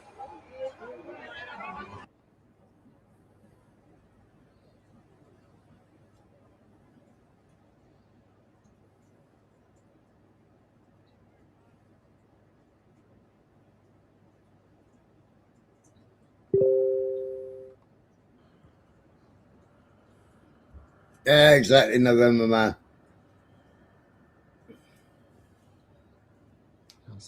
He's part of the problem.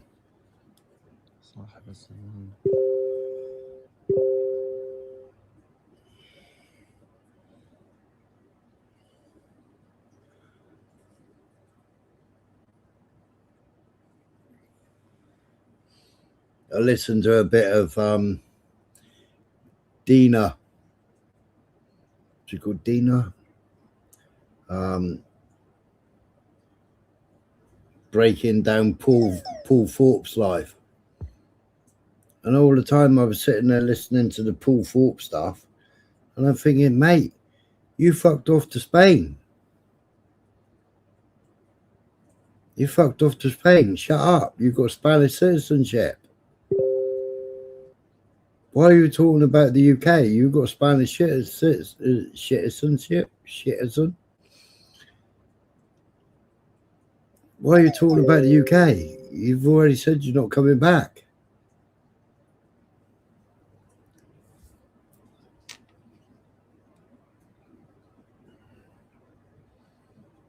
He's flip-flopped more times than God knows what.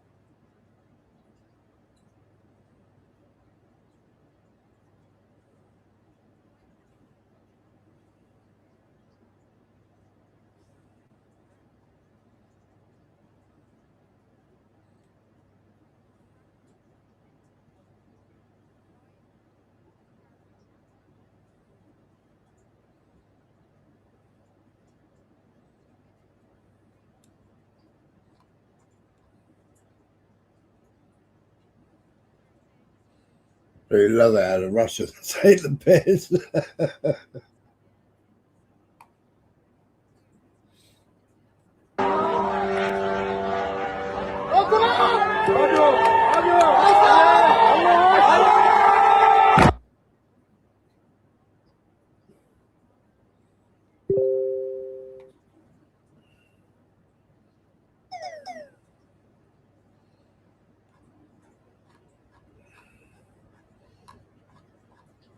Wonder if it was on here earlier.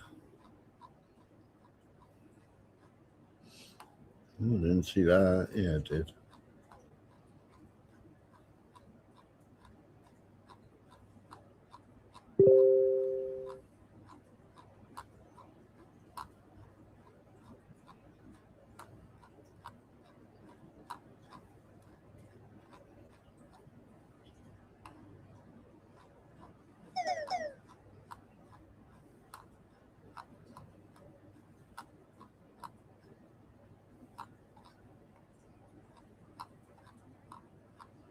I looked at this take earlier, didn't I?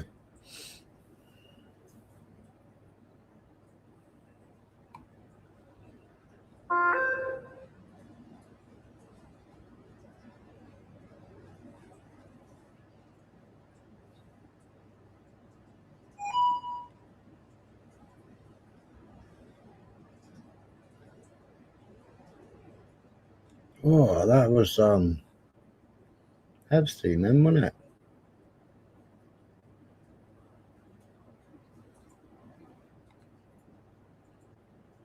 So we're at war with Iran right now, and it's pretty contained for the moment, emphasis on the moment, but that's probably going to change tonight as U.S. air assets get involved over the Iranian battle space. I just want to make a video for you to send to anyone you know who's a veteran or currently in the military who's really banging the war drums. The United States is the greatest threat to world peace, global stability, and is the most lawless nation on earth. I'm fourth-generation Army. I grew up in the whole arsenal of democracy propaganda. I was in a special operations unit during Obama's Afghanistan surge while we were propping up pedophilic narco warlords in Kandahar and Helmand as part of a nation-building exercise. What that means is the government takes all your tax money and gives it to private contractors to prop up a government that nobody wants. If you are in the military right now, just know that you are not serving your country. You are not fighting for freedom or democracy. You are fighting for about 1,000 odd child trafficking, parasitically wealthy billionaires who do not believe in countries or nation states in the same way that you do. They believe they are above that peasant stuff. You think little Marco Rubio is in charge. You think dumbass Pete Hegseth is actually in charge of the Department of War. The person who's running the Department of War is the private equity billionaire deputy director Steve Feinberg, who has never served in the military, but who was the head of DynCorp International, a private military contractor until 2020. You are fighting to make rich men who view you with utter contempt even richer. It's 2026, y'all. It's time to grow up. Every imperial war we fight is a war on the global working class, of which you are a part. These billionaire MFers don't believe in international boundaries when having class consciousness, so why do you? What's happening right now will further immiserate your material conditions, and you have more in common with your average Iranian than you ever will with the pedos you're fighting for. Again, you are not fighting for America or democracy. You're fighting for inhumanly rich child cannibals, essentially, who think you are cattle. So have fun with that. It's a difficult process to de-propagandize, but I have faith in you, and I believe you can do it.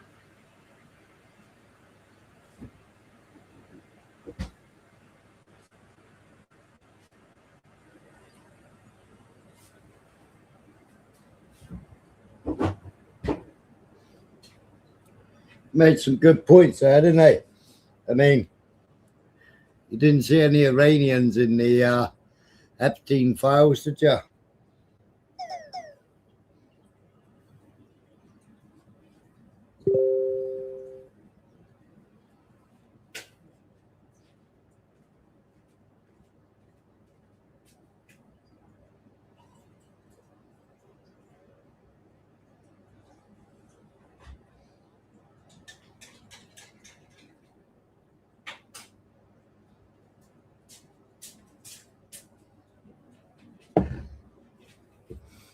Play again while I go for a pee.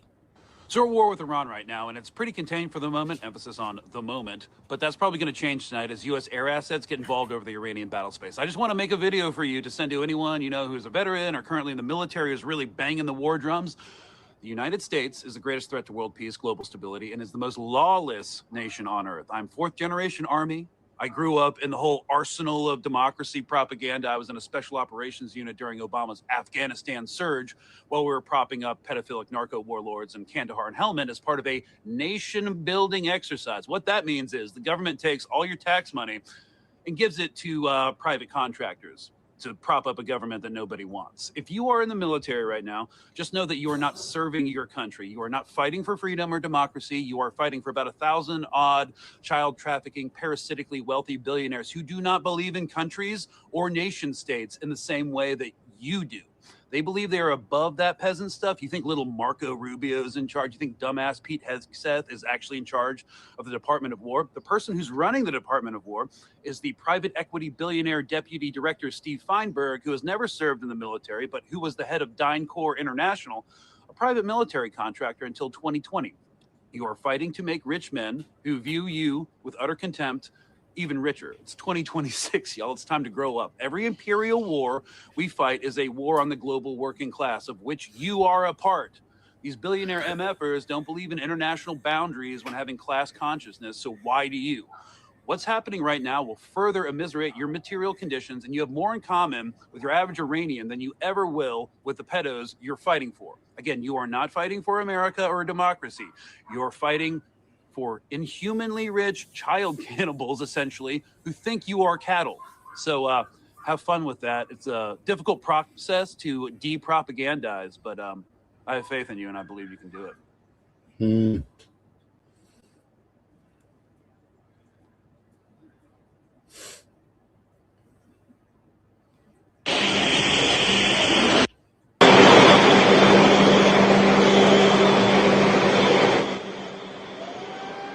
Wow, isn't it?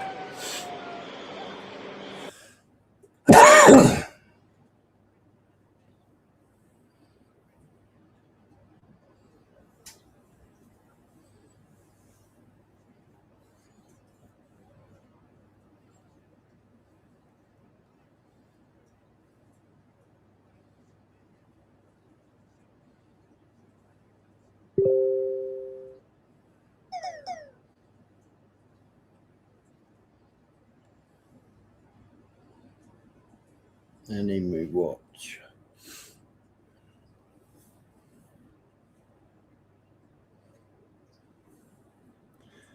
Enemy watch there.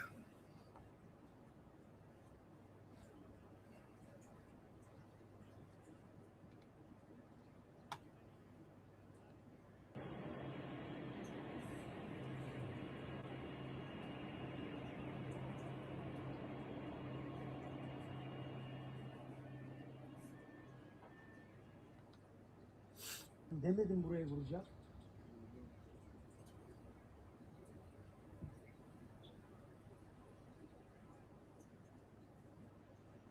That's Dubai, isn't it?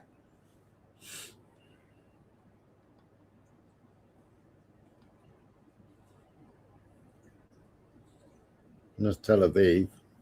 מאוד. אתה רואה את זה גם עכשיו בתקיפות הישראליות, ואנחנו כנראה גם נראה את זה בימים הקרובים. תקיפות לעבר יעדים צבאיים. ישראל וארצות הברית עושים ויעשו דבר שאף אחד לא האמין. טוב, אנחנו רוצים לחזור עכשיו אל זירת הפגיעה הישירה הזאת בתל אביב. ראו את התמונות, האש שם, הפגיעה המאוד משמעותית בבניין המגורים הזה. אתה ישלב, אנחנו איתך, ואתה נמצא שם בזירה. אתה.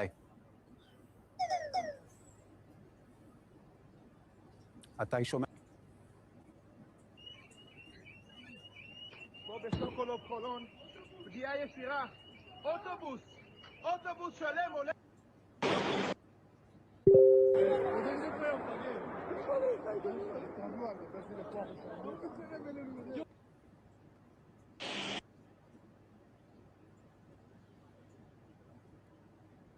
Wonder why they blurred his face out, but not the right, not his.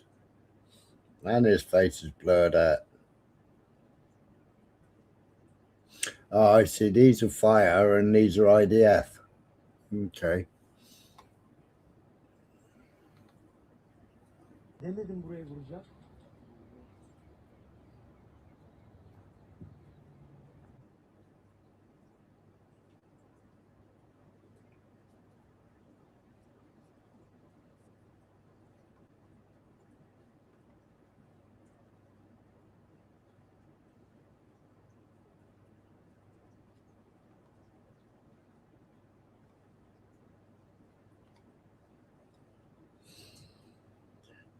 Who posted?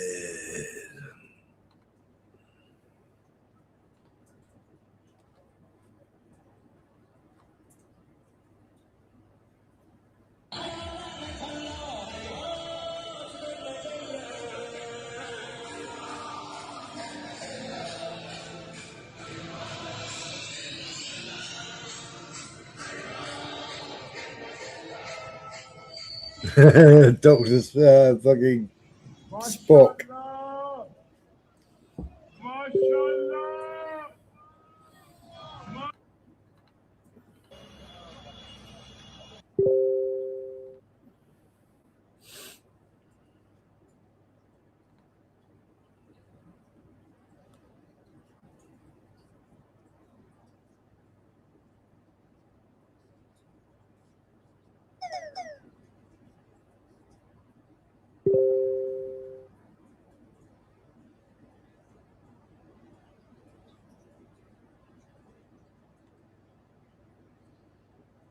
See, Trump's still saying it.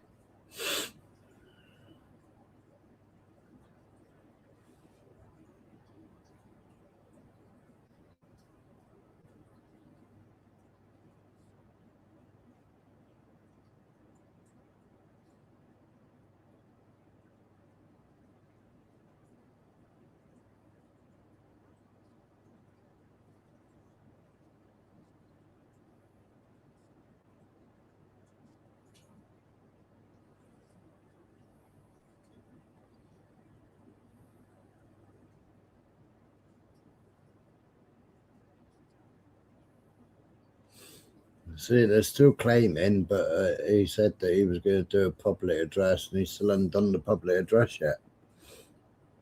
Hey, me.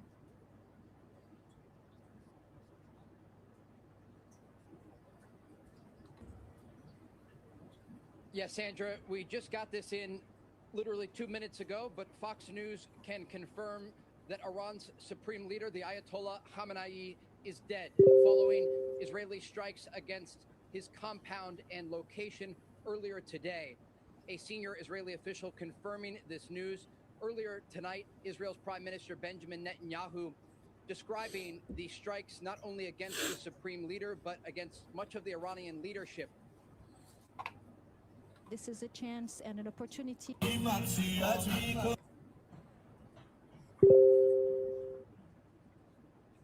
What's that building called? Is it called the Shard or something?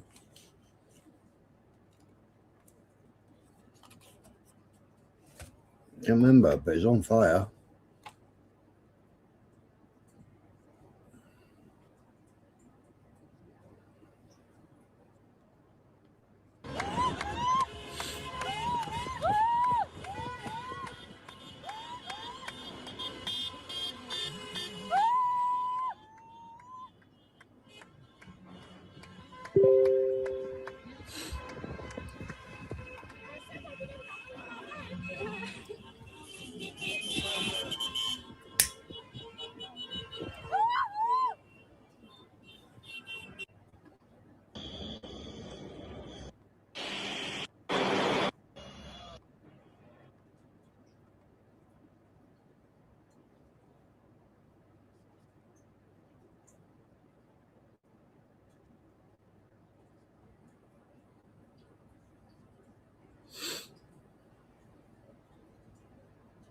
The IDF has released a list of Iranian figures assassinated.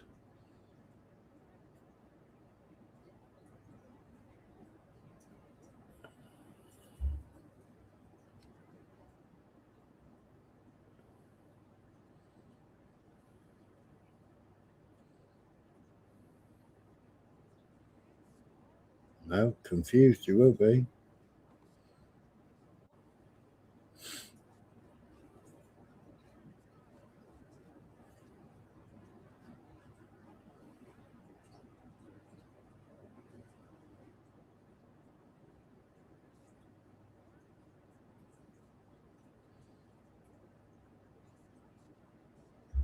Yeah, I mean, I'm confused.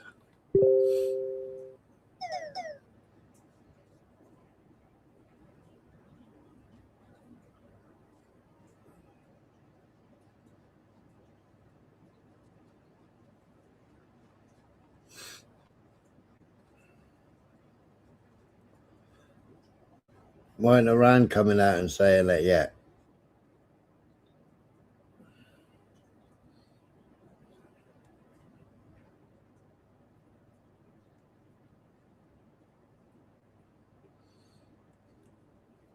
Around 200 fighter jets took part in the opening phase of Operation Lion's Roar.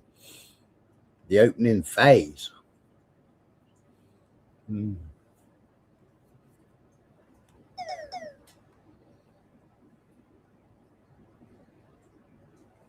what's this?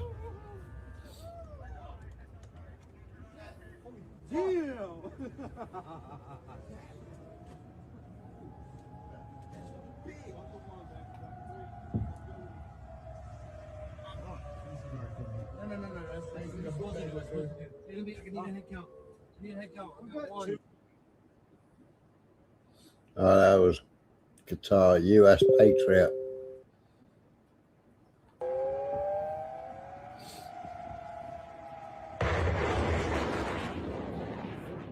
Oh, I've seen that, haven't we?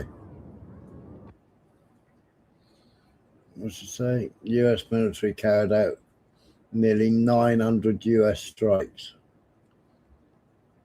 I'm going to look at that in a minute.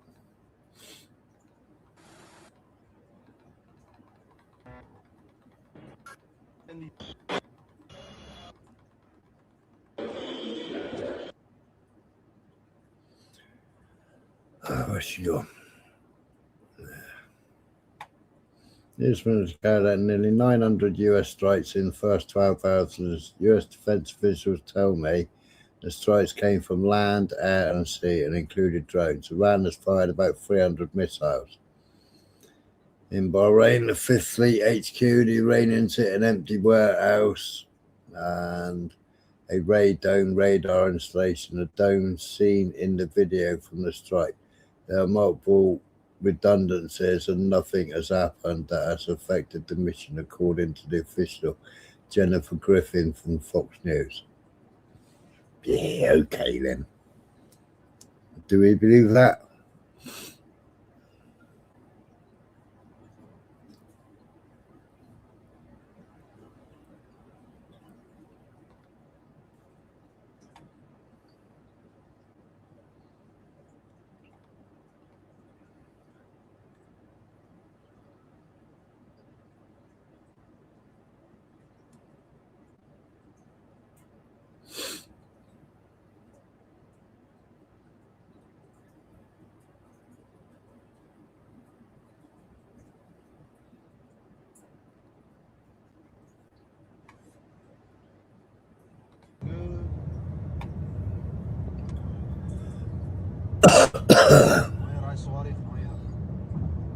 That's a mad amount of missiles, isn't it? I have a message for the American people. Last December, I encouraged you to give this new administration a chance. Time is up. Our government is compromised. Tyrants get promoted and patriots get punished. I am very concerned that we are on the brink of losing our constitutional republic to tyranny. We came extremely close during COVID, and it seems to me like everyone has already forgotten that it even happened. There has been no rectification and absolutely no accountability. The only way that I see we the people taking back our country is a ground-up revolution. We must abandon the America First movement as well as both political parties. I am calling for the God First, Liberty Second movement to be born in the United States of America.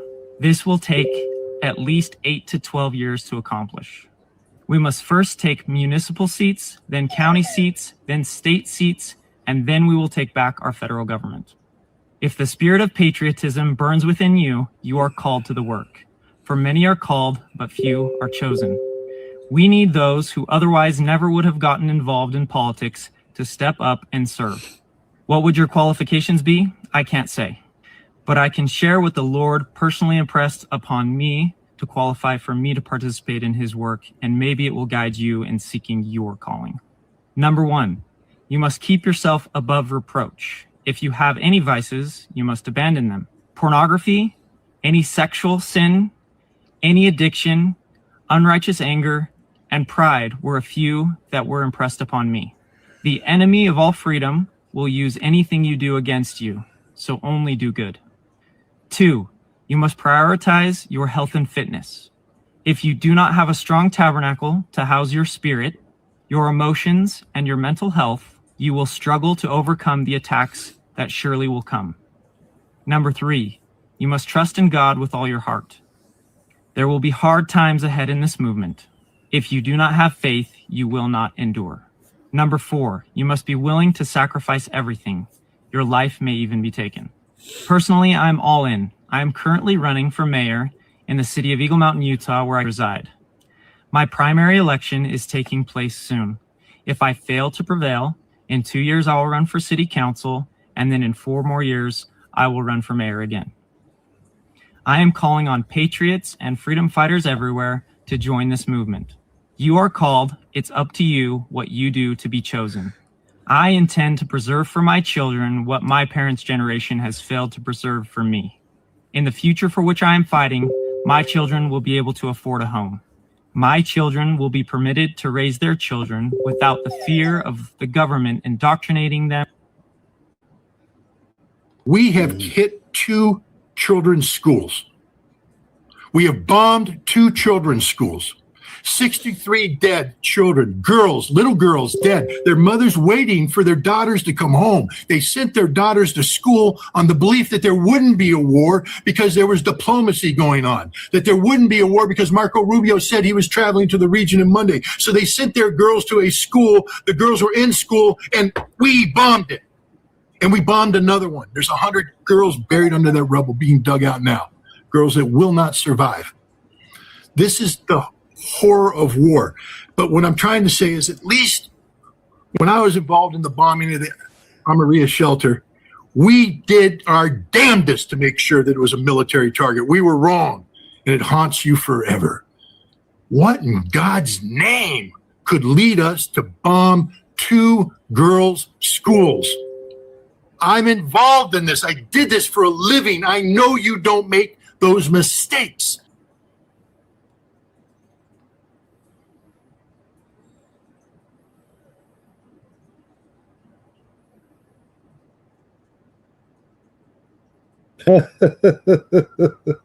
He would say that, wouldn't he, Tyke? According to the propaganda of the West and the United States congressmen all over my Twitter feed, Iran is the cause of all of the problems in the United States of America. So they are advocating for a war in Iran. They are advocating for Donald Trump to actually send United States troops over and to aid Israel. So I'm just curious, is Iran the reason why we have 6 families who own everything in the United States? Is Iran the reason why corporations are pillaging Americans? Is Iran the reason why we have fentanyl all over the streets? Is Iran the reason why we can't afford homes? Is Iran the reason why we're going bankrupt to get a hip replacement? If you knocked on somebody's door who was 2 months away from being evicted because they can't afford rent, and you ask them, sir, what happened? Why are you struggling? Do you think Iran is going to be brought up into that conversation? Oh, no. Okay. So why is it that everywhere on my Twitter feed and anytime I turn on the news, we are advocating for a war in Iran? Why is it that everywhere I look, where there's carnage and death, destruction and war, why is the United States military either there or funding it? Why can it always somehow be traced back to the US? Considering America is in irreversible decline, why is it that we are going around and either funding wars and or being complicit in a genocide when our country keeps getting worse? We can't even get paved roads. We can't even afford gas. But yet we're going around and we're funding war and we're complicit in a genocide. And you turn on Twitter and it's pray for Israel. I stand with Israel. We need to help them. Really? What about us? What about the people who elected you? But here's the thing, guys. It's all fake. Do you really think a billionaire works for the mailman? Is that really how you think it works? Or do you think that maybe the entire system is rigged and they use your tax dollars to fund the genocide and the war campaigns and the regime changes? Do you think that might be more plausible? Or do you really believe that we have a say in anything with the billionaires of the world? To my US congressman, is Iran the reason why our country is in an irreversible decline? If yes, please provide me evidence. Thanks. See, the kids are waking up, aren't they? We all say the kids are woke and they're not awake, but you can see the kids are waking up. For joining us here on BBC News. Thank you. Thank you for having me. Can we first begin with the latest on the impact of... Hang on, he was in the photograph that they said that they killed, wasn't he? He was one in the photograph that they said they killed. The strikes on the senior political and military leadership in Iran. There are reports that a number of senior leaders, including the supreme leader, Ayatollah Ali Khamenei, were targeted in Israel's strikes. Can you confirm for us whether the top leadership is still alive, or where are they? I'm not in a situation to confirm anything. The point is that our people are, the whole system, the whole nation is focused on defending our national integrity, on our sovereignty and territorial integrity. So what we are doing right now is to defend with all force against this unprovoked act of aggression by Israel and by Americans. Did she ask him? were targeted in Israel's strikes. Can you confirm for us whether the top leadership is still alive, or where are they? I'm not in a situation to confirm anything. The point is that our people are, the whole system, the whole nation is focused on defending our national. Even if the United States government would say, okay, hey, you're becoming too fanatic, the government, too religious, we'll give you $1 billion extra every year to the aid, don't touch the churches. We're not allowed to listen to them. God comes before Obama and his friends. You understand? I'm telling you what the laws are. If we are strong enough to do it one day, I doubt it. All place in the world that we will occupy in a war, milchemet mitzvah. We go to a war, we occupy. Let's say we occupy Lebanon. And over there, there's idol worshipping places. We have the same obligation to destroy it. Why? Because now we live there. We occupy the place. We occupy the place. The Torah say, "Uvi'ar ta'ara mikirbecha." Don't leave anything, any idols among you.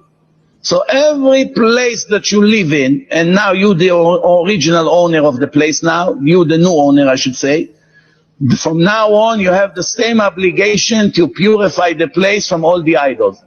Because it's against the Torah. Remember, it's not what's good for me or not. Destroy all the churches, eh? Even if the United States government destroy churches. Government would say, okay, hey, you're becoming too fanatic, the government, too religious. We'll give you $1 billion extra every year to the aid, don't touch the churches. We're not allowed to listen to them. God comes before Obama and his friends. You understand? I'm telling you what the laws are. If we are strong enough to do it one day, I doubt it. All place in the world that we will occupy in a war, milchemet mitzvah. We go to a war, we occupy. Let's say we occupy Lebanon. And over there, there's idol worshipping places. We have the same obligation to destroy it. Why? Because now we live there. We occupy the place. We occupy the place. The Torah say, "Uvi'ar ta'ara mikirbecha." Don't leave anything, any idols among you. So every place that you live in, and now you the original owner of the place now, you the new owner, I should say, from now on you have the same obligation to purify the place from all the idols. Because it's against the Torah. Remember, it's not what's good for me or not.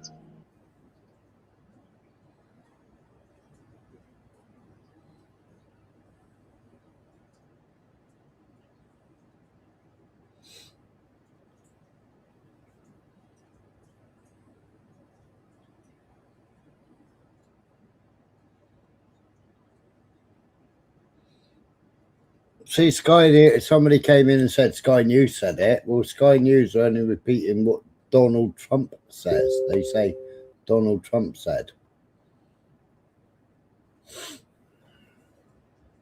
Even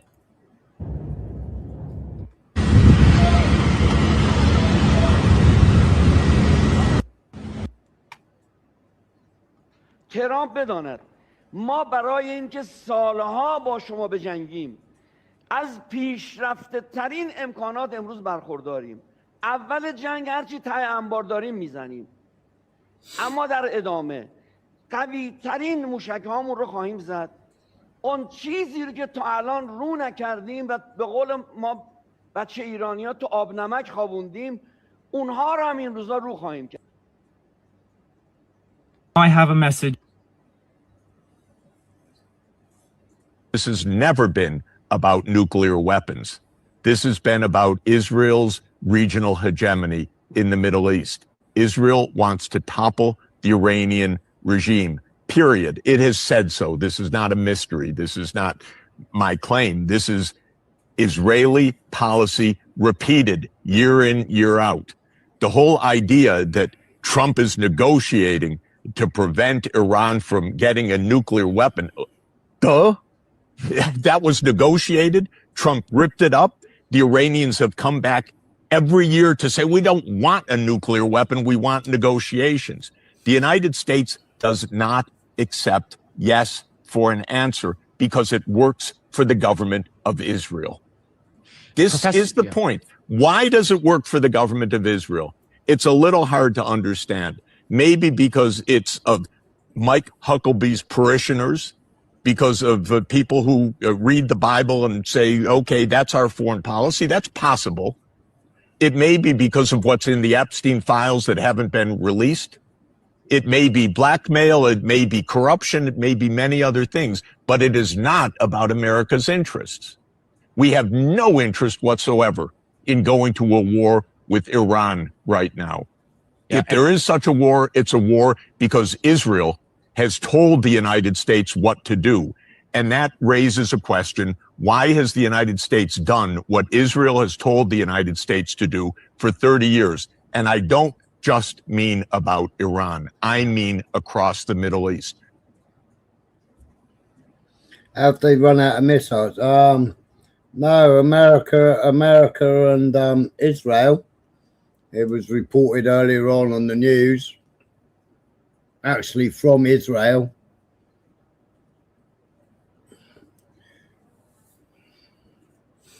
But Israel's struggling with missiles. Iran does not target military targets. They target innocent civilians, homes, schools, and neighborhoods. Take Operation Rising Lion as an example. 32 people were killed, 546 were injured, and nearly 12,000 were displaced. Over 2,000 rockets and missiles, including ballistic, cruise, and ground-to-ground missiles, plus more than 1,000 drones, were launched with one purpose: to harm civilians. The IDF operates differently. Every strike is precise. Absolute propaganda.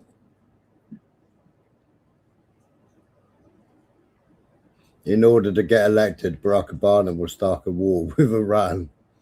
Don't let Obama play the Iran card in order to start a war. I always said Barack will attack Iran. In order to get elected, we'll start a war with Iran. Remember what I previously said, Obama someday will attack Iran. Remember, I predicted a long time ago, President Obama will attack Iran. What do you say about that then, Mr. Trumpton? Iran has not attacked the United States. Iran doesn't have the capability of attacking the United States. Iran was making seemingly every effort to try and make peace with the United States.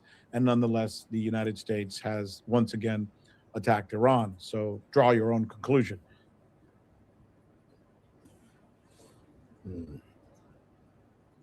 What about Epstein? Huh? Don't know. Big stuff coming in a few more hours.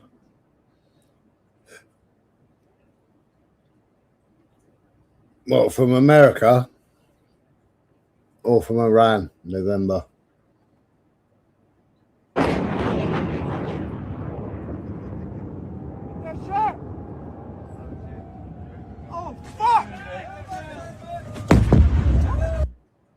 See, FAD system didn't work, Urban, and nor did Patriot.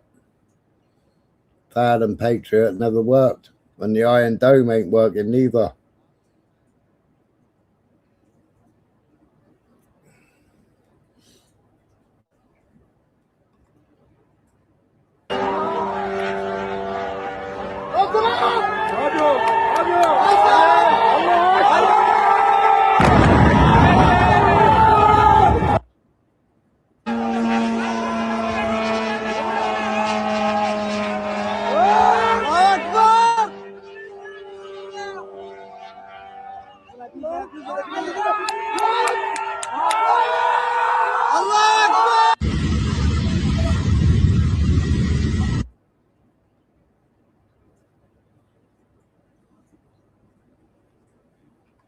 Is a woman who was on Epstein Island, and she explains what Bill Gates did there. I want you to listen to this. Bill Gates, the billionaire philanthropist, loved by the media, hailed as a savior.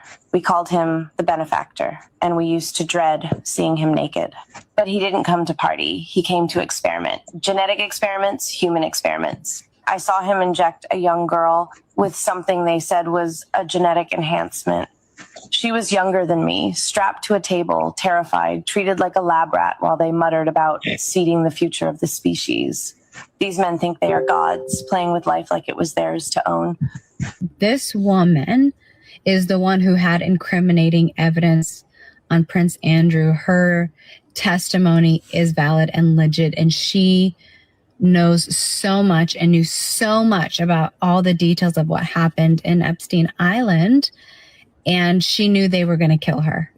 And she even said it, she had it all set up that like if she had like a life alert that if she didn't check in or she missed it twice, it was like going to release all this information out that she had, because she knew that that was what they were trying to accomplish. And so to know this about him, I just pray that justice is done. I want to see justice done. There are some truly evil people, and he's definitely one of them.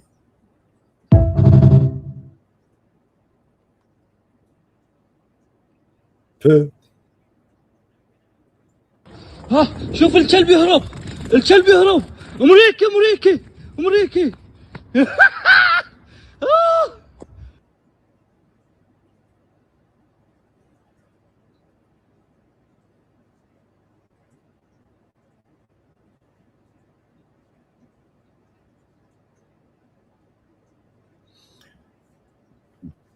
So you say they've been flying missiles and drones into hotels all day.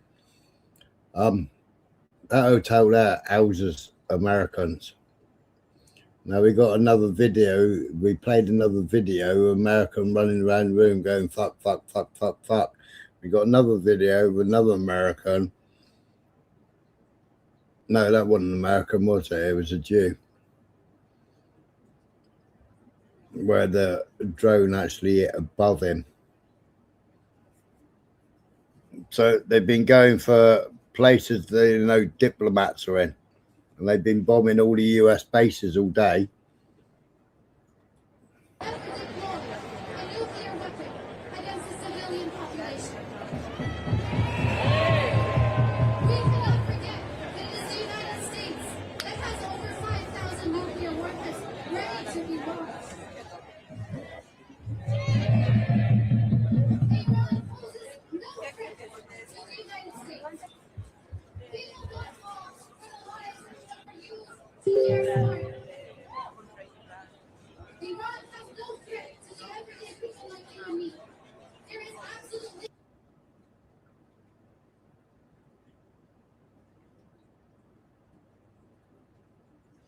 Yeah, we've been saying that for a long time, Aaron.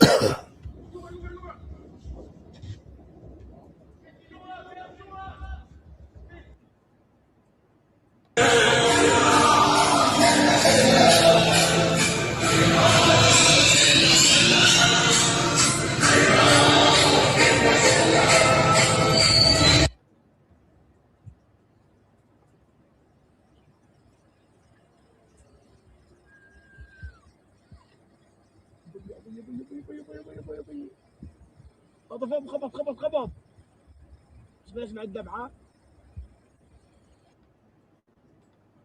And the Israelis, I think that's what the calculation now is. Regime preservation. Could you get a more pragmatic figure presiding over this regime? Sure. Aaron, I just want to break in for a moment, because we're looking at live pictures in the air over Tel Aviv, and obviously, as many people know or maybe don't know, there is an Iron Dome that Israel uses as its missile defense system, and we're seeing it working now. But in some places and instances, it does not work. And I believe this is one missile feasibly that has broken through the Iron Dome. They've all broken through the Iron Dome. They've all broken through THAAD, and they've all broken through Patriot.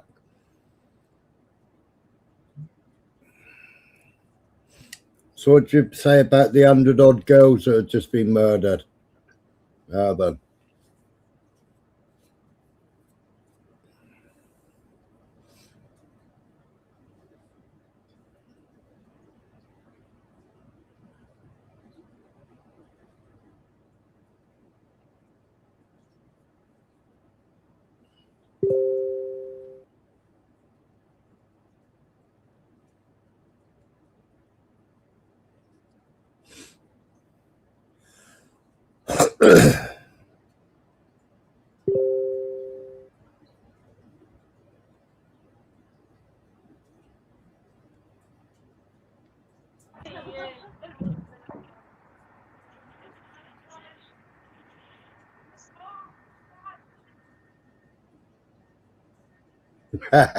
Sorry.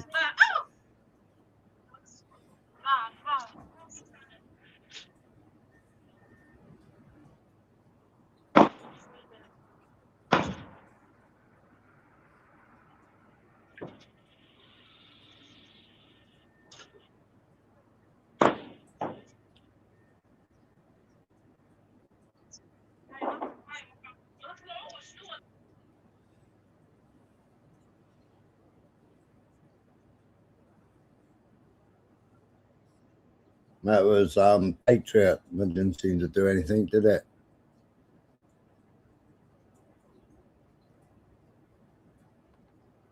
And the Israelis. I think that's what the calculation now is.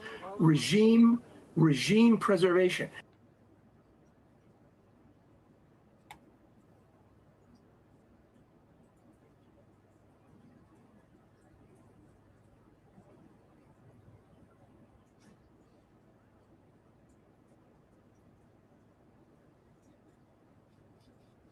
Oh, don't die on me now, mouse.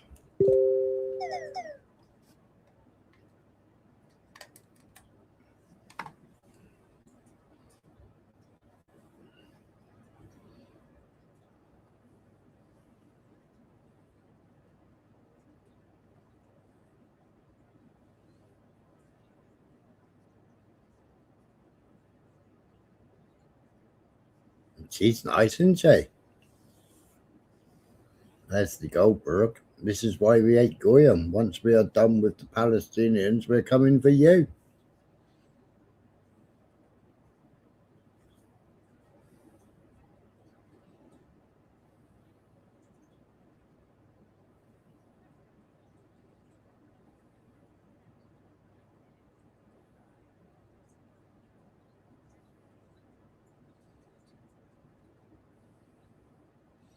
Oh my God, the state of that.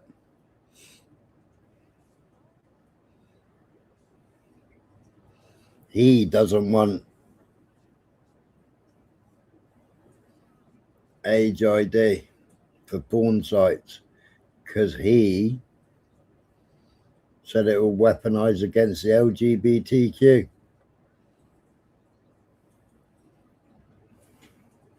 And look at them in the parliament. In the parliament,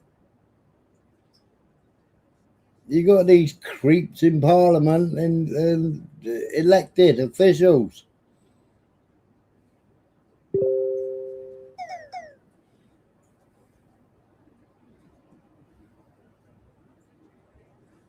How can something like this happen? What branch of government do you operate under? Mecklenburg County. What branch of government do you operate under, Sheriff? Constitution of the United States. Bro, it's bad. It's really bad. Correct. That is what establishes the branches of government. I'm asking which branch you fall under. Mecklenburg County. I'm a duly sworn Mecklenburg County Sheriff. This NPC doesn't have that dialogue option you're asking. To the people of Mecklenburg County. This was not where I was anticipating getting stuck.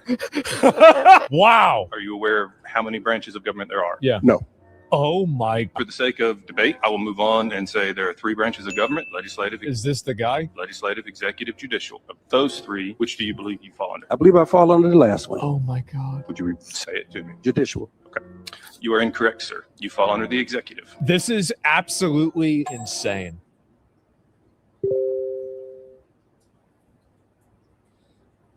Yes, so they are the guardians of pedophiles.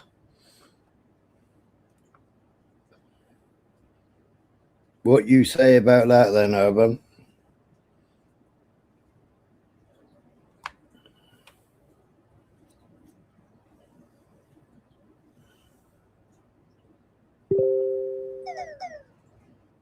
A satanic power had taken over our whole country, which had been able to occupy key positions in our intellectual and spiritual life and in our political and economic life.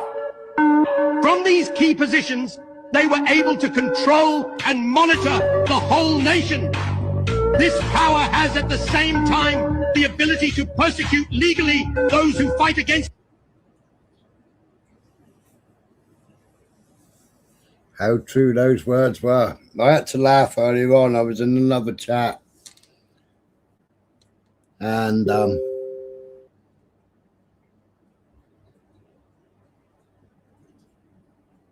they said if Hitler won the war, we'd be goose stepping. No, if Hitler won the war, it'd be completely different now, wouldn't it?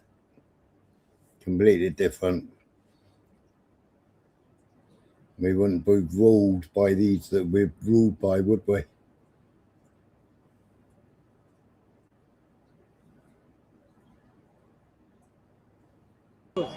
Saturday night around 11 p.m. We're here on scene in the central district of Israel.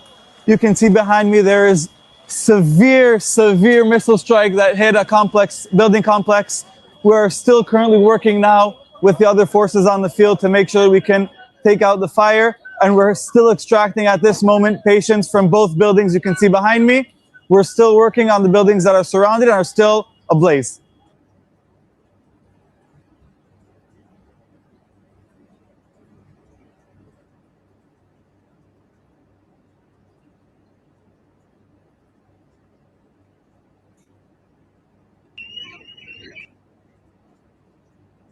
Our president will start a war with Iran because he has absolutely no ability to negotiate. He's weak and he's ineffective. That was Trump talking about Obama. Hey, Beth, are the Jesuits controlling the Jews? Have you not seen the Jews speaking?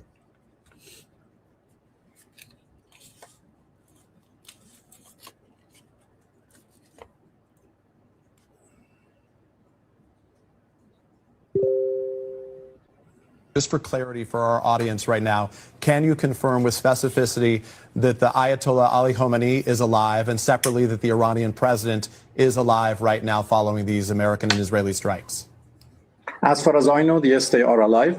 And the head of judiciary as well, the head of the Speaker of Parliament as well, all high-ranking officials are alive.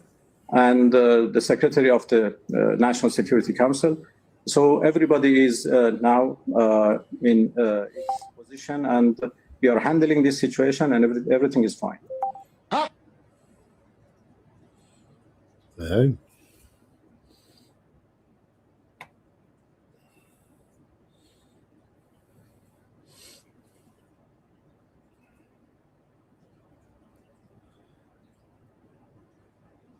Commenced the attack upon Iran during Purim, the Jewish holiday that celebrates a massacre of 75,000 Persians. Begin the attack on the 11th day of the 9th month of the Islamic calendar. But, sir, will this not cause people to reconsider who was responsible for 9/11? Just do it and make sure Purim coincides with the blood moon that peaks at 3:33 a.m. on the 3rd of the 3rd.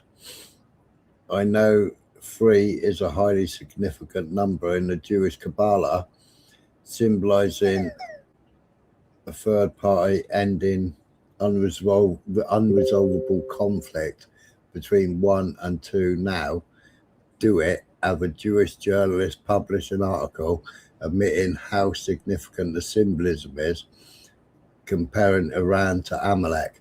It is also not a coincidence that Israel's attack upon Iran coincide with the alignment of 6 planets.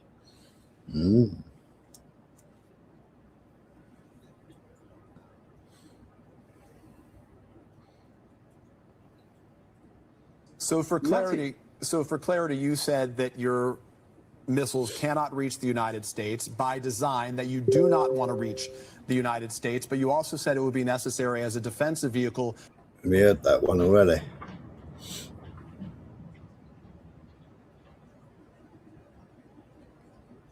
This is never. But bear in mind, I don't even think this should be called the Iran War, which is what they're trying to call it. It should be called the Epstein War, because all of this is furthering to try to hide what the cabal, basically the elite predator class cabal, is doing. And there's about 9,500 of them worldwide that are actually running the globe, or trying to. And you know, Russia has done a good job of trying to protect its own citizens, and I hope it can continue to do so. As far as Iran goes, their reaction by responding with strikes back to some of the Gulf states is because those Gulf states betrayed them, and U.S. military posts are there. So they're trying to, you know, protect themselves. And you know how Israel likes to say Israel has a right to defend itself? Well, Iran has the rights to defend itself. Well said, that woman.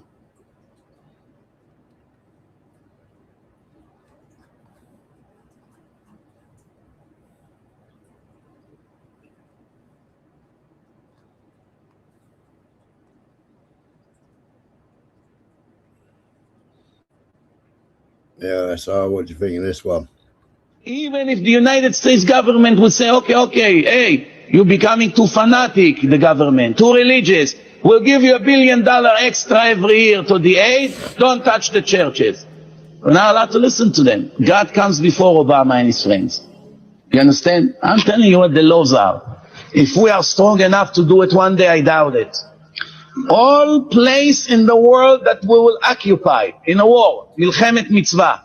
We go to a war, we occupy. Let's say we occupy Lebanon.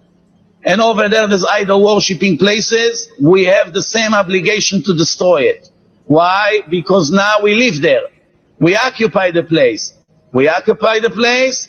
The Torah say, "Uviar ta'ara mikirbecha." Don't leave anything, any idols among you.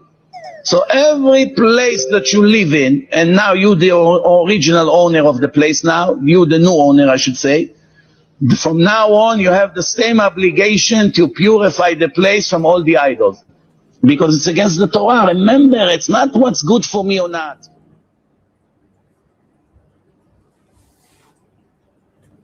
Get rid of all the churches. Stop the worship for the Christians.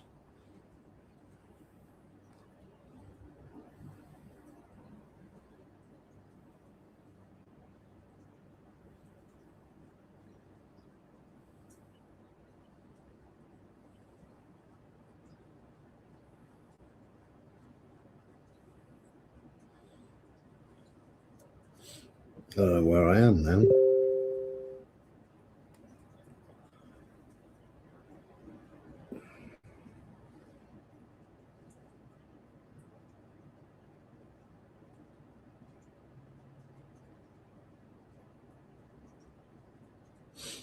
President Trump, we feel that this story is true. The elimination of Khomeini. Most of the senior officials of the Islamic Republic no longer exist. Those who made all the decisions, most of them no longer exist.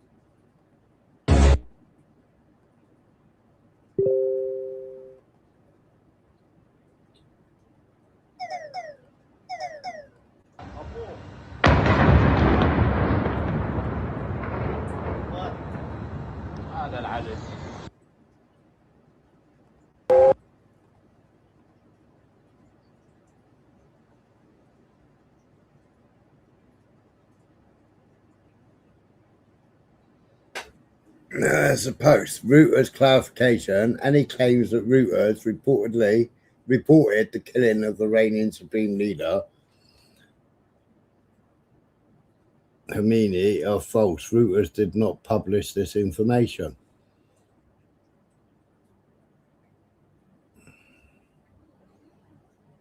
Well, BBC, Sky News, several others have all said that it was Reuters. Sky News then came out and said it was Trump. I don't know. I wish Iran would speak up.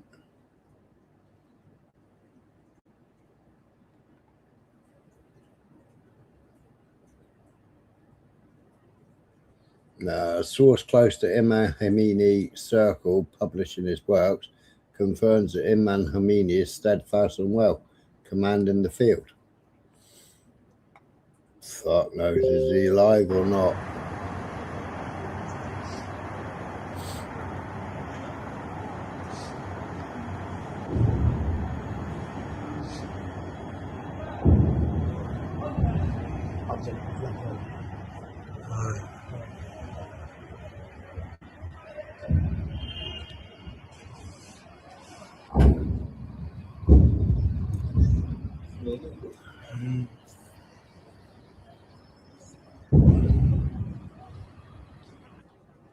I mean, Tusi came out a couple of weeks ago, didn't he? Khomeini and all this lot have all fled the country. Well, the only one that fled the country was Netanyahu. He went to Florida and he was staying with his son. Netanyahu's wife had already disappeared.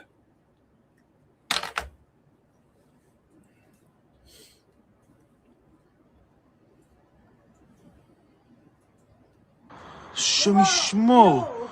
אוי ואבוי, תראי, זה נפילה זה נפילה. זה נפילה בשידור חי. אני לא צוחק. And the Israelis,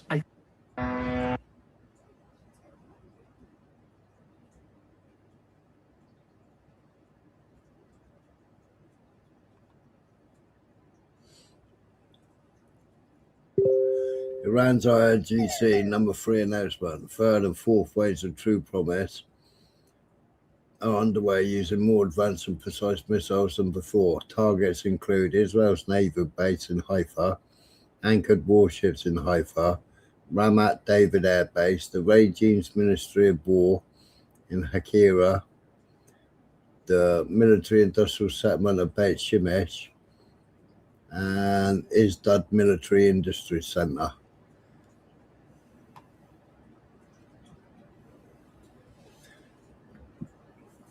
Well, they say he's the first Jewish president.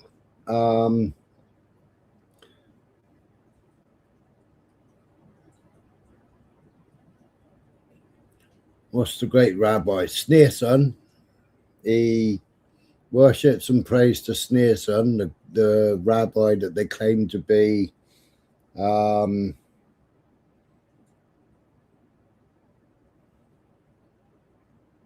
the savior. He was supposed to be the savior or something.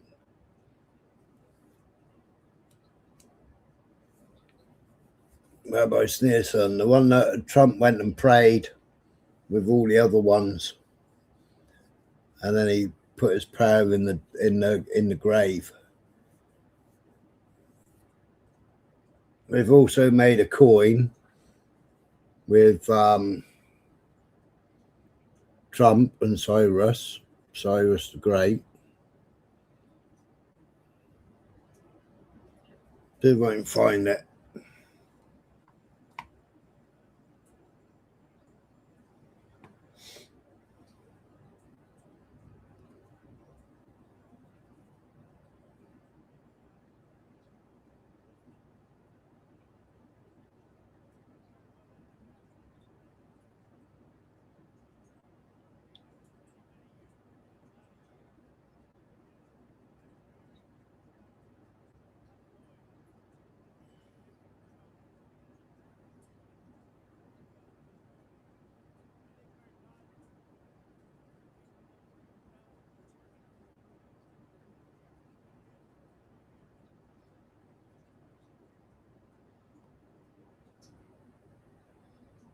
war, they would control the entire world. A billion Christians and Rothschilds were trying to start a world war because the Zionist International Congress at Basel, Switzerland, has called for 3 world wars. At the end of the Third World War, they would control the entire world. A billion Christians are fighting a war to the death against a billion Muslims.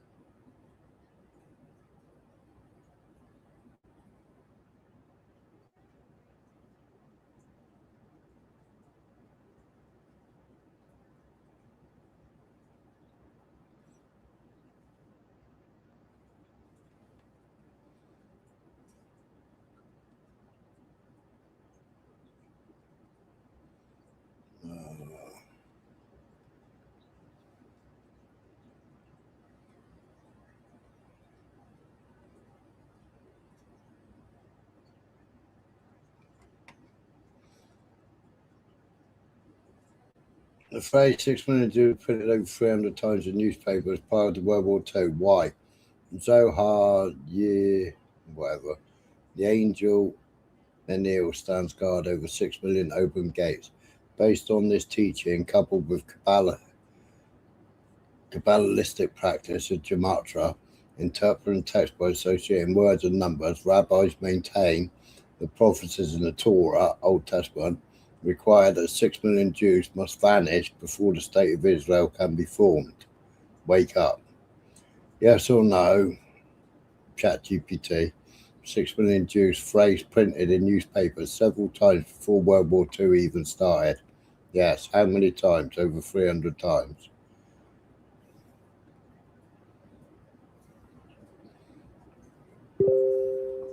That's in the Zohar.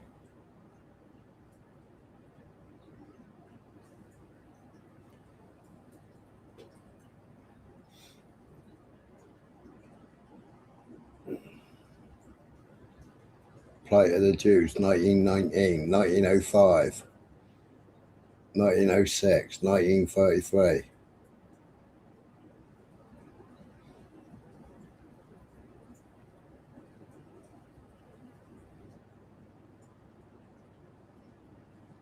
Biblical admonitions, the mystical figure of 6 million, and the all-important year 1948.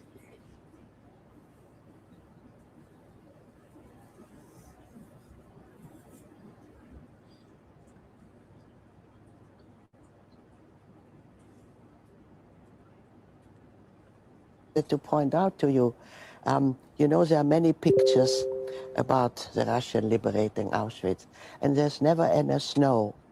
And the snow was honestly that high.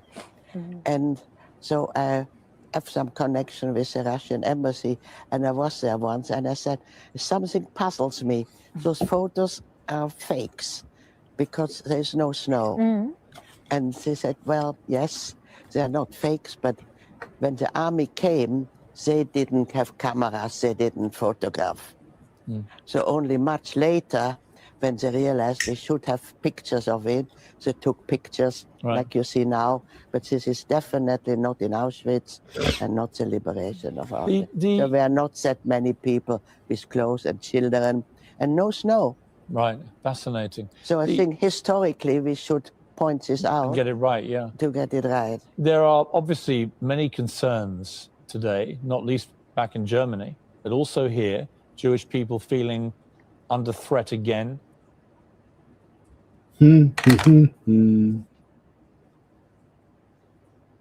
Somehow the rumor started that they were going to gas us. I have to tell you that this is really true. This is what happened. And what happened eventually is that they rained from the shower heads. They rained soap and water on us. And the reason for that was that we had to be deloused. We were so full of lice through that when our hair was cut. And they rained soap and water on us. And I do not remember if there were any towels, but we came out, and this happened prior. You see, we had to be clean to be to be naturalized. Yes. So this happened prior to that. Otherwise. That's right. Germans had to be clean in That's those right. days, so. And I remember how embarrassed these people were to sit there stark naked. So when I hear about the shower heads and the Holocaust and all of that, I know exactly what it was. That was soap and water raining down on us to delouse us. That's what it was. And where the story came from, that those were dangerous shower heads, I don't know. That must have come out of the Russian propaganda in those years, because I remember it very clearly that there was a rumor, you know, in other words, we were going to be done in. These simple people were afraid of this procedure? We were afraid of this procedure, yeah. And if I can tell you, you can cut it out if So it doesn't belong. it's like Steven Spielberg, that everybody in Schindler's List is waiting for the gas to come in. And all it lo is and behold, all it was soap and water came raining down on us in this great big, we called it banya, which is a Russian word for a washroom. Bathroom, yeah, but it was a big one, a communal bathroom. It was huge, I would say. It was, the way I remember it, of course, I was little, but the way I remember it, I would say it was at least 30 by 30. It must have been built for that purpose, to wash us down like dogs. But most people, of course, don't know is that the Germans had drawn a line from the Baltic, or actually from the North Cape virtually all the way down to the Bosporus. And anybody that came across that line, whether he was German or Mennonite, Jews for that matter, anybody in Europe could not go across that line without being deloused, because they wanted to keep lice out of Europe, because lice were so dangerous to public health. That's right. So that was don't feel badly, you know, you were not picked on because we were Mennonites or Lutherans. Or the same for the cutting of hair. I mean, we were all shorn bald in order to stop the lice, the louse problem that we had. Everybody had lice in the war. You know, I mean, this was just common knowledge that everybody had lice. And then, of course, we had to be deloused and put into Germany. So Jews cannot claim unique victim status? No, they cannot. And when I hear the stories about them losing their hair, big deal. None of us had hair. Yeah.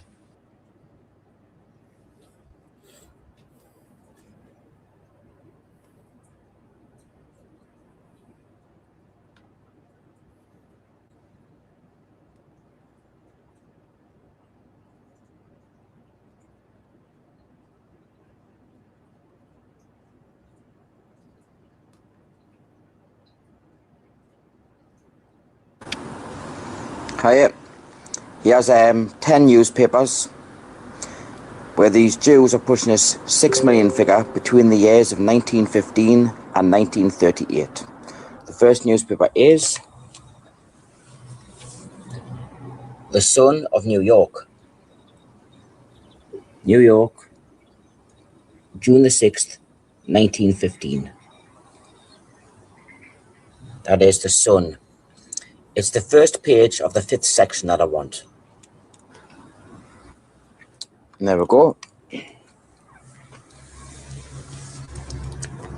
The Sun, it's a bit ripped along there, it's all come off a bit. The 5th section is the front page. And the article is called Horrors Worse than Kishinev, Charged Against Russia Today. And there's a big article. Takes up most of the page.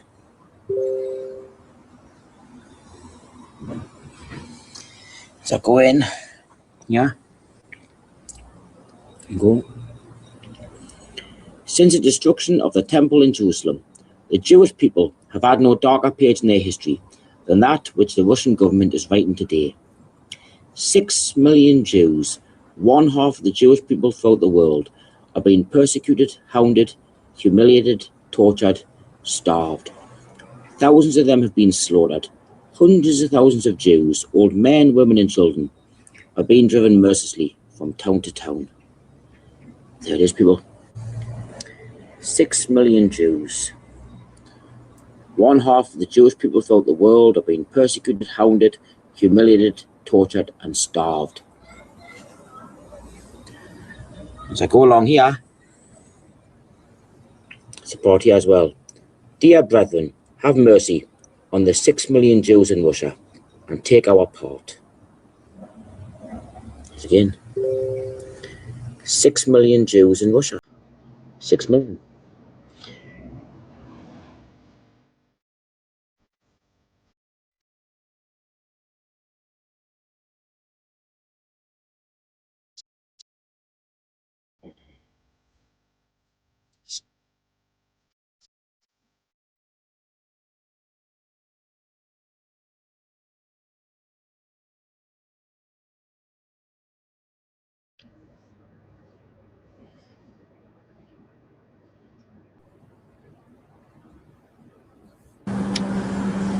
This is the next newspaper. This is New York Times again. It's from 1918. There it is, the New York Times. October the 18th, 1918.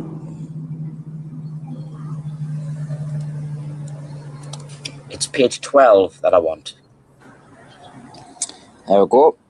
Page 12.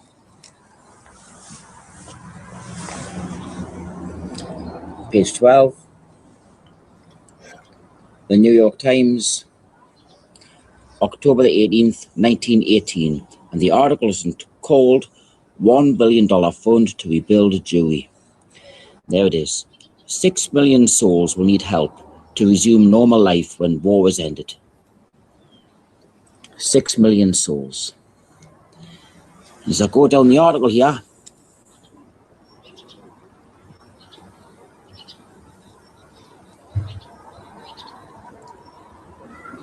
there's again, 6 million Jews need help. 6 million. 6 million Jews need help.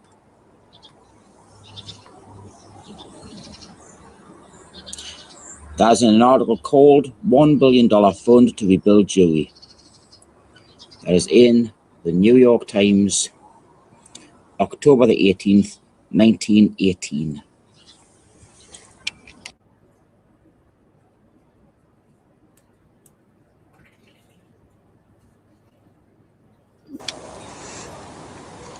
Here's the next newspaper.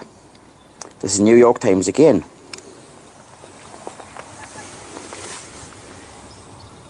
The New York Times, September the 8th, 1919. It's page 6 that I want. There we go. Page 6. Page 6.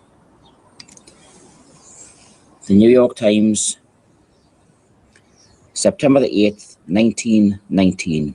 And the article is called Ukrainian Jews Aim to Stop Pogroms. Mass meeting hears that 127,000 Jews have been killed and 6 million are in peril. 6 million. As I go down the article,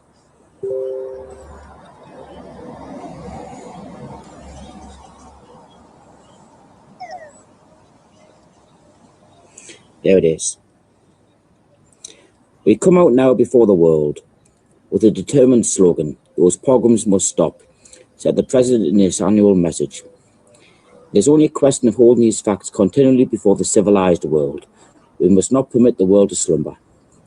This fact that the population of 6 million souls in Ukraine and in Poland have received notice through action and by word that they are going to be completely exterminated. You literally cannot make this up. 6 million souls completely exterminated. 6 million. That is an article called Ukrainian Jews Aim to Stop Pogroms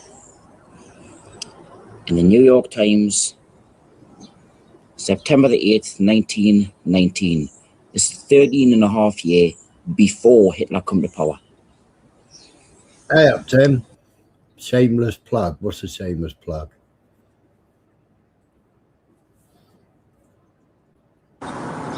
This is the next newspaper. This is the New York Times again.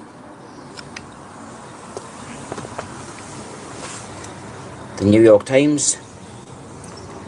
The date, November the 12th, 1919.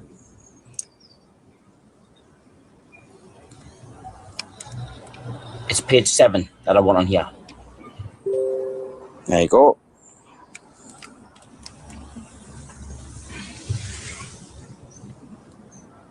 Page 7 in the New York Times, November the 12th, 1919. The article is called Tells Sad Plight of Jews. Felix M. Warburg says they were the worst sufferers in the war. There it is here. The successive blows of contending armies have all but broken the back of European Jewry, he said, and have reduced to tragically unbelievable poverty, starvation, and disease about 6 million souls, or half the Jewish population of the earth. 6 million. 6 million souls, or half the Jewish population of the earth. I'll go further down the article so you can read the rest of it.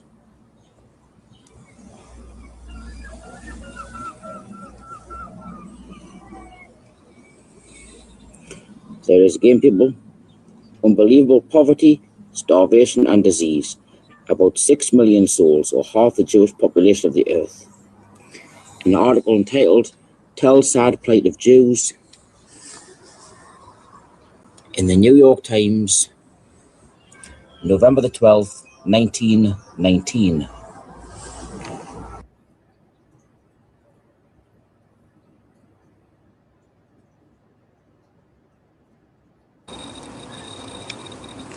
This is the next newspaper. It's the Atlanta Constitution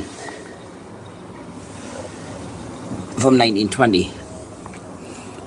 February 23rd, 1920. The article's on the front page here.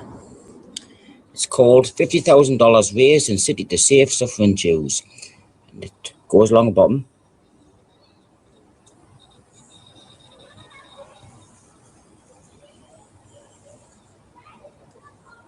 Continued on page 3, column 4. So I'll go to page 3. There we go.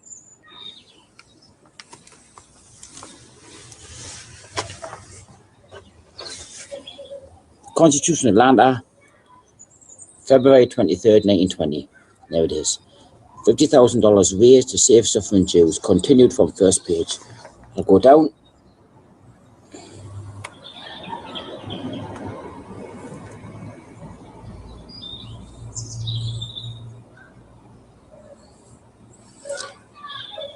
He called upon the Atlanta Jews to arise to the occasion and to contribute to the emergency fund in order that the lives of 6 millions of Jewish people may be saved. 6 millions of Jewish people may be saved. I'll go further down. Yeah, it was too. Rabbi Mark speaks. Rabbi Marks made an eloquent plea for generous responses to the call of the representatives of the Jewish Relief Fund. He drew a graphic picture of the starvation and suffering of the 6 million Jews who live in Eastern Europe and Palestine. 6 million Jews. Thousands upon thousands of our people have died of starvation and pestilence, and thousands more will die, he said. There it is, people. 6 million Jews. In an article entitled $50,000 Raised to Save Suffering Jews in the Constitution of Atlanta, February 23rd, 1920. There was Pope Francis Bergoglio, elected March 13th. This is the next newspaper. This is the New York Times. This is from 1920. There we go. The New York Times. The date, Friday, May the 7th, 1920. It's page 11 that I want. There we go. Page 11.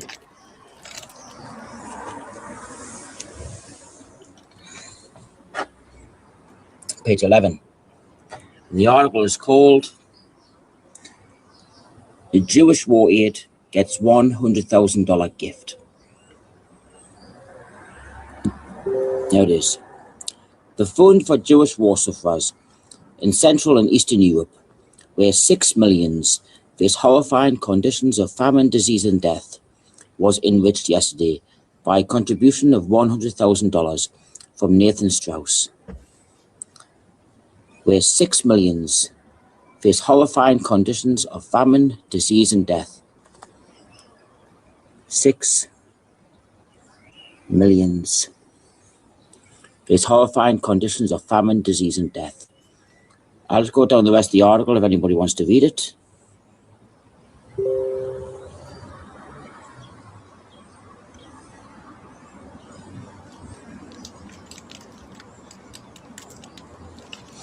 There's an article called Jewish War Aid Gets $100,000 Gift in the New York Times, Friday, May the 7th, 1920.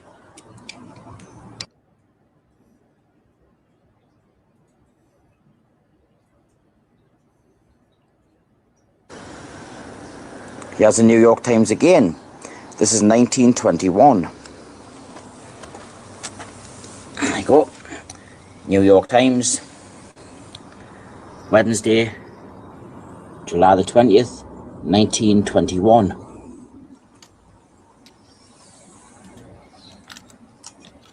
It's page 2 that I want. There we go. Page 2.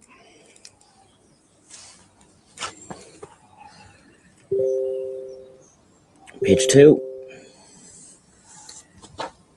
New York Times, July 20th, 1921.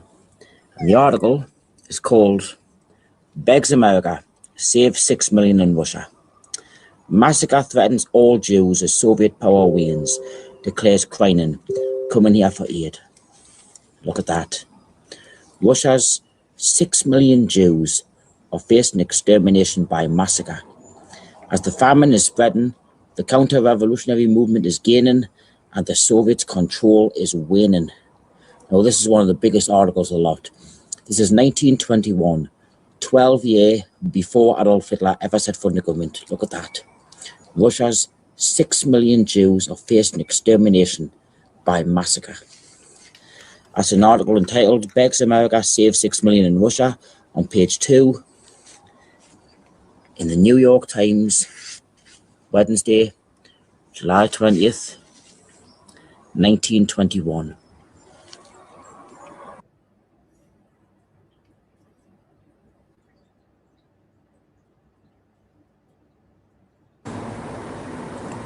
This is the Gazette of Montreal. This is 1931. The Gazette, Montreal, Tuesday, December the 29th, 1931. This is over a year before Hitler come to power. The Gazette, it's page 6 that I want. There we go.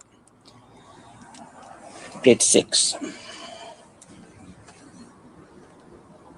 Page 6. The Gazette, Montreal, December the 29th, 1931.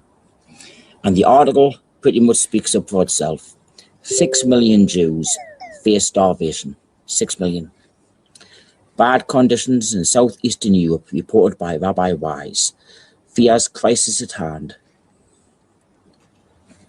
6 million Jews in Eastern Europe face starvation, and even worse during the coming winter. 6 million Jews. I'll give you a look at the rest of the article.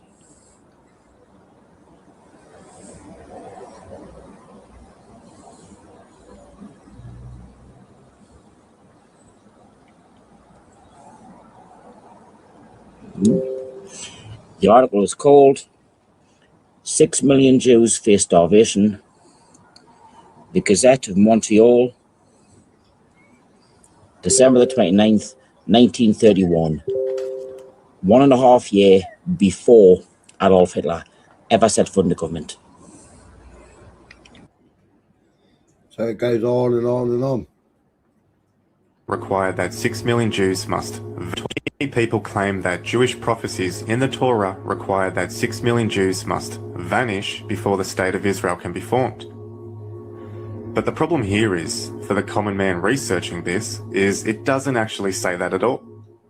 When examining the different translations and versions, it is really up to interpretation. However, there are a few passages in the Torah which lead many rabbinical scholars, Jews, and even Christians to believe that the passage like Leviticus 25:10 are pointing to the relevance of 6 million Jews within Jewish mysticism. Leviticus 25:10 reads as follows: "And ye shall hallow the earth 15th year, and proclaim liberty throughout the land unto all inhabitants thereof." From an exoteric viewpoint, there isn't anything in this passage. However, from the eyes of the rabbinical Jews who hide secrets behind words, numbers, and symbols, it means a great deal more. In the Hebrew text of the Torah prophecies, one can read, "You shall return." In the text of the letter V, or vowel, is absent, as Hebrew does not have any numbers. The letter V stands for the number 6. This also becomes clear because the passage, "Ye shall return," is consistently and purposely misspelt in the Hebrew characters. So it should spell tashvu and not val. So it literally comes back to this number 6. Also, Ben Weitraub, a religious scientist, learned from rabbis that the meaning of this missing letter means the number is 6 million. The prophecy then reads, "You will return, but with 6 million less."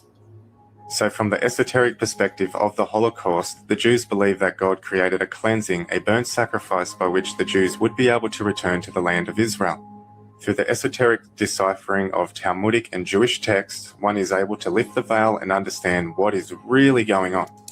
You see, whether 6 million died in the actual Holocaust or not is beside the point for these esoteric rabbis, as its meaning is literally far more greater and more complicated than anything the Gentile stock non-Jew would be able to understand, as exoterically the number 6 million isn't actually present in the English version of the Torah. As a matter of fact, Robert B. Goldman writes, "Without the Holocaust, there would be no Jewish state. A simple consequence, given 6 million Jews gassed at Auschwitz who ended up in the burning ovens," the Greek word Holocaust also means burnt offerings. Therefore, the prophecy has now been fulfilled according to their beliefs, and Israel can become a legitimate state. In fact, just the questioning of this number or its historical fact-checking surrounding the Holocaust will land you a jail sentence in 12 countries throughout the world. The number sequencing and code ciphering of Jewish literature is not something that people have just made up in order to find things that aren't there. It is something that is very real, and it actually falls into something called Jewish gematria, which actually originated as an Assyrio-Babylonian Greek system for alphanumeric code cipher, later adopted into Jewish culture. And its purpose is to assign numeric value to a word, name, or phase in the belief that the words or phases with identical numeric values bear some relation to each other or bear some relation to the number itself, as it may apply to nature, a person's age, the calendar year, or so on. One of the best known examples of Hebrew gematria is the word chai, meaning alive, which is composed of 2 letters that add up to 18, 1 and 8. This has made 18 a lucky number amongst Jewish people, and it is for this reason that gifts of money, donations given in multitudes of 18 are very popular. And although the term Jewish gematria is Hebrew, it actually is derived from the Greek word gematria, meaning geometry. Is this starting to sound familiar now, folks, or do I have to give you a clue? I'll give you a clue. They hide meanings behind words and numbers, and one organization acting as a smokescreen for implementing Jewish power who uses this gematria are the Freemasons. Freemasonry is the clue here. You will see that they are embracing a form of Kabbalah, ancient traditions and teachings reserved for the few. These people are imbued with Kabbalistic knowledge from the Jews who had been released from Babylonian captivity many, many years ago. Much of this knowledge would then go on to form some of the structure of Freemasonry and even Catholicism. Many have suggested that the letter G in the Masonic square and compass symbol literally means geometry, and one of the things Freemasonry is known for is their extremely cryptic symbology and their Freemasonic double meaning.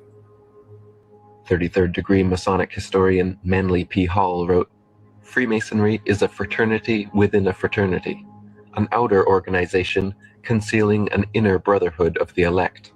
It is necessary to establish the existence of these 2 separate yet interdependent orders, the one visible and the other invisible.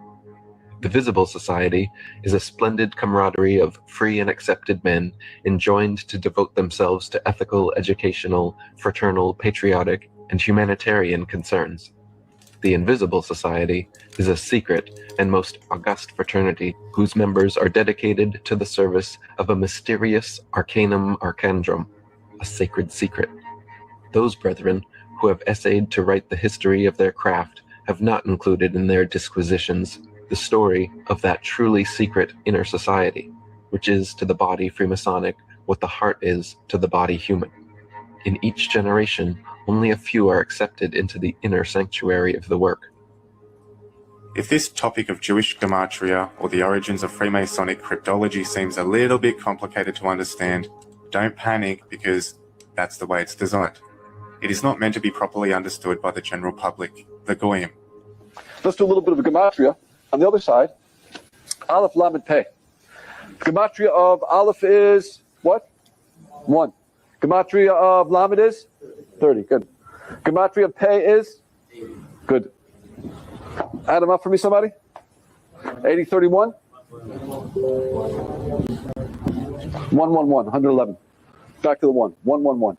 Aleph always brings you back to the point of God's oneness. Whenever an Aleph will occur, anywhere in Lashon HaKodesh, therefore it will always refer to Hashem. See how it works? Also contemplate a very beautiful gematria of these two archetypal, all-inclusive historical orders that the Arizal teaches us. That Adam is Adam, David, Mashiach, and Moses is Moses, Shet, Heber.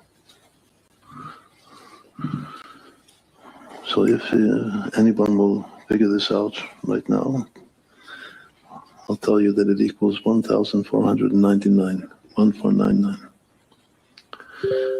And that number is the second phrase of the first verse of the Torah.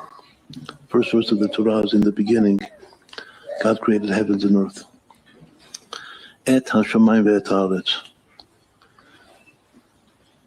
That phrase, the heavens and the earth, et hashamayim ve'et haaretz, equals exactly this number. What do we learn from this? The archetypal soul of Moses, being the reincarnation of Shet, the reincarnation of heaven, is the heavens.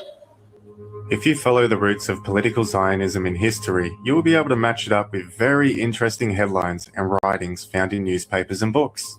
In fact, since the inception of political Zionism to the Nuremberg trials in the late 40s, you can find over 200 times a reference to 6 million Jews dying, at risk of dying, or completely being persecuted. The reason isn't so much to convince the Goyim, the non-Jew, that Hitler killed 6 million Jews. It is more to do with convincing themselves that God's prophecy had been fulfilled and they have divine justification for the extermination of the Palestinians. Because from the rabbinical perspective, it is the will of their God, and in their eyes, they are God's chosen people. And just a quick note on the Nuremberg trials, since we are on the topic of 6 million, it is really worth noting that the Nuremberg trials proved to be one of the greatest legal cover-ups in history. The whole trial itself was a farce in which Nazi group leaders literally had confessions beaten out of them prior to their execution. One of these confessions presented to the Nuremberg trials was a testimony provided by a man called William Hoetel, where he had claimed, not that he knew, but that someone told him 4 million Jews were murdered in the concentration camps and 2 million had met death in other ways. It was this unsupported, unproven claim that would then go on to give judicial authority to the notion of 6 million Jews meeting their deaths because of the Holocaust. So from the perspective of Jewish rabbinical mystics and philosophers, they would see the Nuremberg trials as acceptance for the interpretations of Leviticus and other quotes found in the Talmud. 6 million Jews being sacrificed is the cost for the land of Israel in the eyes of some of these people. Kaboom. That text there, I think, is in, what's the name of that Bible? Sorry, not the Bible, the one that you use to check the Bible.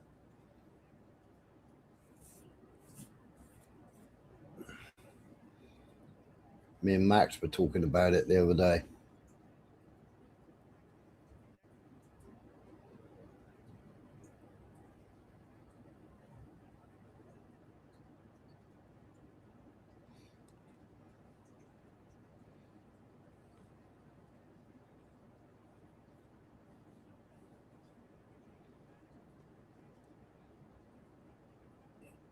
So this is the Red Cross. Dear Mr. McKay, in reply to your letter on November 17th, in which you asked us if a delegate of International Committee of the Red Cross had succeeded in visiting the camp at Auschwitz, we're able to supply you with the following. It is in fact that one of our delegates was able to enter this camp. We approached the commandants with a view of arranging possible relief consignments for the civilian prisoners there. According to his impression, the camp was a type of extensive concentration camp where detainees were compelled to do various kinds of work, including work outside the camp. Our delegate told us that he had not been able to discover any trace or installations for exterminating civilian prisoners. This fact corroborates a report which we had already received from other sources, i.e. that for several months past there had been no further exterminations at Auschwitz at all. Events, this is not a camp containing exclusively Jews. We are supplying you with this information personally and confidentially because we obviously do not wish to publish the fact that this visit was made. If it become known amongst the public, it might create the impression the International Committee as means at their disposal of intervening in behalf of detainees of this camp. Moreover, the detaining authorities might be tempted to assert that this visit by a delegate of the whatever. So it was dated 22nd of November 1944.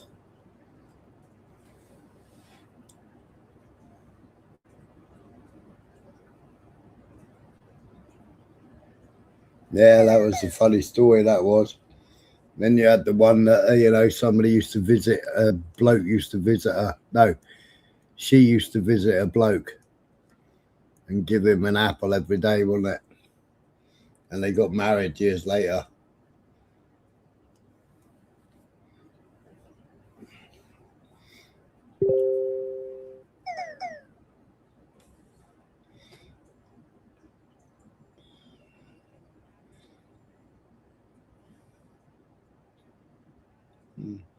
The Bolsheviks, which had an 84% Jewish leadership, not only mass murdered 30 to 60 million Christians prior to World War II, they also killed thousands of priests and burned down more than 40,000 Christian churches.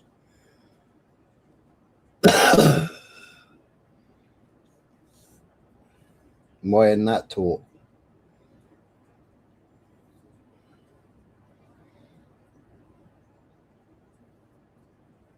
Rabbinic treachery.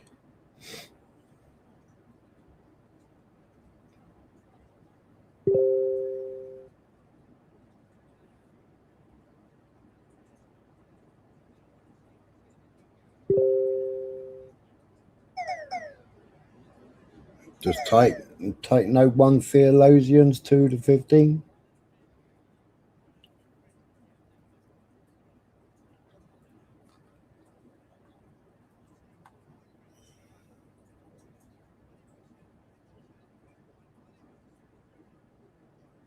Over the world. So your Well, that economic forum. Your Eminence, especially in Germany, you are facing a rise of anti-Semitism, but we are facing this all over the world. So I would like to hear what is your perspective on this. The 7th of October has created turbulence in the whole world, a tremendous rise of anti-Semitism, organized, state-sponsored, in many instances, in universities, on the streets, and a rise of 500%, maybe some instances to 1,000% of anti-Semitic acts. And there has also been a reaction of Europe. I think the rise of the extreme right in many European countries is a response to the insecurity felt by the old Europeans, so-called old Europeans, regarding the new immigrants who came from the Middle East. So I think that fighting Islamophobia and anti-Semitism is an interest of both religions and both communities. And when we do it together, it's going to be much more useful. We have created under also the Saudi umbrella more than 10 years ago, the Muslim Jewish Leadership Council, and which was successful. And we believe that we have to go this way if we want to make sure that every European can live in peace and walk in peace in the streets. Mm. Yeah, was it Trisha that they was it Trisha?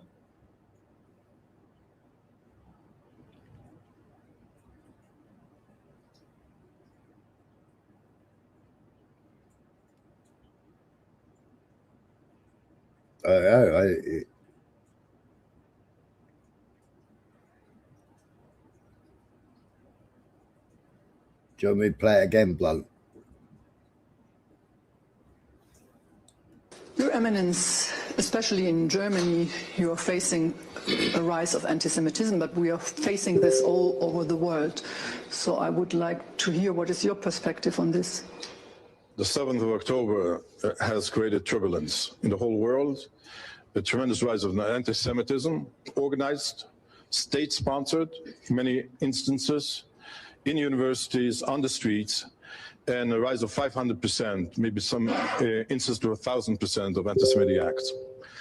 And there has also been a reaction of Europe. I think the rise of the extreme right in many European countries is a response to the insecurity felt by the old Europeans, so-called old Europeans, regarding the new immigrants who came from the Middle East. So I think that fighting Islamophobia and anti-Semitism is an interest of both religions and both communities. And when we do it together, it's going to be much more useful. We have created under also the Saudi umbrella more than 10 years ago, the Muslim Jewish Leadership Council, and which was successful. And we believe that we have to go this way if we want to make sure that every European can live in peace and walk in peace in the streets. No, he didn't say it.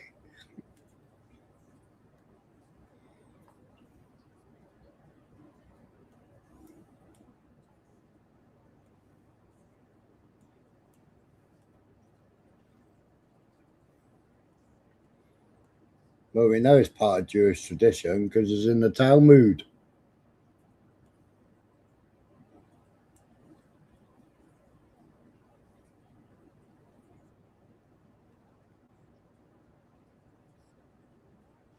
To be clear, listen, this is not in the article, but make sure you do not miss this. You have senior administration officials openly saying we want Israel to start a war against Iran, and we want Iran to retaliate and kill Americans in the region, blow up bases, knock down, well, they wouldn't be knocking down airplanes at that time, but he wants them to either attack ships in the region or the bases in. He wants that to happen so that when Americans are dead, now then, President Trump, in umbrage and just incredulous and angry, how dare they do this? We're going to go. And then they're going to get the rally around the flag deal. They'll have all of Congress rallying behind it, etc. Don't miss that. You're being lied to. And they're also saying, hey, but if that doesn't work, if the lies don't work, we need a backup plan. We need Israel to launch a war and Americans to get killed. So then we have to go in there. That is dastardly. I'm calling this out for what it is, folks. It's right there for you to see. Not hard to see. The lies are embarrassingly pathetic. They're paper thin. It's easy to see through them. And then you have this openly in the press. We're trying to get to a situation to where Americans can get killed to make it easier for us to get into a war that 70% of Americans are opposed to. That is one of the bigger alarm bells that should be going off, that our government is trying to ignore.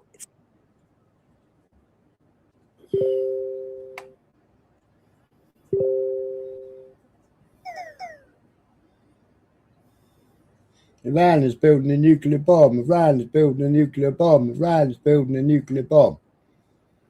Over and over again, 1995 to 2025.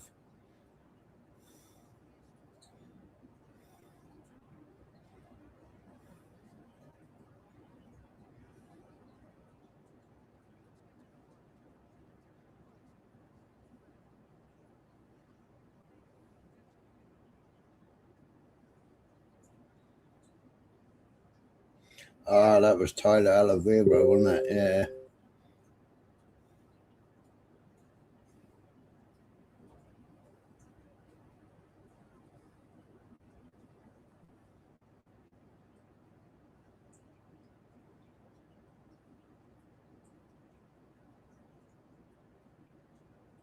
Yeah, that's what he meant.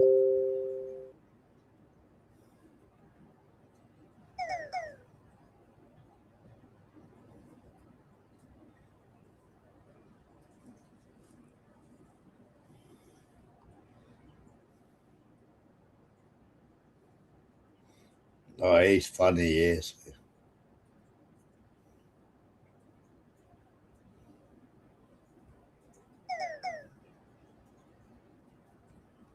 So where do the 6 million come from?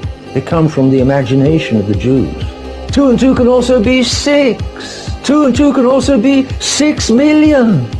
And the Jews run the newspapers and they run the television. By the stupid permission of the Gentiles, the Jews today are now convinced that they're coming close to their Messiah. The stupid Gentiles, the godless Gentiles, will swallow it down because they've got no God any longer. They've lost all sense of truth, objective truth, historical truth. And they swallow the Jewish myth. Why do they swallow the Jewish myth? Because the Jewish myth is a substitute religion. Gentiles today are people godless and without religion, and the Jews give them a religion. Golgotha is now Auschwitz. The cross is the gas chamber. The Redeemer is the 6 million. Therefore, the Jews are God. And the stupid, godless Gentiles are swallowing it down.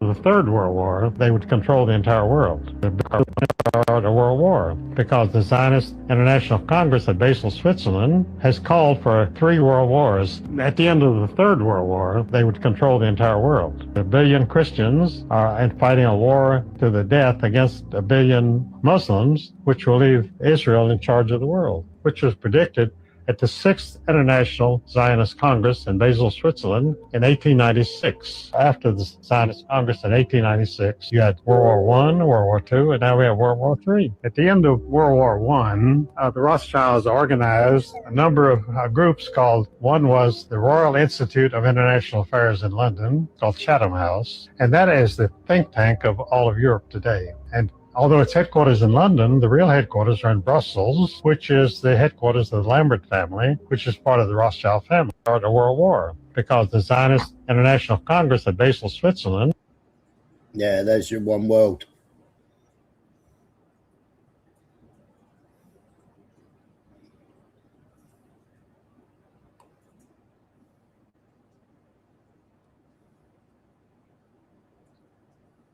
Of the terrible tragedy. I mean, how many Jews talk about the Holocaust and haven't got the faintest idea in the world what a Holocaust is?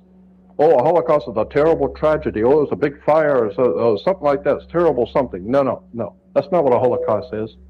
A Holocaust, according to the actual research documents, means a sacrificial, ritualistic burnt offering. When Abel and Cain and Abel in the Bible offered up a sacrifice to God, the word in the Hebrew Bible is they offered up their holocaust to God. So a Holocaust is a ritualistic, sacrificial, burnt offering. Get it right. Why did the Jewish leaders in this country and around the world use the term Holocaust? Very interesting. I think that they are not telling us the whole story. I mean, how many Jews talk about the Holocaust and haven't got the faintest idea in the world what a Holocaust is? Oh, a Holocaust is a terrible tragedy. Oh, it's a big fire or something like that. It's terrible something. No. That's not what a Holocaust is.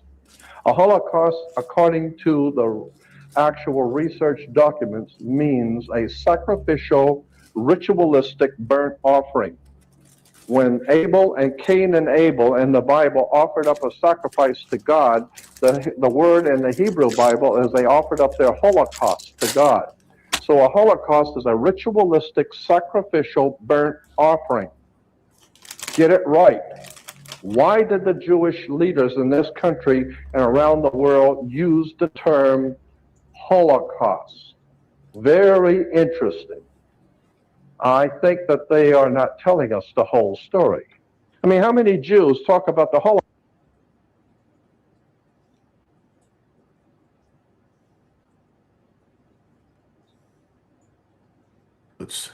To cause them. I know from my sources in the Navy that sailors actually took undershirts and stuffed them into the toilets to cause them to back up. What? I know that the crew's very, very unhappy with being at sea now for 10 months. And before this is over, it will have been a year. They went to Suda Bay. I think they tried to address some of this. And now they've pulled out of Suda Bay after 48 hours or a little more than that to repair things. But you're talking about something else that's hugely important. I don't want to go into great detail, but logistics in the region is very problematic right now.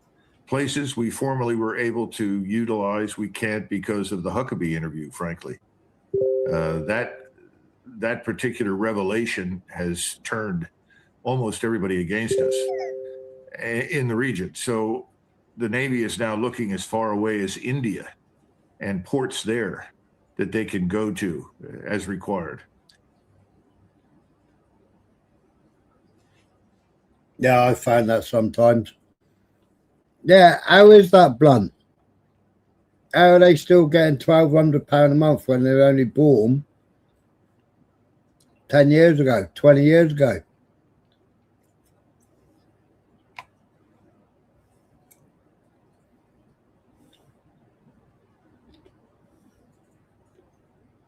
Today, a foreign government, Israel, operates the most powerful lobby in Congress.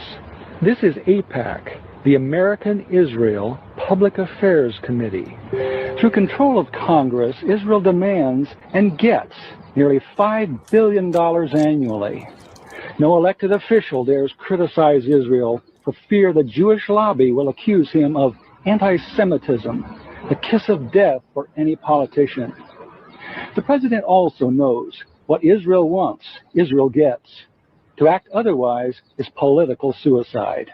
The mass media, founded and controlled primarily by Jews, manipulates the spigot of information out of which heartland America drinks. The message of this contaminated source is, if you criticize Israel, you are anti-Semitic. Be safe, keep your head down, or you are fair game for being knocked off by the Zionist shooting gallery. As a result, our president and elected officials are slaves to political correctness when it comes to Jews and Israel. They cannot seriously criticize Israel, especially as the source of Mideast strife and terrorism. They cannot suggest an end of aid to Israel. They cannot even protest Zionist control of Congress. Kaboom. Yeah. Intergenerational PTSD, innit?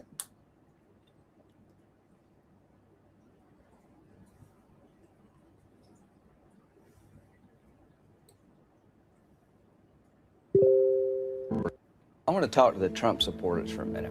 I don't know who you are, and I don't know why you like this guy. Whatever he does, he accuses everyone else of doing. The man cannot tell the truth, but he combines it with being a narcissist. A narcissist at a level I don't think this country's ever seen. And my concern is that he would grab up that power and really treat the country as sort of his little bully fiefdom. Donald Trump is everything I taught my children not to do in kindergarten. He's been exploiting working Americans for 40 years.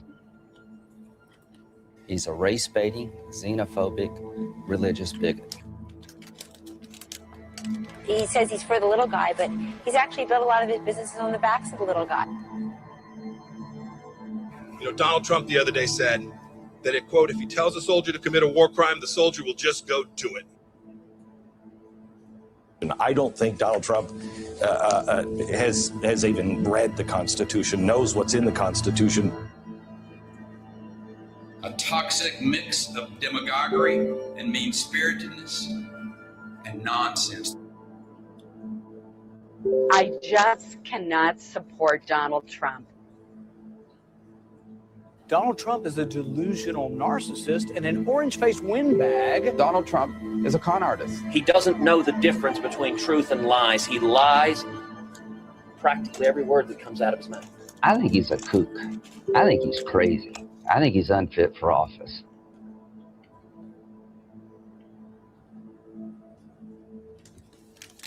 It's mad, isn't it? They all said that, but half of them serve him now. Are you not all friends with Israel? Tut tut. That statement tagline alone has always amused me greatly. Another IQ test. Who fears looking the bad guy unfriendly long?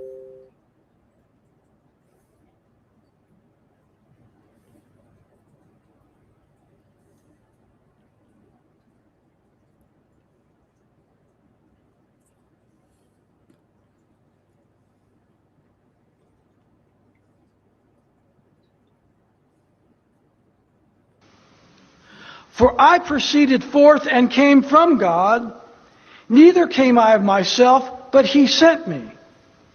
Why do you not understand my speech? Even because you cannot hear my word. Ye Pharisees, scribes, elders, chief priests, ye are of your father the devil, and the lusts of your father ye will do. He was a murderer from the beginning, and abode not in the truth, because there is no truth in him. When he speaketh a lie. He speaketh of his own, for he is a liar and the father of it. The two chief character traits of Satan are his love of lying and his love of killing. Those are the two chief character traits of the devil.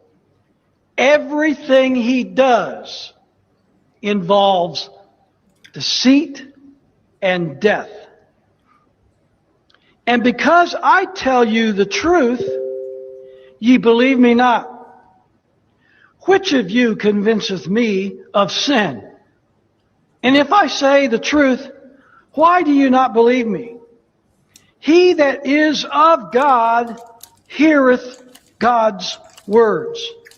Ye therefore hear them not, because ye are not of God.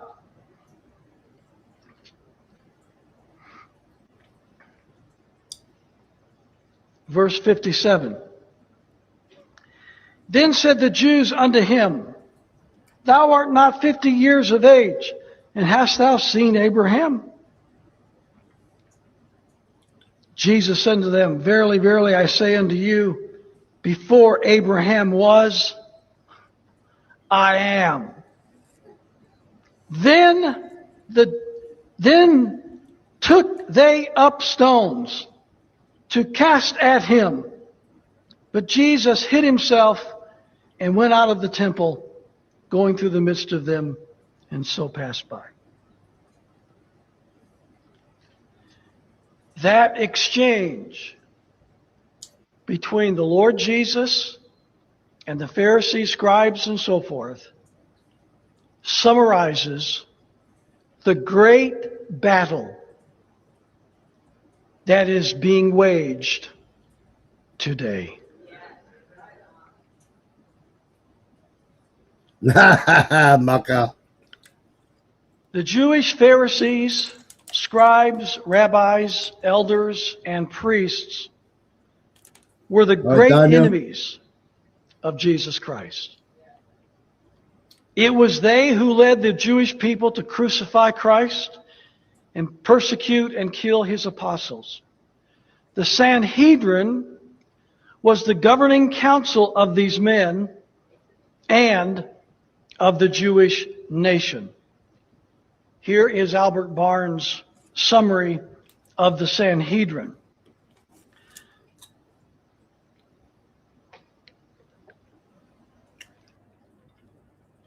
Remember the sound hit. Oh God, I've got a mouthful of crisps.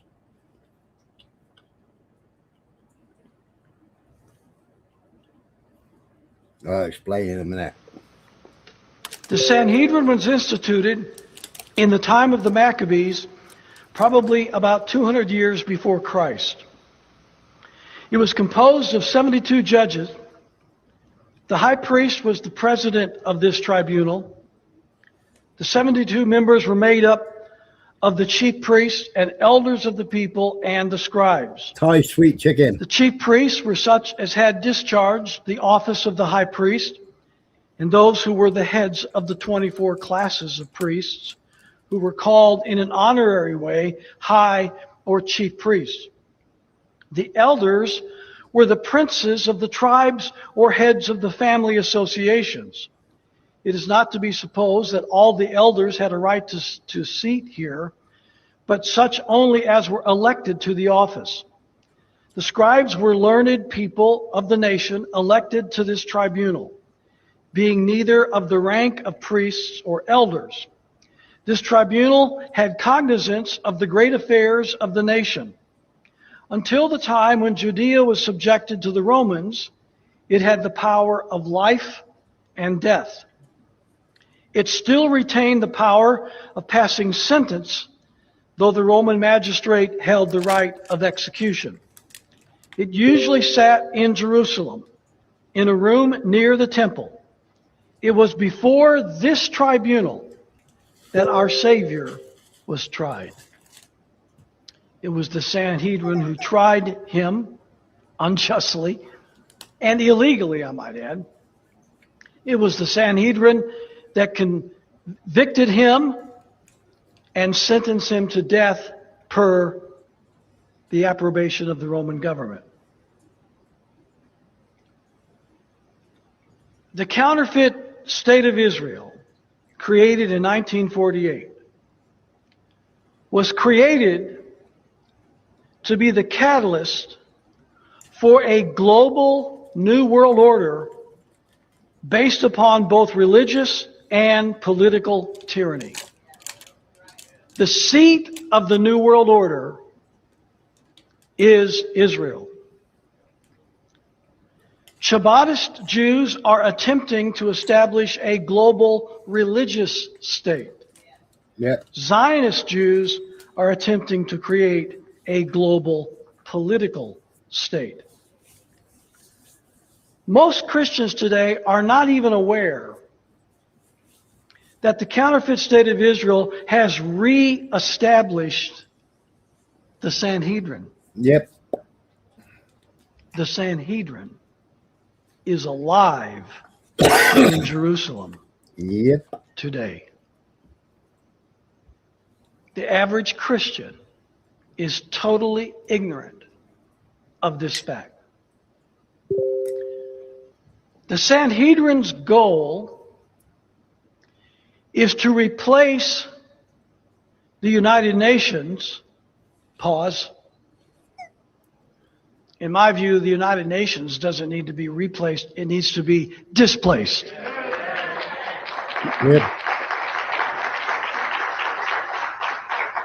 United The Nations had Sanhedrin's no goal is power to whatsoever. replace the United Nations with its own creation, and it's called the Organization of 70 Nations. Side note, the UN was created October 24, 1945. The UN was created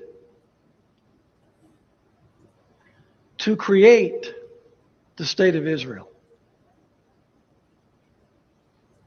The initial purpose of the creation of the United Nations was to create the State of Israel, which it did.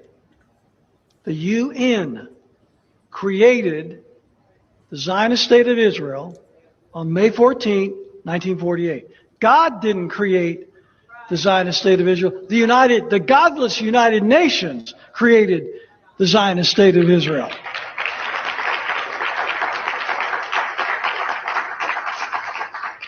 Almost immediately after its creation, however, the State of Israel began to attack its Arab neighbors in order to expand its territory. Almost immediately, it set out to wage war against its Arab nations, ignoring the boundaries set to it by the UN. I was talking about it earlier on.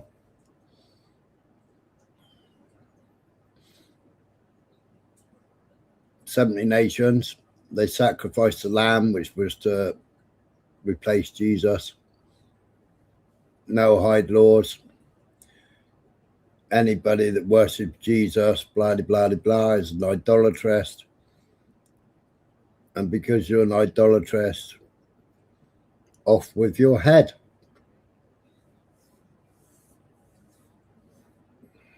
I was talking about it on Zara's panel. When it was created in an attempt to expand its borders, which it did and which it continues to do to this very day. It has been in a state of war and genocide against its Arab neighbors ever since. Israel's aggressions and hostilities turned many of the world's nations against it until, as is the case today, the world's nations assembled at the UN often vehemently oppose Israel's ambitions. Israel brought this on itself. Now, with control of the Western news media and with the assistance of bewitched evangelical Christians, Zionist Israel feels emboldened to attempt to circumvent the influence of the UN by creating this new organization of 70 nations, and that's what they call it, which is being founded on the Noahide laws. Now we're going to talk about this today, because the vast majority of Christians know nothing about the Organization of 70 Nations. They know nothing about Noahide laws. They are willfully ignorant because they are so indoctrinated and propagandized by this Christian Zionist philosophy that they refuse to even look at anything that might be considered negative toward the state of Israel. And as such, they are in a perpetual state of permanent blindness. Absolutely, 100%.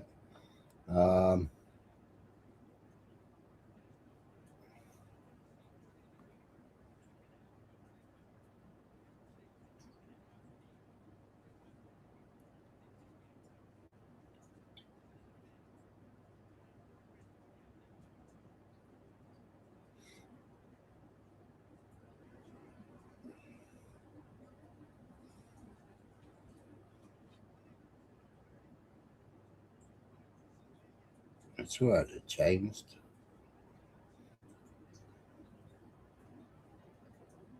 No, not changed, saved.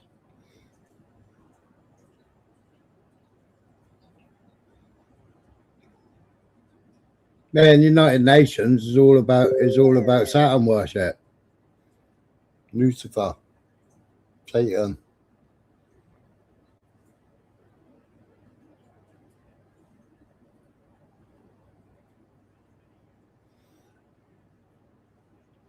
Yeah, because under the new laws in England, you're not allowed to say it was the Jews that killed Jesus.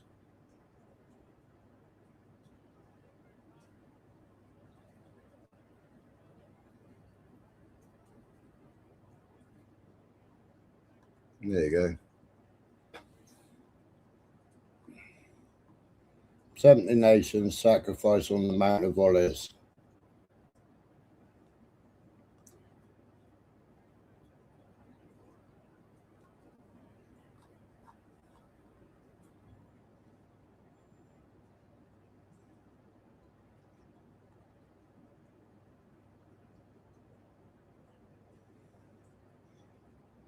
Noahide law, not Sharia law, is the threat.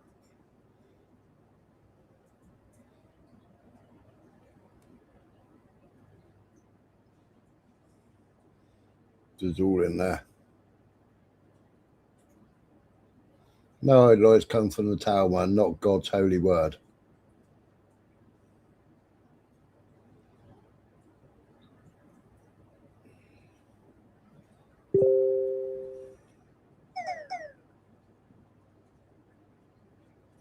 No.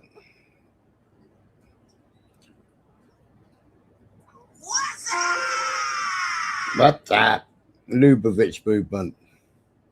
Well, there's Rabbi Menachem Mendel Schneerson, who's the leader of the Lubavitch movement. They saw him as the great Messiah.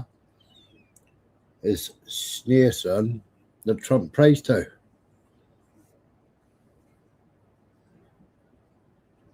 And there's videos of Trump doing it. I've played them on here before.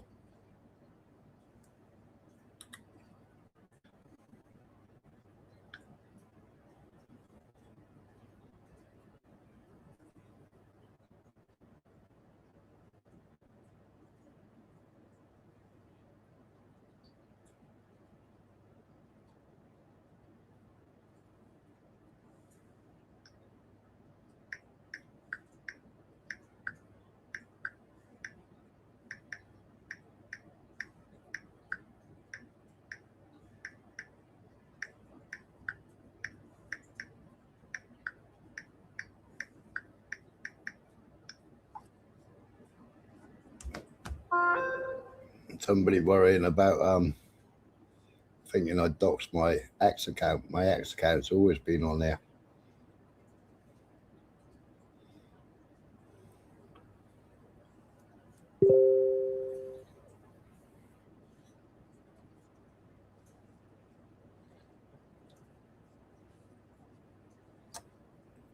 Well, yes and no, Tyke.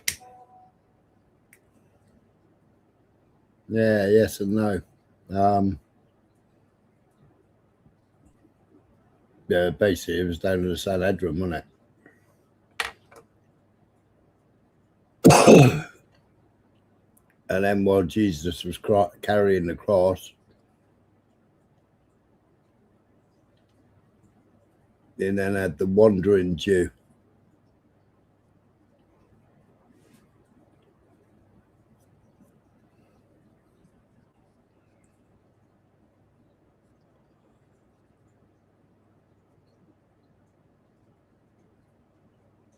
Wandering Jew is in the Hebrew talisman.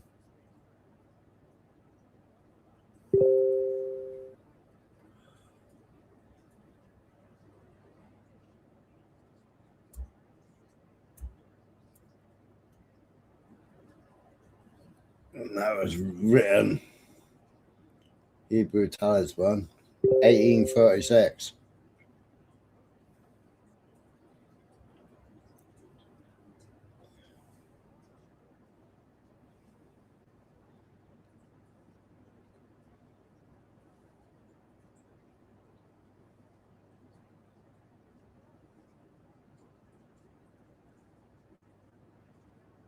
think about the fact that I always say I am pro-Israel. Well, what does that mean, right? What does that mean? There are things about Israel, about the Israeli government, that make me furiously angry. I think about the fact that if you want to become a citizen of Israel and you say that you believe in Jesus as Messiah, you're a Messianic Jew, they will not allow you to become a citizen of Israel.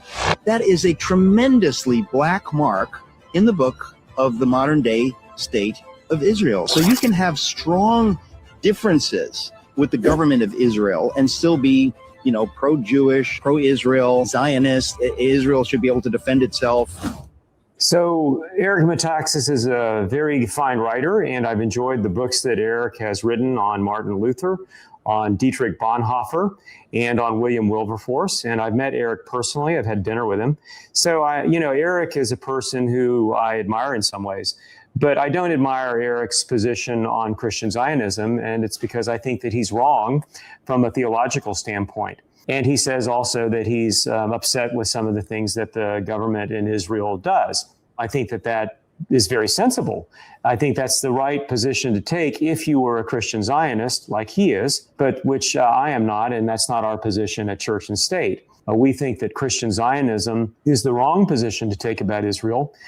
I want to make clear that when Eric Metaxas says that he doesn't support everything that Israel does, that's great. And he brings up one specific point, of which he could have brought up 15, perhaps, that a person could be unhappy about Israel and the way they behave. So note here clearly, you can have the right to return in Israel if you declare yourself Jewish and you're an atheist or an agnostic or irreligious or all-religious. You can return to Israel if you're practicing one of the many, many different forms of Judaism. There is no single form of Judaism we all recognize. There are myriad forms of Judaism, very, very different from one another. But if you identify as a Christian, the state does not have to legally allow you to come back simply because you identify as a Christian. Think about that. Boom, boom, boom.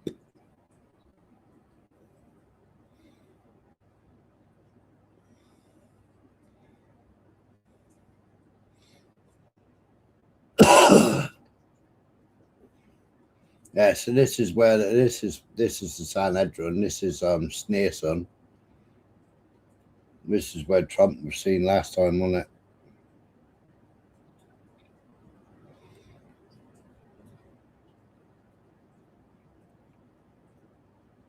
it? And there's the famous temple coin. Trump and Cyrus.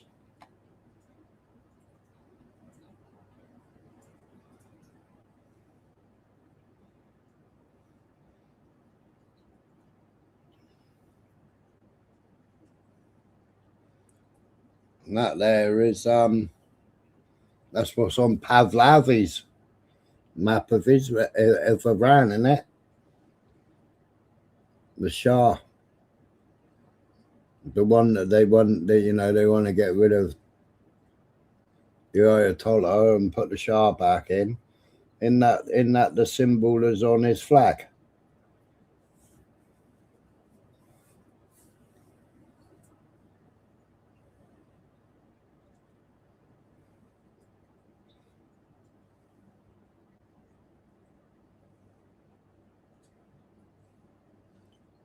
And they want to bring back the temple, the third temple, so they can carry on having their sacrifices.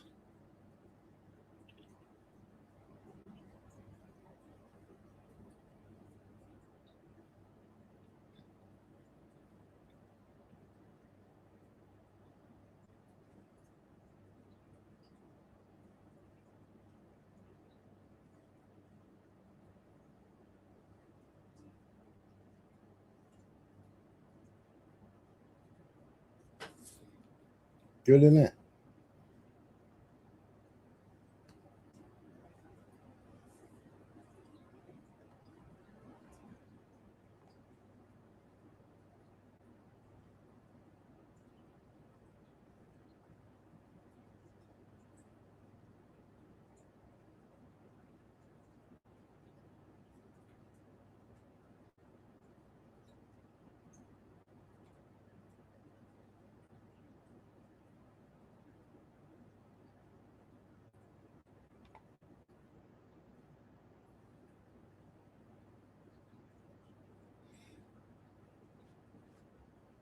Israel, the promised land. For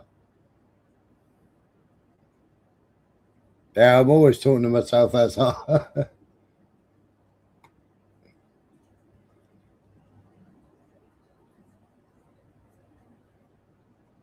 Emmanuel, the town in Israel where find safe haven.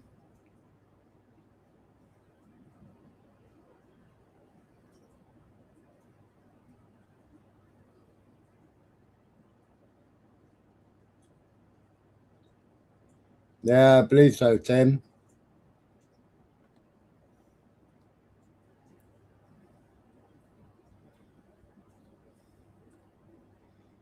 It's Noah's dove in it.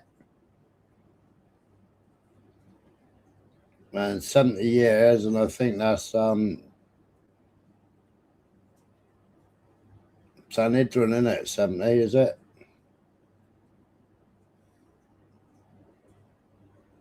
Because the original Sanhedrin was 72, now they've made it 70.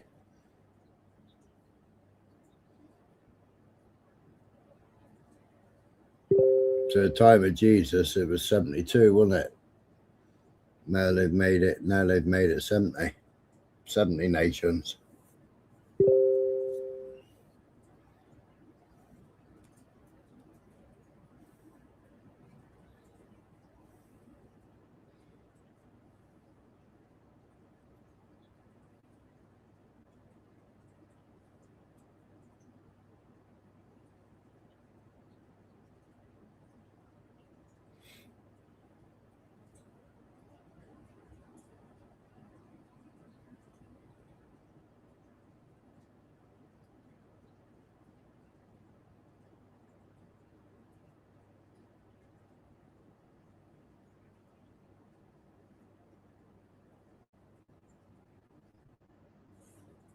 In Jewish law, the theoretical punishments for Gentiles breaking the Noahide laws are discussed in the Talmud and subsequent rabbinic literature.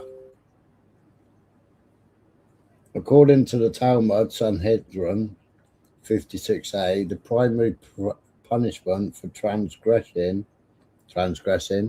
even any of the 7 Noahide laws is death. However, the method of execution varies. Decapitation is considered the standard form of execution for Noahides, Gentiles.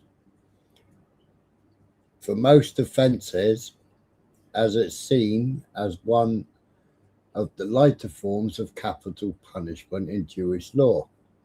Stoning is prescribed for sexual relationships with a betrothed Jewish woman. Strangulation is mentioned for sexual relations with a Jewish woman who has completed all marriage ceremonies but has not yet consummated the marriage. Specific offences and punishments: idolatry, blasphemy, murder, adultery, and theft. These are all subject to capital punishment by decapitation, with the exceptions noted above for adultery with a Jewish woman in certain marital stages. Eating flesh from a living animal, this is also subject to capital punishment, but the Talmud does not specify a different method of, and then that's it, is run out then.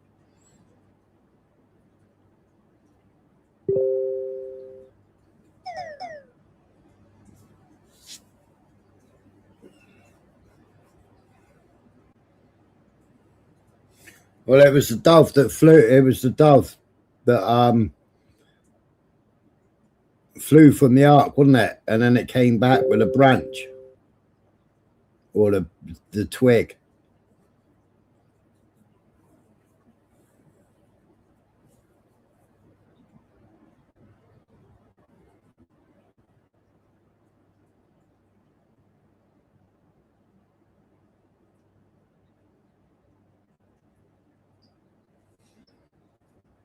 An interesting video about all that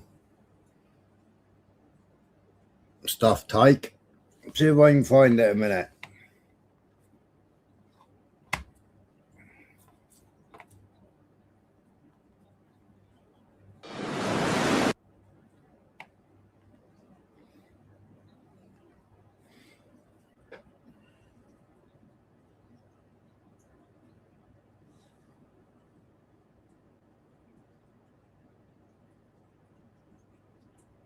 I can put that on and go and make coffee.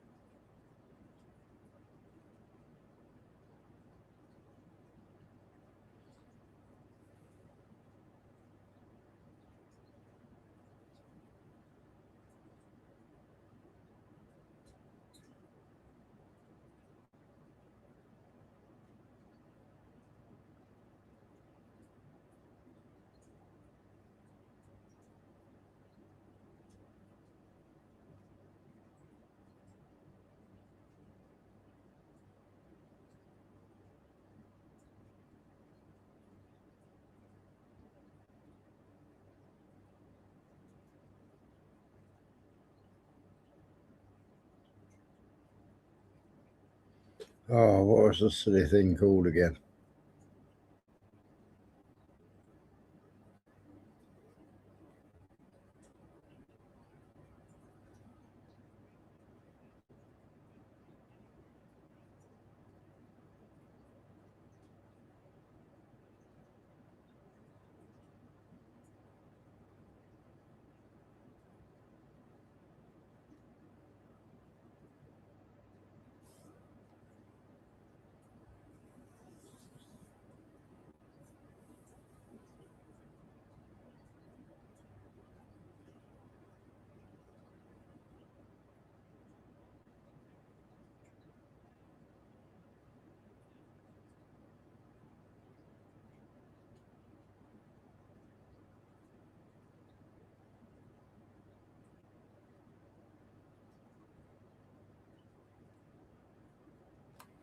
I think it is that one. Is it that one? Sorry, I'm talking to myself.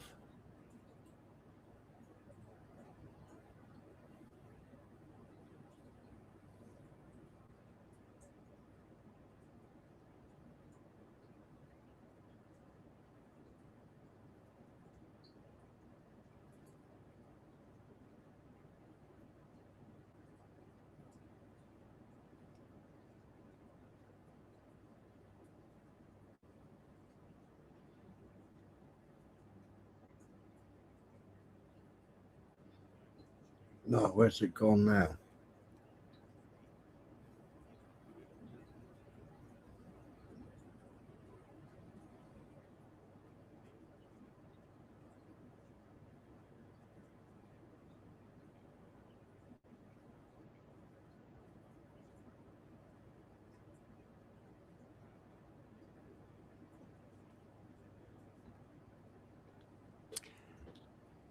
I think it might be this one.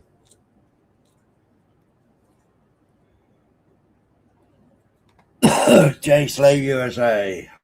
I'm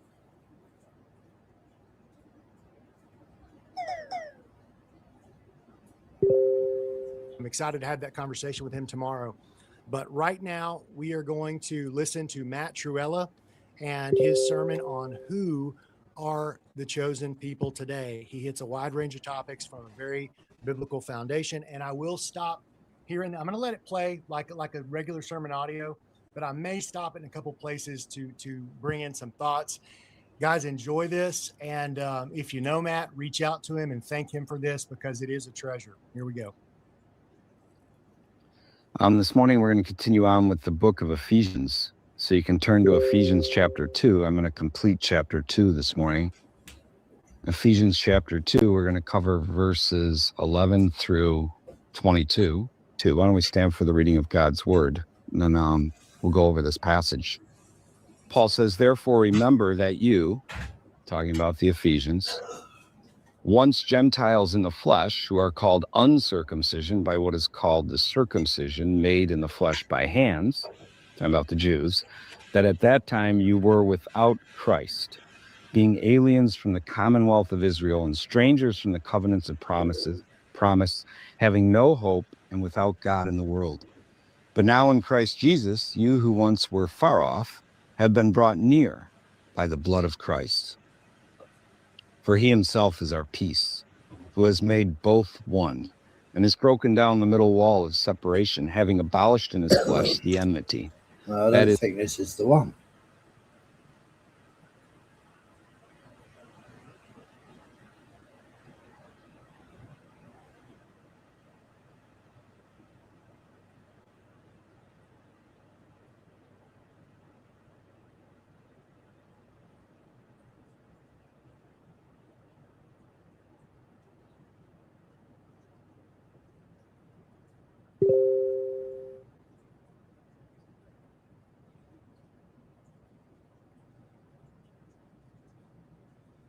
No, it's not the one.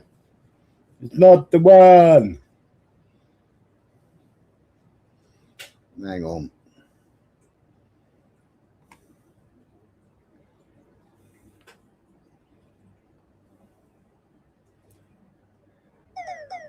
What be it called?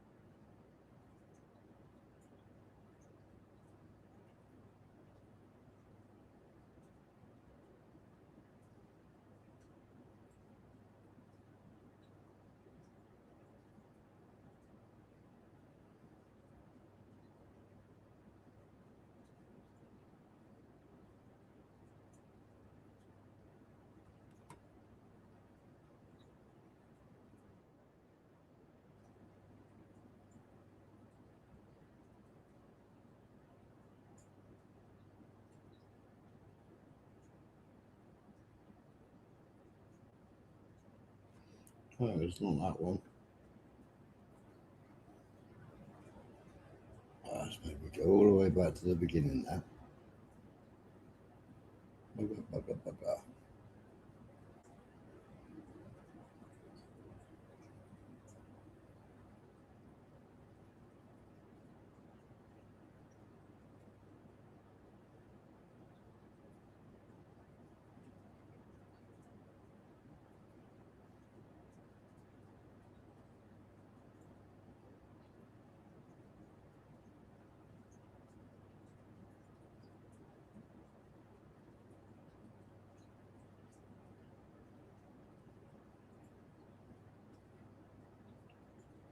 That.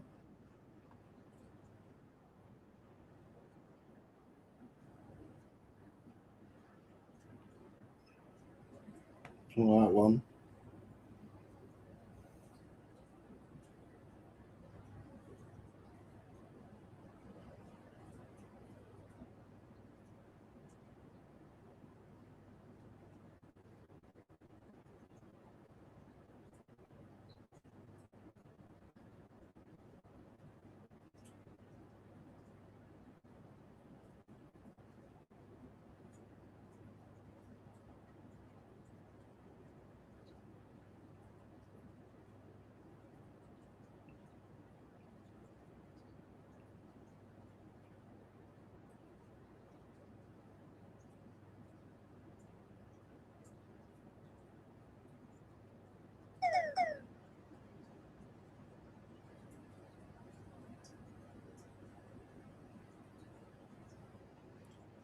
by God, what was it called?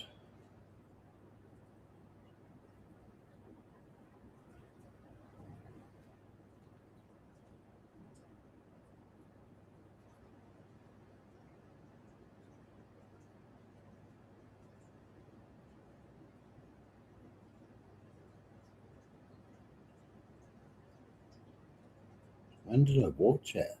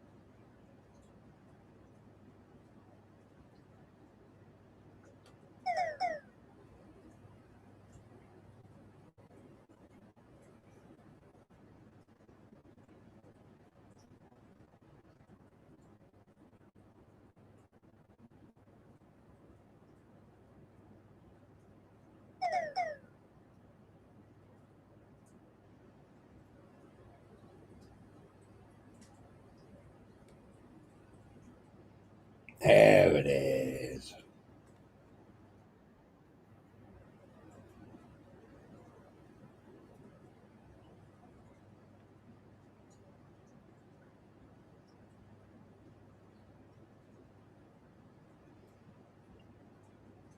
This is by Ben Born Again. I'll leave the links in the description.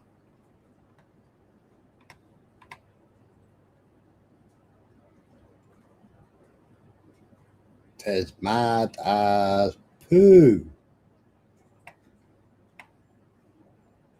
But God before me, who can stand when Christ in battle? This is Kurt Aland. He was born in 1915 and died in 1994. He was a German theologian and biblical scholar who specialized in New Testament textual criticism.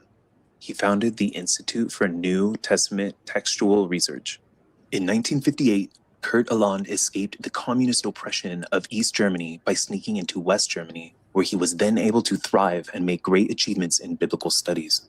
Kurt Aland received international critical acclaim for his expertise and comprehensive knowledge of the textual sources for the New Testament.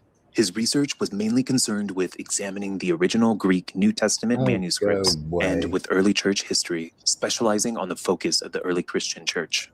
The evidence is unequivocal. Every single one of the original New Testament manuscripts were written in Greek, all 5,255 that are known. In sharp contrast, there are no original Hebrew manuscripts of the New Testament whatsoever. Translations from the original Greek text were later written in Latin, Coptic, Hebrew manuscripts of the New Testament, Armenian, and Georgian. The earliest Hebrew version of a complete New Testament book wasn't completed until the 14th century AD. It was a version of the Book of Matthew, included in a controversial work by the unbelieving Jew Shem Tov.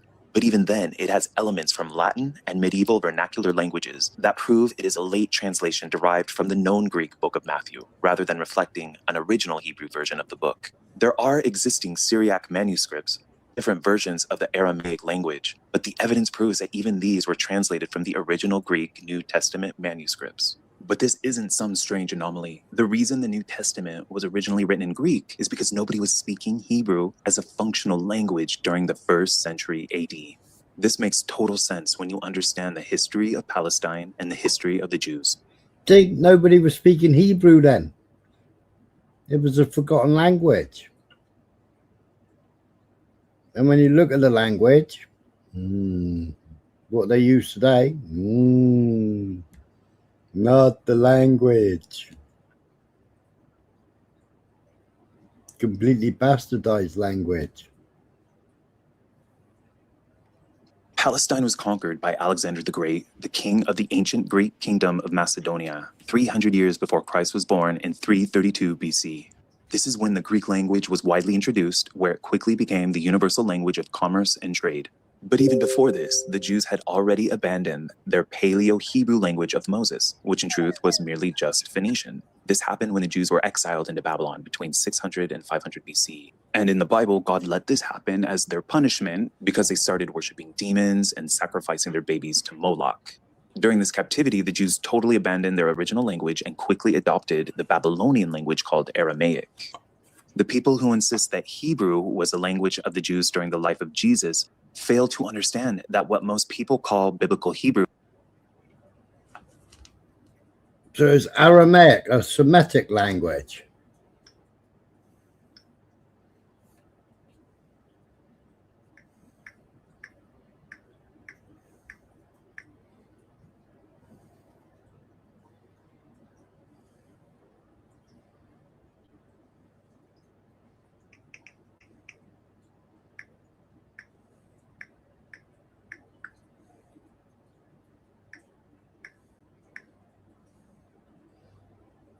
Come on.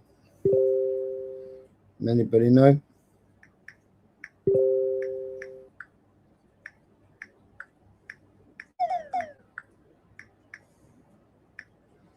Be easier if I pick my phone up, wouldn't it?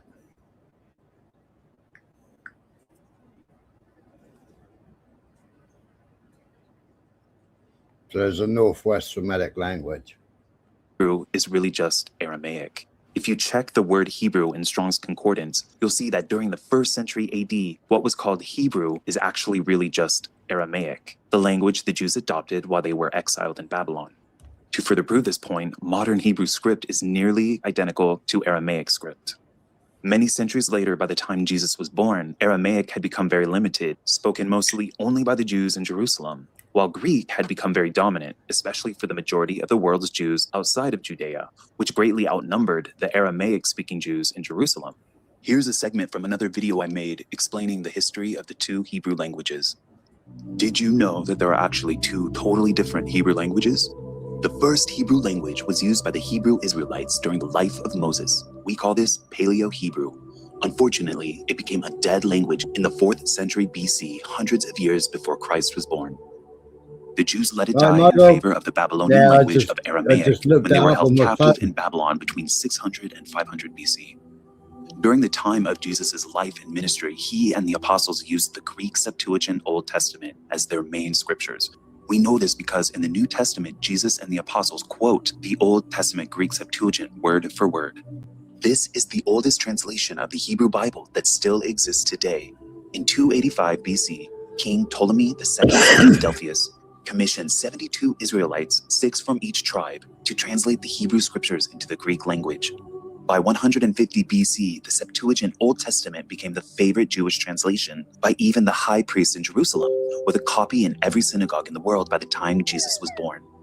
The Septuagint is over 8,000 years older than the Masoretic text, Old Testament, which is written in the modern Hebrew language that was invented centuries after the life and ministry of Jesus.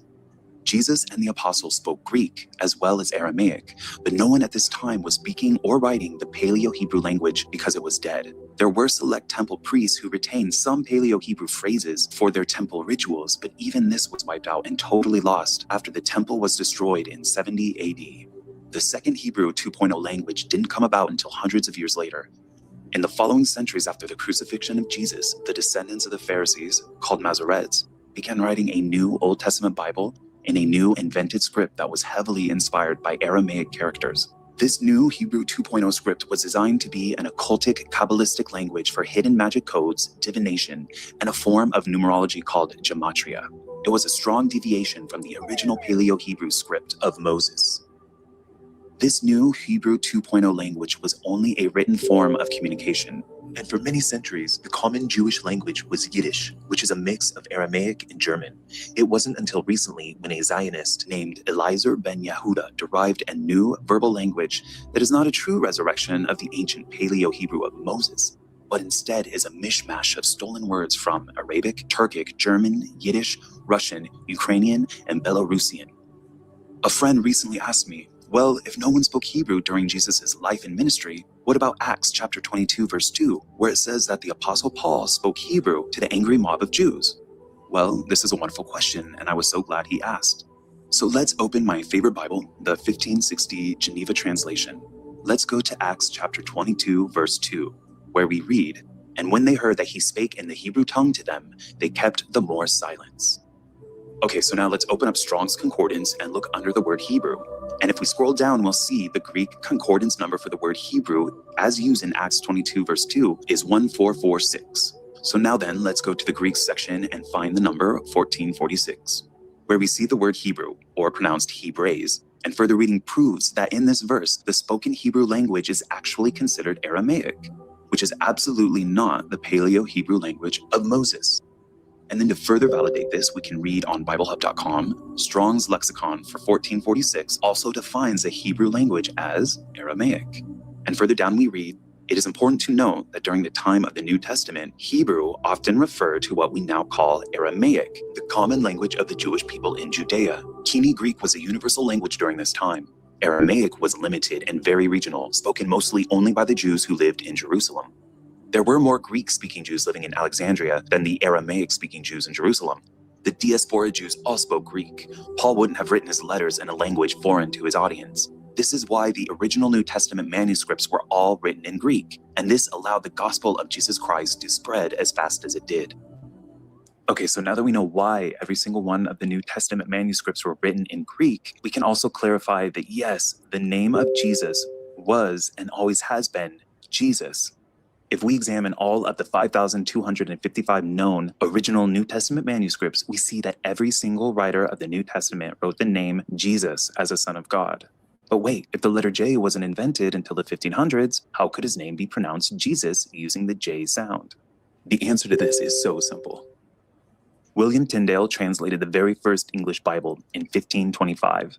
As a Greek scholar, he translated from the original New Testament Greek manuscripts. At that time, the letter J didn't exist in the Greek or English languages. However, even though the letter J wasn't invented yet, the sound of the J was absolutely used.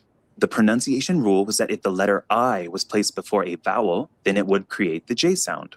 For example, in 1611, King James was a ruler, and his name was pronounced King James, even though his name was spelt with an I, I-A-M-E-S.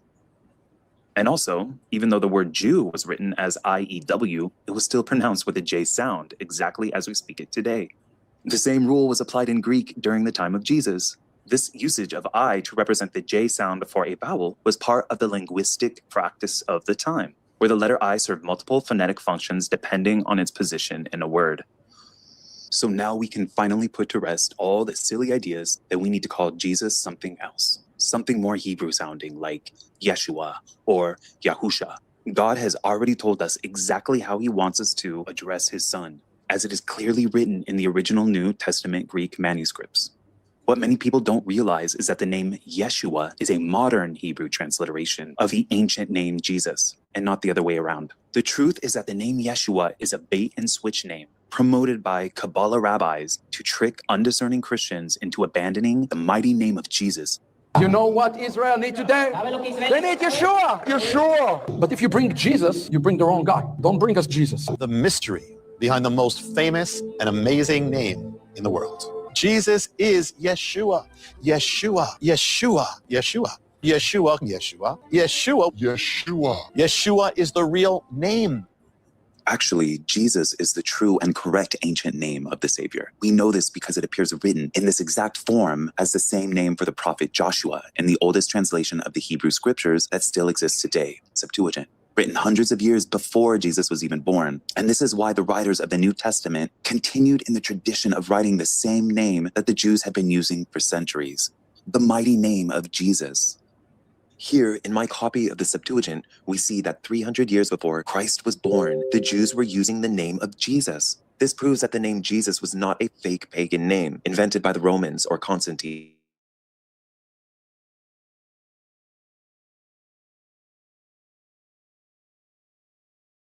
Khan and Itzhak Shapira.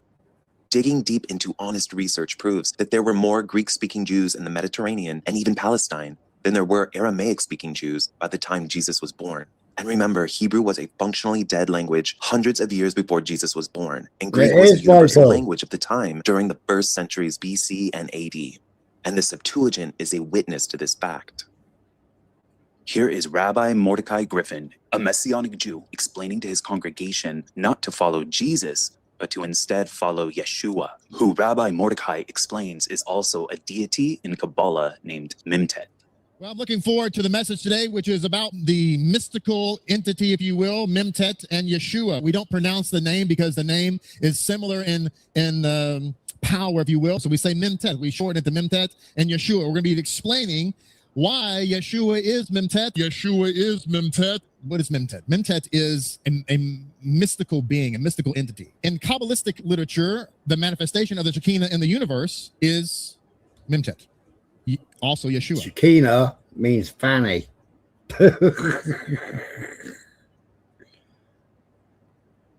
But Jesus has literally, the word literally has no meaning. Yeshua is a manifestation of the Shekinah, who is the feminine aspect of God. Yeshua is a Kabbalah deity named Memtet. Which is why they put their fingers, their forefingers and their thumbs together and make that triangle. Because it's Shekinah. The mystical entity and feminine god. Yeshua is a placeholder name in the Kabbalah for a pantheon of other deities like Metatron, Shekinah, and Memtet. These are all false angels of light and not the true Jesus Christ of the Bible. Do not be called rabbi, for one is your teacher, the Christ, and you are all brethren. Matthew 23:8. This witness is true, wherefore rebuke them sharply, that they may be sound in the faith, not giving heed to Jewish fables and commandments of men that turn from the truth. Titus 1:13-14. We'll talk more on this later, but right now we need to go back to Kurt Aland and his brilliant research. In the Journal of Biblical Literature, Kurt Aland showed that the Tetragrammaton does not appear once in any of the 5,255 known original New Testament manuscripts. Aland's research also shows that the Tetragrammaton is totally absent in the early Christian writings. The 2nd century church elder, Justin Martyr, believed that the Father of the Lord Jesus had no name since he is beyond names. Justin Martyr explained that to have a name meant that there would have to be someone greater or higher in authority that gave that specific individual his name. And since there is no higher authority than the Father, he transcends all names. But to the Father of all, who is unbegotten, there is no name given. For by whatever name he be called, he has as his elder the person who gives him the name. But these words, Father and God and Creator and Lord and Master, are not names, but appellations derived from his good deeds and functions. For God cannot be called by any proper name, for names are given to mark out and distinguish their subject matters, because these are many and diverse. But neither did anyone exist before God who could give him a name, nor did he himself think it right to name himself, seeing that he is one and unique, as he himself also by his own prophets testifies, when he says, I, God, am the first and the last, and beside me there is no other God. Isaiah 44:6. On this account then, as I before said, God did not, when he sent Moses to the Hebrews, mention any name, but by a participle he mystically teaches them that he is the one and only God. For says he, I am the being, manifestly contrasting himself, the being, with those who are not. Justin further argued that since Jesus, God the Son, was the only begotten of the Father, not created, then he could be named. Be it known unto you all and to all the people of Israel. Yeah, what did you say earlier on, Tyke? I am, was it? I am? That by the name of Jesus Christ of Nazareth, whom ye crucified, whom God raised from the dead, even by him doth this man stand here before you whole. This is a stone which was set at naught of you builders, which is become the head of the corner. Neither is there salvation in any other, for there is none other name under heaven given among men whereby we must be saved. Acts 4:10-12. The more we study, the more we find that Jesus and the early church never taught to call God the Father Yahweh, Yahuwah, Jehovah, or any of the cascading names that are derived from the Tetragrammaton.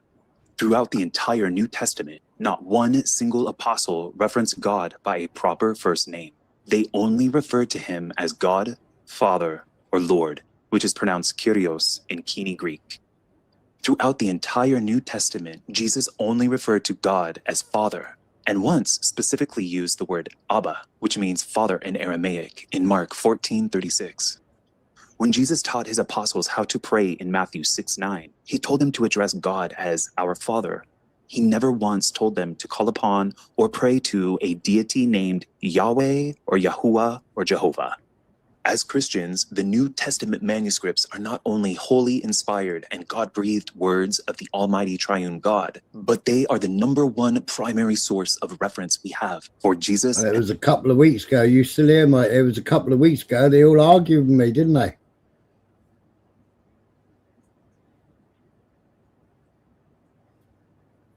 And his teachings. If within these primary source documents they never once used the Tetragrammaton or even acknowledged the existence of a four-letter magic code name for God, then why on earth would Christians think it would be a good idea to do what Jesus never taught?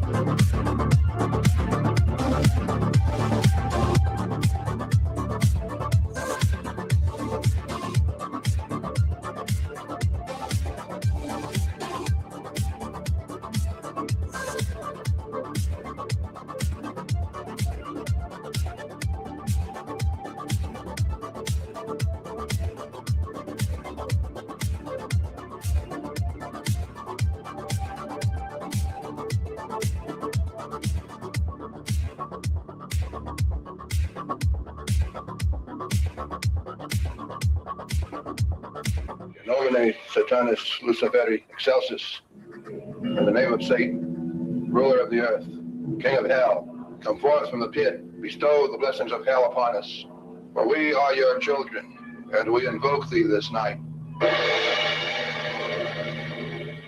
Hail Satan! Hail Satan! Shem Ham Parash! Shem Ham Parash! Shem Ham Parash! Shem Ham Parash! Shem Ham Parash! Such a word should, in fact, be so potent that man cannot hear it and live. Such a word was indeed the lost Tetragrammaton. It is said that at the utterance of this name, the universe crashes into dissolution. Let the magician earnestly seek this lost word, for its pronunciation is synonymous with the accomplishment of the great work. Aleister Crowley.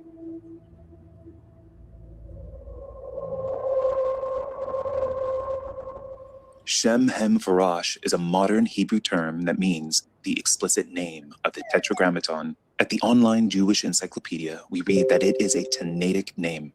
The term Tanaitic refers to anything related to the Tannaim, who were Talmudic Jewish teachers of the oral traditions during the first 2 centuries AD.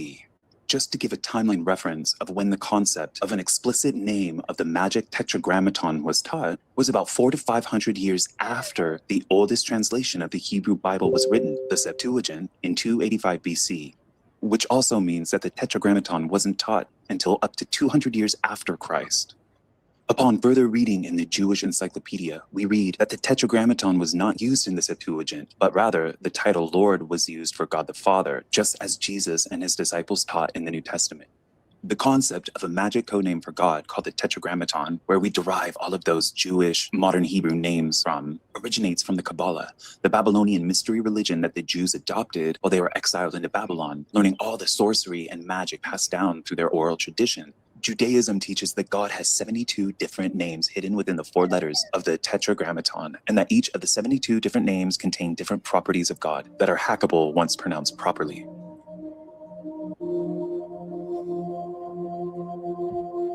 The Tetragrammaton is specifically used in Freemasonry within what is called the Rite of Memphis Mizraim, which is one of the highest degrees earned, ranging between 90 and 99. This rite is commonly known as Egyptian Freemasonry due to its extensive use of Hermetic philosophy and ancient Egyptian symbolism and rituals.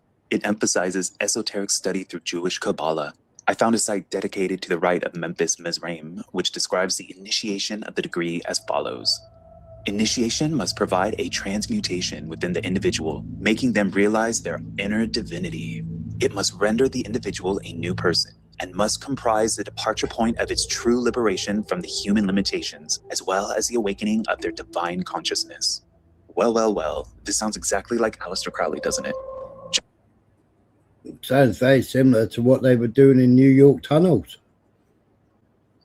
Just by uttering the Tetragrammaton, the explicit name of the Jewish Kabbalah, man can become divine, the apotheosis of man, enlightenment through gnosis. No Jesus required, just chant the right Hebrew words. Using the Book of the Dead, weren't they?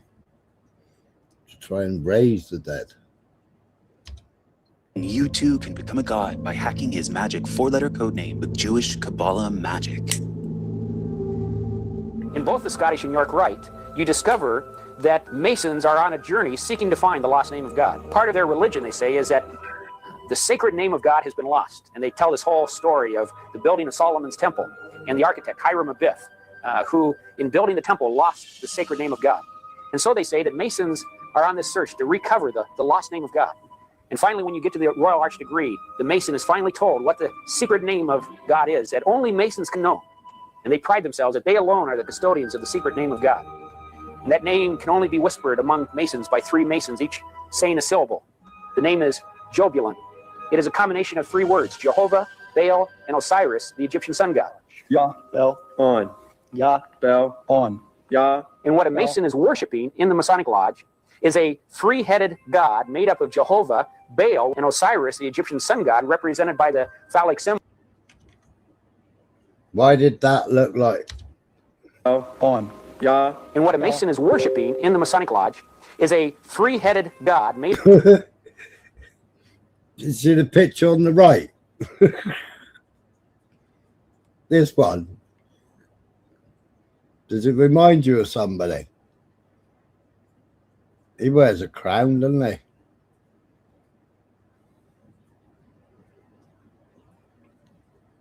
He also had that very weird red painting painted, didn't he?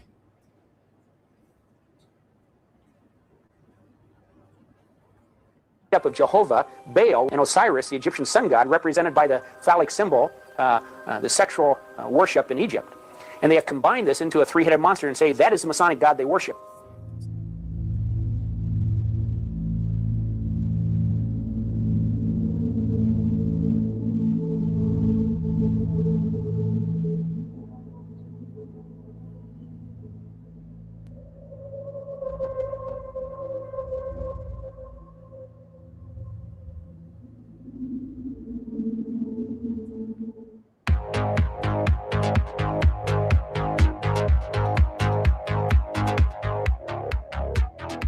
Got me to do a little more research.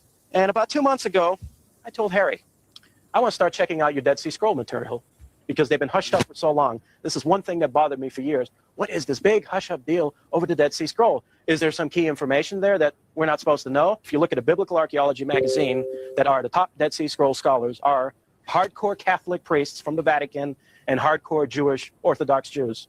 Another thing bothered me. I know this Semitic scholar who lives in Beverly, Massachusetts, known as Dr. Cyrus H. Gordon. He is one of the foremost Semitic linguists in the world, if not the. He was hired by the Syrian government early in the 70s to translate some cuneiform texts found in the city of Ebla because he was so proficient in Semitic and the language was Semitic. Anything that was found ancient and Semitic, Dr. Cyrus Gordon was there to write about it because he was the best. But what bothered me is why didn't he ever work on the Dead Sea Scrolls? What was the deal? This guy is the best, and he's not working on the Dead Sea Scrolls.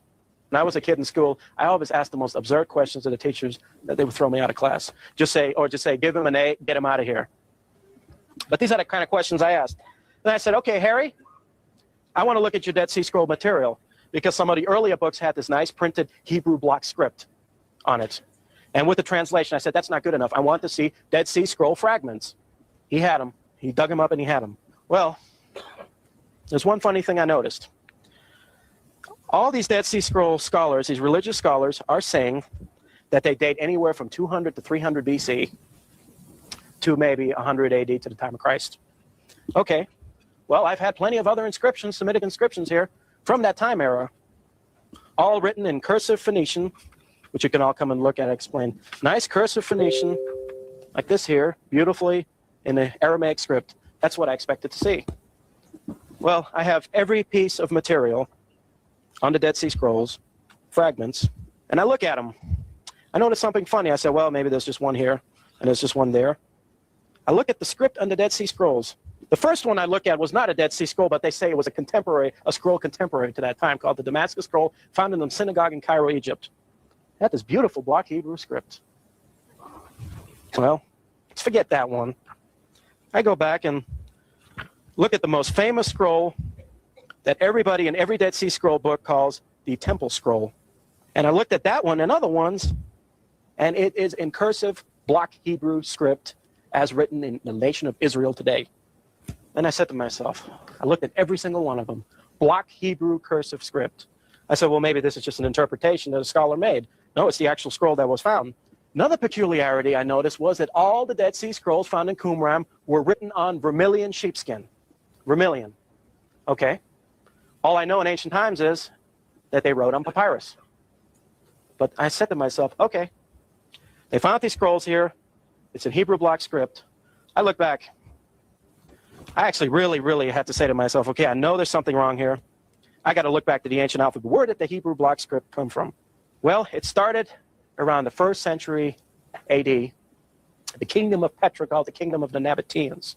They had monuments, and they had a script that was not Hebrew block script, but it was a type of block script which Hebrew derived from 1st century AD. Then in 2nd and 3rd century AD, they had the script of Palmyra, which was in Syria, and from that derived the Syriac script. I could see a pattern. There were a bunch of Pharisees in Syria in the 3rd or 4th centuries that had the old Babylonian Talmud, and what they did is they adopted the old Palmyrene script from 200 AD, and they wrote their Talmuds and their Torahs with it.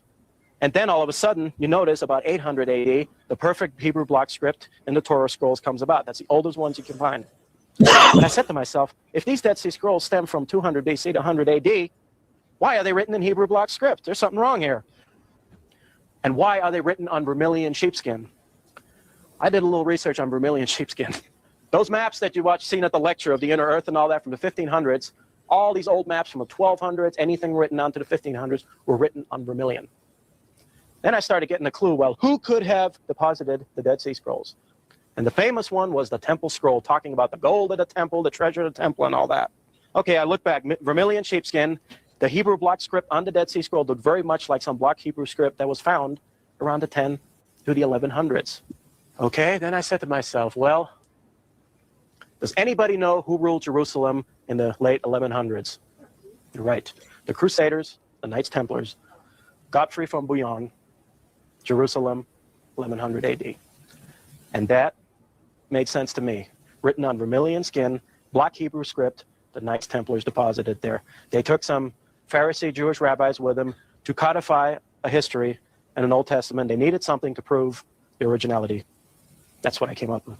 Knights Templars. They deposited them there. Another thing I studied is there is a famous copper scroll that was found in Qumran right near the Dead Sea. Now, as you know, the Dead Sea is a very salty sea. The wind and air blows, and there's a lot of salt air. When I was a kid, I used to play with a chemistry set a lot. And I used to get a little vial of copper where I could cut the copper and do my experiments. But one time I had a bunch of copper wrapped up and I left it out. Well, after a few days, I noticed it started turning green. I left it out for a month with a little moisture here and there. It got terribly corroded. Well, there's this famous copper scroll that was found in one of the Qumran caves. It had slight green corrosion on it. And what they ended up doing is this copper scroll was rolled up in block Hebrew script, and it had a coat of green corrosion on it. In a dry air something, if it was 2,000 years old, it wouldn't have lasted in the salt air. But the strange thing they did is, you could really tell how they could appreciate such ancient art, an artifact like that. You have a thin, very thin copper scroll rolled up. Now, I would think that if I was very careful, I had a precious ancient artifact here, I would unroll it very slowly, the whole thing, and flatten it out. No, they had to get this piece of equipment. How much did it cost? I think it was $500,000. $500,000, a little saw of a 10,000 millimeter, and they chopped that copper scroll up into little tiny square fragments, and just banged it together. I mean, is that how you treat an ancient artifact? And they're writing a whole article about the copper scroll in there, bragging about how they chopped this thing up into little pieces and soldered it back together with solder. And I'm like, they found these beautiful Etruscan gold foils in Pergi, and I mean, they went through a lot of trouble to uncover them. I mean, those were like from 500 BC, but the copper scroll here, chop it up, we'll solder it back together, and we'll write something about it. That's the way you treat something. And the funny thing is the corrosion in the copper was very minimal. Not for maybe a few centuries, I would say, okay, in dry air, but not 2,000 years. So I put together that who could have done this and what effect does it have on everybody today? Well, let's say the Knight Templars retook Jerusalem. At that time, they didn't know about the Phoenician alphabet. So they decided, this is my theory, what happened, when Godfrey of Bouillon of the Knights Templars came in, they had to create something to make them look like they're the seed line of God and the seed line of Christ, that they have a right to that land. So what they did is they took a Jewish Talmud scholar, brought him with them, and told him, okay, we have the Old Testament and the Bible as there, but we want to write our own version. And they wrote it on vermilion because they had no access to papyrus at that time. Egypt was under the Muslims, and they didn't use it, but they had no access to papyrus. So the only thing they knew is vermilion sheepskin. That's all they had to write on, and that's what they did. And they deposited in the Qumran caves, the great temple scroll, all the old books of the Old Testament, everything, put in there and sealed up. Well, eventually they were driven out by the Muslims, and one thing I don't understand is that Qumran area was very well traveled. Now, either somebody was guarding it the whole time, who knows? But the peculiar thing was that in 1947, they were found when the State of Israel was created. State of Israel was created, and boom, these Dead Sea Scrolls were found right there in the Qumran caves. And just happened, some shepherd boy just happened to come by and throw a stone in there, and oops, well, we got to look in here. Nobody ever, didn't dawn to anybody to look at it before. So what I'm thinking, maybe somebody was there the whole time for centuries guarding it or something and told them, stay away, and okay, let's open the doors and seals, and one of these Arabs will find it, and we got this great discovery. So now this explains to me what the whole hoopla was over the Dead Sea Scrolls. It wasn't the content of the scrolls or the information. I think it was that somebody, an intelligent scholar, would be able to detect that it was written in the block Hebrew script and not in the old script that should have been written in, and would have called a fraud on it. So they took their time in releasing it. And biblical archaeology by Herschel Shanks thrives on the Dead Sea Scrolls. Another peculiarity with biblical archaeology is all of a sudden you're finding these collections that were found in Israel. You can go anywhere in Jerusalem now and dig. An Israeli archaeological expedition will dig in Jerusalem, and they're guaranteed to find artifacts saying King David on there in English syntax. Recently, they found the tombstone of Caiaphas, written in block Hebrew script. We found the tombstone of Caiaphas, one of the Pharisees that judged Christ. Just popped out of nowhere. Nobody's seen it before, but now I think you can even buy it now. Probably in extra fine condition. You can buy loads of fake coins. I had a video ages ago where they meet in a van on the Jewish road, because you've got the Palestinian road and then you've got the Jewish road. And they were meeting him under a bridge on a Jewish road, and he was in a van and in a bag of coins, which are aged, but they're all fake. They're complete fakes. And they got loads of artifact shops all selling all the fakes. You have that piece of paper you showed me earlier today? Okay, Harry found something very peculiar. I'll show it. From the Sadiq Gallery, there was a piece of paper there. It said that you can buy a Hebrew scroll on vermilion from 1100 AD for $49,000. Hebrew block script scroll on vermilion for $49,000. And they tell you 1100s. That's an actual one from the 1100s on sheepskin for $49,000. So that explained to me it was the same thing as the Dead Sea Scrolls, that they got it somewhere else. There it is. So I'm asking myself, okay, put all this together. The Knights Templars deposit the scrolls there. The State of Israel gets created, which for a lot of people know that the whole thing was owned by the Masons and the Templars, and they own the whole state and everything. These scrolls get committed. So why did they do that? Rothschilds. Well, I guess they're trying to use religion as a form of control. Religion as a form of control.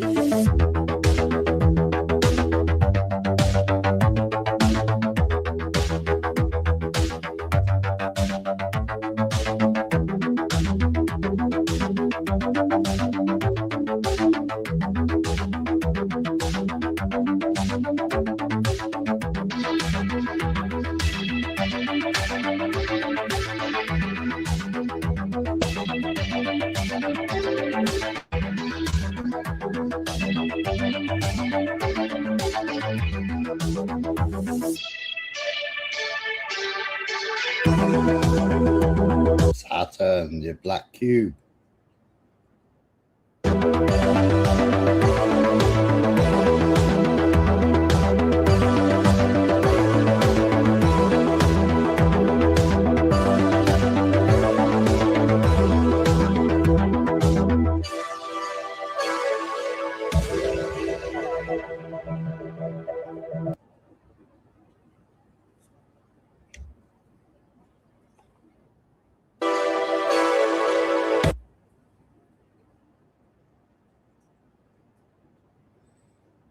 I know the blasphemy in them which say they are Jews and they are not, but are the synagogue of Satan.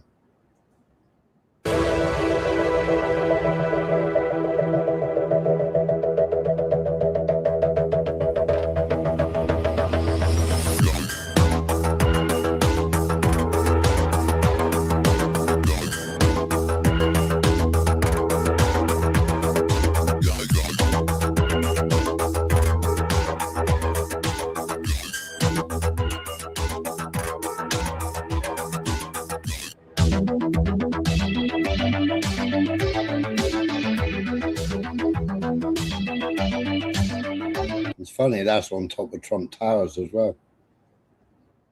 Now,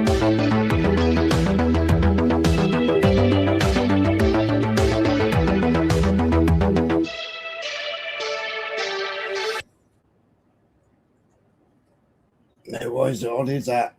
And then why has he got that funny staff? It was the way Jesus is hanging is a bit strange.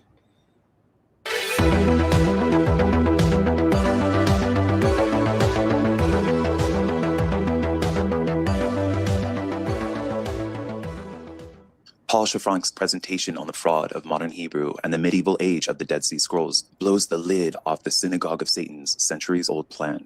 I know that a plot that exceeds more than 900 years seems unfathomable for even the most brilliant villain, but while our human minds might only plan ahead by weeks, months, and maybe even a couple of years, I promise you that the devil's playbook has been meticulously scheduled in advance for millennia. The devil and his synagogue do not sleep.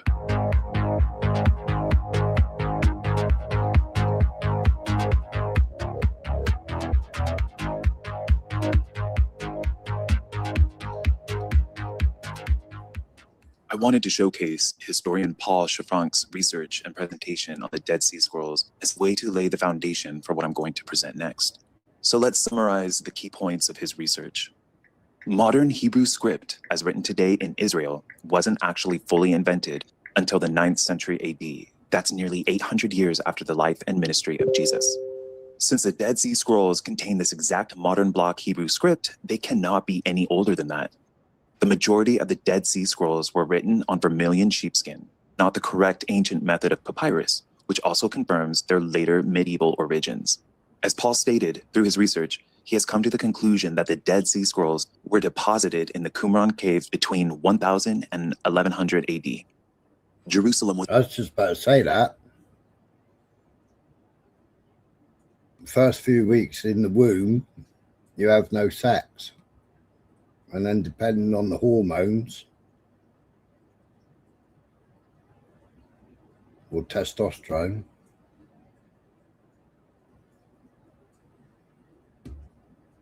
they just stay, but they don't do nothing.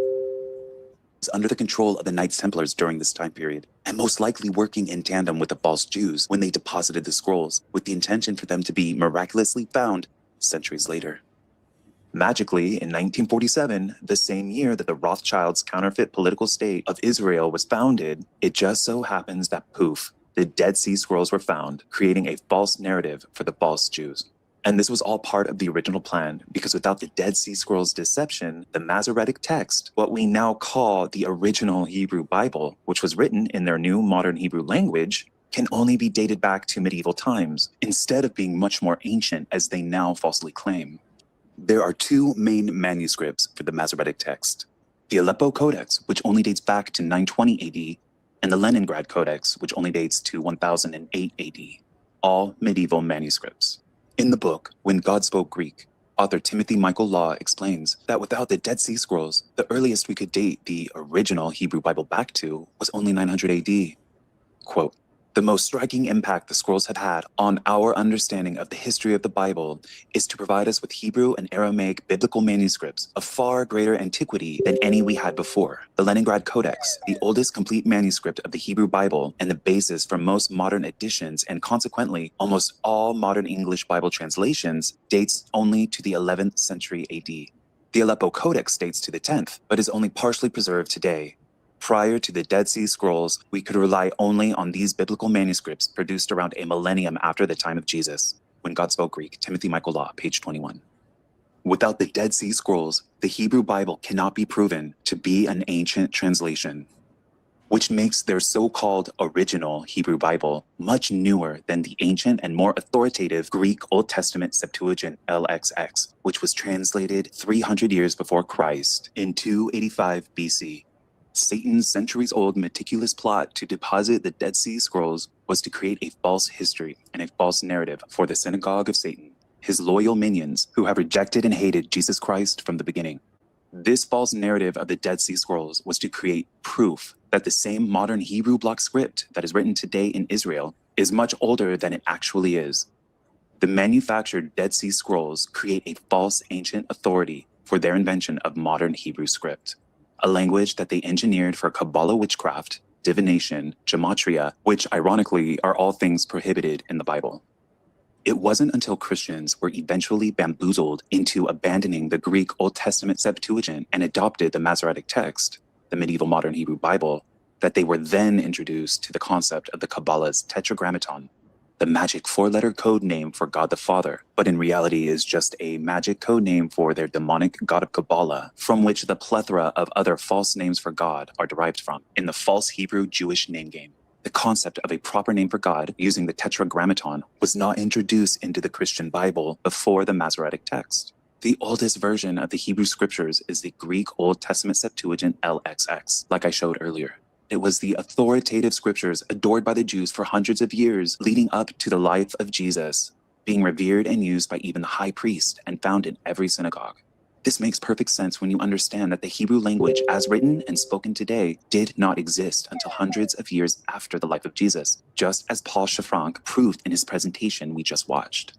The Greek Old Testament Septuagint was loved, adored, and used by the early Christians to perfectly prove that Jesus was in fact the prophesied Messiah.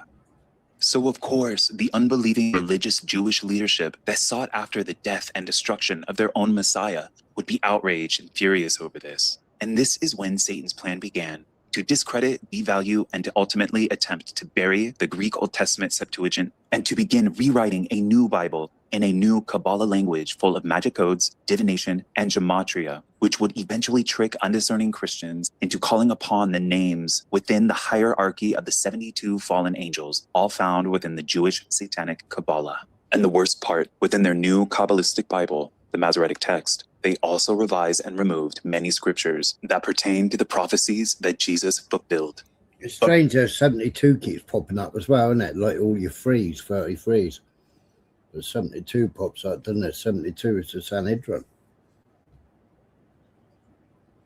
Strange how they keep popping up. Before we look at the messianic scriptures that the false Jews removed from the Old Testament, did you know that they also removed over 1,000 years of Earth's history from the biblical timeline? Yes, they deliberately corrupted the genealogies of the begetting ages of the patriarchs in Genesis 5 and 11. Now remember, the Greek Old Testament Septuagint is the oldest existing translation of the Old Testament that exists today. over 1,000 That's right, type. Our Father. years older than the Masoretic text. It was translated by 70 Hebrew Israelites and was used and treasured by the Jews for centuries before the Christians began using it. If we look at Genesis 5, verses 3 through 5, in the Septuagint we read, "And Adam lived 230 years, and begat a son after his own form, and after his own image, and he called his name Seth. And the days of Adam which he lived after his begetting Seth were 700 years, and he begat sons and daughters. And all the days of Adam which he lived were 930 years, and he died." So we read that the begetting age of Adam for his son Seth was 230 years. That means when Adam was 230 years old, his son Seth was born. Afterwards, Adam lived an additional 700 years, and then he died at the age of 930. So now let's compare that to the Masoretic text. I'm using my KJV to do this, but nearly every single modern English Bible translation uses the Jewish corrupted Masoretic text. So I could easily use my ESV or NASB Bible, and it will read the same as a KJV here. In Genesis chapter 5, verse 3 through 5 of the Masoretic text, we read, "And Adam lived 130 years, and begat a son in his own likeness, after his image, and called his name Seth. And the days of Adam after he had begotten Seth were 800 years, and he begot sons and daughters. And all the days that Adam lived were 930 years, and he died." So we see here that it's the begetting age that was changed. Instead of Seth being born when Adam was 230 years old, like the Septuagint said, the Masoretic corruption now reads that Adam was only 130 years old when his son Seth was born. This was clearly a deliberate change, as both numbers were fudged in verse 3 as well as in verse 4 to at least keep the final age of Adam's lifespan at 930 years. But it gets much worse. We see that the corruptions have been applied to the entire list of begetting ages for most of the patriarchs listed in chapter 5 and 11 of Genesis. 100 years were removed from almost every single one of the begetting ages, which means about a century was removed from each generation from the biblical timeline. After studying and comparing these begetting age differences in both my Septuagint Old Testament and my KJV Old Testament, I created this graph to showcase a visual representation of exactly what these corruptions do to the biblical genealogy timeline. So next, we're going to listen to a Bible presentation by Henry B. Smith Jr. of Associates for Biblical Research. He has been digging into this fraud for almost 2 decades and has done extensive research that concludes that there was indeed a post-70 AD rabbinical corruption of the... That's it. But it's been in the Bible forever. It's been there forever. I'm Satanist. No, I did all the cube worship. Oh, God knows how long ago I did the cube worship, because Ron didn't believe me. That was God knows how long ago. Ron didn't believe in the Kabbalah, didn't believe in cube, didn't believe in Saturn. Yeah, don't make you queer. Genesis, genealogies, and own Jewish scriptures. This is a shortened clip, but I recommend watching the full presentation for further details. I'll include a link in the description. My name is Henry Smith. I'm with the Associates for Biblical Research, and I'm the administrative director of the archaeological excavations at Biblical Shiloh. ABR is located in Lancaster County, Pennsylvania, and you can find us online at BibleArchaeology.org. My paper today, of course, here is entitled "The Case for the Septuagint's Chronology in Genesis 5 and 11. Now, this particular paper is the result of a number of years of ongoing research. If you're familiar with it at all, you know, a gentleman came up to me last night and said, you know, I tried to figure this out for 2 years and I gave up. So more serious efforts I've been doing with the ABR ministry since 2014. The goal has been to evaluate the text itself, and to demonstrate and reestablish the chronological interpretation of Genesis 5 and 11 as what I believe is the most faithful and accurate representation of the sacred text. That is, God intended for us to be able to calculate a chronology from Adam to Abraham. Now, many biblical scholars who interpret the genealogies of Genesis 5 and 11 as yielding a chronology typically argue that the Hebrew Masoretic text preserves the original begetting ages for the patriarchs. So the total for the MT from Adam to Abraham is 2,008 years. Now, calculations derived from the primary manuscripts of the Septuagint yield a total of 3,394 years for this period. That's a difference between the MT and the Septuagint of 1,386 years of time. Now, the Masoretic places the flood around 2348 and creation around 4004 BC. The Septuagint is markedly different. When you look at the primary manuscripts of the Septuagint and you do the calculations, you come to a date about 3,300 BC for the flood, and about 5,500 or so for the date of creation. Now, what's the big difference really Is the earth 7,500 years old?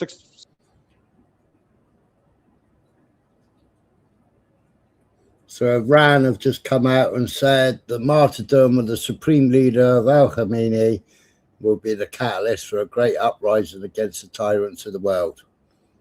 A 40-day period of national mourning and the closure of official office for 7 days.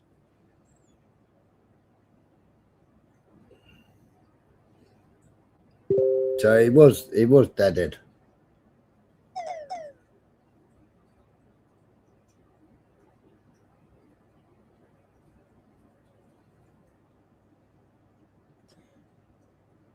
So Iran have come out and said it now.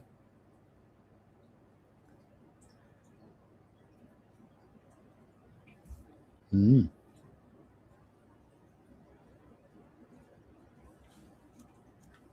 6,000 years old. In terms of the post-flood epoch and trying to correlate the chronology with archaeological evidence, they are of great significance. Now, in this paper, I'm going to propose that the Septuagint preserves most of the original numbers. Most of the Masoretic chronology in Genesis 5:11, I do not believe represents the original text and is the result of a deliberate and systematic corruption and deliberate deflation. So in the case of Genesis 5 and 11, as I've mentioned, we have two phenomena, the large-scale deliberate alterations and the accidental scribal errors. We would want to argue that the original numbers that were given to Moses were historically accurate, internally consistent, and mathematically correct, and that the Lord has preserved the text throughout history, but perhaps through various witnesses. And I would argue that Scripture itself does not promise exactly the detailed way in which God would preserve his word, only that he would preserve it and preserve it for his people throughout history. So, simply stated, the goal is to determine, well, who made the changes, why were they changed, and what are the original numbers? First, it's an interesting phenomenon that prior to the Reformation, the large majority of Christians who were dealing with Genesis 5 and 11 believed that the Septuagint preserved the original chronology. And even though the Reformers largely accepted the MT's numbers as original, there were still a number of Christian chronologists who argued that the Septuagint fundamentally preserved the original figures, and that the MT's chronology was deflated deliberately in the post-70 AD period, that is, after the destruction of the temple. These include scholars such as Goodnow, Hayes in 1741, Jackson in 1752, Russell in 1865, and Seyfarth in 1859, and numerous others. Unfortunately, when you read through the conservative scholarship, there's been little engagement with the arguments presented in the 18th and 19th century. And instead, what you find typically are superficial reasons for dismissing the Septuagint's primeval chronology. They are widespread throughout the conservative academic literature. Also, evangelicals tend to quickly dismiss the Septuagint because of unsubstantiated theological predispositions that favor the Masoretic text. The oldest known witness to the chronology, that is, of course, we would argue that Moses originally wrote the numbers, right? But the oldest witness that we actually have that we can tie to a particular time is the Septuagint itself, written around 281 BC, or translated, in Alexandria. This means the Hebrew text that was being used by the Septuagint translators actually contained the longer chronology. Let's take a look first here at the way that contemporary Jews embraced and used it for several centuries before the advent of the church.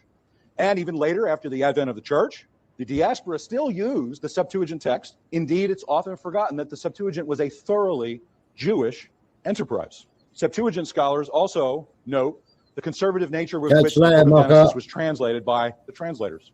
We don't see any significant evidence of conformity to Egyptian worldview claims, and I would suggest this makes it doubtful that the translators would have deliberately corrupted the text to conform it only to Egyptian chronology and not other elements of Egyptian theology and worldview claims. This is from Robert Hanhart. He says, the translators never had the freedom to take over non-Israelite tradition in its written form in the context of their translation.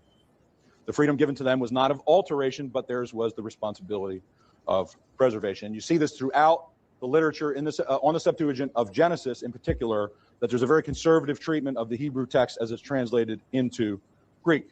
Also, when you you go through the Septuagint and Old Testament scholarship, the argument is generally that the numbers, found in the Septuagint should be attributed to the Hebrew text being used and not an invention of the translators. This is particularly the case because the Septuagint version of the list has much in common with the Samaritan Pentateuch, especially in chapter 11, strengthening the assumption that the two phenomenon took place at the Hebrew level. So Tov's argument is that the numbers that he finds, that we find in the Septuagint of Genesis 5 and 11 were not inventions of the translators, but came from the Hebrew text that was being used by them. Now, the Samaritan Pentateuch comes from Hebrew text, not the Septuagint. And therefore, they were using a Hebrew text, which they would have had to make changes separately and identically from the Septuagint if the inflation hypothesis were true. But what we find in Genesis 11 of the Septuagint is that the beginning ages, minus Canaan, match one another. Two separate, independent witnesses, geographically and in terms of the text that they're using. I suggest that there's substantial evidence, external evidence. We're talking about witnesses that were using Genesis texts and writing in antiquity that contain the longer primeval chronology in the 1st century AD and earlier. And not only using the Septuagint, but using Hebrew texts that had the longer chronology.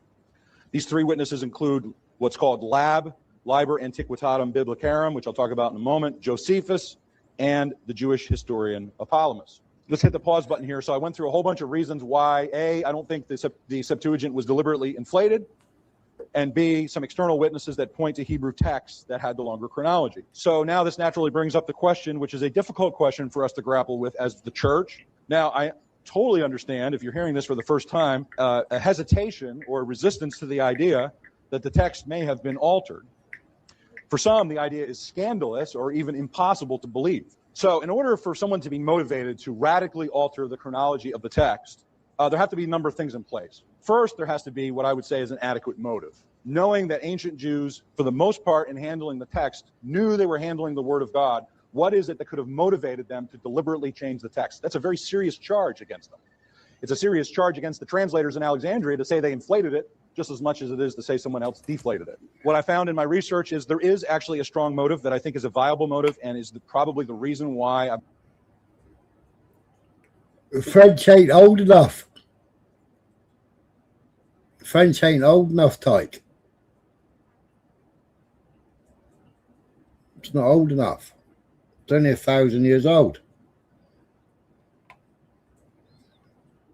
believe that the text was changed, and that is the phenomenon of chrono-messianism in Second Temple Judaism.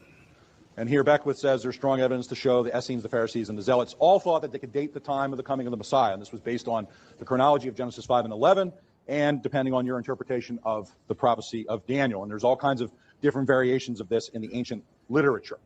But the point is that chronology related to messianic arrival was very, very important in Second Temple Judaism. Here Silver says this: so if you add the idea of messianic chronology to the view that came out of Second Temple Judaism, that since God made the world in 6 days, each day represents 1,000 years of history, and thus the world would last a total of 7,000 years.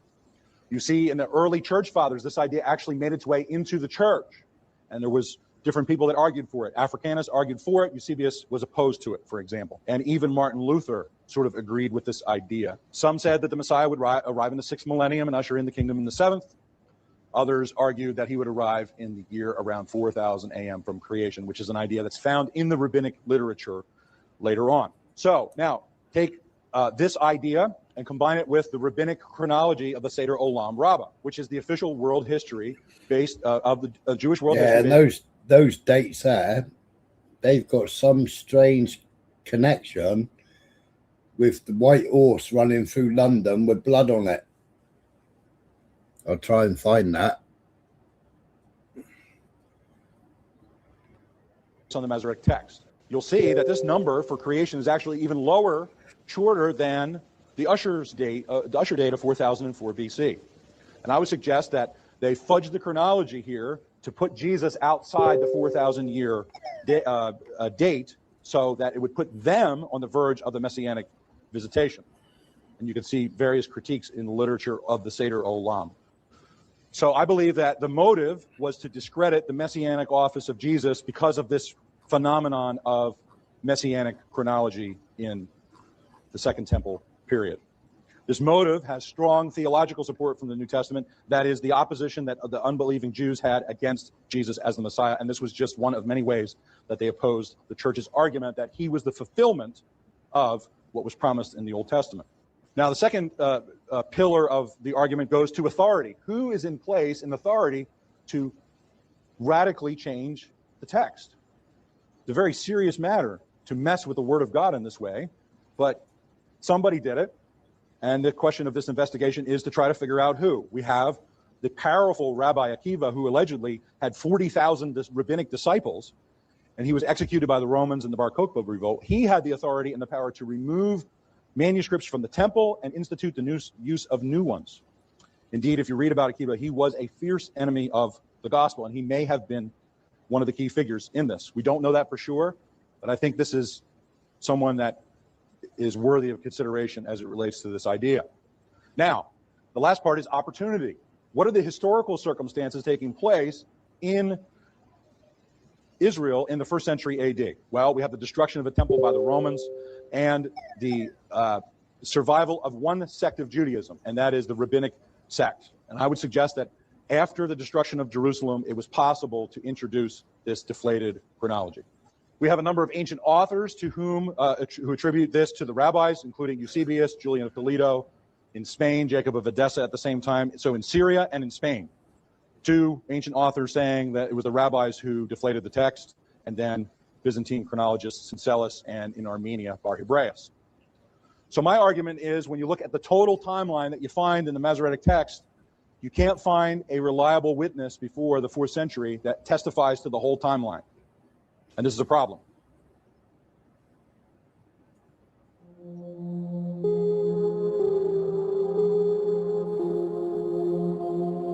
Second-century martyr for Jesus Christ and church apologist Justin Martyr wrote that the Jews of his day not only rejected the Greek versions of the Hebrew Bible, known as the Septuagint, but that they also removed clear prophecies of Jesus's deity, crucifixion, and resurrection from their own copies of the scriptures.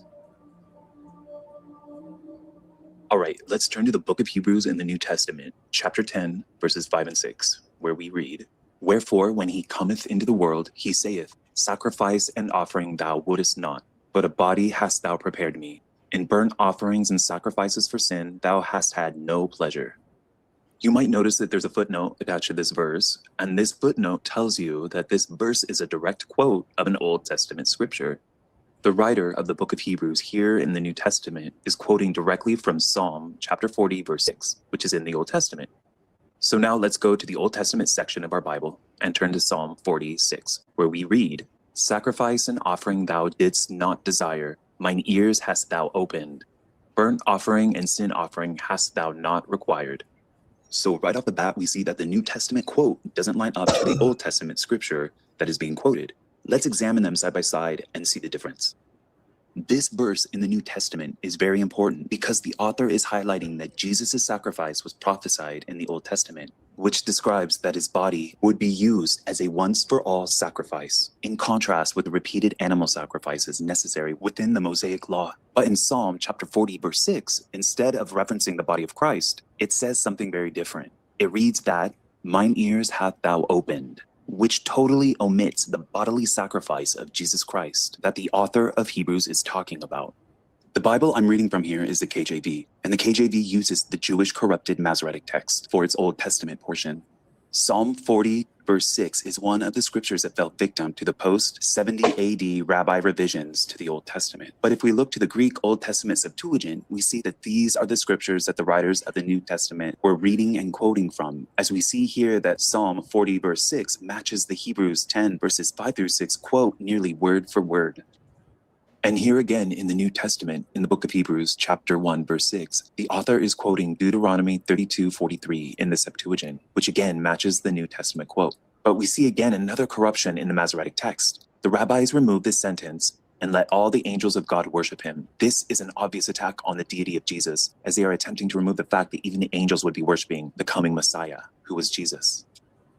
Within the New Testament, the writers directly quoted the Old Testament approximately 250 times.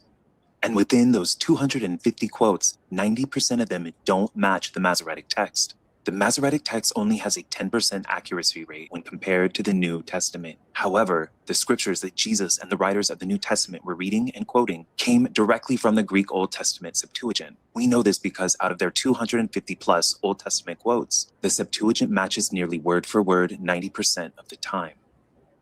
The Masoretic text inserted 12 new verses to the end of Jeremiah chapter 33, which is actually chapter 40 in the Septuagint. The new inserted verses of Jeremiah 33:14-26 contain a manufactured prophecy that is central to the concept of Israel's future restoration, promising the return of the nation to its land and the establishment of a righteous... Yes, we've always said that though, haven't we?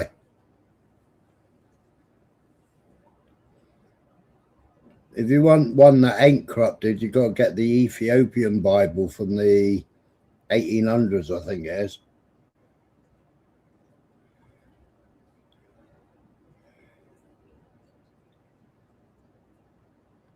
ruler who will execute justice and righteousness on earth.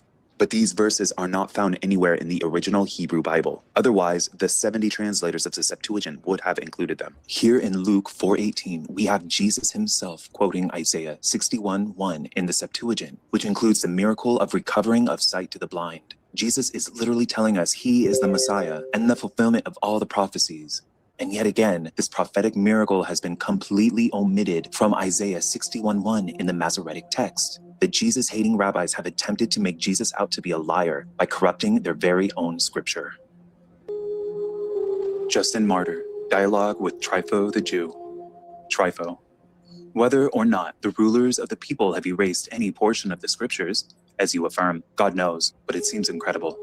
Justin: assuredly, it does seem incredible, for it is more horrible than the calf which they made when satisfied with manna on the earth, or than the sacrifice of children to demons, or than the slaying of the prophets.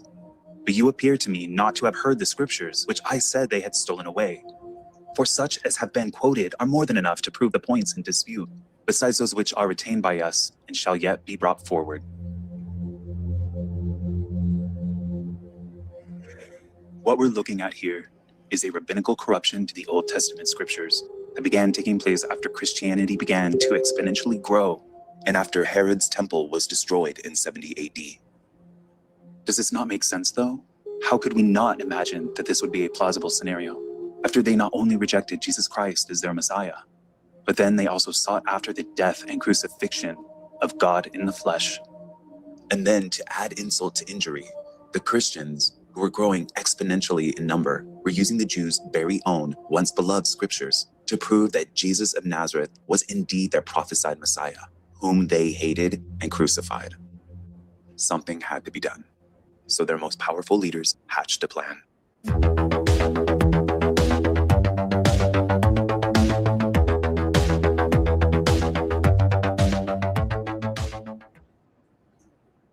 Then Jesus went out and departed from the temple, and his disciples came up to show him the buildings of the temple. And Jesus said to them, "Do you not see all these things? Assuredly, I say to you, not one stone shall be left here upon another that shall not be thrown down."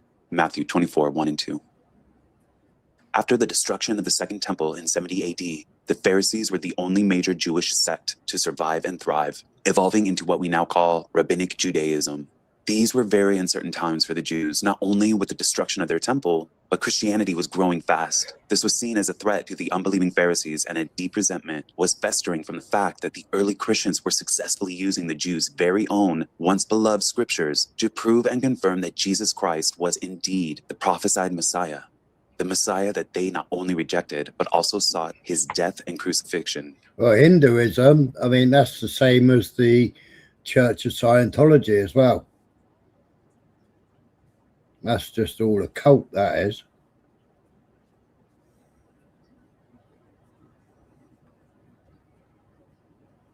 Around 90 AD, Rabbi Akiva ben Joseph held a series of very important Jewish councils in the city called Jamnia, also known as Yavne, in Palestine, which is now considered central Israel. Rabbi Akiva ben Joseph, who was a fierce opponent to the gospel of Jesus Christ and very vocal for his hatred of Jesus and Christians, was the council's undisputed leader. Akiva was one of, if not the most, powerful Jews of his time. This is historically known as the Council of Jamnia, whose chairman was Yohanan ben Zakkai. Here's a quote by researcher Barry Setterfield. Rabbi Akiva and others at the Council of Jamnia denied that Jesus of Nazareth was a long-awaited Messiah. The Christians, however, had been using the scriptures to prove that Jesus was the Savior, the Messiah. Thus, it was either the Council of Jamnia itself, or a group related to or supported by them, who literally rewrote the ancient scriptures. They quietly changed a number of the prophecies used by the Christians so they would not appear to be fulfilled by Jesus, or at least not match what was being quoted in the Christian writings. They also, for a rather strange reason, chose to shorten the genealogies in Genesis 5 and 11, effectively chopping off over 1,300 years in total. The following is a commentator's criticism of Barry Setterfield's research and his response to the comment.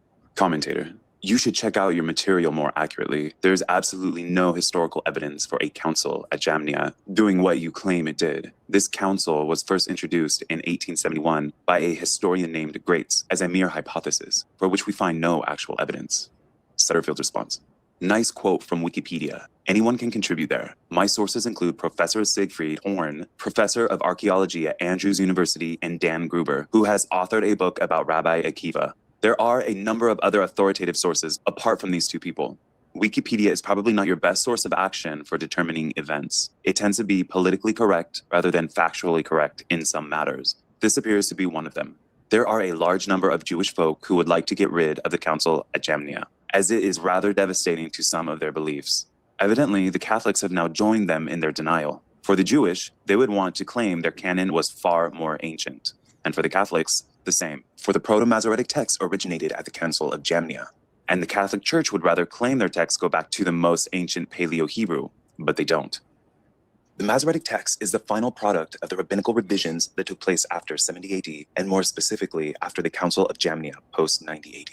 Although it took the Jews many centuries after Christ, almost 1,000 years, to engineer and finalize their new voweled modern Hebrew block script, which is what the Masoretic text was written in, they immediately began working on Proto-Masoretic corruptions, which included creating counterfeit translations of the Greek Old Testament, where they began inserting their changes to messianic prophecies as well as chronological genealogies in Genesis 5 and 11, all of which we examined earlier in this video. The purpose of the 3 new Greek rewrites was to convince the Christians and the world that the ancient Greek Old Testament Septuagint wasn't accurate, as it now wouldn't match these new Greek scripture translations that they claimed are based off the true Hebrew scriptures, scriptures that had no evidence until the Dead Sea Scrolls were deposited and found magically in the year 1947, the same year that the Rothschilds' counterfeit political nation appropriated the name of Israel. Here we see the official translation map of the scriptures. First thing we notice is that the Greek Old Testament Septuagint is in fact the oldest surviving translation of the Hebrew Bible that exists today. We also see that the Masoretic text is a much newer translation by over 1,000 years and is thrice removed from the direct translation that the Septuagint has to the original lost scriptures of the true original Hebrew Bible. We can see here that the authority of the Septuagint is undeniable. It's fascinating that the Jews not only authorized the Septuagint as official Hebrew scriptures centuries before Jesus, but used these very scriptures in the temple and synagogue with absolutely no qualms over the translation of the 70 Hebrew Israelites 300 years prior. It wasn't until after Jesus and the Christians came on the scene that all of a sudden there was a manufactured problem with the Septuagint. Okay, let's look at the explosion of Proto-Masoretic translations that happened after the Rabbinical Council of Jamnia in 90 AD. Let's start with the 3 official Greek rewrites condoned by the unbelieving rabbis. These 3 new Greek translations were all written by unbelievers of Christ Jesus as the divine Messiah. Theodotion was an unbelieving Jew and rejected Jesus Christ. Theodotion rewrote the Septuagint into a new Greek translation around 150 AD and added Jewish Proto-Masoretic corruptions. Theodotion's Greek translation is considered to be a total rewrite of the Septuagint, because it is responsible for the major Jewish corruptions to the book of Daniel, the book of Job, and the book of Jeremiah. All these corruptions were adopted centuries later when they were officially inserted into the Masoretic text. Theodotion's Greek translation did not contain the Tetragrammaton. Next, we have Symmachus, who was an Ebionite who lived under the Mosaic law, and he rejected Christ's deity. Symmachus rewrote the Septuagint into a new Greek translation in the late 2nd century AD, and he added the Jewish Proto-Masoretic corruptions as well. Symmachus was considered an Ebionite who rejected Jesus' divinity and also followed the Mosaic law. He also rejected Paul as an apostle and considered James to be the successor of Jesus. He was admired by Jerome, who used his work in composing the Latin Vulgate, which then adopted the Jewish Proto-Masoretic corruptions. Symmachus' Greek translation is not believed to have contained the Tetragrammaton. And last, we have Aquila of Sinope. Let's focus on him and his translation, because it's pretty vile. Aquila of Sinope was initially a Roman pagan. For a brief time, he claimed to be a Christian, but officially converted to Judaism once he was found out to be practicing witchcraft. Aquila of Sinope was a very special student of the Jesus-hating Rabbi Akiva, who mentored him while he was inserting the Proto-Masoretic corruptions into his Greek rewrite of the scriptures. And then later, he also wrote the Onkelos Targum, which is the authoritative Aramaic translation of the Old Testament.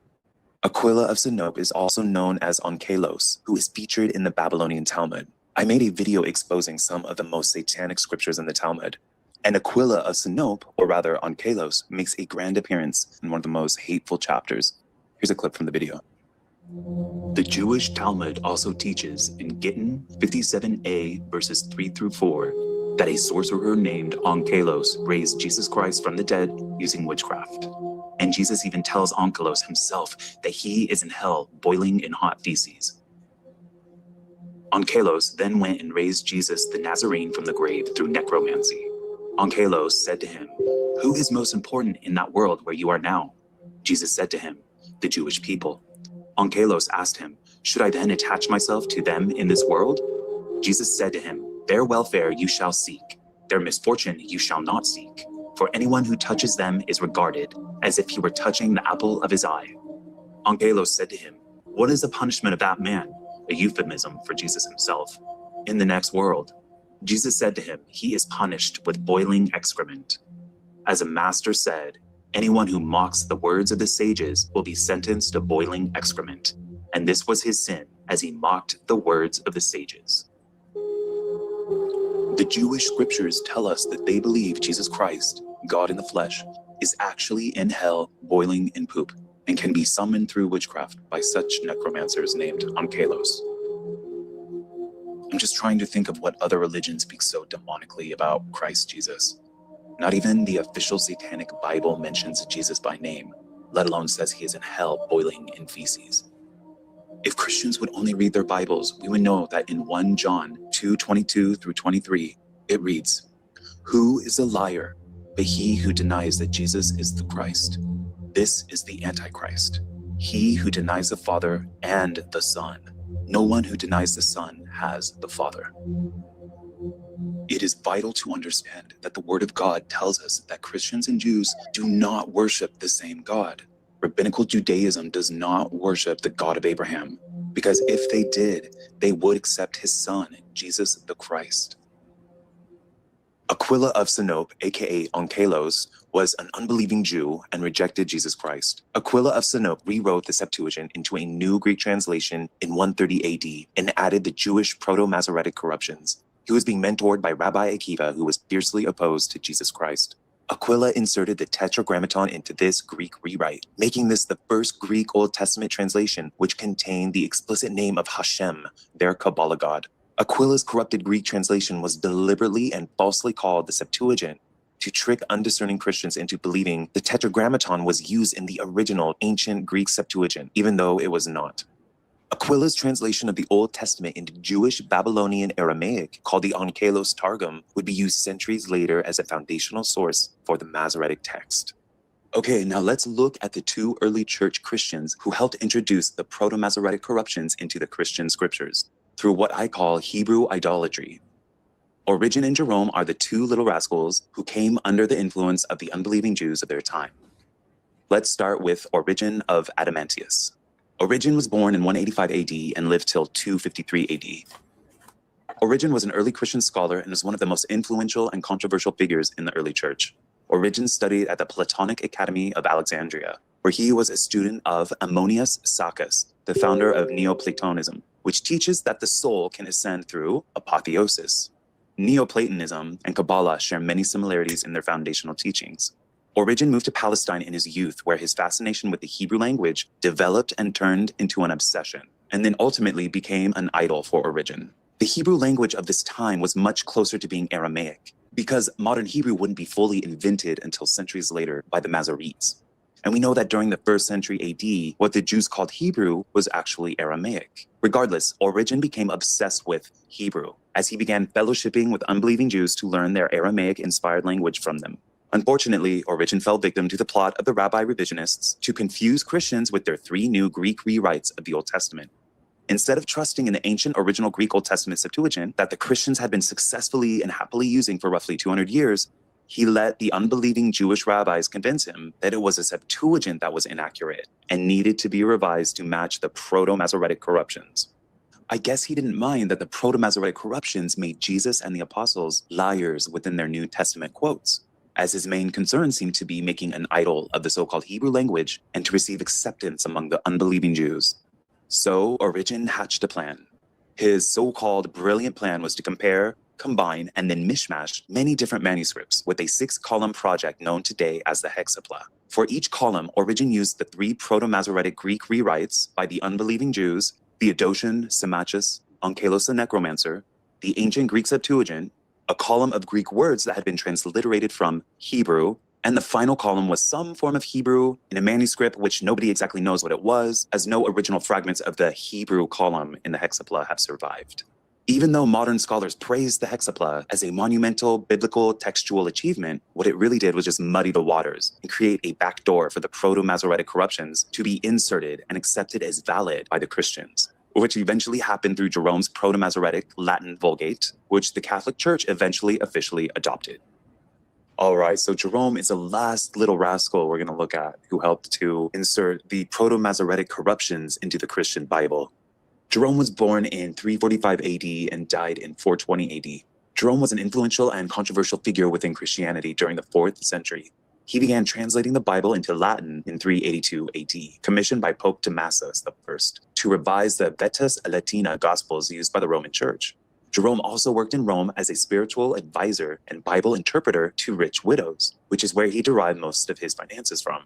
He quickly fled Rome and headed for Palestine after he was involved in a sexual scandal and was also accused of being responsible for the death of one of his advisees, Blasilla, who died from extreme asceticism under his instructions.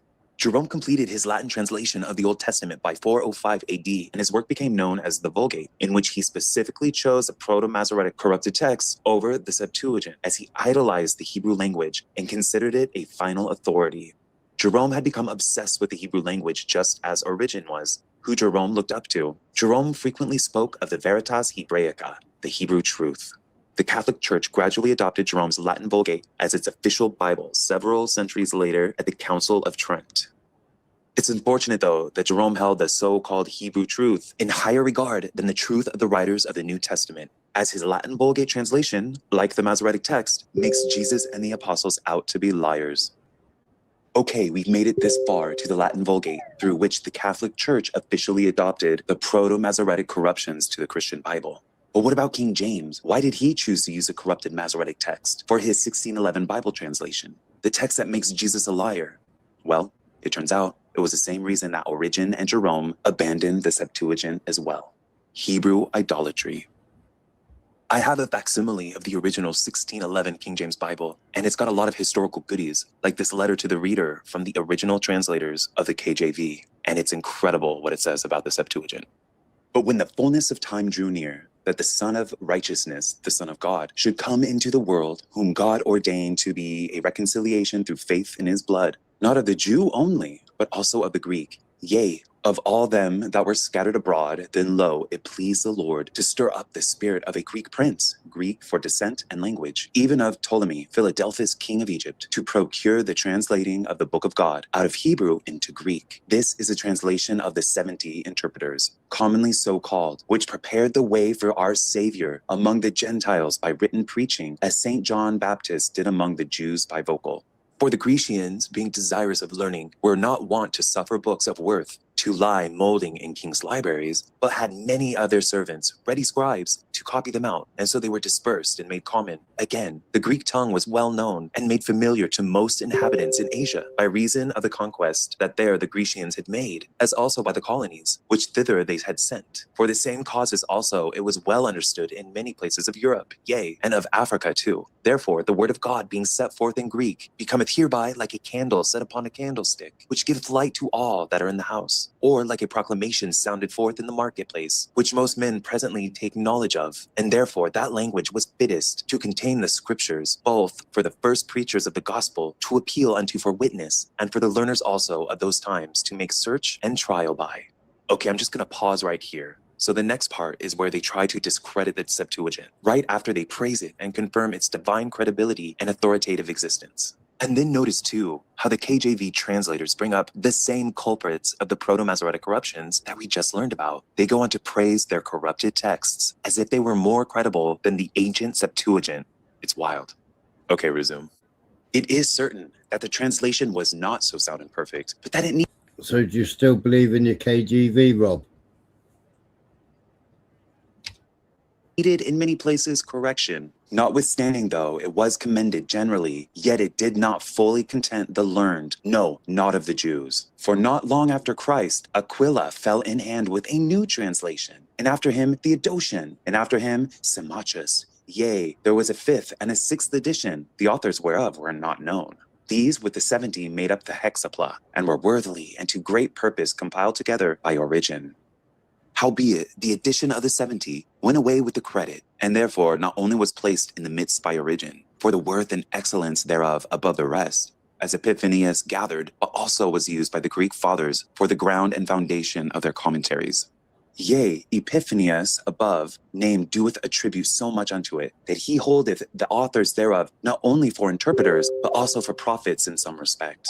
And Justinian, the emperor, enjoining the Jews, his subjects, to use specially the translation of the 70, rendereth this reason thereof, because they were as it were enlightened with prophetical grace. Yet, for all that, as the Egyptians are said of the prophet to be men and not God, and their horse is flesh and not spirit, so it is evident, and Saint Jerome affirmeth as much, that the 70 were interpreters, they were not prophets. They did many things well as learned men, but yet as men they stumbled and fell. One while through oversight, another while through ignorance. Yea, sometimes they may be noted to add to the original, and sometimes to take from it. Like so much of the rest of the world, the translator of the King James Version Bible admit here that they are under the hypnotic spell of Hebrew idolatry. Let's just make a list of what they actually admitted here. Number 1, the Septuagint was a divinely inspired translation from God, used for centuries to prepare the world, the Gentiles specifically, for the arrival of the Son of God. Number 2, the Septuagint was indeed translated by 70 Hebrew Israelites and used very proficiently for centuries by the Jews leading up to Christ, without any previous issues or concerns with its translation credibility. And number 3, somehow, and it must be due to the blinding of reason through Hebrew idolatry, the translation of Aquila, the unbelieving Jew, the necromancer named Onkelos mentioned in the Babylonian Talmud, his translation is considered more trustworthy than the translation of the 70 Hebrew Israelites, a translation written after the crucifixion of Jesus, under the instruction of Rabbi Akiva, a hater of Jesus and the gospel. A translation from a sorcerer who was mentioned in the Babylonian Talmud for raising Jesus from the dead, getting him to admit he's in hell, boiling in poop. His translation is considered more credible and trustworthy than the actual scriptures that Jesus and the apostles quoted from. At the end of the day, the King James translators chose to use Onkelos, the necromancer's Bible that makes Jesus a liar. In what world is this okay? Only in a world that is run by the synagogue of Satan.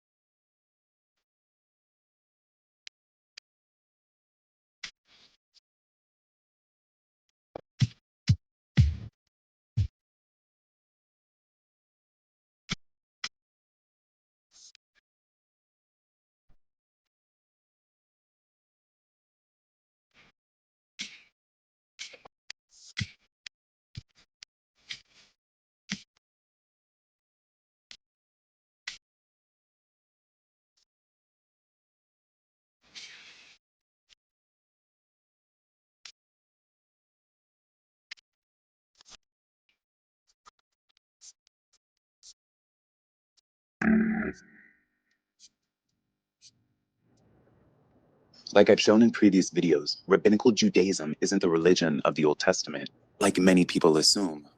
Long ago, before, and especially after they sought the crucifixion of the Son of God, The rabbis morphed their religion into a Luciferian blend of Talmudic legalism with satanic Babylonian Kabbalah mysticism. There is no separation from Judaism from the Talmud or Kabbalah. They are all intertwined and lead to one another.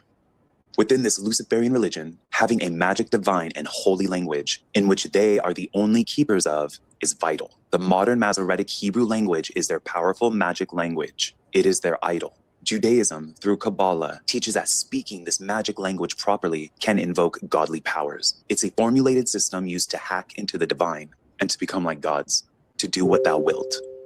According to the Zohar, the main text of Kabbalah, it was Moses, not God, who parted the Red Sea using a powerful spiritual technology. This technology is derived from the 72 names of God found in the Tetragrammaton, a metaphysical formula encoded within 3 specific verses of the Torah, Exodus 14, each verse containing 72 letters. The Kabbalists teach that this formula, known as Hashem HaMforash, the explicit name, grants access to the subatomic realm of nature and allows one to influence the physical world. The miracle of Moses parting the Red Sea was not performed solely by divine intervention, but required Moses to use the powerful magic of Kabbalah within the Tetragrammaton's Shem HaMforash.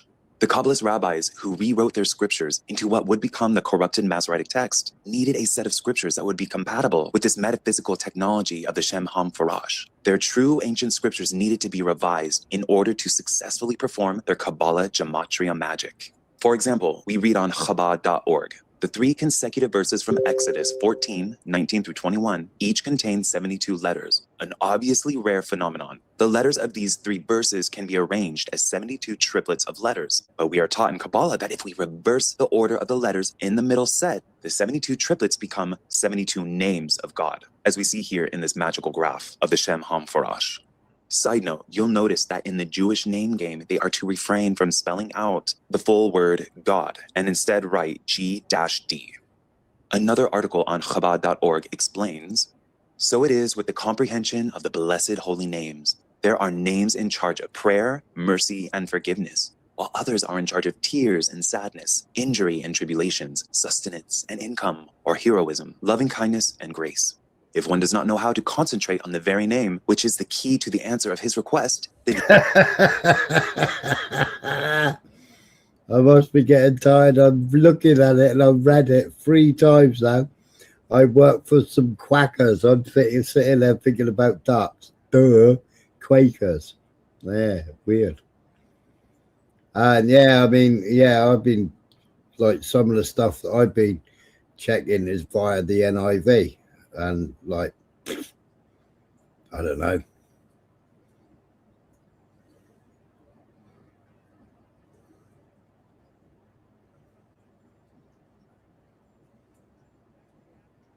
I think, was it the Ethiopian Bible from the 1800s?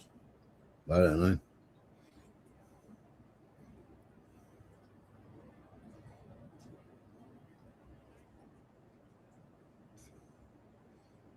Yeah, I'm tired. I'm looking at it going, quackers, ducks. He worked for ducks.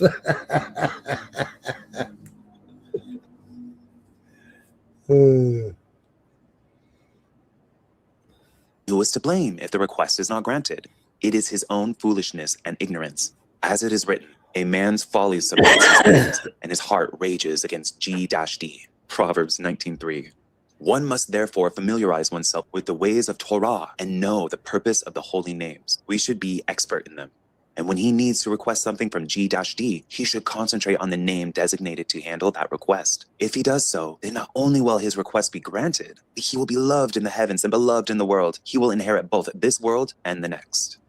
Again, on Chabad.org, we read, unlike other languages, the very words and letters of biblical Hebrew are holy. Hebrew is a language used for creating the world, and it is a language of choice that G-D uses to reveal himself to the prophets. Clearly, the Hebrew language is the golden calf of rabbinical Judaism. According to their own writings, without chanting their engineered Hebrew language, they have no power or access to their G-D, which again should confirm to Christians that the God of Judaism is clearly not God the Father. But when ye pray, use not vain repetitions, as the heathen do, for they think that they shall be heard for their much speaking.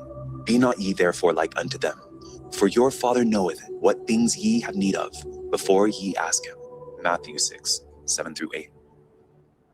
What is truly ironic and perversely inverted is that while the Jews claim their modern Masoretic Hebrew language is the original language of God, they actually reject the original Phoenician Paleo-Hebrew language of Moses. On Torah.com, we read an article titled, "The Transformation of Hebrew Script from Paleo-Hebrew to Aramaic." Before the exile, Israelites and Judahites wrote in Old Hebrew script.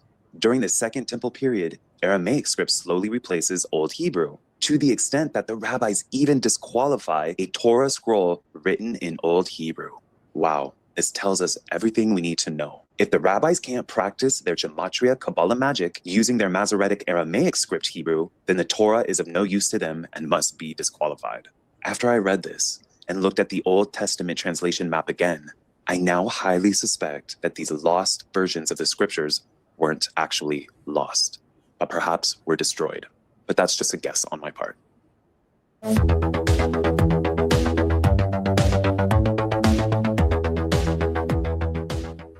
The most famous manuscript for the Masoretic text is called the Leningrad Codex.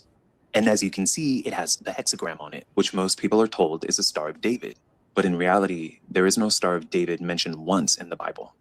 But in the New Testament, we read about the Star of Rembrandt, as described in Acts 7:43, where Stephen condemns Jewish idolatry, saying, "Yea, ye took up the tabernacle of Moloch, and the star of your god Rembrandt, figures which ye made to worship them, and I will carry you away beyond Babylon." If we do a little digging, we can find that Rembrandt is another name for the god Kayun, pronounced Chiyun, mentioned in Amos 5:26. And then looking further, we also see that Chiyun is actually the god Saturn. So we learn now that the Star of David is actually the Star of Saturn. If we study the Star of Saturn, we see that it has 6 points. And there are 6 triangles that make up each of these 6 points. And all 3 angles in an equilateral triangle are 60 degrees. And then finally, we see that the center of the Star of Saturn contains the hexagram. A shape with 6 sides we call a hexagon. And a hexagon is a 2-dimensional expression of the 3-dimensional cube. This is where we get the term black cube of Saturn.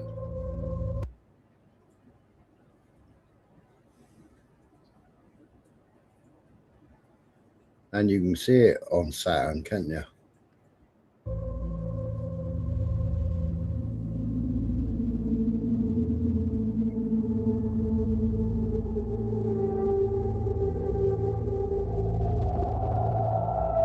The Star of Saturn is one of the most high occultic symbols used extensively in sigil magic for conjuring and controlling demons. The Star of Saturn is also used in Kabbalah to represent their androgyne god, symbolizing the union between masculine and feminine gods, the male deity Yahweh and the feminine deity Shekinah. The Star of Saturn is so occultic that it is used in the most highest orders of witchcraft, like Aleister Crowley's Order of Thelema. On thelemapedia.org, it showcases the works of Aleister Crowley. For example, his greater ritual of the hexagram. Crowley explains the procedure. The hexagram of Earth alone is used. Trace the astrological sigil of the planet in the center of your hexagram. Use a conjuration with the name of the god corresponding to the planet or sign you're dealing with. And then if we scroll down, we see the different names of their gods, which are attached to specific planets. And please note that every one of these names are the Hebrew names invented within the tetragrammaton of Yod-He Vav-He. To conjure the demon attached to the sun, the name is Yahweh Yod-He Vav-He Eloah Vedath. Mercury's name is Elohim Zabaoth. Venus's name is Yod-He Vav-He Zabaoth. To conjure the demon attached to the moon, the name is Shaddai El Chai. Mars's name is Elohim Gibor. Jupiter's is El. And finally, we have the god of Saturn, whose name is Yod-He Vav-He Elohim. You also got Israel as well. Isis, Ra, and El. There's another rabbit hole.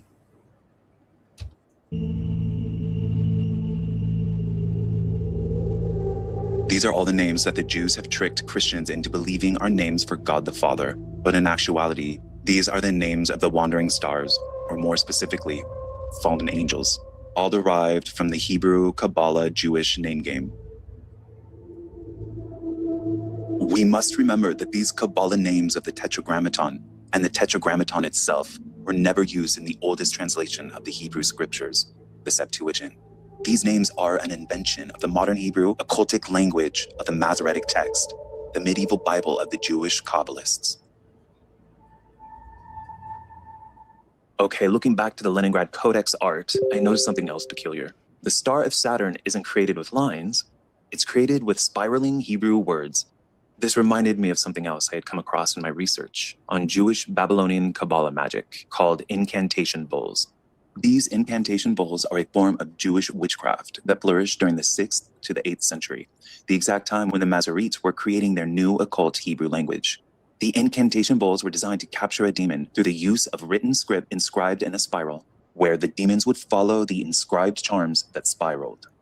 And then I noticed there's another star on the Leningrad Codex cover, and it uses the same Babylonian scribal magic. It's an 8-pointed star made from 2 overlapping squares. It turns out that this is another very high occultic symbol. In Islam mysticism, it's called Khatim Suleiman, the seal of the prophets. In Hinduism, it's called the Star of Lakshmi. And going back to the high-level Freemason degree of Memphis Mizraim, we see that this star is the main symbol used in this degree. The Mormons use the star on many of their temples, and their San Diego temple specifically uses it more than 10,000 times, not only for its decorative design, but the symbol is used as a foundation for its architecture.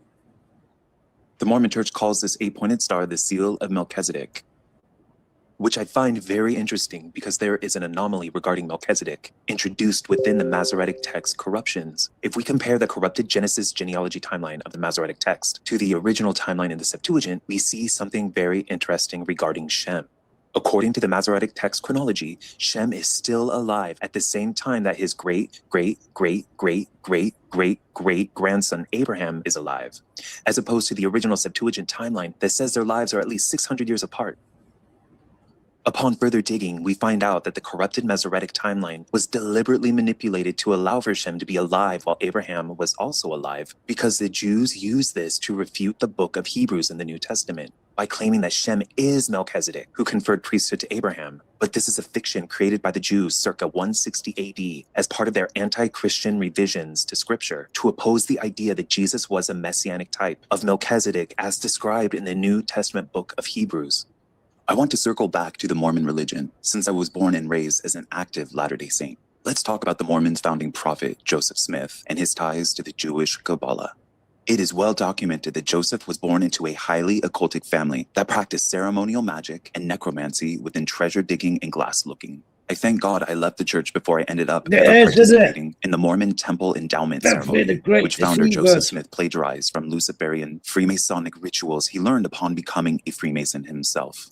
Upon further digging, we learn that Joseph Smith became obsessed with learning the occultic language of modern Hebrew. Journalist Tamar Fox writes in an article, in his journal, Joseph Smith wrote, "It seems as if the Lord opened our minds in a marvelous manner to understand his word in the original language." Side note, it's quite the deception, isn't it? That everyone has been bamboozled into thinking that modern Hebrew is a God-breathed, ancient, true language of the Bible, when in fact, it's a medieval engineered language of the children of Satan, which makes sense when you take into account that modern Hebrew is revered and used heavily in the occult and specifically in the conjuring of demonic forces. In the biography of Joseph's wife, Emma Smith, authors Newell and Avery explain, through Alexander Nebar, Joseph Smith had access to ancient Jewish rites called Kabbalism. At the same time, he claimed to be translating the papyri from the Egyptian mummies, which became his Book of Abraham. Joseph Smith also apparently possessed a collection of original Jewish Kabbalistic works in Naval, a city which he named after a word he found in his Hebrew grammar studies. Here's a clip of hidden camera footage of the highly secretive Mormon Temple Endowment Ceremony, which is an essential ritual for the salvation of Mormons within their doctrine of eternal progression into exaltation, also known as apotheosis in Freemasonry. We will now make the sign of the second token of the Melchizedek priesthood. This is done by raising both hands high above the head, and while lowering the hands, repeating 3 times the words, "O God, hear the words of my mouth. O God, hear the words of my mouth. O God, hear the words of my mouth." The Lord then gives the first token of the Melchizedek priesthood or sign of the nail and asks, "What is it?" the first token of the Melchizedek priesthood, or sign of the nail. The Lord then gives the second token of the Melchizedek priesthood, the patriarchal grip, or sure sign of the nail, and asks, what is that? The second token of the Melchizedek priesthood, the patriarchal grip, or sure sign of the nail. As to the name, it had. Will you give it to me? I cannot. I have not yet received it. For this purpose I have come to converse with the Lord through the veil. In his article, Joseph Smith and Kabbalah, the Occult Connection, writer Lance S. Owens connects the dots between Joseph Smith's teachings and the Kabbalah. In 1844, Smith, in what may be his single greatest discourse, and in the most important public statement of his theosophical vision, apparently quotes almost word for word from the first section of the Zohar, which is Kabbalah. On Sunday afternoon, the 7th of April, 1844, Joseph Smith stood before a crowd estimated at 10,000 and delivered his greatest sermon, the King Follett Discourse. Dissension, rumor, accusation, and conspiracy all abounded in Nauvoo on that pleasant spring day, and Joseph was at the center. This would be Joseph's last conference. 10 weeks later, he lay murdered at Carthage jail. In this atmosphere of tension, many in the congregation probably expected a message of conciliation, a retrenchment. Instead, the prophet stunned the listeners with his most audacious public discourse, a declaration replete with doctrinal innovations and strange concepts that many of the saints had never heard before. As Fawn Brodie noted, for the first time he proclaimed in a unified discourse the themes he had been inculcating in fragments and frequently in secret to his most favored saints: the glory of knowledge, the multiplicity of gods, the eternal progression of the human soul. Van Hale, in his analysis of the discourse's doctrinal impact, notes 4 declarations made by Joseph Smith, which have had an extraordinary and lasting impact on Mormon doctrine. Men can become gods. There exist many gods. The gods exist above one another innumerably, and God was once as man is now. Interestingly, these were all concepts that could, by various exegetical approaches, be found in the Hermetic Kabbalistic tradition. But even more astoundingly, it appears Joseph actually turned to the Zohar for help in supporting his introduction of these radical doctrinal assertions. The prophet begins his discussion of the plurality and hierarchy of the gods with an odd exegesis of the first words of Genesis, Bereshith bara Elohim. Of course, it's in the occultic medieval modern Hebrew. I suppose I'm not allowed to go into an investigation of anything that is not contained in the Bible. I will go to the Old Bible and turn commentator today. I will go to the very first Hebrew word, Bereshith, and make a comment on the first sentence of the history of creation, in the beginning. I want to analyze the word Bereshith, be, in, by, through, and everything else. Next, Rosh, the head. If, where did it come from? When the inspired man wrote it, he did not put the first part, the be, there, but a man, a Jew without any authority, put it there. He thought it too bad to begin to talk about the head of any man. It read in the first, the head one of the gods brought forth the gods. This is a true meaning of the words. Roshith bara Elohim signifies the head, to bring forth the Elohim. If you do not believe it, you do not believe the learned man of God. No learned man can tell you any more than what I have told you. Thus, the head God brought forth the head gods in the Grand Head Council. Smith translates Elohim in the plural as the gods.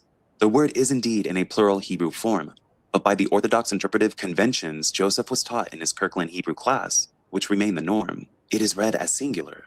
In the Kabbalah, the Zohar, however, it is interpreted in the plural. It should be remembered that the Hermetic Kabbalistic worldview parallels Joseph's vision of God in many particulars.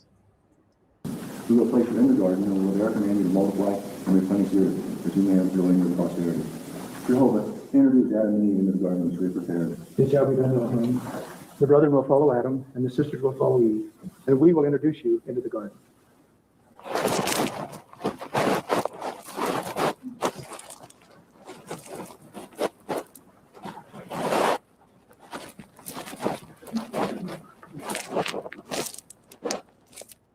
If you check Genesis chapter 14 in your Bible, you'll see that the chapter ends on verse 24.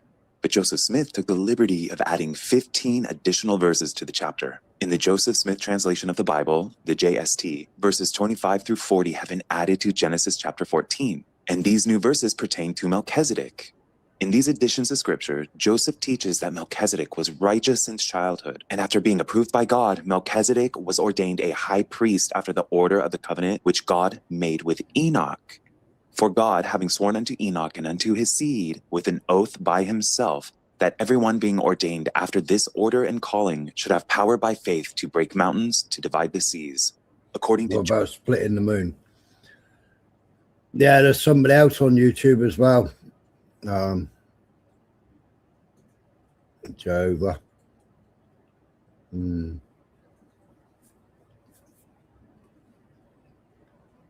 Joseph Smith's corruptions to scripture, all were And then they said Jehovah, and what's it called? It's all the same as Church of Scientology. Mormon men may be ordained into the Melchizedek priesthood. But in the Bible, the Melchizedek priesthood is an office that only applied to Christ. It's fascinating to see that my research into the Masoretic text corruptions led me down a rabbit hole that connects the Masoretic text, Hebrew, Melchizedek, Joseph Smith, Freemasonry, and of course, the Kabbalah, the religion of the serpent.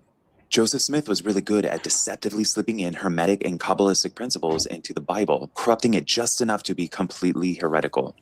For example, in the Book of Mormon, 2 Nephi, chapter 2, verses 22 through 25, Joseph Smith wrote, "And now, behold, if Adam had not transgressed, he would not have fallen, but he would have remained in the Garden of Eden, and all things which were created must have remained in the same state in which they were after they were created, and they must have remained forever and had no end. And they would have had no children, wherefore they would have remained in a state of innocence, having no joy, for they knew no misery, doing no good, for they knew no sin. But behold, all things have been done in the wisdom of him who knoweth all things. Adam fell that men might be, and men are that they might have joy." Wow, that's pretty Gnostic. Teaching that Adam and Eve knew no joy living in the presence of God in the garden, and that sinning against God, disobeying him, partaking in the fruit from the tree of knowledge of good and evil was ultimately a good and noble deed. This doctrine is Luciferian light, just enough Kabbalah, wrapped up in just enough Christian lingo to deceive the undiscerning. Joseph Smith truly was a nasty boy. Not only was Joseph Smith building a new religion based on Luciferian principles, man becoming God, that he learned through Jewish Kabbalah, he was also a practitioner of sigil magic. According to his wife Emma, one of Joseph's most intimate possessions was a Jupiter talisman. Here's an image from the actual Jupiter talisman that Joseph Smith was wearing when he was murdered by an angry mob. In April of 1974, Dr. Durham announced an important find, not realizing the implication of his discovery. In his presidential address to the Mormon History Association, he spoke of yet another interesting occultic article called the Jupiter Talisman, which was described by Joseph's wife Emma as one of the prophet's intimate possessions. Dr. Durham had this to say about the mystical powers of the talisman. When properly invoked, with Jupiter being very powerful and ruling in the heavens, these intelligences, by the power of ancient magic, guaranteed to the possessor of this talisman the gain of riches and favor and power and love and peace, and to confirm honors and dignities and councils. Talismanic magic further declared that anyone who worked skillfully with this Jupiter table would obtain the power of stimulating anyone to offer his love to the possessor of the talisman, whether from a friend, brother, relative, or even any female. In the same address, Dr. Durham also stated, in some very real and quite mysterious sense, this particular table of Jupiter was the most appropriate talisman for Joseph Smith to possess. Indeed, it seemed meant for him, because on all levels of interpretation, planetary, mythological, numerological, astrological, mystical Kabbalism, and talismanic magic, the prophet was in every case appropriately described. This talisman was found in Joseph's pocket the day he died in Carthage. Another thing that was really interesting in studying the roots of Mormonism was to find out that Joseph Smith wore a Jupiter's talisman. One indication we have as an insight into Joseph Smith's character is the value he placed in a particular magic object called Jupiter's talisman that he had had through his life. We aren't sure just when he first got it, but evidently as a teenager, but he kept it on his person until his death. And a Jupiter's talisman is a magic object that one would use to empower one with money, finances, power over people, power over women. All of these things were items Joseph's life was geared toward. He wanted power, he wanted money, and he wanted women. The fact that he died with Jupiter talisman on his body shows that throughout his life, he continued to hang on to that hope and that trust in that magic object. The exact inscription on Joseph Smith's talisman comes directly from The Magus by Francis Barrett, published in 1801, just 4 years before Joseph was born. It is most likely Joseph Smith's family possessed a copy of this book. The Magus is one of the primary sources for the study of ceremonial magic. It is one of the rarest and most sought-after grimoires of the 1800s. Barrett's magnum opus embodies deep knowledge of alchemy, astrology, and the Kabbalah, and has been cited by the Golden Dawn and other high occult and esoteric movements as source material. The medieval Hebrew language is of extreme importance within the witchcraft presented here. The Shem HaMephorash of the Tetragrammaton is extensively featured, showcasing all the Hebrew names that are derived from it. Within the magic of Kabbalah, just as planets have specific symbols attached to them, the 72 demons that can be conjured with the Tetragrammaton, Yod-He Vav-He, have very specific sigils of their own. Each unique demon has its very own unique magic sigil. Looking through these, we can see that there is a very specific format of lines and shapes used in each sigil.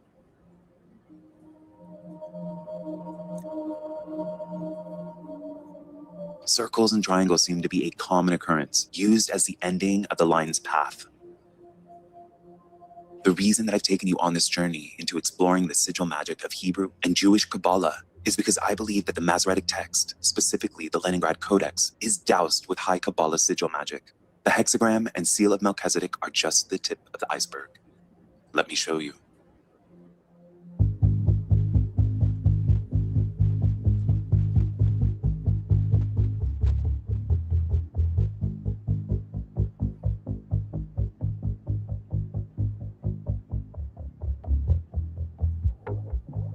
It's all mad as poo, innit? Mad as poo.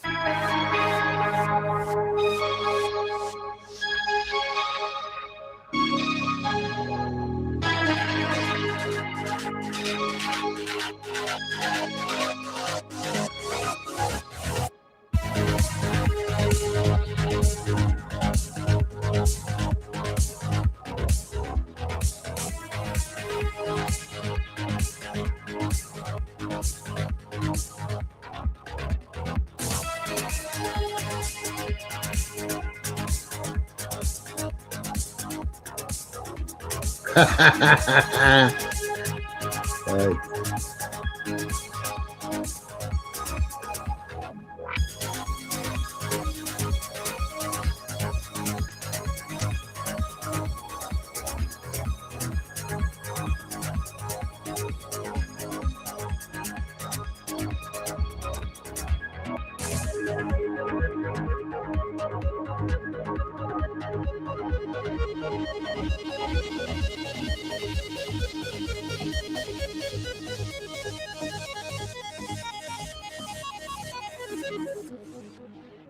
Jesus is really Yeshua.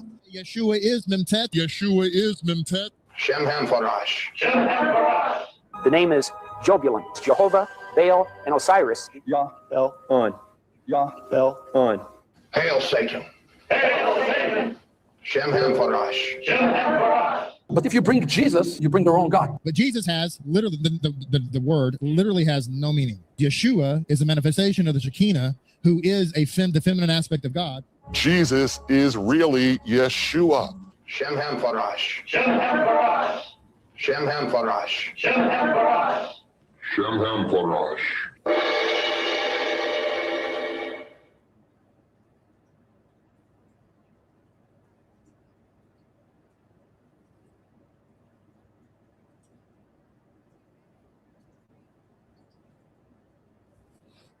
What if I told you that the entire... There you go. Don't have nightmares, people.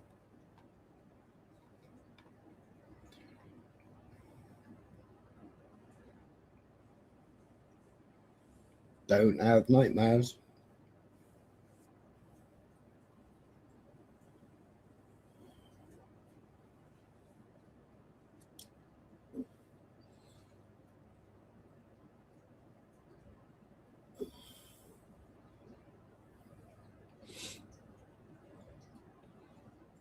What do you think of that, Tyke?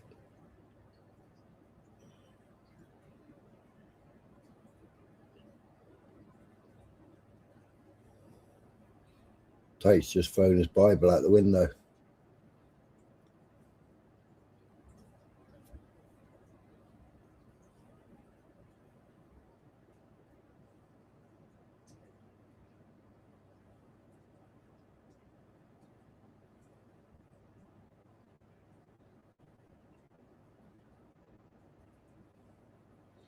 Right, I think it's sleep time.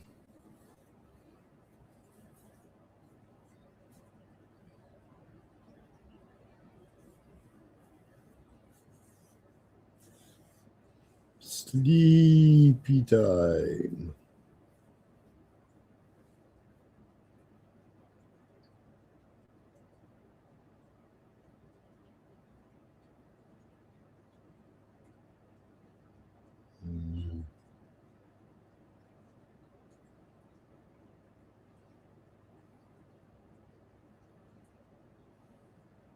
Right. I shall catch you later. See what develops tomorrow. Seems to have quieted down. Khomeini's definitely dead. Been unalived.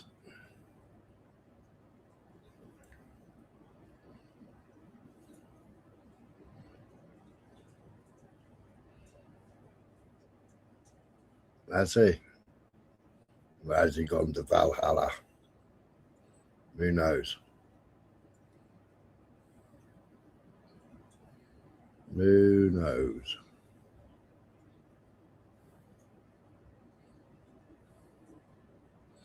Yeah, exactly.